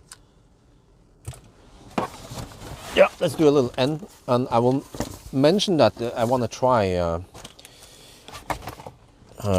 Highland. Yeah, I also need to message Marcus and ask him if I can borrow Highland. If I can borrow it from Monday to Thursday, for example, that would be great. Yeah, and I just have to find a day so I can get over to Hemsedal with Highland, and also I need to find a day where I can test the test logic. It's called some kind of dashboard thing you put on the Model 3, so it becomes like a dash, some kind of aftermarket instrument cluster, but you have to use your own phone for it. They've been bugging me about testing it, and I'm like, okay, let's just test it.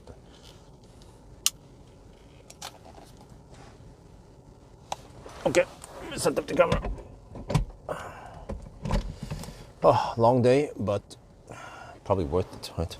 Okay, let me adjust.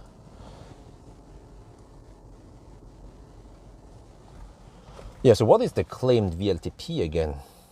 Not that this is VLTP, but I mean, VLTP is like a guideline for what you can expect. Okay, maybe I'm just not going to mention VLTP. Or I could mention it, but that this is not the VLTP cycle. Let me see.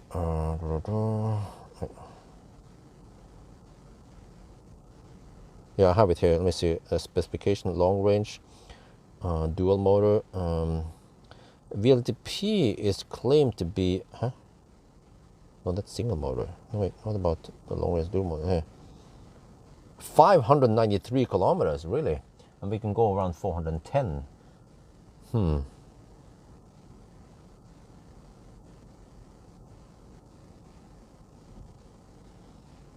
Oh shit, that's around 30% reduction.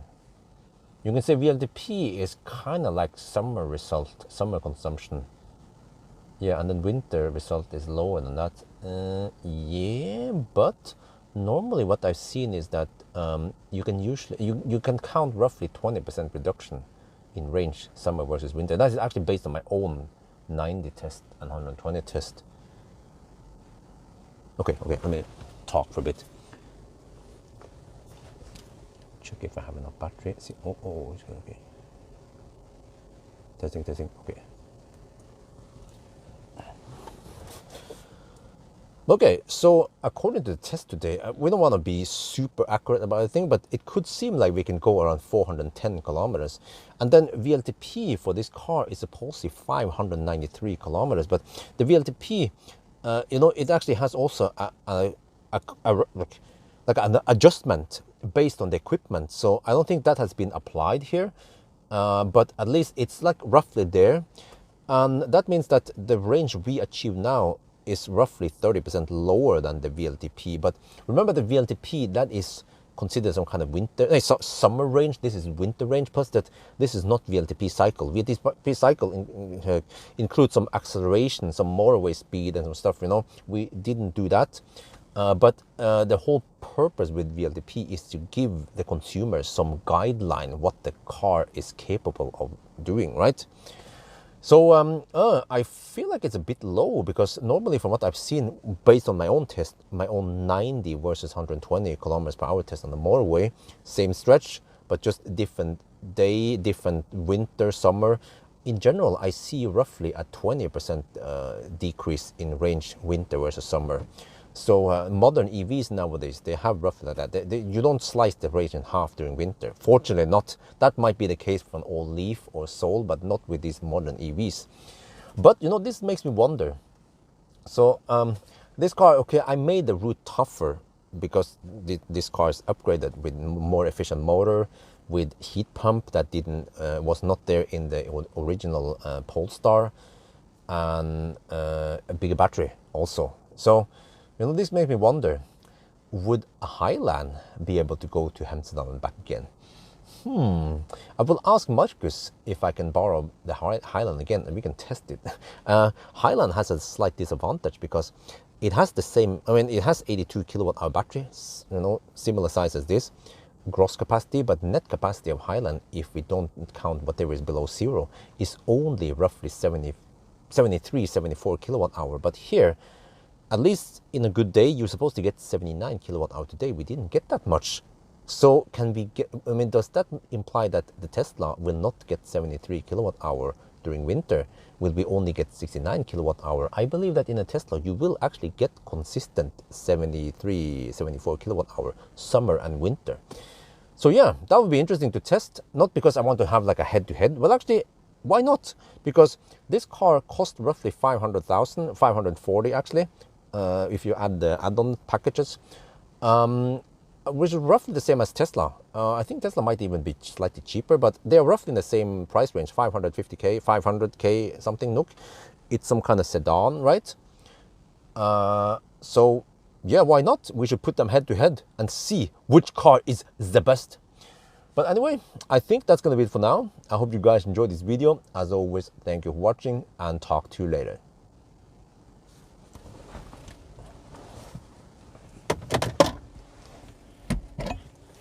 Okay. Are you planning to be back in Thailand soon? No. I might go there by the end of this year, but nothing is guaranteed yet because it boils down to money. Because if you want to go to Thailand with the whole family, plus come back here, I had to burn over 100,000 nook. Plus the money we're going to spend in Thailand also. But I feel like we need to go there because it's been a year since last time, so it boils down to priorities, and I have to work like a hero once I'm back here alone and let the family take care of the babies while I'm gone. What the heck happened there? Phone is not charging. What? What do you mean phone? What the heck, man? Shit.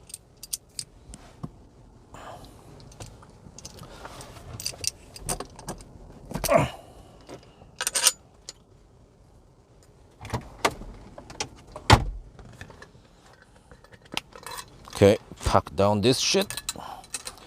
Now I'm just waiting for an SMS from Fuji Sushi that the sushi is ready.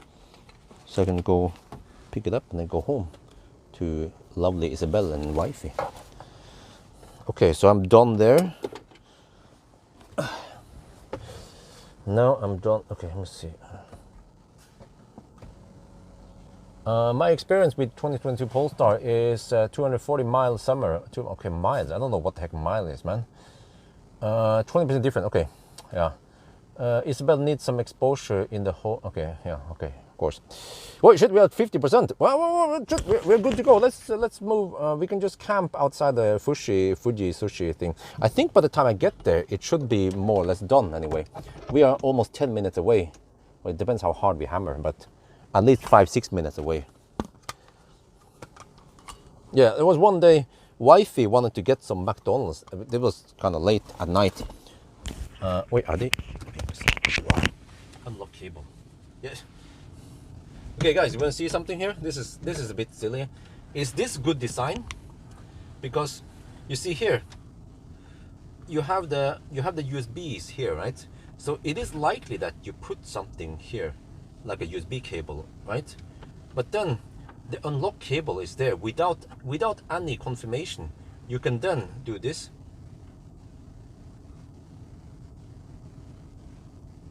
You see what happened? The charging stopped. Yeah. So you can by accident. That's what I did actually in the old days before I knew about this. I was aware of this. So they should have moved this button away up here, or they should at least have a confirmation that, are you sure you want to stop charging? Nope, it just stops charging without any warning. I think that's bad design. Some people might disagree. I wonder if I'm like the most critical car reviewers, and especially when it comes to software.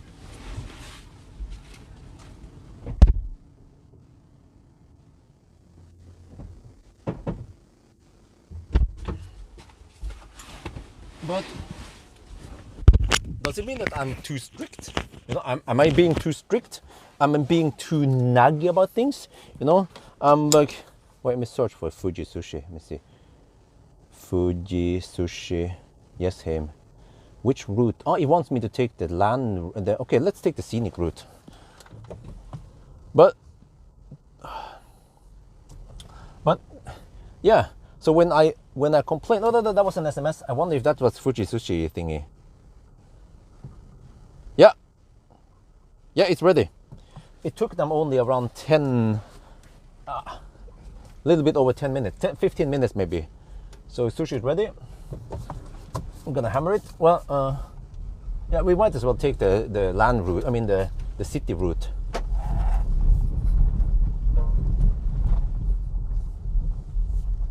Or is that the fastest? I'm not sure what Google suggests. Let me check here. Google might have a different idea of what is the fastest. Similar ETA, 2 minutes slower. The B route is possibly the fastest.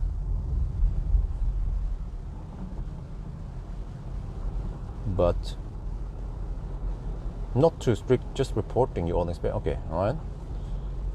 But why am I complaining about this? Because during some 1,000 kilometer challenge or I think some Arctic Circle run or something, I don't remember, but in the beginning when I didn't know about this, I would by accident stop charging and I would blame the car or the charger or something, blame Ionity or whatever for it, until I noticed that, oh, the cable was there. I was like, is it likely that a cable would be there? Yes, because of the stupid placement on the USB port. Man, the USB port is such a... Okay, let's do the scenic route today. What was that? There's a dude there. Oh, okay. And they still haven't fixed it, even today. Maybe because they don't care, or because other people don't, or maybe because people don't use the USB port, so there's never any cable there. But even if you would bump into that by accident, which is of course way less likely, there is no confirmation. You know, everything. I mean, why not? You know, in the BMW, you can reset the trip meter without confirmation.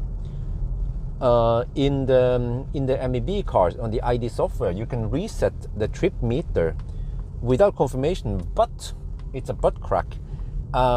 It's not consistent. It's how is this again? If you reset the regular trip meter, there is confirmation, but if you reset the trip distance, the one that has decimal, it instantly resets without confirmation. In my opinion, as a software engineer or whatever developer, there should be a confirmation for something like a reset thing, since there is no undo, you know.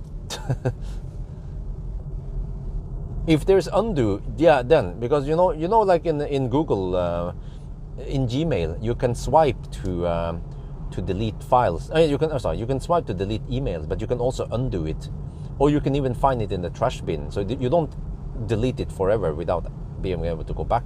So if there is some kind of quick movement to do something without confirmation, you should be able to go to at least roll back, or yeah.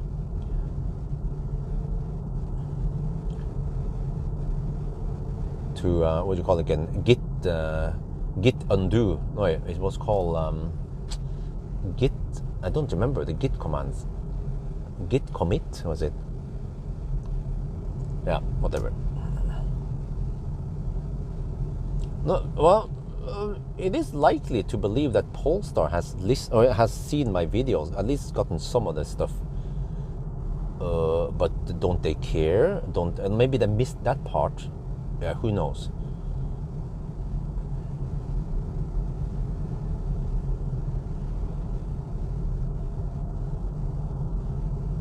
No, I don't think it was called a rollback. There was another command for it. If you guys actually know the Git commands, I haven't used Git for ages, man. It's been almost 10 years since. Yeah, it was when I had Millennium Falcon. I was using some Git.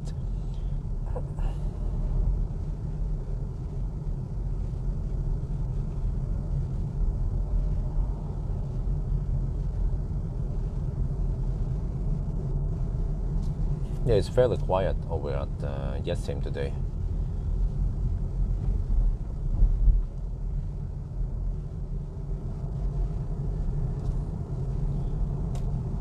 Because I believe that many people who live in Jessheim, they work in Oslo. Rebase? No, rebase is another command. Yeah.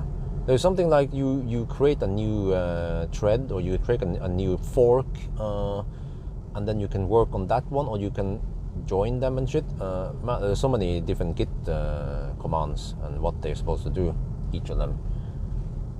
Don't remember.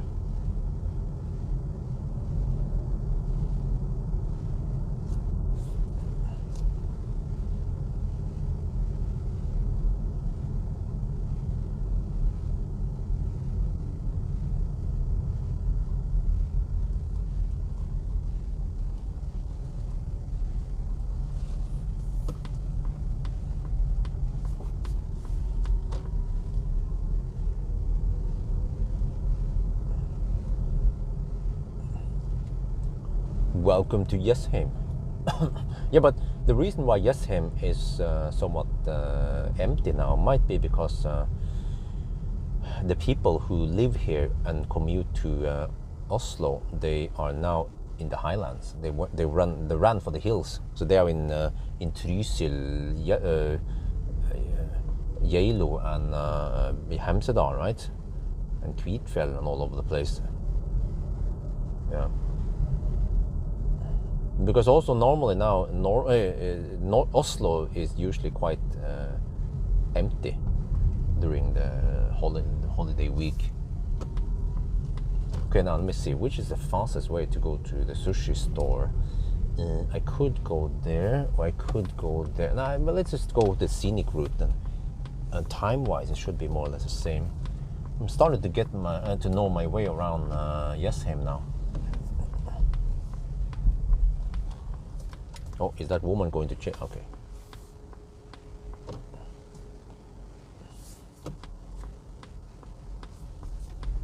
Well, you know, I can always email Fredrik at Polestar with a bunch of list of highlight what should be done, and then they can forward it to the Polestar factory, and they can consider doing something about it. But I mean, would they listen to some YouTuber? Do they care? Probably not. Yeah. Some Chinese YouTuber? Nah. I told wife I'll be home at 17:20, so I'm quite on par with the plan so far. Okay, let me just get in here. I can just squeeze in here.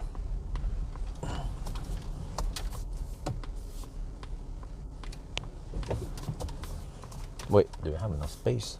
Let me check. It is a bit tight because of the snow. No, it's fine. Okay.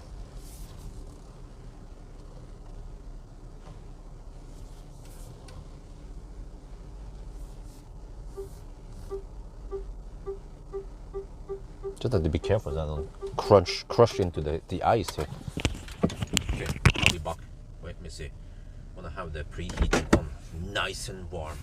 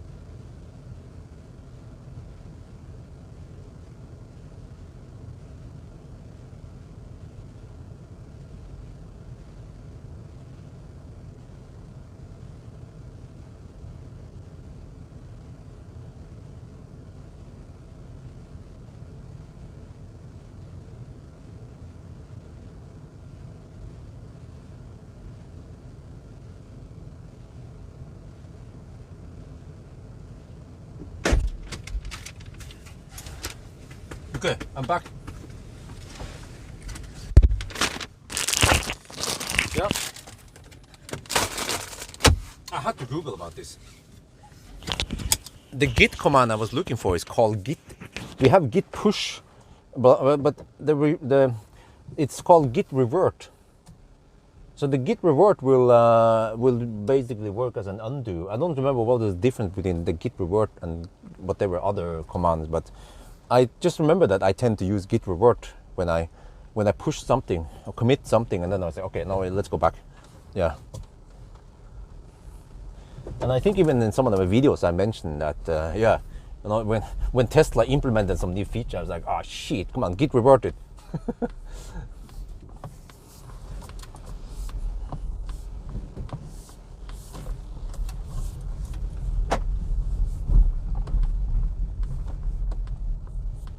Okay, anyway, let's go home. It was a long day, as always. I could just launch into here, but then the Mercedes fossil would be a bit surprised. Okay, now I wonder what the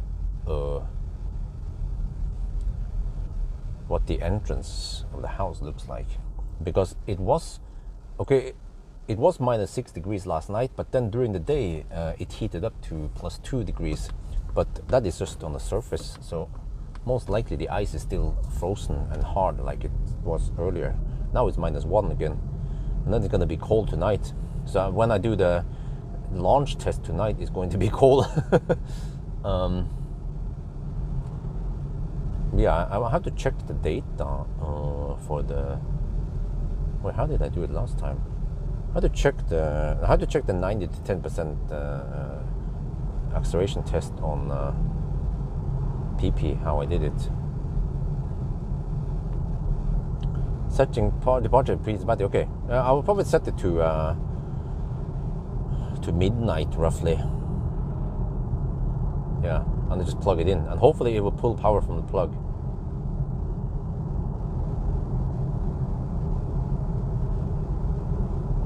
So a long day.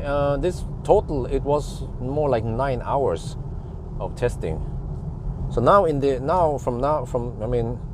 for the rest of the day now, I probably have to do baby stuff and the family stuff. I have to take care of Isabel, feed her, play with her. I might have some time for some editing tonight, yeah, before I go to sleep, and then launch test at night. And then range test tomorrow. Oh man, busy days here. The last few days before I return the car. What? Oh, Achtung, Achtung! Die Auto ist kaputt. The Auto is kaputt. What the heck happened there? Do you need help, bro? No, the driver is not there. Well, an old Chrysler. Shit. But I kind of want to test the heater mat.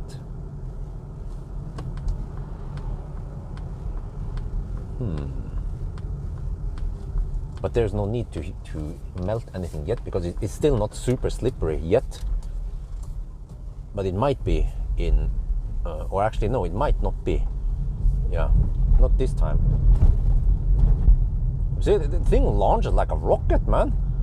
Okay, we have somewhat not, I mean, we don't have super smooth, super slippery, but if I floor it, it just goes like a rocket. Okay, I slowed down. So we have good grip despite that the temperature is not that low.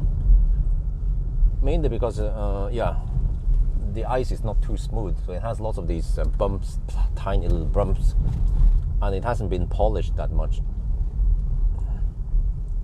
So we can see now there should be some snow and some some friction on the slope to my house. So hopefully I don't slide uncontrollably and crash into the Plaid. Because this Plaid is parked a little bit close-ish, and then I have to move the Plaid eventually over to the ice part. And then tomorrow evening, I just have to pay attention. Oh shit, if I want to do that stuff tomorrow, I have to hurry. Pawel is coming tomorrow. I have to ask him. Which side can I take? There might be snow and crap on each side here because of those idiot neighbors. Let me see. How is it on this side?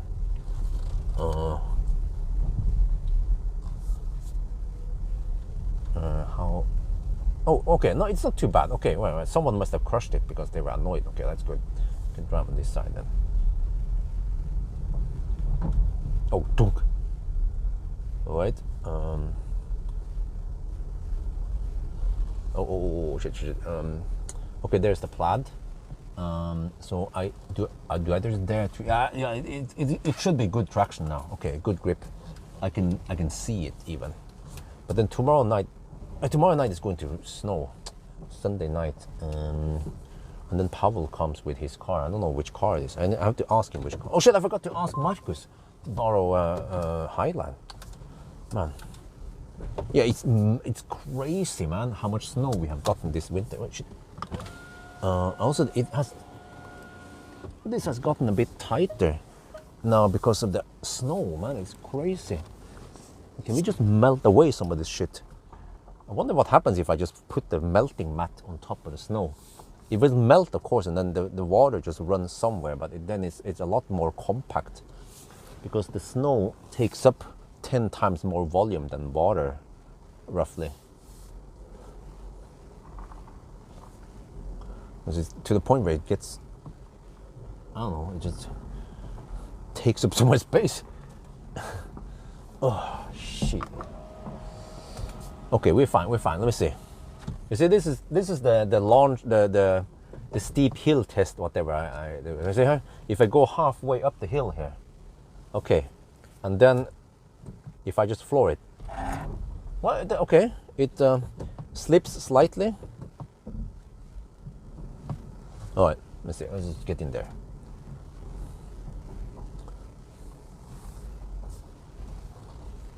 Oh wait, I might have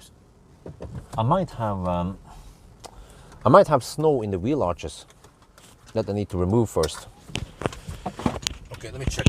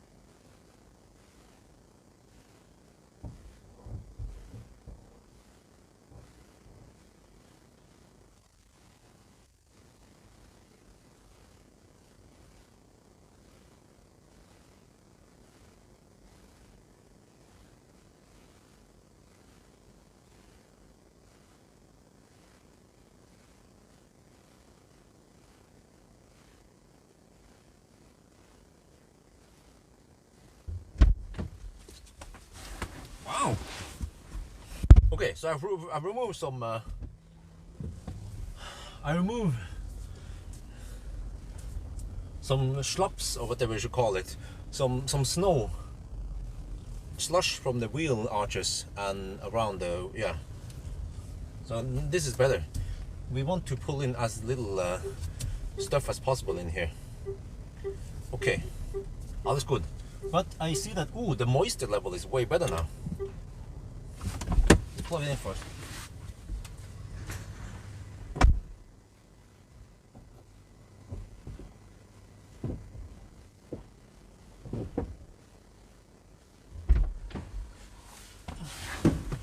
Okay, so I set departure time. Wait, just do this quickly. Let's see. Should bring up the parking timers. Let's see, add timer. Well, it has set to. You could say Sunday midnight. Yeah, I'm gonna go at midnight. Right there. Okay, yeah, roughly. Okay, we're charging. Kitty litter on the ice, huh? Oh, you know what? I will actually avoid ice because the I will avoid any ground. Kitty litter or leka, because it adds extra material that will get stuck. Well, not it will be eaten by the snowblower, and over time, those tiny pieces of gravel will wear down the snowblower blades. So, but the best is to avoid any of those and instead melt that shit like I want to do it. Melt it down to the surface, to the ground, and we should get proper traction. That's the whole idea. Okay. Anywho, I'm done. D-O-N.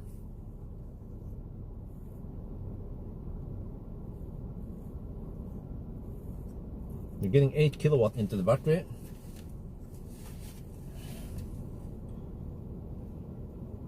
Let me check something here. Okay. Yes.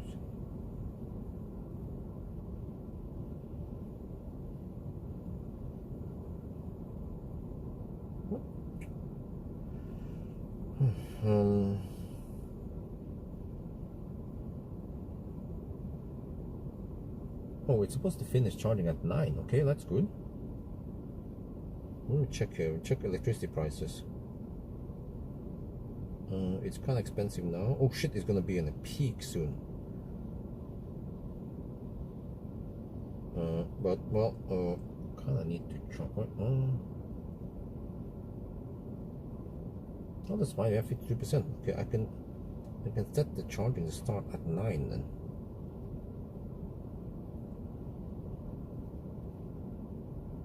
Well, I can start at least 8. Okay.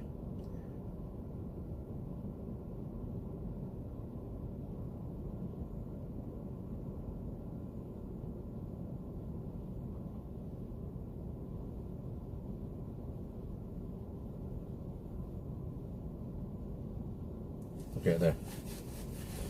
But anyway, guys, I'm gonna leave now. It was been a long day. It was a nice drive.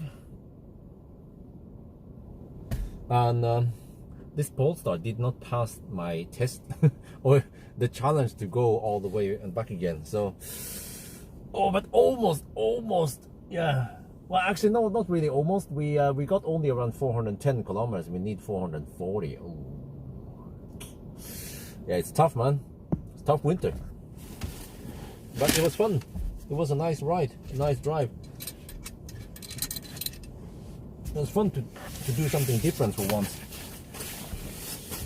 So that'll be it, guys.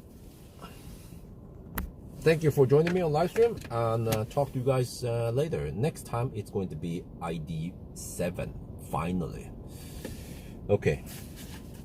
All right. Bye bye. And I have to end now.